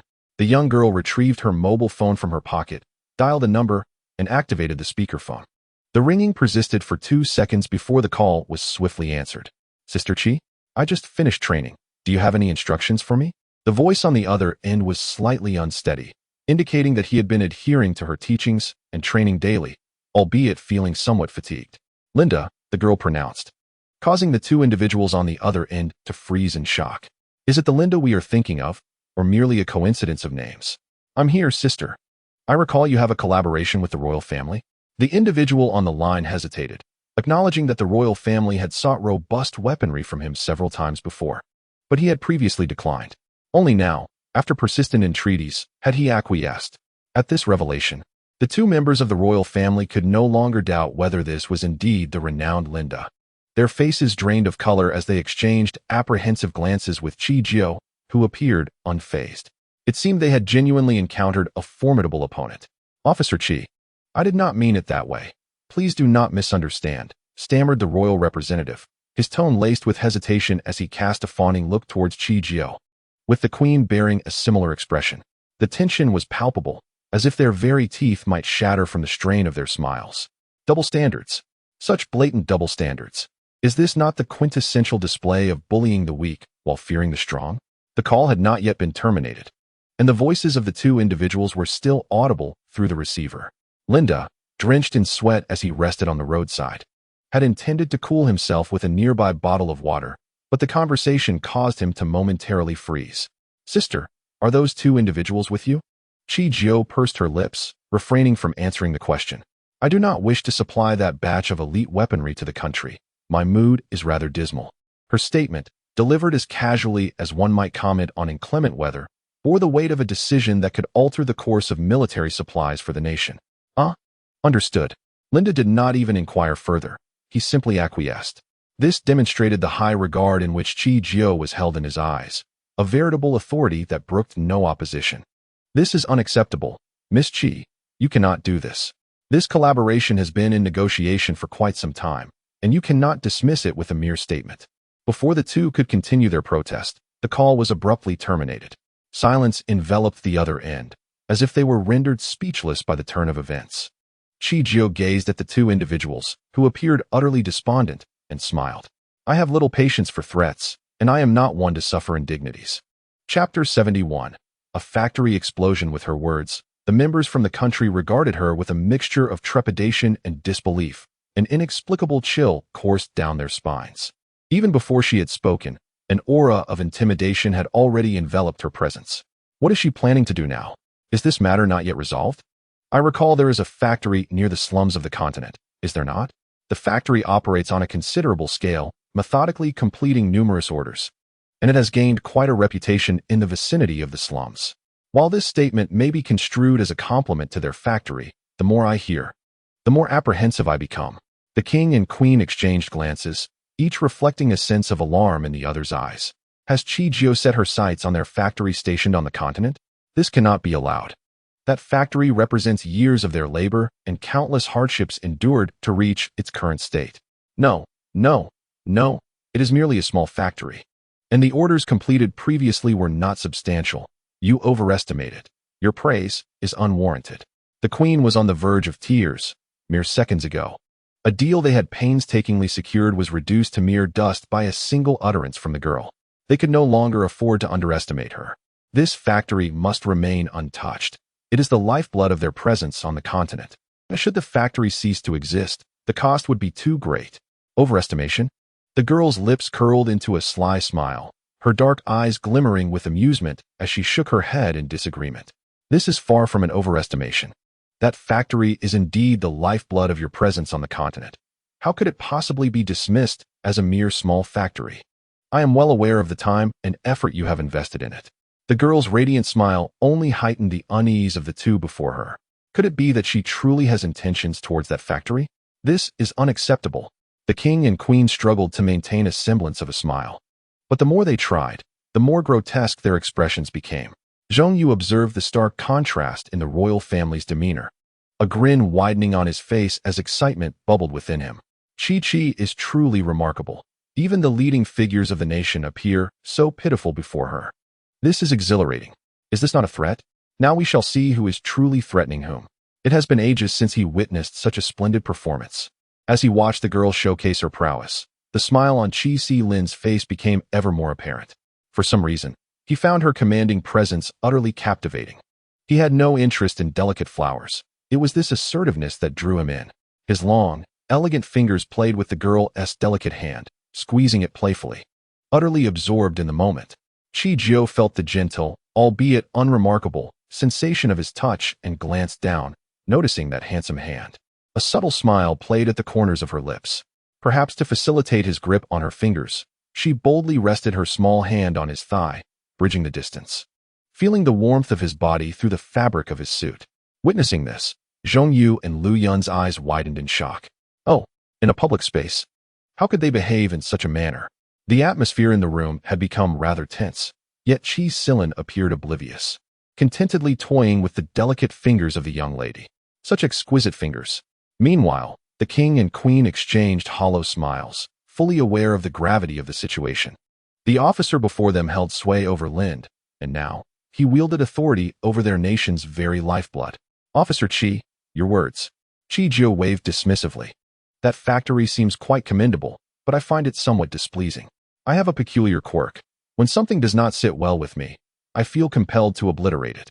The king and queen gasped in shock. Is it permissible to dismiss it so lightly? Obliteration is out of the question. We cannot afford to lose such a significant partnership now. No. Officer Chi, are you feeling unwell? What can we offer you to elevate your spirits? Please, do not hesitate to express your desires, as long as we can fulfill them. For the sake of their daughter, Wendy, they were willing to swallow their pride. The previously haughty demeanor had vanished, leaving only contrite smiles. Chijio smiled in return, glancing at the man who was intently playing with her fingers, and her mood surprisingly lifted. Indeed, her earlier sentiment was validated. Chi Silin was akin to her refreshing mint candy. However, she would not let the one who threatened her escape unscathed. What do I want?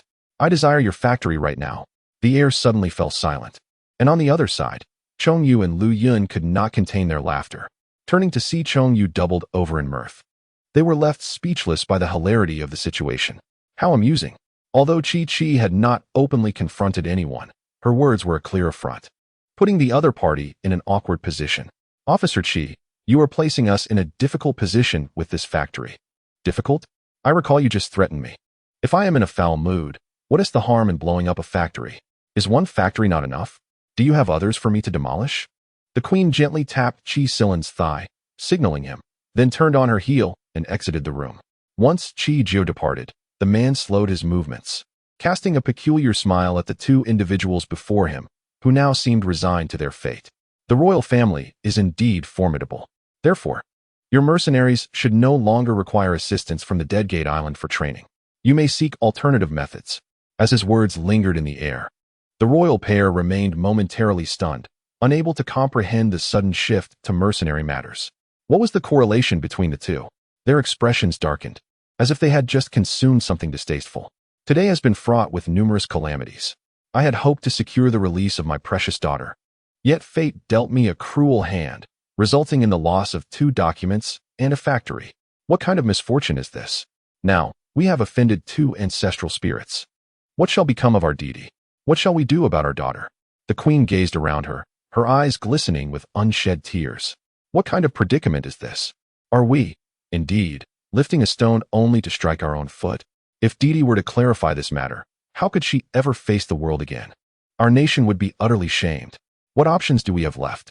It is precisely because we indulged her too much that she has become so unruly. Such actions are unacceptable. This is Huagua. Her behavior is against the law. Chapter 72. Resolution. What are you shouting about? Who was it that once said, he's just a man. If you want him, you can have him. Now you come to blame Didi? Observing her husband speak of their most cherished daughter in such a manner, despite recognizing that it was Wendy's fault, she could not suppress her sympathy.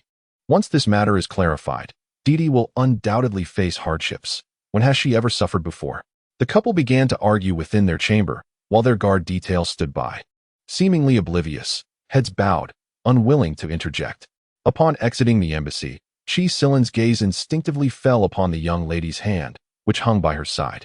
A sudden emptiness enveloped his palm, and he furrowed his brow slightly.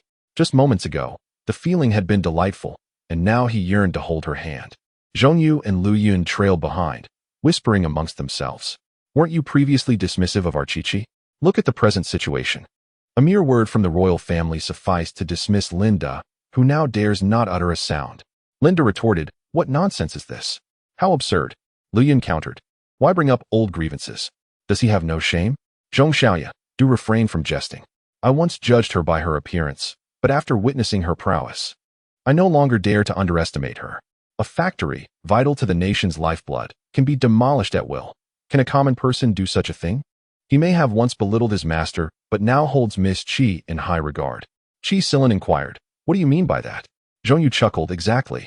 From the very beginning, my brother and I never underestimated this girl. Pay attention, my brother clearly treats Chi-Chi differently. You should know which influential figure to align with. Lu Yun nodded in understanding. I sensed it from the very first moment I laid eyes on Miss Chi. Zhongyu remarked, look, even a blockhead has noticed this. Why hasn't my brother taken action? Chi-Chi is beautiful and accomplished. How many eyes are upon her? What if someone else gets to her first? Zhong Xiaoya, it is evident that your master is quite attentive to Miss Chi. Why hasn't he made a move? Zhongyu scoffed. How would I know? I, too, await the blooming of the iron tree. I am genuinely curious to witness the transformation of Chi Silin in love. What will become of her? Clingy? Gentle? Here.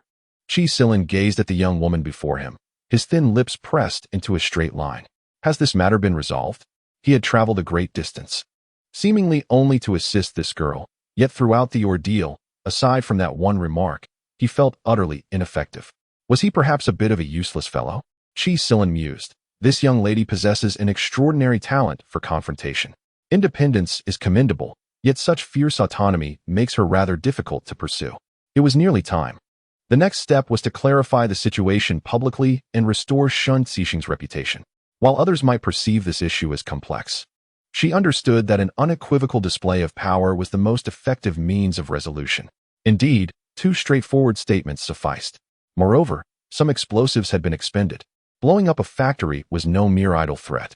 Although Huagua had its own laws, sometimes a fist proved more effective, just as it did now. How swiftly this matter has been resolved, the man murmured. What? Chijiu did not catch his words. I meant that this situation has come to a close. Chi Silin replied, his eyes filled with both trepidation and anticipation. His role as a support had yet to yield any substantial effect. It had only been a few days. How could such a beneficial position be dismissed so casually? Hearing his words and noting the depth of his gaze, Chijiu smiled. Position maintained. Chi Silin inhaled deeply and nodded with a smile. There will be more opportunities ahead. You're feeling quite pleased, aren't you? This matter was not yet entirely resolved. The following day, Chijiu returned to the police station as usual, observing Wendy, who appeared haggard and had not removed her makeup throughout the day, and smiled. Has it only been a day, and you can't bear it? When those who bullied her once faced the consequences, did they ever anticipate such an outcome? At last, you've arrived. Is this how you entertain guests in Huagua? By locking them in an interrogation room? Wendy, having harbored her fury overnight, erupted upon seeing Chijiu, resembling a petulant princess. All the etiquette learned at court had likely long been discarded. Are you a guest? You have violated our laws and are a criminal. No matter how exalted you may be, you must abide by the laws of Huagua. Chijiu entered the interrogation room, pulled a chair from the front, and nonchalantly sat before Wendy, her long legs crossed. What criminal? I have done nothing wrong, she exclaimed, her emotions surging. I demand to see my lawyer. I want to see my parents. Just wait, I will strip that police uniform from you. She barked fiercely like a cornered dog, ready to snap at anyone. Yet, the young woman remained unperturbed, extending her hand graciously. Very well. The atmosphere in the interrogation room suddenly grew tense, as Wendy seemed taken aback by Chijiu's swift agreement. What? You consent? Chijiu nodded, affirming her choice. Although you are the offender, I respect your decision, as it is permitted by our nation. Did you not claim your royal family was quite formidable? She leaned forward, raising an eyebrow, an air of defiance emanating from her. Do you see? We do not have the luxury of wasting time here. Lin Chuan entered, his expression grim. Throughout the night, this little princess had been anything but tranquil, behaving as if fueled by some stimulant, shouting across the room. Regardless of her royal status, one might as well compare her to a loudmouth on the street. The commotion she caused had deprived the entire precinct of restful slumber, as evidenced by the dark circles beneath his eyes, nearly dragging on the ground. Despite not fully grasping the peculiar emotions swirling within, Wendy chose to prioritize her own well-being. Chijiu nodded and retrieved a communal phone from the precinct. Make the call. Time slipped away, and eventually, the king and queen of the royal family, whom she had encountered just the day before, appeared at the police station. Unlike before, they bore an air devoid of their usual regal demeanor. They gazed into the interrogation room, their legs casually draped over the table. The girl before them hardly embodying a police officer, prompting memories of her earlier words to resurface in their minds. Chapter 73. Clarification. The couple seemed to shrink back, their confidence waning as they broke into a thin sheen of sweat, as if they had weathered a great storm. The king and queen realized their bravado had been misplaced. Perhaps next time, a few drinks would bolster their courage. As they engaged in familial dialogue, the girl, weary of the situation, placed her feet down from the table and approached the door, exuding a nonchalant demeanor. You may converse. Simply provide me with a conclusion. I have no desire to hear the details. Feel free to proceed. Suddenly, the interrogation room was left with only the three of them. Upon seeing her parents, the repressed grievances surged forth from Wendy's chest, and tears streamed down her face as if they were free of cost. Her eyes quickly reddened. Father, mother, please take me away. I do not wish to remain here. They are all bullying me.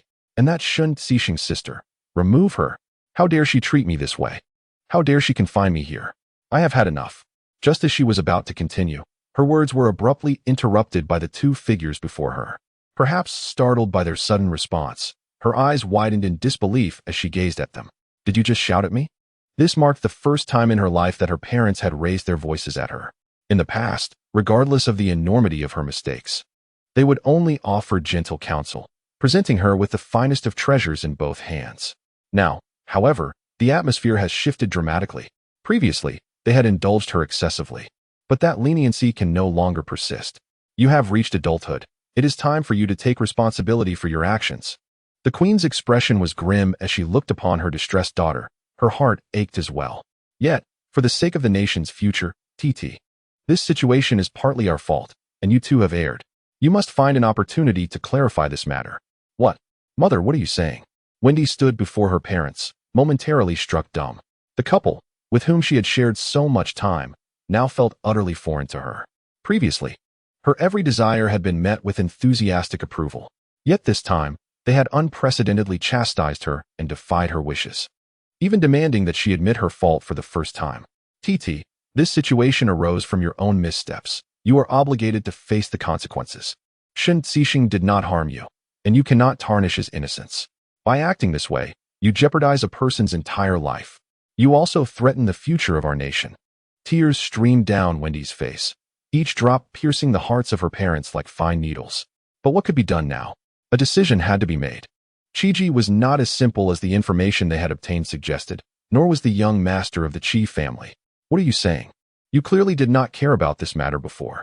You openly supported my actions, yet now you claim we were wrong. Our decisions were misguided. As a result of this incident, our nation has suffered grievously, losses that you, as our daughter, cannot possibly compensate for. We cannot allow the future of our entire country to be jeopardized because of this one incident. Wendy seemed unable to comprehend, tears cascading from her eyes one by one. She had never anticipated that the situation could escalate to such dire proportions. When had this matter begun to veer so far from her expectations? Ah yes, everything began to unravel when Qiji returned. So was it all Qiji's doing? Enough. This matter is settled. We will take you out. And you must publicly apologize to Shen Zixing. Otherwise, we will truly be powerless. The royal couple, fearing that a single glance might sway their resolve, exited the interrogation room, leaving Wendy alone to weep silently. Time passed, and eventually, Qiji returned to the room. Upon seeing Wendy in tears, Qiji understood the gravity of the situation. It seemed everything had been clarified. Do you need time to prepare an apology? If not, you may express yourself freely. You can leave once you have apologized. The young woman stood at the door of the interrogation room, arms crossed, observing her. Is it permissible to forgo a public apology? I will seek out Shen Zixing myself. Wendy's expression was somewhat awkward, seemingly aware of the predicament she would face should she issue a public apology, her voice dwindling to a whisper. No, absolutely not. Qiujiu promptly refused without a trace of hesitation. Lin Chuan entered at that moment and, overhearing her words, let out a sudden cold snort. You have been proclaiming that Shen Zixing is the scoundrel who tarnished your reputation, and now that the truth has come to light, you should also work to restore his honor, shouldn't you? A selfish wretch, only concerned for your own interests. As he spoke, he muttered under his breath. Now you care about losing face. Where was this concern before? Although Shen Zixing had maintained a low profile in the past, his status as the young master of the Shun family and his handsome visage had drawn considerable attention. Despite the matter not being overtly publicized, it had nonetheless become common knowledge throughout the city. If no public apology was made, who would ever recognize Shen Zixing's innocence? Qiujiu strolled along the pathways of the city, acutely aware of the gazes upon her, a result of her connection with Shen Zixing and her newfound status as a public figure. She could feel the subtle whispers and pointed remarks surrounding her. However, she paid them no mind, for the tide of gossip would surely shift the moment Wendy chose to apologize. In her view, all that was currently said was naught but idle chatter. The surroundings of the city were quite pleasant. The young woman walked through a nearby garden, shaded by trees. Although the weather was sweltering, a gentle breeze beneath the foliage made it bearable. For some reason, her pace slowed until she came to a complete stop. A smile played on her lips, her dark eyes shimmering warmly in the sunlight. As she turned her gaze, she was met with the charmingly amused face of Qi Silan. The man held a cup of iced fruit tea in his hand, and upon noticing the beads of sweat forming on her forehead due to the heat, he playfully tapped her cheek with the cup when she was unawares. A jolt of coolness spread across her face, causing her to instinctively retract her neck in a shy gesture. Before long, she received a knowing eye roll from Qi Silan. That eye roll was quite effective. The angle is just right. What brings you here? She inquired as she took the cup of fruit tea from his hand, sipping through the straw. The icy, fruity flavor surged into her mouth, bursting upon her taste buds, a sensation both delightful and refreshing. Chapter 74. Self-inflicted consequences. One could not deny that this cup of fruit tea had truly captured her heart. I heard from Lin Chuan that you were wandering about the city, and here you are. the man remarked casually, to which Chiojio smiled enchantingly. The city was not small. Being the capital of Huagua, it housed the highest institution of learning, far more expansive than a typical university. The notion that he could find her here seemed improbable, yet he had clearly put in the effort to do so without divulging his intentions. As they walked and conversed, they unwittingly arrived at the entrance of the institution. With just a fleeting glance upward, Chiojio spotted two figures not far away, Zhongyu and Luyun, casually draped over each other's shoulders, each savoring a lollipop.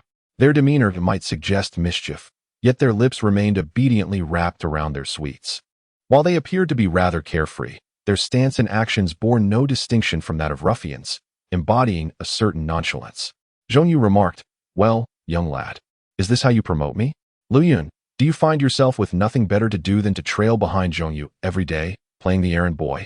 Chijiao observed Luyun standing straight, allowing Zhongyu to drape his arm across his shoulders, and raised an eyebrow. Since her visit to Deathgate Island, where she encountered Liuyu and Liu Guang, she had come to grasp Liu Yun's identity. He was likely akin to the specters that flanked her. Both were loyal guards, serving as the right and left hands of Qi Silan. Qi Silan glanced at the figure clad in fitted attire not far away and shook his head. He is not merely an errand boy. He has tasks to fulfill. Being by my side is his desire, while Liu Guang and the others wish for the same. Yet they cannot. As the distance closed, Liu Yun's expression brightened significantly upon seeing Chijiao, his eyes seemingly sparkling with enthusiasm. "Miss Chijiao, do you still have any mint candies? Young Master Zhong's lollipop is overly sweet. It makes me feel a bit nauseous." Liu Yun's gaze towards Chijiao brimmed with anticipation. Hearing this, Zhongyu frowned. "So, the orange-flavored lollipop is sickening, but mint is not? It's all sugar. Can we not be so hypocritical?" With that, he began to crunch down on his lollipop, leaving only a stick dangling in his mouth, resembling a street urchin. Meanwhile, Chijiao nodded and retrieved a mint candy from her pocket, tossing it to Luyun. "Here, have this for now. If it's not enough, I have more." "Thank you, Miss Chijiao."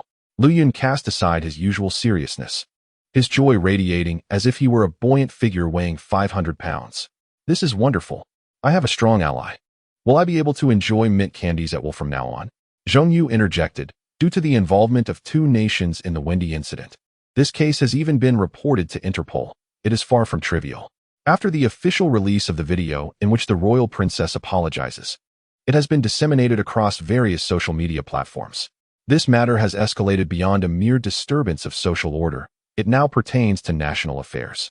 In the video, Wendy appeared unnaturally pale, her gaze darting away from the camera. The explanation video, though only a few minutes long, sparked a significant uproar online. In essence, it was revealed that she had drugged Shen Xixing's wine at the welcoming event and had unjustly accused him, tarnishing his reputation. Once the video was released, major forums were ablaze with discussions surrounding the incident. "I told you Shen Xixing is not that kind of person. Does the Shen family lack money? Not at all. Acquiring any woman is merely a matter of waving a hand. Can a Western girl compare to our Eastern beauties? Indeed, the little princess of the nation may not be particularly striking in appearance. I feel that Shen Xixing's sister could easily outshine her by several degrees. With Chijiao as his sister, how could Shen Xixing possibly find interest in other women?" When Wendy's clarifying video was released, coincidentally, Chijiao was out and about, basking in the sunlight while seated on a bench by the roadside. Suddenly, a shadow loomed overhead. She glanced up to see a figure whose attire was conspicuously disguised. Even so, it was not difficult to discern the identity of the person. "Aren't you hot on such a sweltering day?" came a voice laced with mockery. Wendy removed her hat and quipped, "Are you pleased to see me like this? This is the only way I can appear now. Is this not a consequence of your own actions?" One cannot blame her for being ruthless. Having committed such deeds previously, the backlash she faces now is merely deserved. Wendy, unable to voice her frustration, could only watch as the young girl strode away. At the school gate, Chijiao spotted the familiar vehicle and directly opened the door to enter. Time passed, and before her stood the Shun family estate. Qi Silan, observing her readiness to depart, grasped her arm firmly. "Chi-Chi, if grandfather has time, he will visit." Before Qi Silan could finish his sentence, Chijiao anticipated his unspoken thoughts. "When have I ever invited someone so frequently? Do they not have their own lives?" grumbled the old man. "You little rascal." Qi Silan appeared as if he wished to elaborate further, but the young girl swiftly placed her hand over his mouth. The sensation of her palm against his lips was somewhat ticklish. Eileen, be good. My adoptive parents are standing at the door watching. Do you wish to engage in this here? The man froze, glancing into the depths of the Shun estate, and indeed he spotted two figures. No, we must not act impulsively, or it will be difficult to enter the house later. Before he could finish his thought, he felt her hand, which had covered his mouth, gradually shift, her fingers playfully grazing his chin. Let us wait until I move out. Qi Silin. Zhongyu. Luyan. What does this mean? Does moving out imply we can engage more freely? Is that the implication? Before Qi Silin could ponder any further, the young girl had already exited the vehicle, gradually vanishing into the Shun estate. Ziki's earlier words suggested to Zhongyu that the man, who was suppressing his excitement, was internally reflecting, in this new era, when will this dog food cease? It's merely a matter of playful banter. Why the excitement? If you have the ability, kiss her. Make a move. It was evident to any observer that Chi-Chi's gaze could hardly be deemed innocent. Why pretend to be the big bad wolf? However, he dared not voice these thoughts, opting instead to scratch his nose, conceding, all right, it is indeed what you think it is. A somewhat perplexed Luyan inquired. What does that mean? Is it the implication I'm thinking of? Zhongyu, you simpleton. How could one possess such emotional intelligence and still find the audacity to present it? In the future, might we consider adding a measure of emotional intelligence to the personal guard examinations? The atmosphere at the Shun family estate has finally lifted, no longer suffocating as it once was. As Chi-Jio stepped inside, she was enveloped in a warm embrace. Chi-Chi, you are my lucky star. You are simply marvelous. I cannot do without you. Chapter 75. The Emperor is not in a hurry, but the eunuchs are. Even without raising her head, Chi-Jio instinctively recognized the person who had embraced her. Shen Xixing likely never anticipated that one day he would be so exhilarated to embrace someone he had initially resisted. Before he could utter a word, he felt his arm being gently pulled away. Shang, enough already. If you keep holding on, Chi-Chi will struggle to breathe. Do you wish to suffocate your savior? Shen Shimo observed the exuberant Shen Xixing, akin to an unrestrained puppy, and for the first time, found it challenging to rein in this spirited individual. Now you see, don't you? Previously, you looked down upon Chi-Chi, did you not? Oh, Chi-Chi, are you all right? I truly appreciate your help.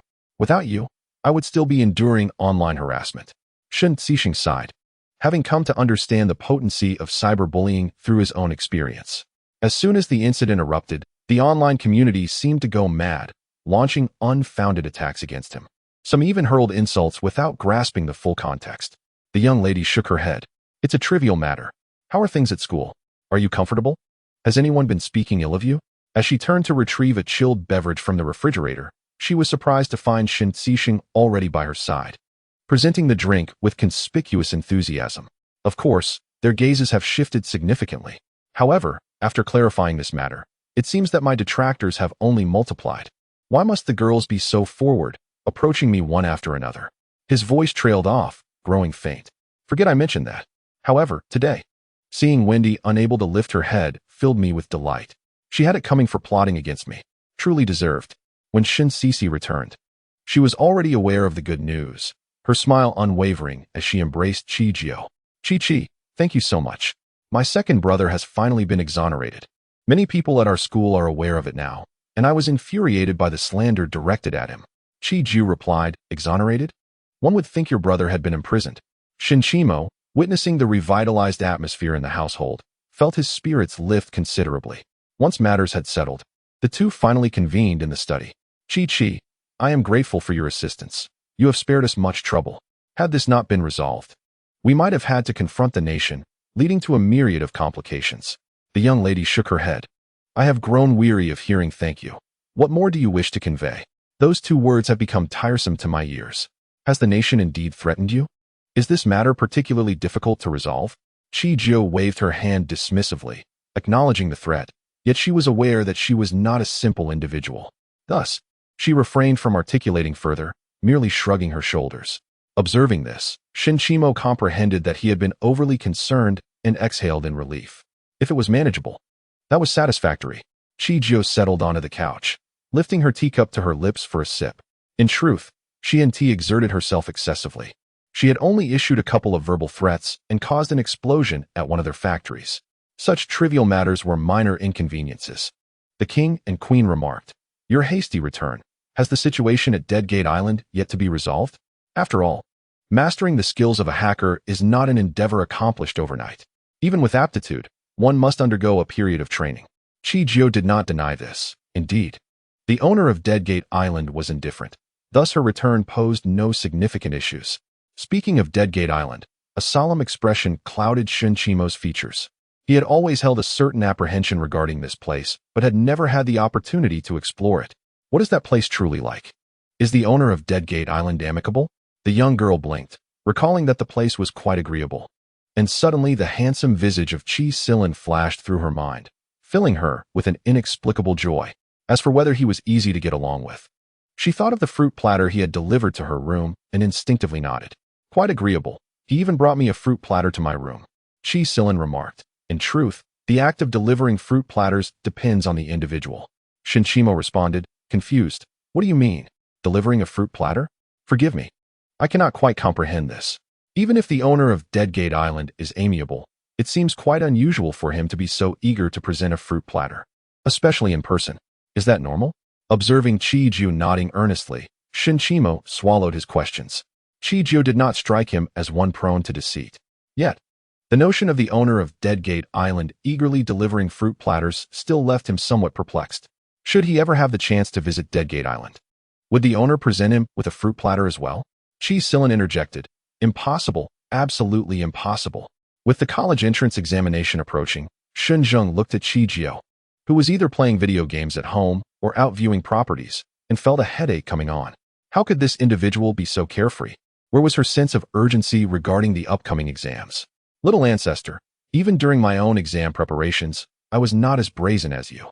It was one thing that you had not studied before, but now, at such a critical juncture, you still refuse to engage with your studies. She was unfazed, while he felt anxious for her. If not now, when would she study? After the exams concluded? Surely, everyone in Huagua understands the significance of the college entrance examination. In the eyes of the Chinese, it is a matter of utmost importance. The young maiden raised her gaze and cast a fleeting glance at him, unperturbed. Why the haste? It is not the emperor who is anxious, but rather the eunuch. Shen Xixing. Who are you calling a eunuch? The maiden shrugged her shoulders nonchalantly, implying that whoever agreed to the terms would be bound by them. Shen Xixing. I am exasperated, utterly exasperated. How did I end up with such a troublesome ancestor? This cannot continue. If this situation persists, I shall be driven to madness. No, I must remain calm. I shall not allow myself to be provoked. That Chi-Chi. Her college entrance examination is just around the corner. Aren't you preparing for it? Have you purchased the necessary stationery? What about the eraser? The maiden shook her head, indicating she had not. Shen Xixing frowned, saying, You're about to face the examination. What are you thinking? Don't forget anything when the time comes. You still need to consult me. With that, he assumed an exaggerated pose as if he were about to leave. The maiden licked her lips and smiled at him, teasingly asking, When did I say I was taking the college entrance examination? Shen Xixing. What are you talking about? Could you repeat that? What? Even without looking up, the maiden could imagine the shock on his face, ignoring the victorious words displayed on her gaming interface. She grabbed her car keys and left the hall. Chapter 76. The director of the Education Bureau. Hey, you still haven't answered me. If you're not taking the examination, what will you do? Shen Xixing gazed at the disappearing figure at the door, utterly stunned. What did that mean? Is she really not taking the examination? If so, wouldn't she be without a school to attend? A life of idleness? Or is she planning to leap directly into the entertainment industry? While that is not necessarily unfeasible, even if she chose to be idle, the Shen family could certainly support her. Yet, wouldn't that be a bit hasty? Is she not being a tad reckless regarding her future? Meanwhile, Chi-Jio was speeding down the road in a sleek black vehicle. Mo, is the house you found located in a villa district?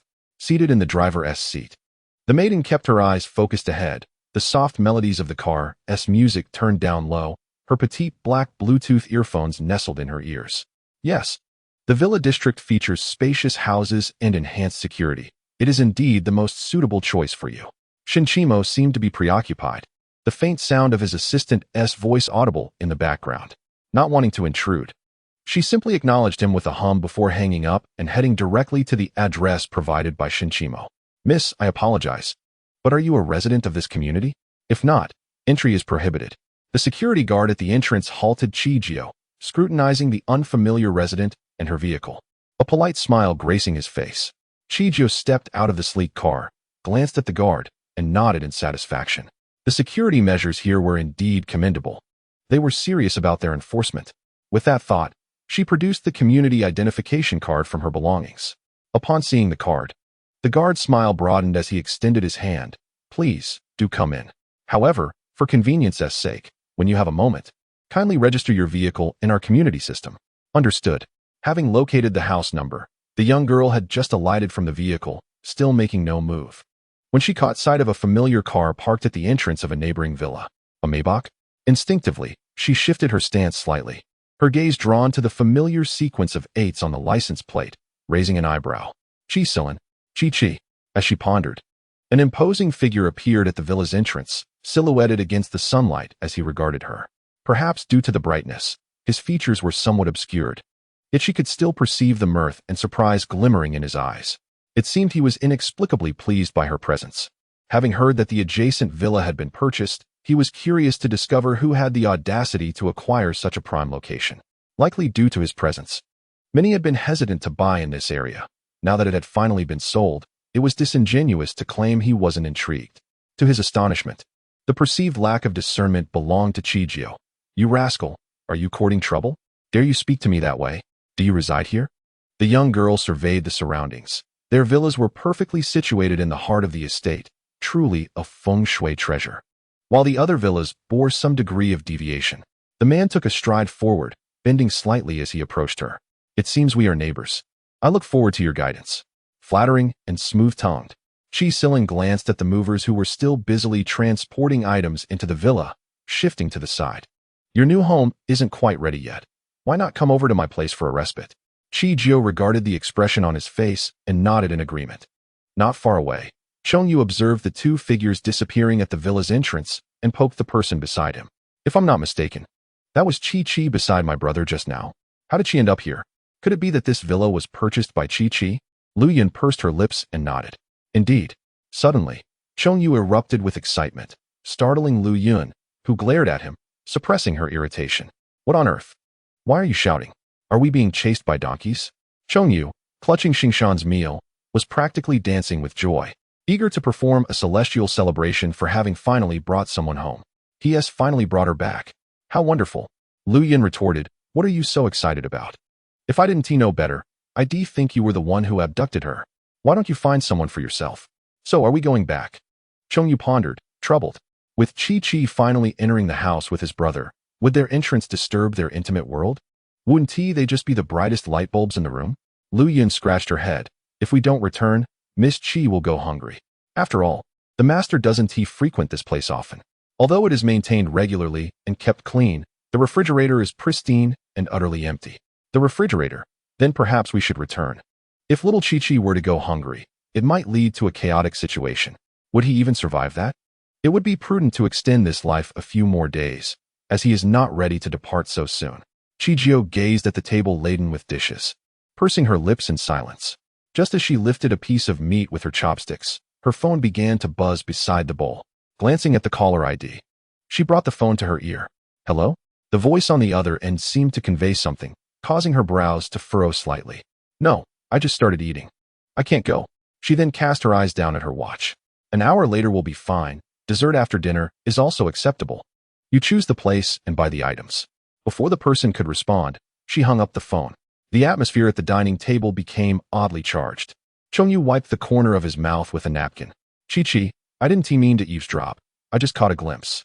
He awkwardly rubbed his nose. Was that Ji Shua who called you? The moment Ji Shua's name was mentioned, Chi-Silin paused in his action of serving food, lifting his gaze with intrigue, his dark eyes shimmering with interest. Ji Shua? Is he the one we're thinking of? Chongyu observed the girl's gaze, which was imbued with complexity, and tentatively inquired. Is he the director of the education bureau in our city? Without lifting her head, Chijio softly affirmed with a slight hum. Upon receiving a definitive answer, Chongyu inhaled deeply, while Lu Yun beside him gasped in surprise. In truth, the director of the education bureau might seem inconsequential to them, as they had no direct ties. However, to outsiders, he was certainly not an unremarkable figure. Lu Yun, with a bowl of rice in hand, inched closer to Chijio, shrinking back under her scrutinizing gaze. "May I inquire, Miss Chijio, how did you come to know the director of the Education Bureau in Huagua while you were abroad?" The International Division of Xingyue in Huagua was only recently established. Chapter 77.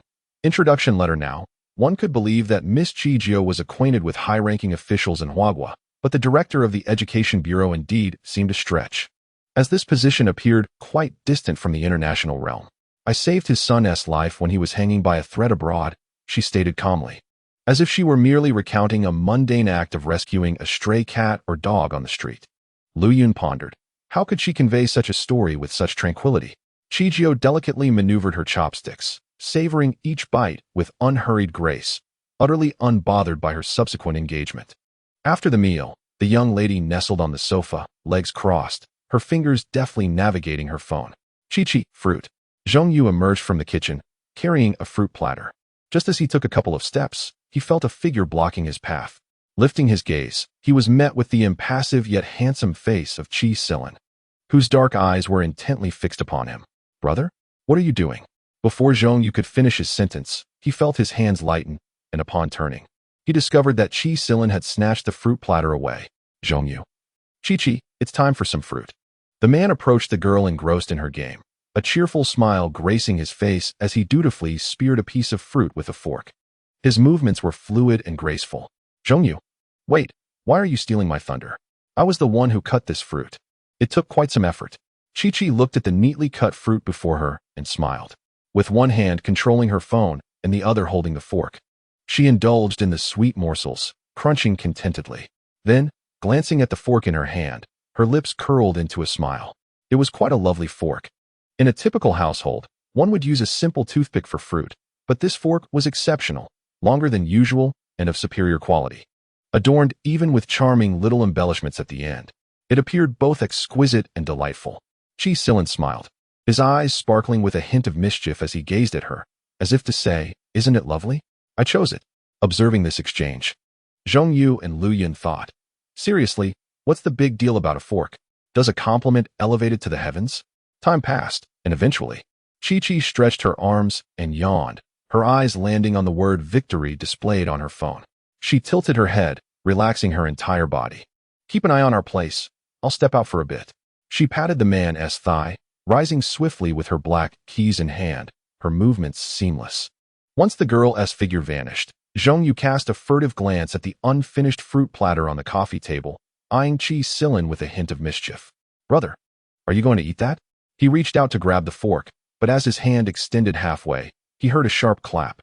The sudden sting on the back of his hand left him bewildered, and when he withdrew it, he noticed it had turned red. "Zhong Yu, has my status fallen so low? Can't even eat some fruit anymore?" The man glanced at him calmly and replied, "Use a regular toothpick." "Zhong Yu, I can't take this. Is this home still a place for me? Not even allowed to use a fork? I might as well run away." In that familiar CAF, Ji Shua had already ordered coffee and was waiting at the table, his assistant standing beside him, occasionally savoring a dessert. Life was indeed wonderful. Chi-chi, noticing the caramel macchiato on the table, instinctively swapped her coffee with the one across from her. "This is too sweet. If your body can't handle it, don't drink it. An Americano suits you better. If you end up with health issues, I'll have to treat you, and that's just too much trouble." Ji Shua gazed at the coffee he had painstakingly set out to dry for half a day, only to see it vanish into someone else's mouth. He pursed his lips, yet refrained from voicing his thoughts. It was futile. The other party wielded considerable influence, and speaking up would only invite reproach. This was a letter of introduction, and once the college entrance examination concluded, we would publicly disclose its existence. You might need to brace yourself for the implications. Such a rare letter of introduction had not surfaced in a long time. Once it was set in motion, the Education Bureau would be compelled to respond. Alongside the announcement would inevitably come public scrutiny. Am I indeed taking the back door? Chijio mused, her gaze fixed on the gold-embellished letter on the table. For the first time, she felt this peculiar sensation. Typically, she was the one providing support to others. She never imagined that she would also partake in such a manner. It was surprisingly exhilarating to navigate through the back door. No wonder so many sought this route. Jishua paused, his expression a mixture of complexity as he held his coffee cup. The back door? If you consider this a back door, then I am indeed fortunate. Countless individuals would wish to extend such an opportunity to you, yet it eludes them. I have merely seized a chance. At this juncture, Ji Shua pressed his lips together, contemplating. However, entry into such a prestigious institution was not as simple as it appeared. Even with a letter of introduction, a formidable principal might still present challenges. The letter served merely as a stepping stone and not a guaranteed passage. How could such a distinguished academy permit an individual devoid of a commendable academic history to enroll so easily? I comprehend that the eminent often craft their own questions. Ji Shua nodded, yet upon reflection, he still failed to grasp the purpose of this endeavor. Why expend such effort when one could simply take the college entrance examination? In the end, one would still need to tackle the questions. Surely, utilizing examination scores would have been far more persuasive. After all, there were many formalities involved. I may not have the time during the college entrance examination. You are well aware of my circumstances. I am perpetually busy. She took a sip of the caramel macchiato before her, her brow furrowing. So sweet. Did they put half a pound of sugar in this? If I were to drink this daily, wouldn't I end up with diabetes? Having spent half a year in the Shin family, she estimated that the entire city was aware of her impending college entrance examination. What if, by some stroke of luck, she secured the top score? What would become of the students of Huagua? It would be quite demoralizing, especially in a nation where the college entrance examination held such weight. Being someone who had just returned from abroad, she was acutely aware of the potential impact of her circumstances. Ji Shua, it is surprisingly reasonable. Chi Jiao observed the expression of the person before her, shaking her head with a gentle smile. You actually believe such an absurd rationale? There are countless students in Huagua, and naturally, many excel in their studies. Those who refrain from taking the examination may have their own valid concerns. After all, I have only just arrived in Huagua, and there are still matters I have yet to resolve. Have you decided on a major? In his eyes, Chi Jiao's choice of major was inconsequential. Given her current achievements, any field would suffice. As long as she could sustain herself, the specifics of her major seemed trivial. Even if she were to merely drift through her days at school, as long as she had tasks to occupy her, it mattered little. Chapter 78. The Savior. The young girl cast her gaze downward at the coffee on the table, tentatively taking another sip, only to wrinkle her brow immediately. Such a sweet brew surely must appeal only to the young, one might think. What's wrong? At 18. You feel old? Pharmacy. At the mention of this term, Ji Shua nodded in acknowledgement. All seemed well. It appeared she was not intent on merely drifting through life. This was indeed a commendable beginning.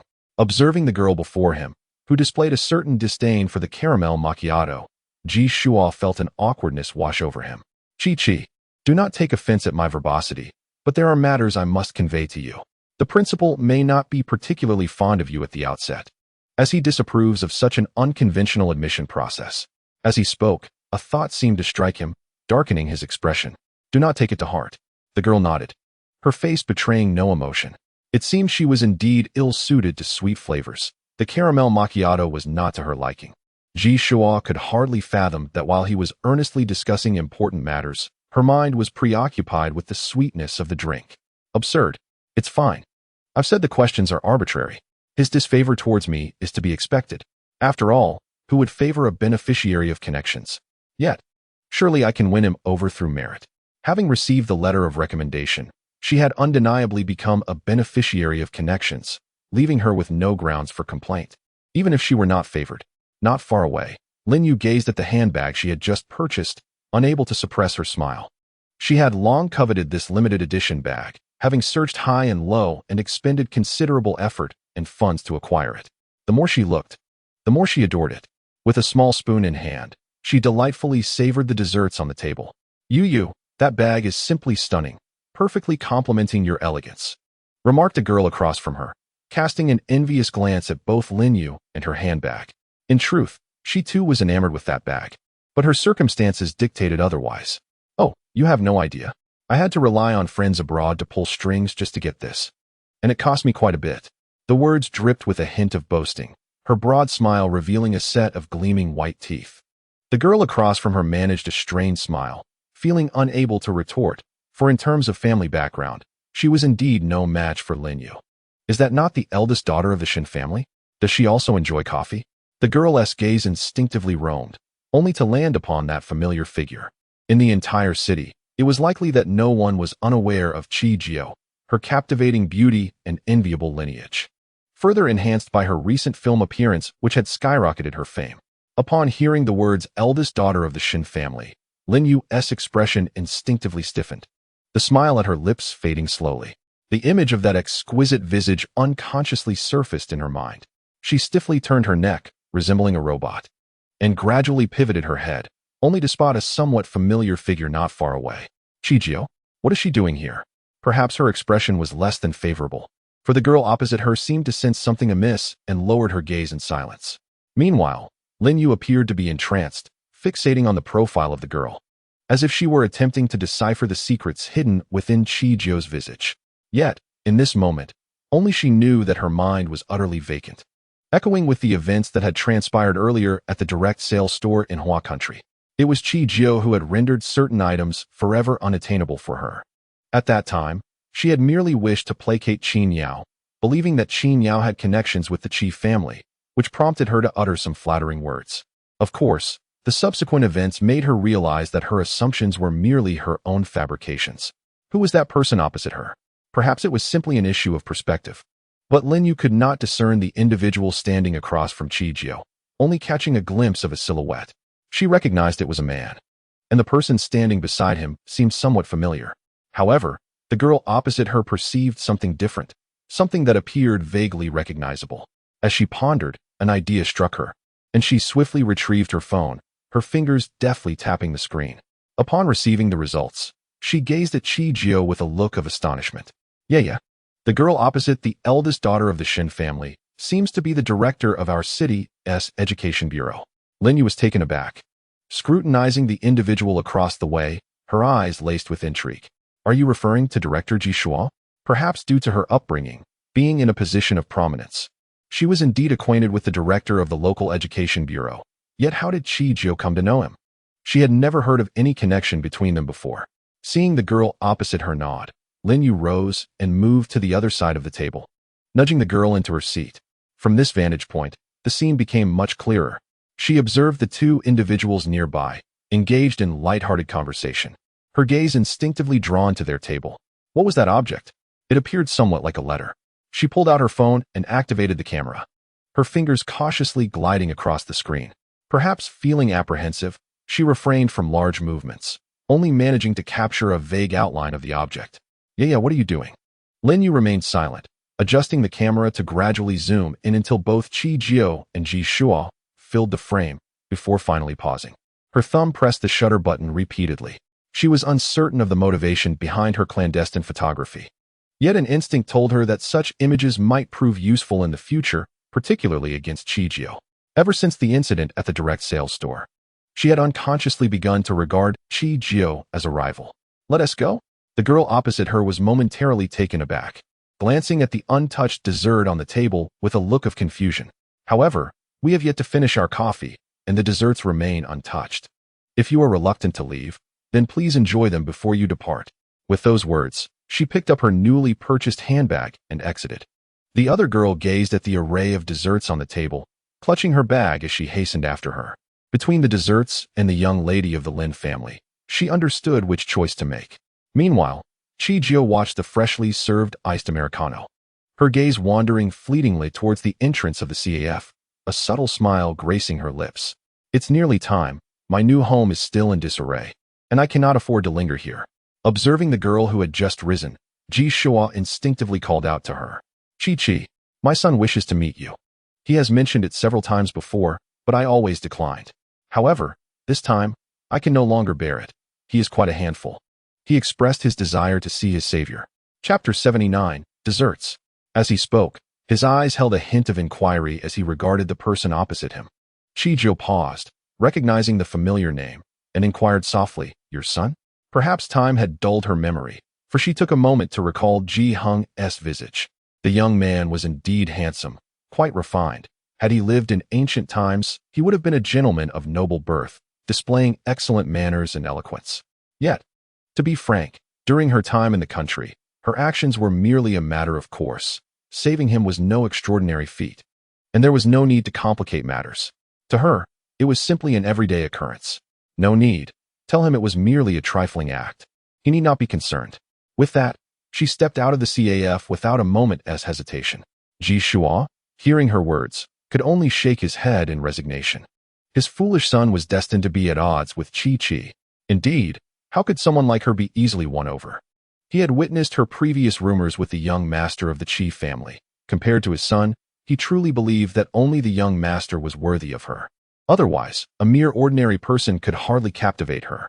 Ji Hung, who exactly is his father? Is he truly my biological son? How could a father belittle his own child? Meanwhile, Chi Jiao, having just donned her dark attire, observed two figures in the milk tea shop across from the CF, a sardonic smile curling her lips. Still hiding. She had long seen them. While they were covertly photographing her in the CF, she was already aware. Indeed, they had become addicted to peeping. How had their spying shifted locations? With that thought, she hesitated no longer, starting her vehicle and departing. Upon returning to the villa area, she regarded her now tranquil new home, but did not approach it immediately. Instead, she carried the desserts purchased at the CAF to the neighboring villa, Chi Silan's residence. After all, one cannot always rely on others for favors without offering something in return. Ding dong. The doorbell chimed softly, and she heard a faint rustling behind the door, followed closely by the grand entrance of the villa swinging open. Lifting her gaze, she was greeted by the charming visage of Chi Silan, his face adorned with a smile.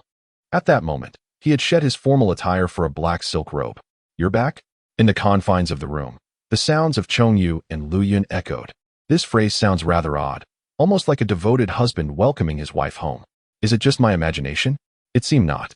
The girl nodded slightly, observing the man as he turned slightly, not hesitating to step inside. As she passed by Chong Yu and Lu Yun, her small hand playfully ruffled Chong Yu's hair, tousling his curly locks in a single motion. "Stop staring. Come over for dessert." Chi Silan followed closely behind Chi Jiao, watching her actions with an inscrutable expression. Chong Yu, feeling the weight of that gaze, wondered, what is this look? Is he jealous? But what is there to be jealous of? Chi Jiao's touch is akin to petting a dog. I Haven T complained about being treated like one. Was there any difference between her playful gesture and petting a kitten or puppy by the roadside? I am neither a kitten nor a puppy. Why are you still standing there? I specially bought this dessert from Kaka. Chi Jiao called out instinctively to the motionless figure in the distance. Kaka. The mere mention of those two syllables ignited a spark in Chong Yu's eyes. If the epitome of luxury in clothing and accessories is a certain brand, then Kaka represents the pinnacle of confections. Though expensive, the taste is exquisite. In truth, Kaka is not a local brand, but a transliteration of a foreign luxury label. Chi Jiao, I'm here. Chong Yu, who had initially been reluctant, now flashed a broad smile. What is the fuss over a little head pat, like a kitten or puppy?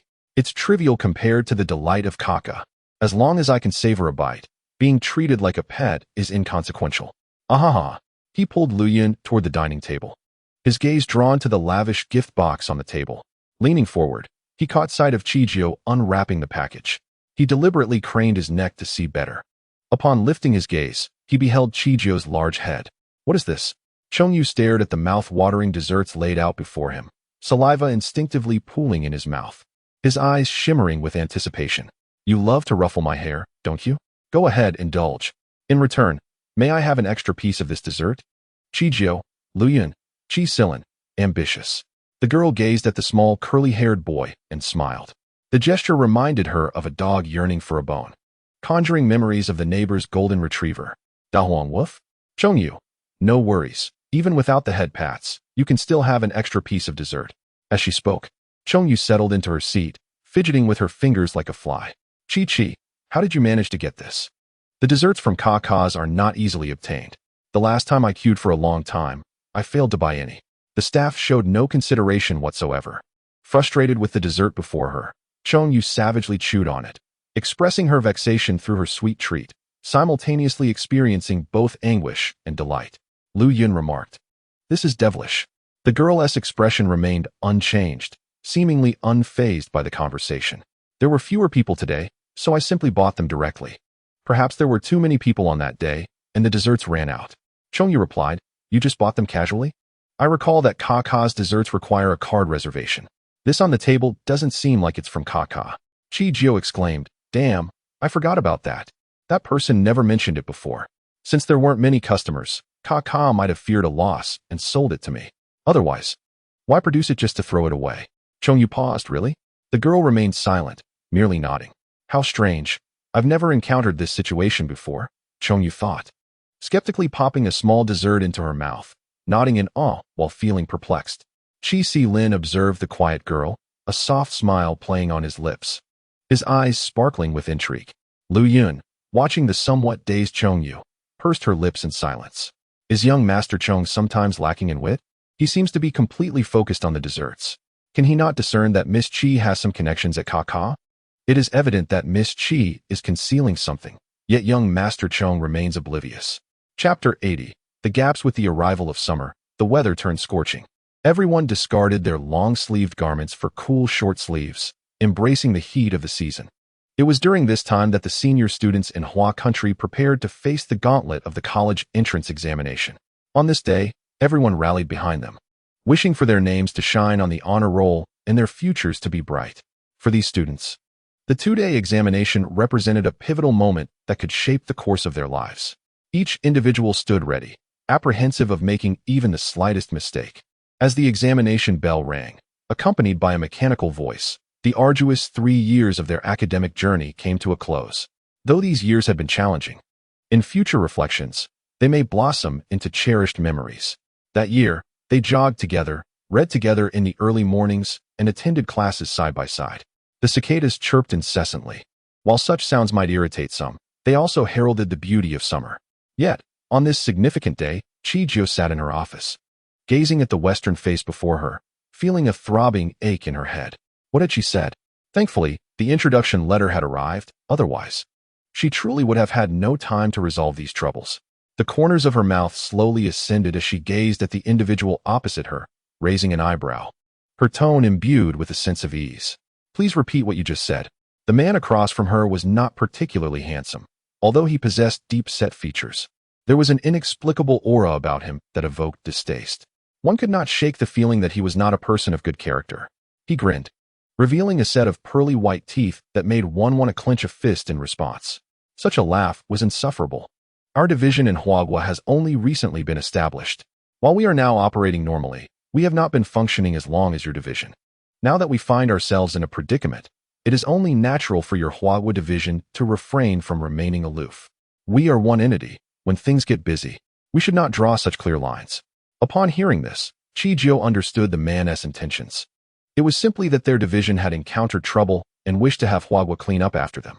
The notion of being one was merely a guise to manipulate. However, she had not heard of any issues arising in the national division. Hadn't everything been running smoothly until now? She acknowledged that the national division had indeed been established prior to Huagua and operated at a more mature level. Yet there was no justification for robbing Peter to pay Paul. Instead, she sensed that he was concealing something. Was the headquarters aware of the national division's troubles?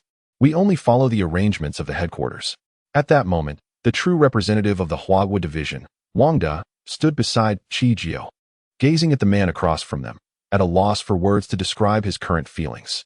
Anxiety, fear, or merely an observer. He was uncertain. What he did know was that the representative from the national division might soon face dire consequences. Although he was accompanied by an unexpected newcomer, that individual wielded considerable power. At the mention of headquarters, Afut's demeanor shifted, and even his assistant lowered his head. Their subtle gestures did not escape the notice of the young woman, who glanced down at the now lukewarm coffee on the table, casting a sidelong glance at Wang Da. This coffee has cooled. I have no fondness for coffee that has turned from hot to cold. Wang Da, producing a handkerchief from seemingly nowhere, wiped the beads of sweat from his forehead. He looked at Chi-Jio's stunning profile, but there was no time to admire such beauty. Her subtle yet formidable presence rendered him breathless. Very well. I shall fetch you a fresh cup of hot coffee. Please hold on. Carrying the coffee, Wang Da felt as though he were being pursued by malevolent spirits. And despite the cup being full, he paid no heed as coffee spilled onto his hands. Upon reaching the pantry, he finally exhaled a sigh of relief, as if enchanted, his mind echoing Chi-Jio's words. The coffee has cooled. It is the national representative who has truly cooled. And a fresh cup of coffee? This clearly indicates a desire to replace the national representative. And yet, Afuda remained blissfully unaware, parading about in arrogance, oblivious to whom the remarks were directed. He would soon be left wondering how he had met his demise. Foolish. Afuda. Meanwhile, within the confines of the office, Afuda cleared his throat, laughing nonchalantly. Did we really need to report such trifles to headquarters? Those individuals at headquarters are so preoccupied. How could they possibly concern themselves with us, the subsidiaries? Moreover, even if we were to report to headquarters, they would undoubtedly protect our national branch. Our subsidiary must still address the gaps we have. What should be a significant matter, in his words, seemed trivial when mistakes occurred. Chijio chuckled, amused by his audacity. If the subsidiary possessed such extensive decision-making power, what need would there be for headquarters? Lacking authority yet brimming with ideas, that simply would not do. As the representative, I shall heed only the commands of headquarters. Regardless of how you embellish this matter, nothing holds weight without a directive from headquarters. Wangda returned with a cup of coffee, and Chijio raised an eyebrow in surprise at the latte art adorning the beverage. Such skill. The talents at Xingyue are indeed remarkable. Afuda, faced with someone so obstinately incomprehensible, lost his previous air of confidence, his furrowed brow capable of squashing a fly. How can you be so obtuse? This matter is straightforward and requires no report to headquarters. If your subsidiary simply allocates some funds to cover our gaps, everything will be resolved. Afuda attempted to convey more to the individual before him, yet seeing them savoring their coffee, seemingly oblivious to his words, ignited his frustration. Are you even listening to me? Ignoring someone truly provokes ire, much like Afute's current state. The person opposite him remained focused on their coffee, not a word exchanged. Honestly, how delightful can this coffee be? Have you never had it before? Chiju lifted her gaze, observing the flustered individual across from her, his forehead taut with veins. Not at all. Afuda, what did you just say? Repeat that. You. The young woman pursed her lips, her expression unyielding as she regarded him. No amount of your bluster will suffice. I stand by my statement. Provide me with a notification from headquarters, and I shall secure the funds for you. Afuda was momentarily taken aback. Seizing the contract on the table in frustration, his anger palpable. Stubborn. With those words, he departed with his assistant. The office fell into silence, and the young woman turned to Wangda, her slender fingers gently tapping the table. Wangda, you are all representatives selected by headquarters. You have interacted with those at headquarters. Who do you believe would be suitable as the representative for our national branch? Chapter 81. Embezzlement. A seemingly casual remark sent a shiver down Wangda's spine, and within moments, a sheen of sweat appeared on his brow. He felt both cold and hot, his expression more sorrowful than tears could convey. What was it he said? What was it he said? This ancestor intends to replace Afuda. Although this ancestor had not disclosed their identity upon first arriving at the Huagua branch, could he still remain oblivious now? The individuals capable of determining the representative of the Star Moon Division are solely the upper echelons of headquarters, a formidable presence indeed. Ahem, his mind raced. As if attempting to contemplate the entirety of personnel at headquarters within mere seconds, nearly overheating from the effort. Observing his contemplative demeanor, Chijio remained unhurried, savoring her coffee as she awaited his response. Unbeknownst to them, the ticking of the clock resonated through the office, akin to a relentless countdown. After an indeterminate duration, Wangda cautiously spoke. Well, to be honest, I am uncertain whom to recommend.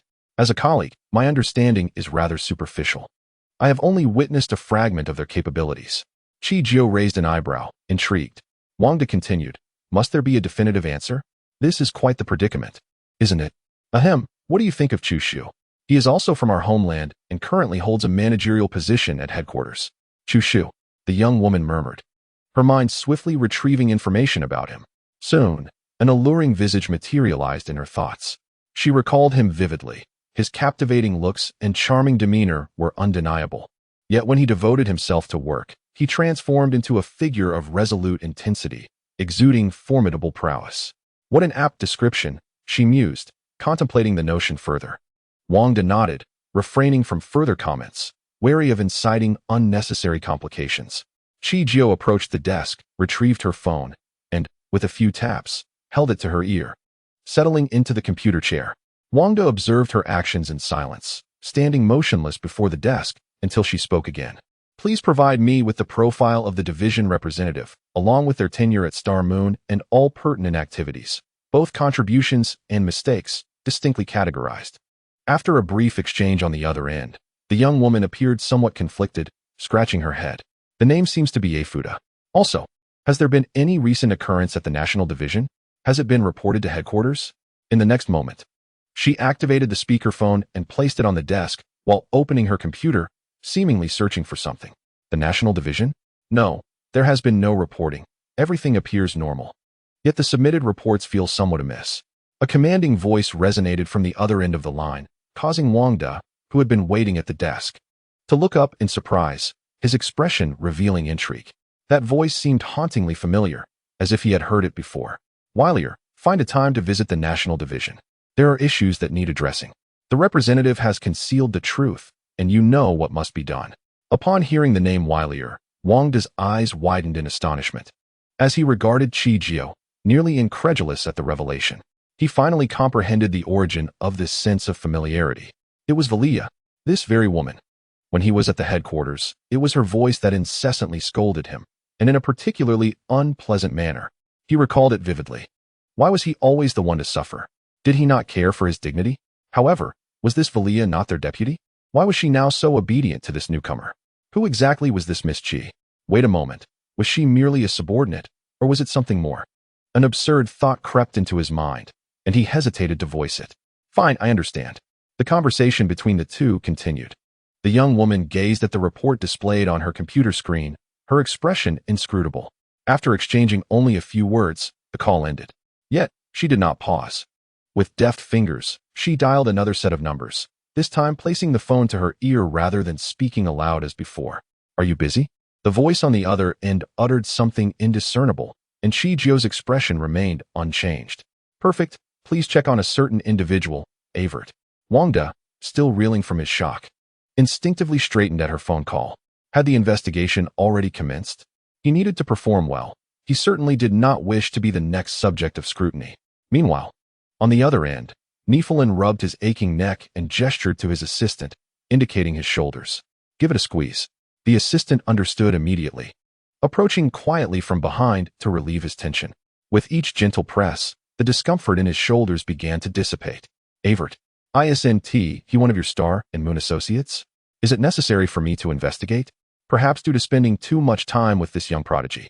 He found himself subconsciously intrigued by those around Chi Jio. Upon hearing Avert's name, he felt a flicker of recognition, and the memory solidified. The young woman nodded. Yes, please look into Avert's private affairs and see where he spends his substantial wealth. The more detailed, the better. Nephilim paused. Money? Do you suspect him of embezzlement? Such matters, while not commendable, were rampant in today's society, particularly within large corporations. He had assumed that someone with Chi Jio's decisive character would not entertain such notions. Yet he was mistaken. Well, the national branch has always operated smoothly without losses. It's clear that they now require other branches to clean up their mess. The reality of embezzlement was not entirely foreign to her. She was aware of some occurrences, but had chosen to overlook them due to their relatively modest sums. After all, human nature is inherently greedy, and with so many individuals within the company, it was improbable that none would harbor such tendencies. If everyone were genuinely honest, that would indeed be unusual. Furthermore, people can change. Who knows when a principled individual might succumb to greed? As long as one diligently fulfills their responsibilities and meets the company's targets, she could afford to turn a blind eye. However, this has gone too far. In light of recent events, it seems that a thorough restructuring of the company is imperative. Yet, one cannot entirely blame her. She has been so preoccupied that she has had little time to return to headquarters. Chapter 82, The Las Vegas Casino. Nephilim understood immediately. Upon agreeing, he sensed something amiss. How could this be? You are the pinnacle of the hacking world. Why do you not investigate? Is it truly so difficult for you to look into such matters? Chi Jio removed the phone from her ear, uttering a single word of indifference before abruptly hanging up, without a trace of hesitation. Nephilim, good lad. He suddenly straightened in his seat, leaving his assistant momentarily bewildered by the empty palms before him. Have you been struck by lightning? Reduced to menial labor. Dealing with such a troublesome ancestor, I am left with no choice but to toil. Assistant, in this day and age, the master of the International Intelligence Network has stooped to such depths? Has the era advanced so swiftly? Meanwhile, Chi Jio, having just ended the call, glanced at Wang De, who stood rigidly nearby, her lips pursing slightly. What expression is that? Is he frightened? Stop dawdling and inquire with the representatives of the other branches to see if they have received any requests from Eifert. She had a hunch that Eifert was presently riddled with anxiety, undoubtedly concealing something. Oh. Wangda nodded, pulling out his phone to start dialing one by one. Ding dong. Chi Jio examined the document recently sent by Nephilim, her tongue grazing her back molars. The response was swift. After all, Eifert was not a prominent figure of state, and the information was hardly classified. Nevertheless, as she viewed the photographs, her suspicions were confirmed. There was indeed something off about Eifert. The materials sent by Nephilim contained both text and images. The text she scanned quickly, but she lingered over the photographs. Surrounded by beautiful women, indulging in six-figure drinks daily, such extravagance would surely lead to ruin, even for someone with a fortune. Yet, this was not the crux of the matter. Gambling was the real vice, capable of leading to utter devastation in mere minutes. Wangda had already concluded his calls, a heavy weight lingering in his heart. Observing the girl's half-smile, he felt a shiver run down his spine. Chi, I just inquired with the nation, and they reported that Eifert has neither contacted them nor made any requests. It appears he has merely come to Huagua. Chi Jio nodded, her expression unfazed. As expected, he would only dare to act in a branch that has only recently been established. After all, it is common for newly operational branches to encounter financial difficulties. No one would raise suspicions. Thus, using the Huagua branch to cover his tracks is indeed his best option. She regarded Wangda, who stood with the poise of a soldier, and smiled. I am not a beast. I do not consume people. Relax a little. Why does everyone assume I am a man-eater? I clearly do not. Wangda, this is akin to a ravenous beast. This photograph seems rather familiar. Is it from a casino in Las Vegas? The image displayed on the screen is quite clear. Although merely a picture, the opulence and clamor of the background are palpable. In this setting, faces of both Eastern and Western descent mingle, all adorned in lavish attire, exuding an air of affluence. The chips on the table are conspicuous, and the long legs of the lady beside are equally striking. Chi Jio raised an eyebrow, casting a smile in his direction. Do you recognize it? Have you been there? Was it enjoyable? Such simple inquiries sent a chill down Wangda's spine. What is this? Is he testing him? No. He instinctively denied it, but paused. Then began to nod, acknowledging, yes, a friend of mine is one of the shareholders here, so I have visited a few times. I don't gamble. I don't know how to. As he shook his head, he scrutinized the photograph on the screen, recognizing the central figure, the recently departed Eifuda. Now it became clear how the loophole in the national division had emerged. With such gambling, even the wealthiest would falter. The sweltering summer left everyone drenched in sweat. Chi Jio, in her air-conditioned office, sipped an iced Americano, reveling in the beauty of life. The following day, just as she had anticipated, Eifuda returned. The oppressive heat left him perspiring profusely, yet in an effort to rectify the oversight, he had no choice but to pay another visit, wearing a facade of affability. Last time, my attitude was poor. Can we continue our conversation? Eifuda smiled, though the smile did not reach his eyes. Chi Jio understood that had it not been for the current loophole, he likely wouldn't have even considered glancing her way, much less enduring the heat to feign a smile. Hypocrisy. I reiterate, I only require a response from headquarters. Wangda interjected. Your words now are essentially a response from headquarters. Chi Jio prodded Wangda's arm with her documents, her expression growing increasingly impatient, indicating it was time to dismiss him. Seeing that his remarks had not yet concluded, Eifuda's countenance darkened suddenly, transforming as if clouds had overshadowed the sun. A saying in Huagua aptly captures this. Leave a line for others. You may meet again in the future. Miss Chi, what are your thoughts? These words seemed to spill from his teeth, imbued with a hint of menace. However, Chi Jio was unperturbed, gazing at him with a smile. I am not making it difficult for you. I merely seek a notification from headquarters. After all, our Huagua division is subordinate to headquarters, not your national division. Her smile was radiant, yet Eifuda found no time to appreciate her beauty. Instead, the more he beheld her grin, the more his ire simmered. This matter could not be delayed any longer. If it continued, headquarters would inevitably uncover the truth. Since gentle persuasion had proven futile, he would have to resort to more forceful measures. He clutched the contract in his hand, his fingers unconsciously tightening into a fist. And as he appeared on the verge of losing his temper, a large hand seized his. Turning around, he found himself face to face with a man even taller than himself, whose striking features were accentuated by a pair of cold, blade-like black eyes. The sudden appearance of Qi Silin left him somewhat apprehensive. Chichio, seated in a swivel chair, regarded the unexpected arrival of Qi Silin with apparent nonchalance, even playfully whistling at him, the tone of which carried a hint of flirtation. Wangda stood at the office door with his head bowed, seemingly fearful for having failed to restrain Qi Silin. However, his concerns were unwarranted. Zhongyu and Lu Yun stood side by side, each holding a meal from Xinglan, patiently awaiting the resolution of the situation before them. "Who are you? Mind your own business." Afuda attempted to free his wrist from Qi Silin's grip, but no matter how hard he tried, he could not break free. Why is this person so strong? Chapter 83. A warm reception. Ultimately, it was the pain inflicted by Qi Silin's grip that compelled him to cease his struggle. "Lu Yun, escort our guest out," commanded the man, flinging Afuda aside as if discarding refuse, then promptly taking the meal from Liu Yun's hands. Without a glance in Afuda's direction, he circled around him and gently grasped the young lady's wrist, leading her to a nearby sofa. "Feeling hungry? I've noticed how busy you've been lately and didn't want to disturb you, but seeing you like this isn't ideal. I hope you've been eating well. Allow me to feed you now." As he spoke, he unveiled the dishes he had brought from Xinglan. The rich aroma of the food wafted through the air, and in that instant, Chichio felt her stomach rumble in response. This meal comes at the perfect time. Of course, I would never let myself go hungry. Nothing is more important than a good meal. Reclining on the sofa in a relaxed manner, Chichio swung her feet as she awaited Qi Silin to set the table with the food.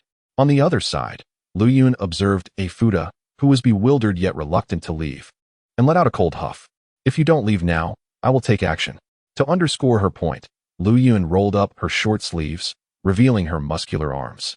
The moment her brawn was exposed, Afuda's expression shifted, fear flickering in his brown eyes. He hesitated, as if wanting to say something, but ultimately said nothing and departed instead. He was not cowardly, he merely realized he had business to attend to. The assistant, Wangda, watched as his presence was disregarded, and he obediently retreated from the office, closing the door behind him with consideration. Indeed, he was superfluous. Qi Silin observed the girl happily devouring sweet and sour ribs and chuckled softly. However, the thought of the man with the Western features caused a slight diminishment of the smile at the corners of his mouth. It was evident that he had been inclined to take action earlier, yet he harbored no concerns for Chi-Chi's safety. After all, if he could subdue specially trained mercenaries, what was there to fear? His curiosity was merely piqued. He wished to comprehend the situation fully. Should he grasp the intricacies, he would be prepared to strike decisively if they were to cross paths again. The representative of the Star and Moon Division, Eifert. The representative of the Star and Moon Division? At some point, Chongyu had approached with a bowl in hand. Why is he here instead of staying in the country? Why does he seem so aggressive? Have you offended him? Did you eat his rice? Lu Yun. Chichio, do you want to hear what you were saying? The young girl did not lift her gaze, her mouth still filled, her words somewhat muffled. Money. Money? This time, it was Qi Silin who was taken aback. Not to mention a representative. Even an ordinary employee from the country should not be short of funds. The salary from a multinational corporation far exceeds that of typical workers. Would a division representative really be financially strained? The young girl sipped her icy fruit tea, her eyes narrowing in satisfaction. While division representatives are not lacking in funds, those who frequent casinos often find themselves in dire financial straits.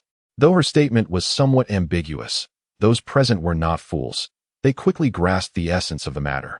A reputable representative reduced to gambling? Subsequently, they tacitly bypassed the topic, redirecting their focus to the meal before them. That day, the man donned a black suit, standing tall, exuding an air that demanded respect.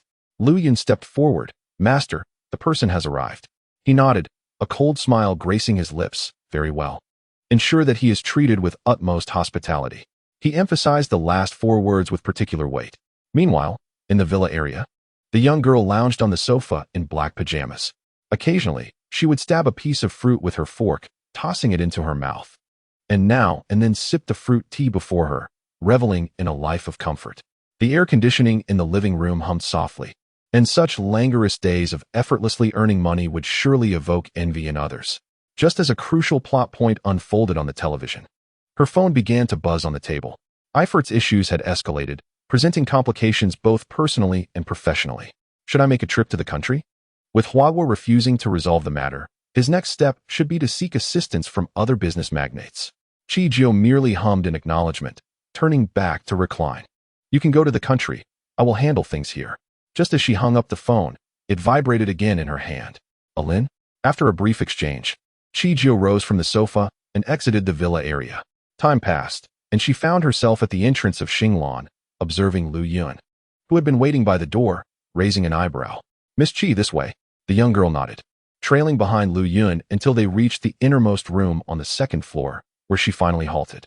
She raised her gaze to the sign indicating the room number, squinting her eyes in confusion. Wasn't this merely a dinner outing? Why reserve such an exquisite room? Xinglan is regarded as the pinnacle of dining establishments in the city, and this room is the epitome of that grandeur, requiring advance reservations to secure. Previously, she had only taken food to go from Xinglan. Now, how had it come to this?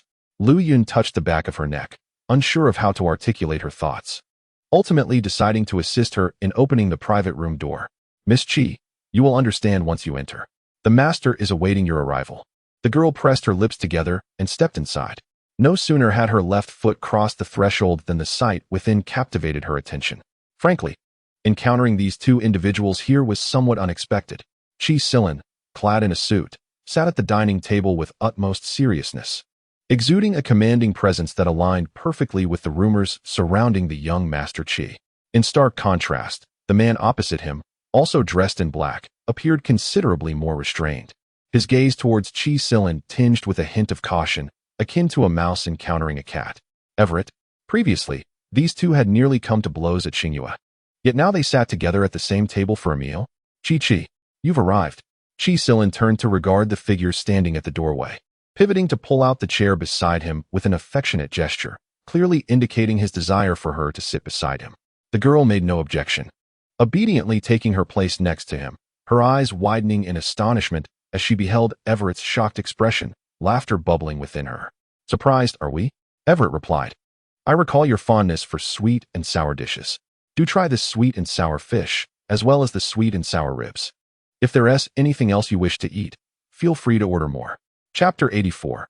Trusting he did not mean it as he spoke, the man deftly picked up several pieces of meat with his chopsticks and placed them into Qi Jiu's bowl, ensuring to select the boneless portions from the fish's belly. Each of his gestures radiated intimacy and care, and the girl made no objection, patiently waiting with her chopsticks poised. Meanwhile, Everett across the table swallowed nervously, too fearful to breathe, suppressing his astonishment as he observed every movement from his counterpart. How many times had he been shocked today? His heart could scarcely endure the strain.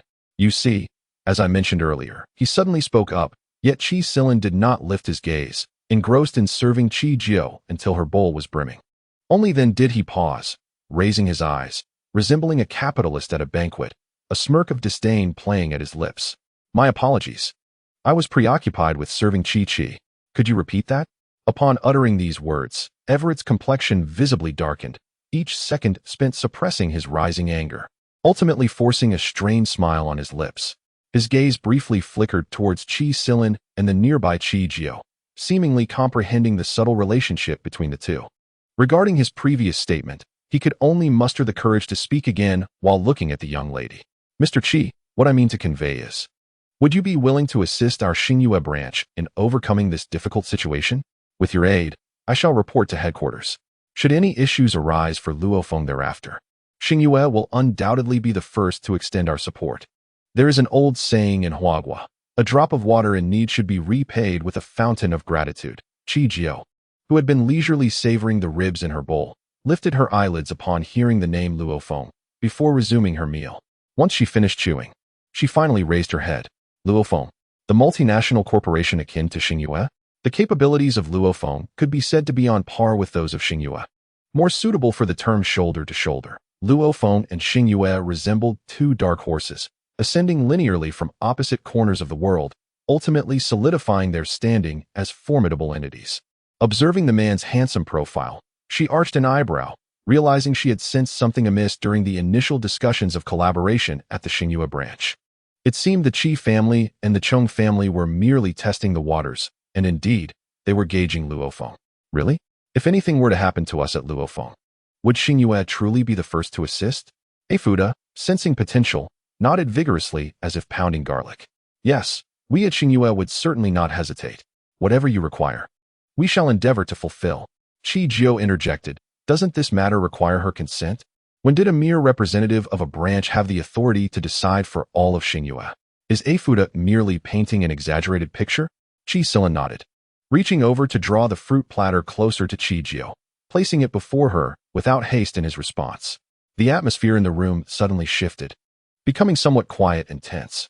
The man watched the young girl munching on fruit with a look of delight, resembling a little hamster nibbling away. Yet, upon recalling the individual across from him, the joy in his eyes was extinguished as swiftly as if doused with water. What is this? Long Yu, Lu Yun, your transformation is rather swift.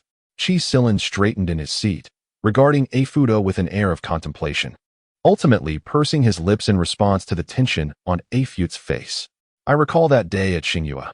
Were you not contemplating an approach towards Chi Jiao?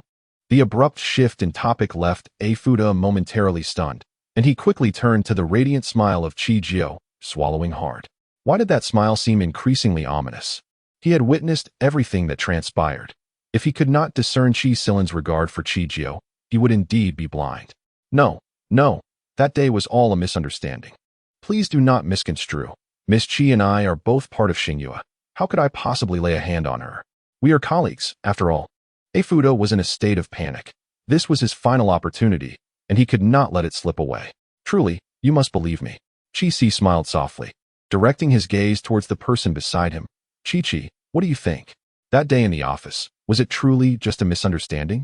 For some reason, Chi Jiao's penchant for theatrics surged, her frail form leaning slightly towards him, her voice tinged with a quiver. It must have been a misunderstanding.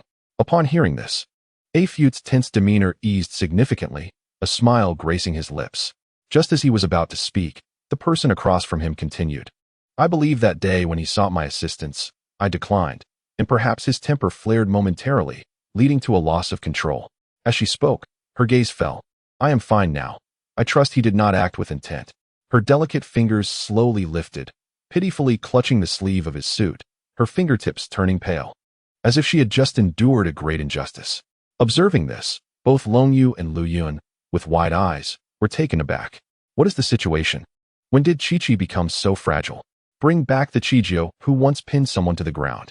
Qi Silan lowered his gaze to her fingers on his sleeve, a subtle smirk playing at the corners of his mouth. Raising his eyes to meet hers, his gaze was filled with gentle ripples. How could he not discern her true intentions? This was clearly deliberate. Oh, it seems there are other matters concealed here. Though it was unintentional, we must cherish our Chi. Misunderstandings are unacceptable. Afuda's heart, which had just settled, now tightened once more. What did this mean? Hadn't there been hope just moments ago? Chi was our treasure. Even the slightest misunderstanding was intolerable. I believe we should let this go. Afuda was taken aback. After investing so much time and effort, and having postponed numerous meetings for this, he was now being told to let it go? No, this cannot be. No, you misunderstand. What occurred that day will never happen again. I assure you. If you, even as Afuda's words grew desperate, Qi Silan remained unmoved. Lu Yun, see our guest out. As Afuda attempted to speak further, Lu Yun swiftly seized him, much like one would handle a small chick, and unceremoniously tossed him out of the room. Afuda, glancing at the person beside him who was smiling, playfully tapped her nose with his index finger. Are you pleased now? Chi Jiao looked up at him, her dark eyes seemingly imbued with a captivating magic, as if they could draw one in. Did you go to such lengths to help me vent my frustrations? Such elaborate efforts, merely to defend her? Chapter 85. Fired. This seemed a bit too earnest on her part. Throughout her life, although many had stepped in to assist her, most times she had played the role of the savior, either repaying debts or bestowing favors. In truth, even if he had not shown up that day, she would have remained unscathed, suffering no losses whatsoever. The man nodded, affirming, Indeed, I'll stand up for you. So, are you pleased now? He was well aware that this young lady harbored a vengeful spirit, and at times, he found himself embroiled in conflicts. In certain respects, he was of little assistance. Yet he could certainly bring her joy. Chi Jiao nodded, a smile gradually blossoming on her lips, radiating happiness. Such feelings were rare in the international arena.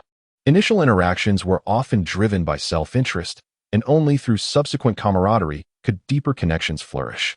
Without the foundation of mutual benefit, who would aid whom? Observing the smile gracing her lips, Chi Silin felt his own curve upward unconsciously. As long as she was content, he too would find joy. Am I, then, a part of your circle? Afuda inquired. Is this truly necessary? Since Chi Silin had expressed his rejection of Afuda that day, the fellow had seemingly evaporated into thin air, never again troubling Chi Jiao at Xingyue. Even news from within the country had ceased.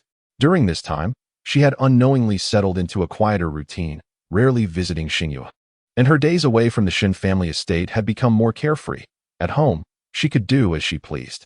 Valia had already departed for the country, ready to report any minuscule developments to Chi Jiao. On this particular day, the young girl reclined on the sofa, glancing at Lu Yun, who hesitated to sit beside her.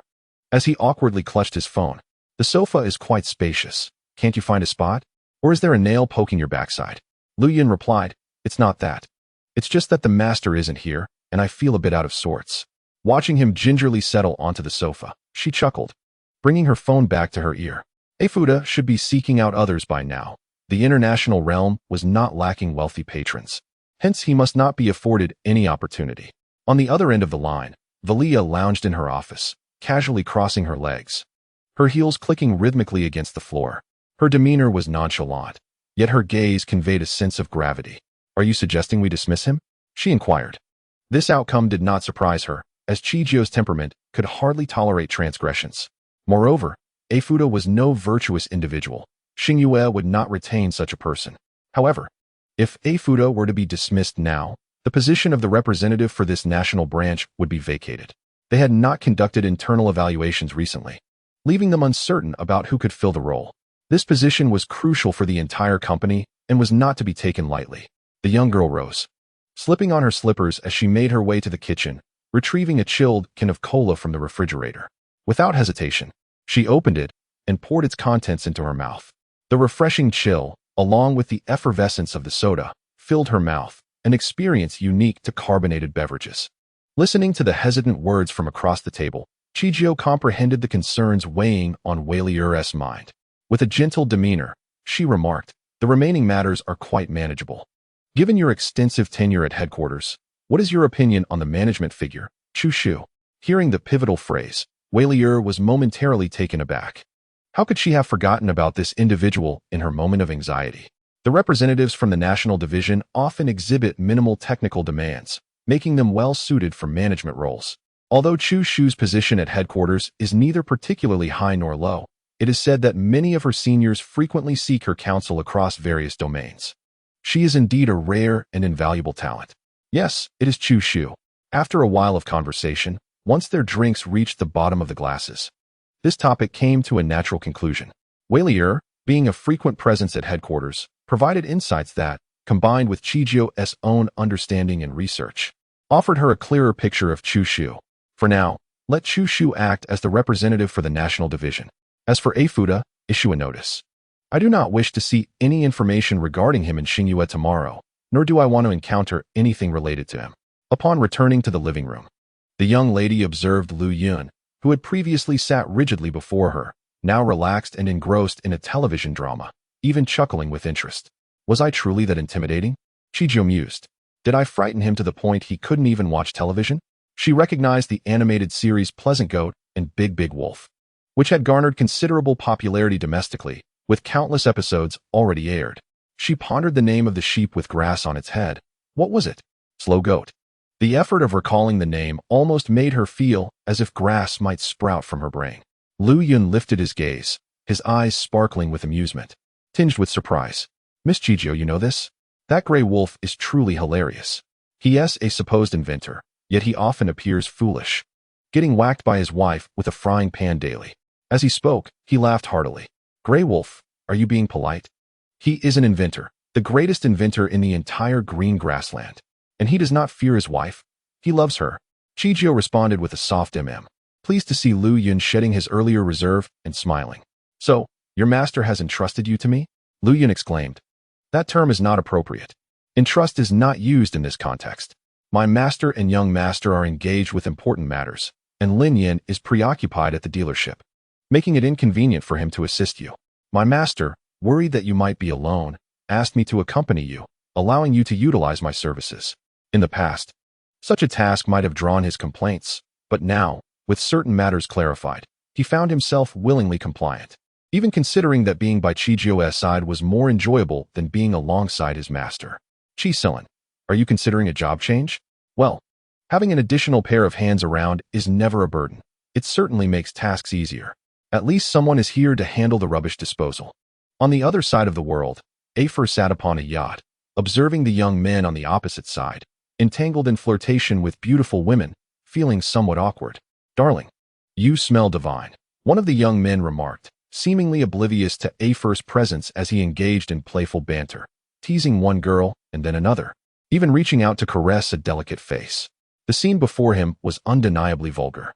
Afer harbored no doubts. Were they in a more secluded setting, their actions might escalate to something unspeakable. Chapter 86. The problem lies with you, sir. Regarding our earlier conversation, the young man across from him displayed visible impatience, his expression suggesting a desire to toss Afer into the sea to feed the fish. Could he not be rid of this nuisance? Are you from Star Moon? The representative of the National Division? How has Star Moon fallen to the point of seeking assistance from others? What of the headquarters? Star Moon is a renowned multinational conglomerate. Surely a single branch could handle its own affairs. That should not be the case. Under that fellow's management, could Star Moon truly be incurring losses? By now, they ought to be wealthy beyond measure. Star Moon, even if the National Division is facing losses, why not seek help from headquarters? There must be some ulterior motive at play. We at headquarters are experiencing difficulties ourselves. Otherwise, I would not be compelled to seek your assistance. He turned away, ignoring the young man, waiting for the nearby beauty to feed him fruit. Headquarters in trouble? How was I not informed? With a corporation as significant as Star Moon, how could so many eyes not notice? If there were even a whisper of trouble, it would have spread like wildfire. The implication was clear: you are lying. The young man was entirely unfazed by such accusations. Ning Lan, clad in a professional suit with her long hair neatly tied in a high ponytail, held a stack of documents, calmly observing the unfolding drama aboard the yacht. Watching the flirtations of Su Rue and their interactions, she appeared entirely unbothered, her expression unchanged. Suddenly, the vibration of her phone drew her attention. Upon reading the message, a rare expression crossed her face. An announcement from Star Moon headquarters? At that moment, she could hardly concern herself with whether Su Rue and the others were engaged in serious discussions. She set down her documents and eagerly approached with her phone raised. In contrast to their discussion, this development was far more pressing. Su Rue, possessing strikingly handsome features typical of Westerners, deep-set eyes, a prominent nose, long eyelashes, and a flawless jawline, was currently revealing his upper body, showcasing his muscular abdomen. He was undeniably the epitome of a dashing man. He took the phone, turned to the screen, and upon reading whatever news it contained, let out a laugh, his gaze shifting back to Afer with a look that transformed. It was as though he regarded him as a fool or a piece of refuse. I perceive that the true issue lies not with the headquarters of Xinghua, but rather with you, does it not? Ninglan retracted her phone and returned to her previous position. Upon hearing this, Afuda felt a significant rigidity in his smile, an inexplicable sense of guilt surging within him. What was happening? Had he been discovered? No, he had been abroad and was entirely unaware of the affairs in Huagua. Xiaorue observed Afute's bewildered expression, an air of sarcasm in his gaze. Would you care to review the notice issued by your Xinghua headquarters? Once you have perused it, we may continue our discussion. The notice from the headquarters? Afuda pressed his lips together, a foreboding sensation washing over him. He hastily retrieved his phone to examine the latest announcement from Xinghua headquarters, and he was taken aback. In a matter of seconds, he felt as though his heart had skipped a beat, his entire body trembling uncontrollably, a chill enveloping him. What did this mean? Had he been dismissed? Just moments ago, he was the representative of the national branch, and now he was rendered inconsequential. The announcement from the headquarters was unequivocal, outlining the reasons for his dismissal. Citing his contributions to the company alongside allegations of embezzlement, they even detailed his gambling habits. In a mere few lines, his professional career lay in ruins. Which company would still consider hiring someone with such a tarnished reputation and glaring mistakes, particularly one with a gambling addiction? Shirue found amusement in Afute's frozen state. Mr. Afuda, you are no longer the representative of the national branch. My assistance is no longer required. He lifted his gaze and added, even if you had not been dismissed, I would not extend my help. I believe a gambler does not merit my aid, especially one embroiled in embezzlement. It is not to suggest that all individuals at the gambling tables are malevolent, yet his actions had caused considerable turmoil for the national branch, clearly indicating an addiction he could not shake. Seemingly mocking, Shirue laughed unabashedly, offering no regard for Afuda's dignity. Observing Afuda's silence, his patience appeared to have reached its limit. Since we have nothing further to discuss, I bid you farewell. Afuda snapped back to reality, instinctively turning away, only to find that the yacht had, unbeknownst to him, arrived at the shore. Gritting his teeth, he departed from the scene. Once Afuda was out of sight, Shirue felt no desire to linger, discarding any pretense as he rose to his feet. He took the towel from Ninglan's hand, draping it over his shoulders, only to feel a tug at the hem of his garment. Turning around, he found the enchanting woman he had previously held in his arms, gazing at him with an alluring expression. "Why are you leaving? We have only just begun to accompany you." Her tone was laced with an inexplicable seduction.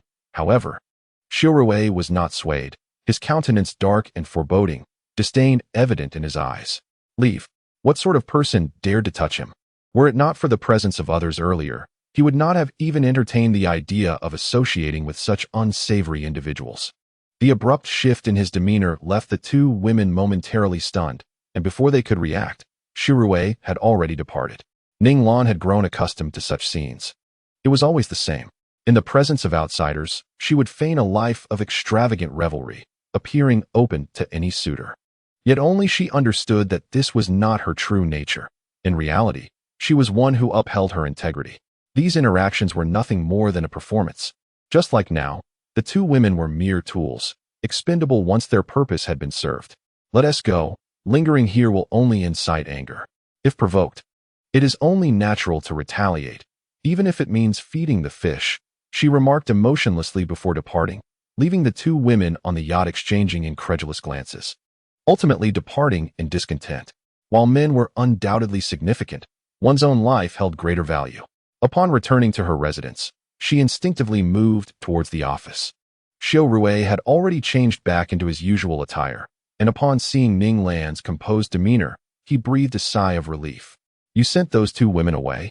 Once they are gone, make sure to clean the yacht thoroughly. If it weren't for that unexpected visit from Afuda, I would never have allowed anyone aboard my yacht." Ninglan nodded in understanding. "By the way, have you gathered the information regarding Xingyue?" She answered leisurely, having spent ample time beside Shirue, intuitively grasping his forthcoming words. Chapter 87. She was not jealous. Even without him speaking, she already comprehended his thoughts. Thus, upon encountering the announcement on the yacht, she promptly set about investigating, ensuring she could provide him with the details at a moment's notice. "Well done," Shirue said, taking the documents from her hands, his face finally breaking into a genuine smile, starkly contrasting his earlier menacing expression. This was the real him. Ninglan stared at the smile gracing his lips, momentarily taken aback, a pang of bittersweetness washing over her. It seemed that Shirue truly viewed her differently, yet there was an underlying similarity. The distinction lay in his trust. Unlike his disdain for other women, he regarded her as a friend, offering her unique experiences that others could not fathom. However, in matters of the heart, he regarded her much like any other woman, devoid of affection. She knew well that Shirue's heart belonged to but one person. As time passed, Shirue comprehended the documents in his hand. "Alan, please keep a close watch on the national division, especially the new representative. What's her name? Chushu. Ensure she does not engage in any actions detrimental to Xingyue. If necessary, leverage Jiuzi's status to apply some pressure." Ninglan nodded earnestly. Once she exited the room, she exhaled deeply, feeling a sense of relief, as if a weight had been lifted. Her lips pressed together, slightly pale. At that moment, she no longer felt the need to maintain her facade before Shirue. She sensed that with her acting prowess, had she entered the entertainment industry, she could have thrived. After all, Shirue had yet to realize her potential. Quite remarkable indeed. Shirue, Jiuzi, Jiuzi. The mere thought of their group's name brought forth a wave of bittersweet emotions. Perhaps it was not merely the first time that triggered this feeling. She had grown accustomed to it. She had witnessed Jiuzi's remarkable achievements, yet the name of the group was derived from her. The first character of their group's name was inspired by the name of the person he cherished, while the second character reflected the color favored by that person. He had found someone he adored deeply, even going so far as to alter the group's name in her honor. Even now, surrounded by admirers. He sought to have that individual by his side once more, albeit as a friend. The one he loved had rejected him, and she was the unfortunate soul who had developed feelings for herself in this complicated love triangle. Her position within this scenario was decidedly awkward. However, she bore no ill will. Having spent considerable time together, she recognized that Miss Chi was exceptional in every regard, deserving of everyone's admiration. Thus, she felt no jealousy. "Longjia, have you been assigned another task?" A passing junior inquired, noticing the individual lingering at the doorway. It seemed that every time they encountered Qing Lan, she was markedly different from her usual self. "Yes, I have matters to attend to. Please continue your work," she replied. In the days following the college entrance examination, the high school seniors finally exhaled a sigh of relief. Having navigated the battlefield of examinations, the once tense atmosphere had dissipated, allowing them to embrace their desires freely. Chi Jiu had finally returned to the Shun family estate, where upon entering, she was greeted by the expectant yet somewhat melancholic expression of Shin Cici. To her astonishment, she also spotted a little Luja, Chi-Chi, Sister Chi-Chi, the two individuals, who had been seated on the sofa engrossed in their phones, exclaimed in unison upon seeing her. Their exuberant voices drew the attention of Shin Cimo, who was sipping tea nearby, prompting him to glance over before shaking his head in exasperation. Just a short while ago, he had been quite the brother's boy. How things had changed in less than half a year. "What are you staring at?" she asked, placing the box she had been holding aside. Although she was only a little over a year older than Shin Cici, for reasons unknown, she now perceived Shin Cici and Luja as mere children. While she felt quite mature in comparison, at their age, Shin Cici had blossomed into a graceful young woman, and Luja had shot up to nearly 6 feet tall, yet she sensed a distinct generational gap between them. Blonde hair? Chi Jiu's keen eyesight caught sight of the images on the table. The striking golden locks stood out prominently among the vibrant hues of other dyed hair, suggesting a hair dye advertisement. The colors appeared stunning. Recalling the anticipation in Shun Cici's eyes, the young woman pursed her lips. "Do you like blonde hair?" Indeed, the golden hue was quite appealing. Had she been inclined toward hair dye, it would have been her first choice. However, that color was rather selective, and not everyone could pull it off based on skin tone and facial features. Shin Cici nodded, reflecting that the color resembled the hair of her favorite singer. She cherished it and expressed a desire to dye her hair that shade after graduation. A favorite singer? The girl raised her eyebrows in surprise, as she had never previously heard of Cici having an idol. Typically, a fan's room would be adorned with posters of their idol, and their phone wallpaper would be filled with related images. This little girl had certainly kept her admiration concealed, as it was not apparent at all. "Yes, but he is not very popular, so you might not know him. His name is Wanzhou. Even after debuting, he has not gained significant fame, and it seems the company intends to put him on ice." "Wanzhou? Well, that indeed sounds obscure. I have never even heard of him." As she spoke, an idea struck her, and she took out her phone to open Weibo, searching for information on Wanzhou. Since entering the entertainment industry, she had come to understand the utility of Weibo, now treating it like an encyclopedia. Wanzhou had only a few 100,000 fans, far fewer than her own idol, who had just debuted. As she scrolled, she came across his first post, featuring 3 selfies with no accompanying text. In the photos, he sported golden hair and wore a carefree smile, making his complexion appear even fairer. The exquisite allure of his looks could easily captivate those who admired beauty. "I wonder if my mother will allow me to dye my hair like this after I graduate," Shin Cici murmured softly, before shutting her phone with a light chuckle. "Rest assured, your mother is not that traditional. If it weren't for your schooling, she would likely have no objections to you dyeing it now. All she desires is for you to be happy." Shin Cici nodded in agreement, though the smile on her face dimmed slightly at her words. "Your mother? Has Chi-Chi not yet considered this place her home?" She should have said, "Our mother." Buzz. Her phone vibrated in her pocket. She glanced at the notification, her expression remaining largely unchanged. Turning to Shin Cici, she said, "Continue your conversation. I will return shortly." Chapter 88.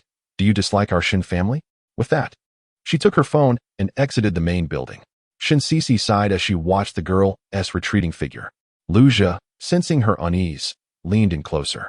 "Cici, what's wrong?" Just as he was about to draw nearer, a cough from behind interrupted him. Turning around, he found Shin Chimo regarding him with a knowing smile. "What are your intentions with my sister?" Luja replied, "No, It's just that your expression somehow instills fear. I haven't done anything yet. However, he couldn't deny that the 2 coughs had been effective. He was now hesitant to approach further. Meanwhile, Shinsisi seemed disinclined to acknowledge him, instead directing her gaze toward the older brother on the other sofa. Big brother? Perhaps due to family matters, she and Shin Chimo retreated to the study, leaving Luja momentarily at a loss for words. Just then, he was intercepted by Shin Cixing, who had just returned from the doorway. How can you be so oblivious? No wonder my brother speaks of you this way. Cici is still in high school, and your incessant attachment to her is akin to revealing that the cabbage you've nurtured has been devoured by swine. Having known each other for quite some time, Lu, the young scion of the Lu family, had clung to Cici since childhood. As a man, how could he not perceive this fellow's intentions? It was glaringly obvious that he harbored feelings for Cici. Luja interjected, they have matters to discuss, and if you intrude, you won't see the light of tomorrow. Just stay here and play games with me. Upon hearing this, Shin Cixing was taken aback. How peculiar his words sounded. What did he mean by they? Wasn't he also Cici's brother? In the study on the 2nd floor, Shin Chimo regarded the hesitating Shin Cici, raising an eyebrow. Cici, what troubles you? The young girl lifted her gaze. Although her expression was devoid of overt emotion, it was evident that her spirits were not high. Brother, does Chi not like our Shin family? Shin Chimo was momentarily stunned. Why do you say that? From his observations, Chi seemed quite content with their family. In a hushed tone, Shin Cici continued, Chi has never referred to my mother as mother. When speaking to me earlier, she used the term your mother. Understanding dawned on Shin Chimo as he sighed. He had noticed this issue long ago, even observing that Chi sometimes deliberately avoided that term. Surely, it was not only he who had noticed, their parents must have as well. Yet, they all understood the situation without explicitly addressing it. Cici, there's no need to dwell on this. She has only been with us for a brief period, less than 6 months. Having been an orphan, she has never experienced familial affection, so her reluctance to speak up is entirely natural. As he spoke, he affectionately ruffled the young girl's hair, his eyes softening. It is not a simple matter for her to adjust her manner of address after just a few months. You needn't worry. She has already begun to consider this place her home and views you as her sister. Otherwise, she would not have confronted Qin Yao so fiercely on your behalf, disregarding her well-being. Nor would she have returned from Deadgate Island, braving the task of dealing with the island's master and the pressure from the royal family. Such actions would be inconceivable for most. Shinsisi looked up at him, her eyes brightening. Really? Throughout her life, she had known her brother would never deceive her. Indeed. Shinchimo chuckled, relieved it was not a grave matter. Moments earlier, he had nearly believed that Luja had bullied Cici, having rolled up his sleeves and prepared for a confrontation. Luja, he won't utter a word until his lawyer arrives. When they returned to the living room, they found Shin Cixing grumbling while playing a game, with Luja shrinking his neck in silence beside him. Shin Cici. It was only after the game concluded that he caught a glimpse of Shin Cici, and his eyes sparkled. Cici. Ahem. Just as he was about to approach her, he noticed Shin Chimo behind Shin Cici, wearing an ambiguous smile, just as before. Luja, what did I do to deserve this? I haven't done anything at all. Shin Cixing shot a glance with his dark, glistening eyes between them, waiting for Shin Cici and Luja to huddle together to do their homework before he stepped forward. Brother, don't you dislike that kid Luja? Not at all. Shin Chimo replied without looking up, his tone casual. Shin Cixing, are you certain? I simply disapprove of that kid dating Cici so early. They are still students. Their studies should take precedence. Shin Cixing nodded, acknowledging the truth in this. Early relationships can indeed affect academic performance, especially at the high school level. Education is paramount during this prime time of youth. If one's mind is clouded, it could severely impact their future. Oh, then why don't you intervene with Chi-Chi? The entire city knows about her rumors with the young master of the Chi family. Shinchimo raised his gaze, a look of helplessness in his eyes. Chi-Chi is already 18. She is an adult and can determine her own emotions. She doesn't need to take the college entrance exam. Furthermore, she is far more mature than Cici, and it is beyond our capacity to interfere. Besides, even if we wanted to, we couldn't. Who can dictate the future? Moreover, he always felt that this young lady's talents extend beyond what meets the eye. Meanwhile, in the Shin family garden, a girl was swinging on the swing set, listening to the phone call, swinging rhythmically. I told you, it was just a spur-of-the-moment decision. I have been out of the circle for so long and have no intention of returning. No amount of pleading will change my mind. The other party said something unknown, and Chijo pouted, appearing somewhat impatient. I understand you're busy, but this time, it's a great opportunity. You'll definitely be satisfied. Both looks and talent. Before the girl could respond, she felt her phone vibrate, and looking down, she saw a photo. A golden-haired youth, strikingly handsome, with an aura that unmistakably suggested he was cut out for the entertainment industry. Chijo stared at the familiar face, momentarily stunned, then brought the phone back to her ear. Wanzhou, you know him? The other party's excitement surged upon realizing she did, their voice rising several octaves. Knowing him means there's hope. Chijo pressed her lips together, saying she didn't know him well, merely that her younger sister liked him. Quite the coincidence, in fact, as she had just seen this photograph 10 minutes ago. Implicitly, she suggested that had the call been made 10 minutes earlier, she wouldn't even have been able to recall his name. The other party responded, that is quite a coincidence. So what do you think? Are you considering it?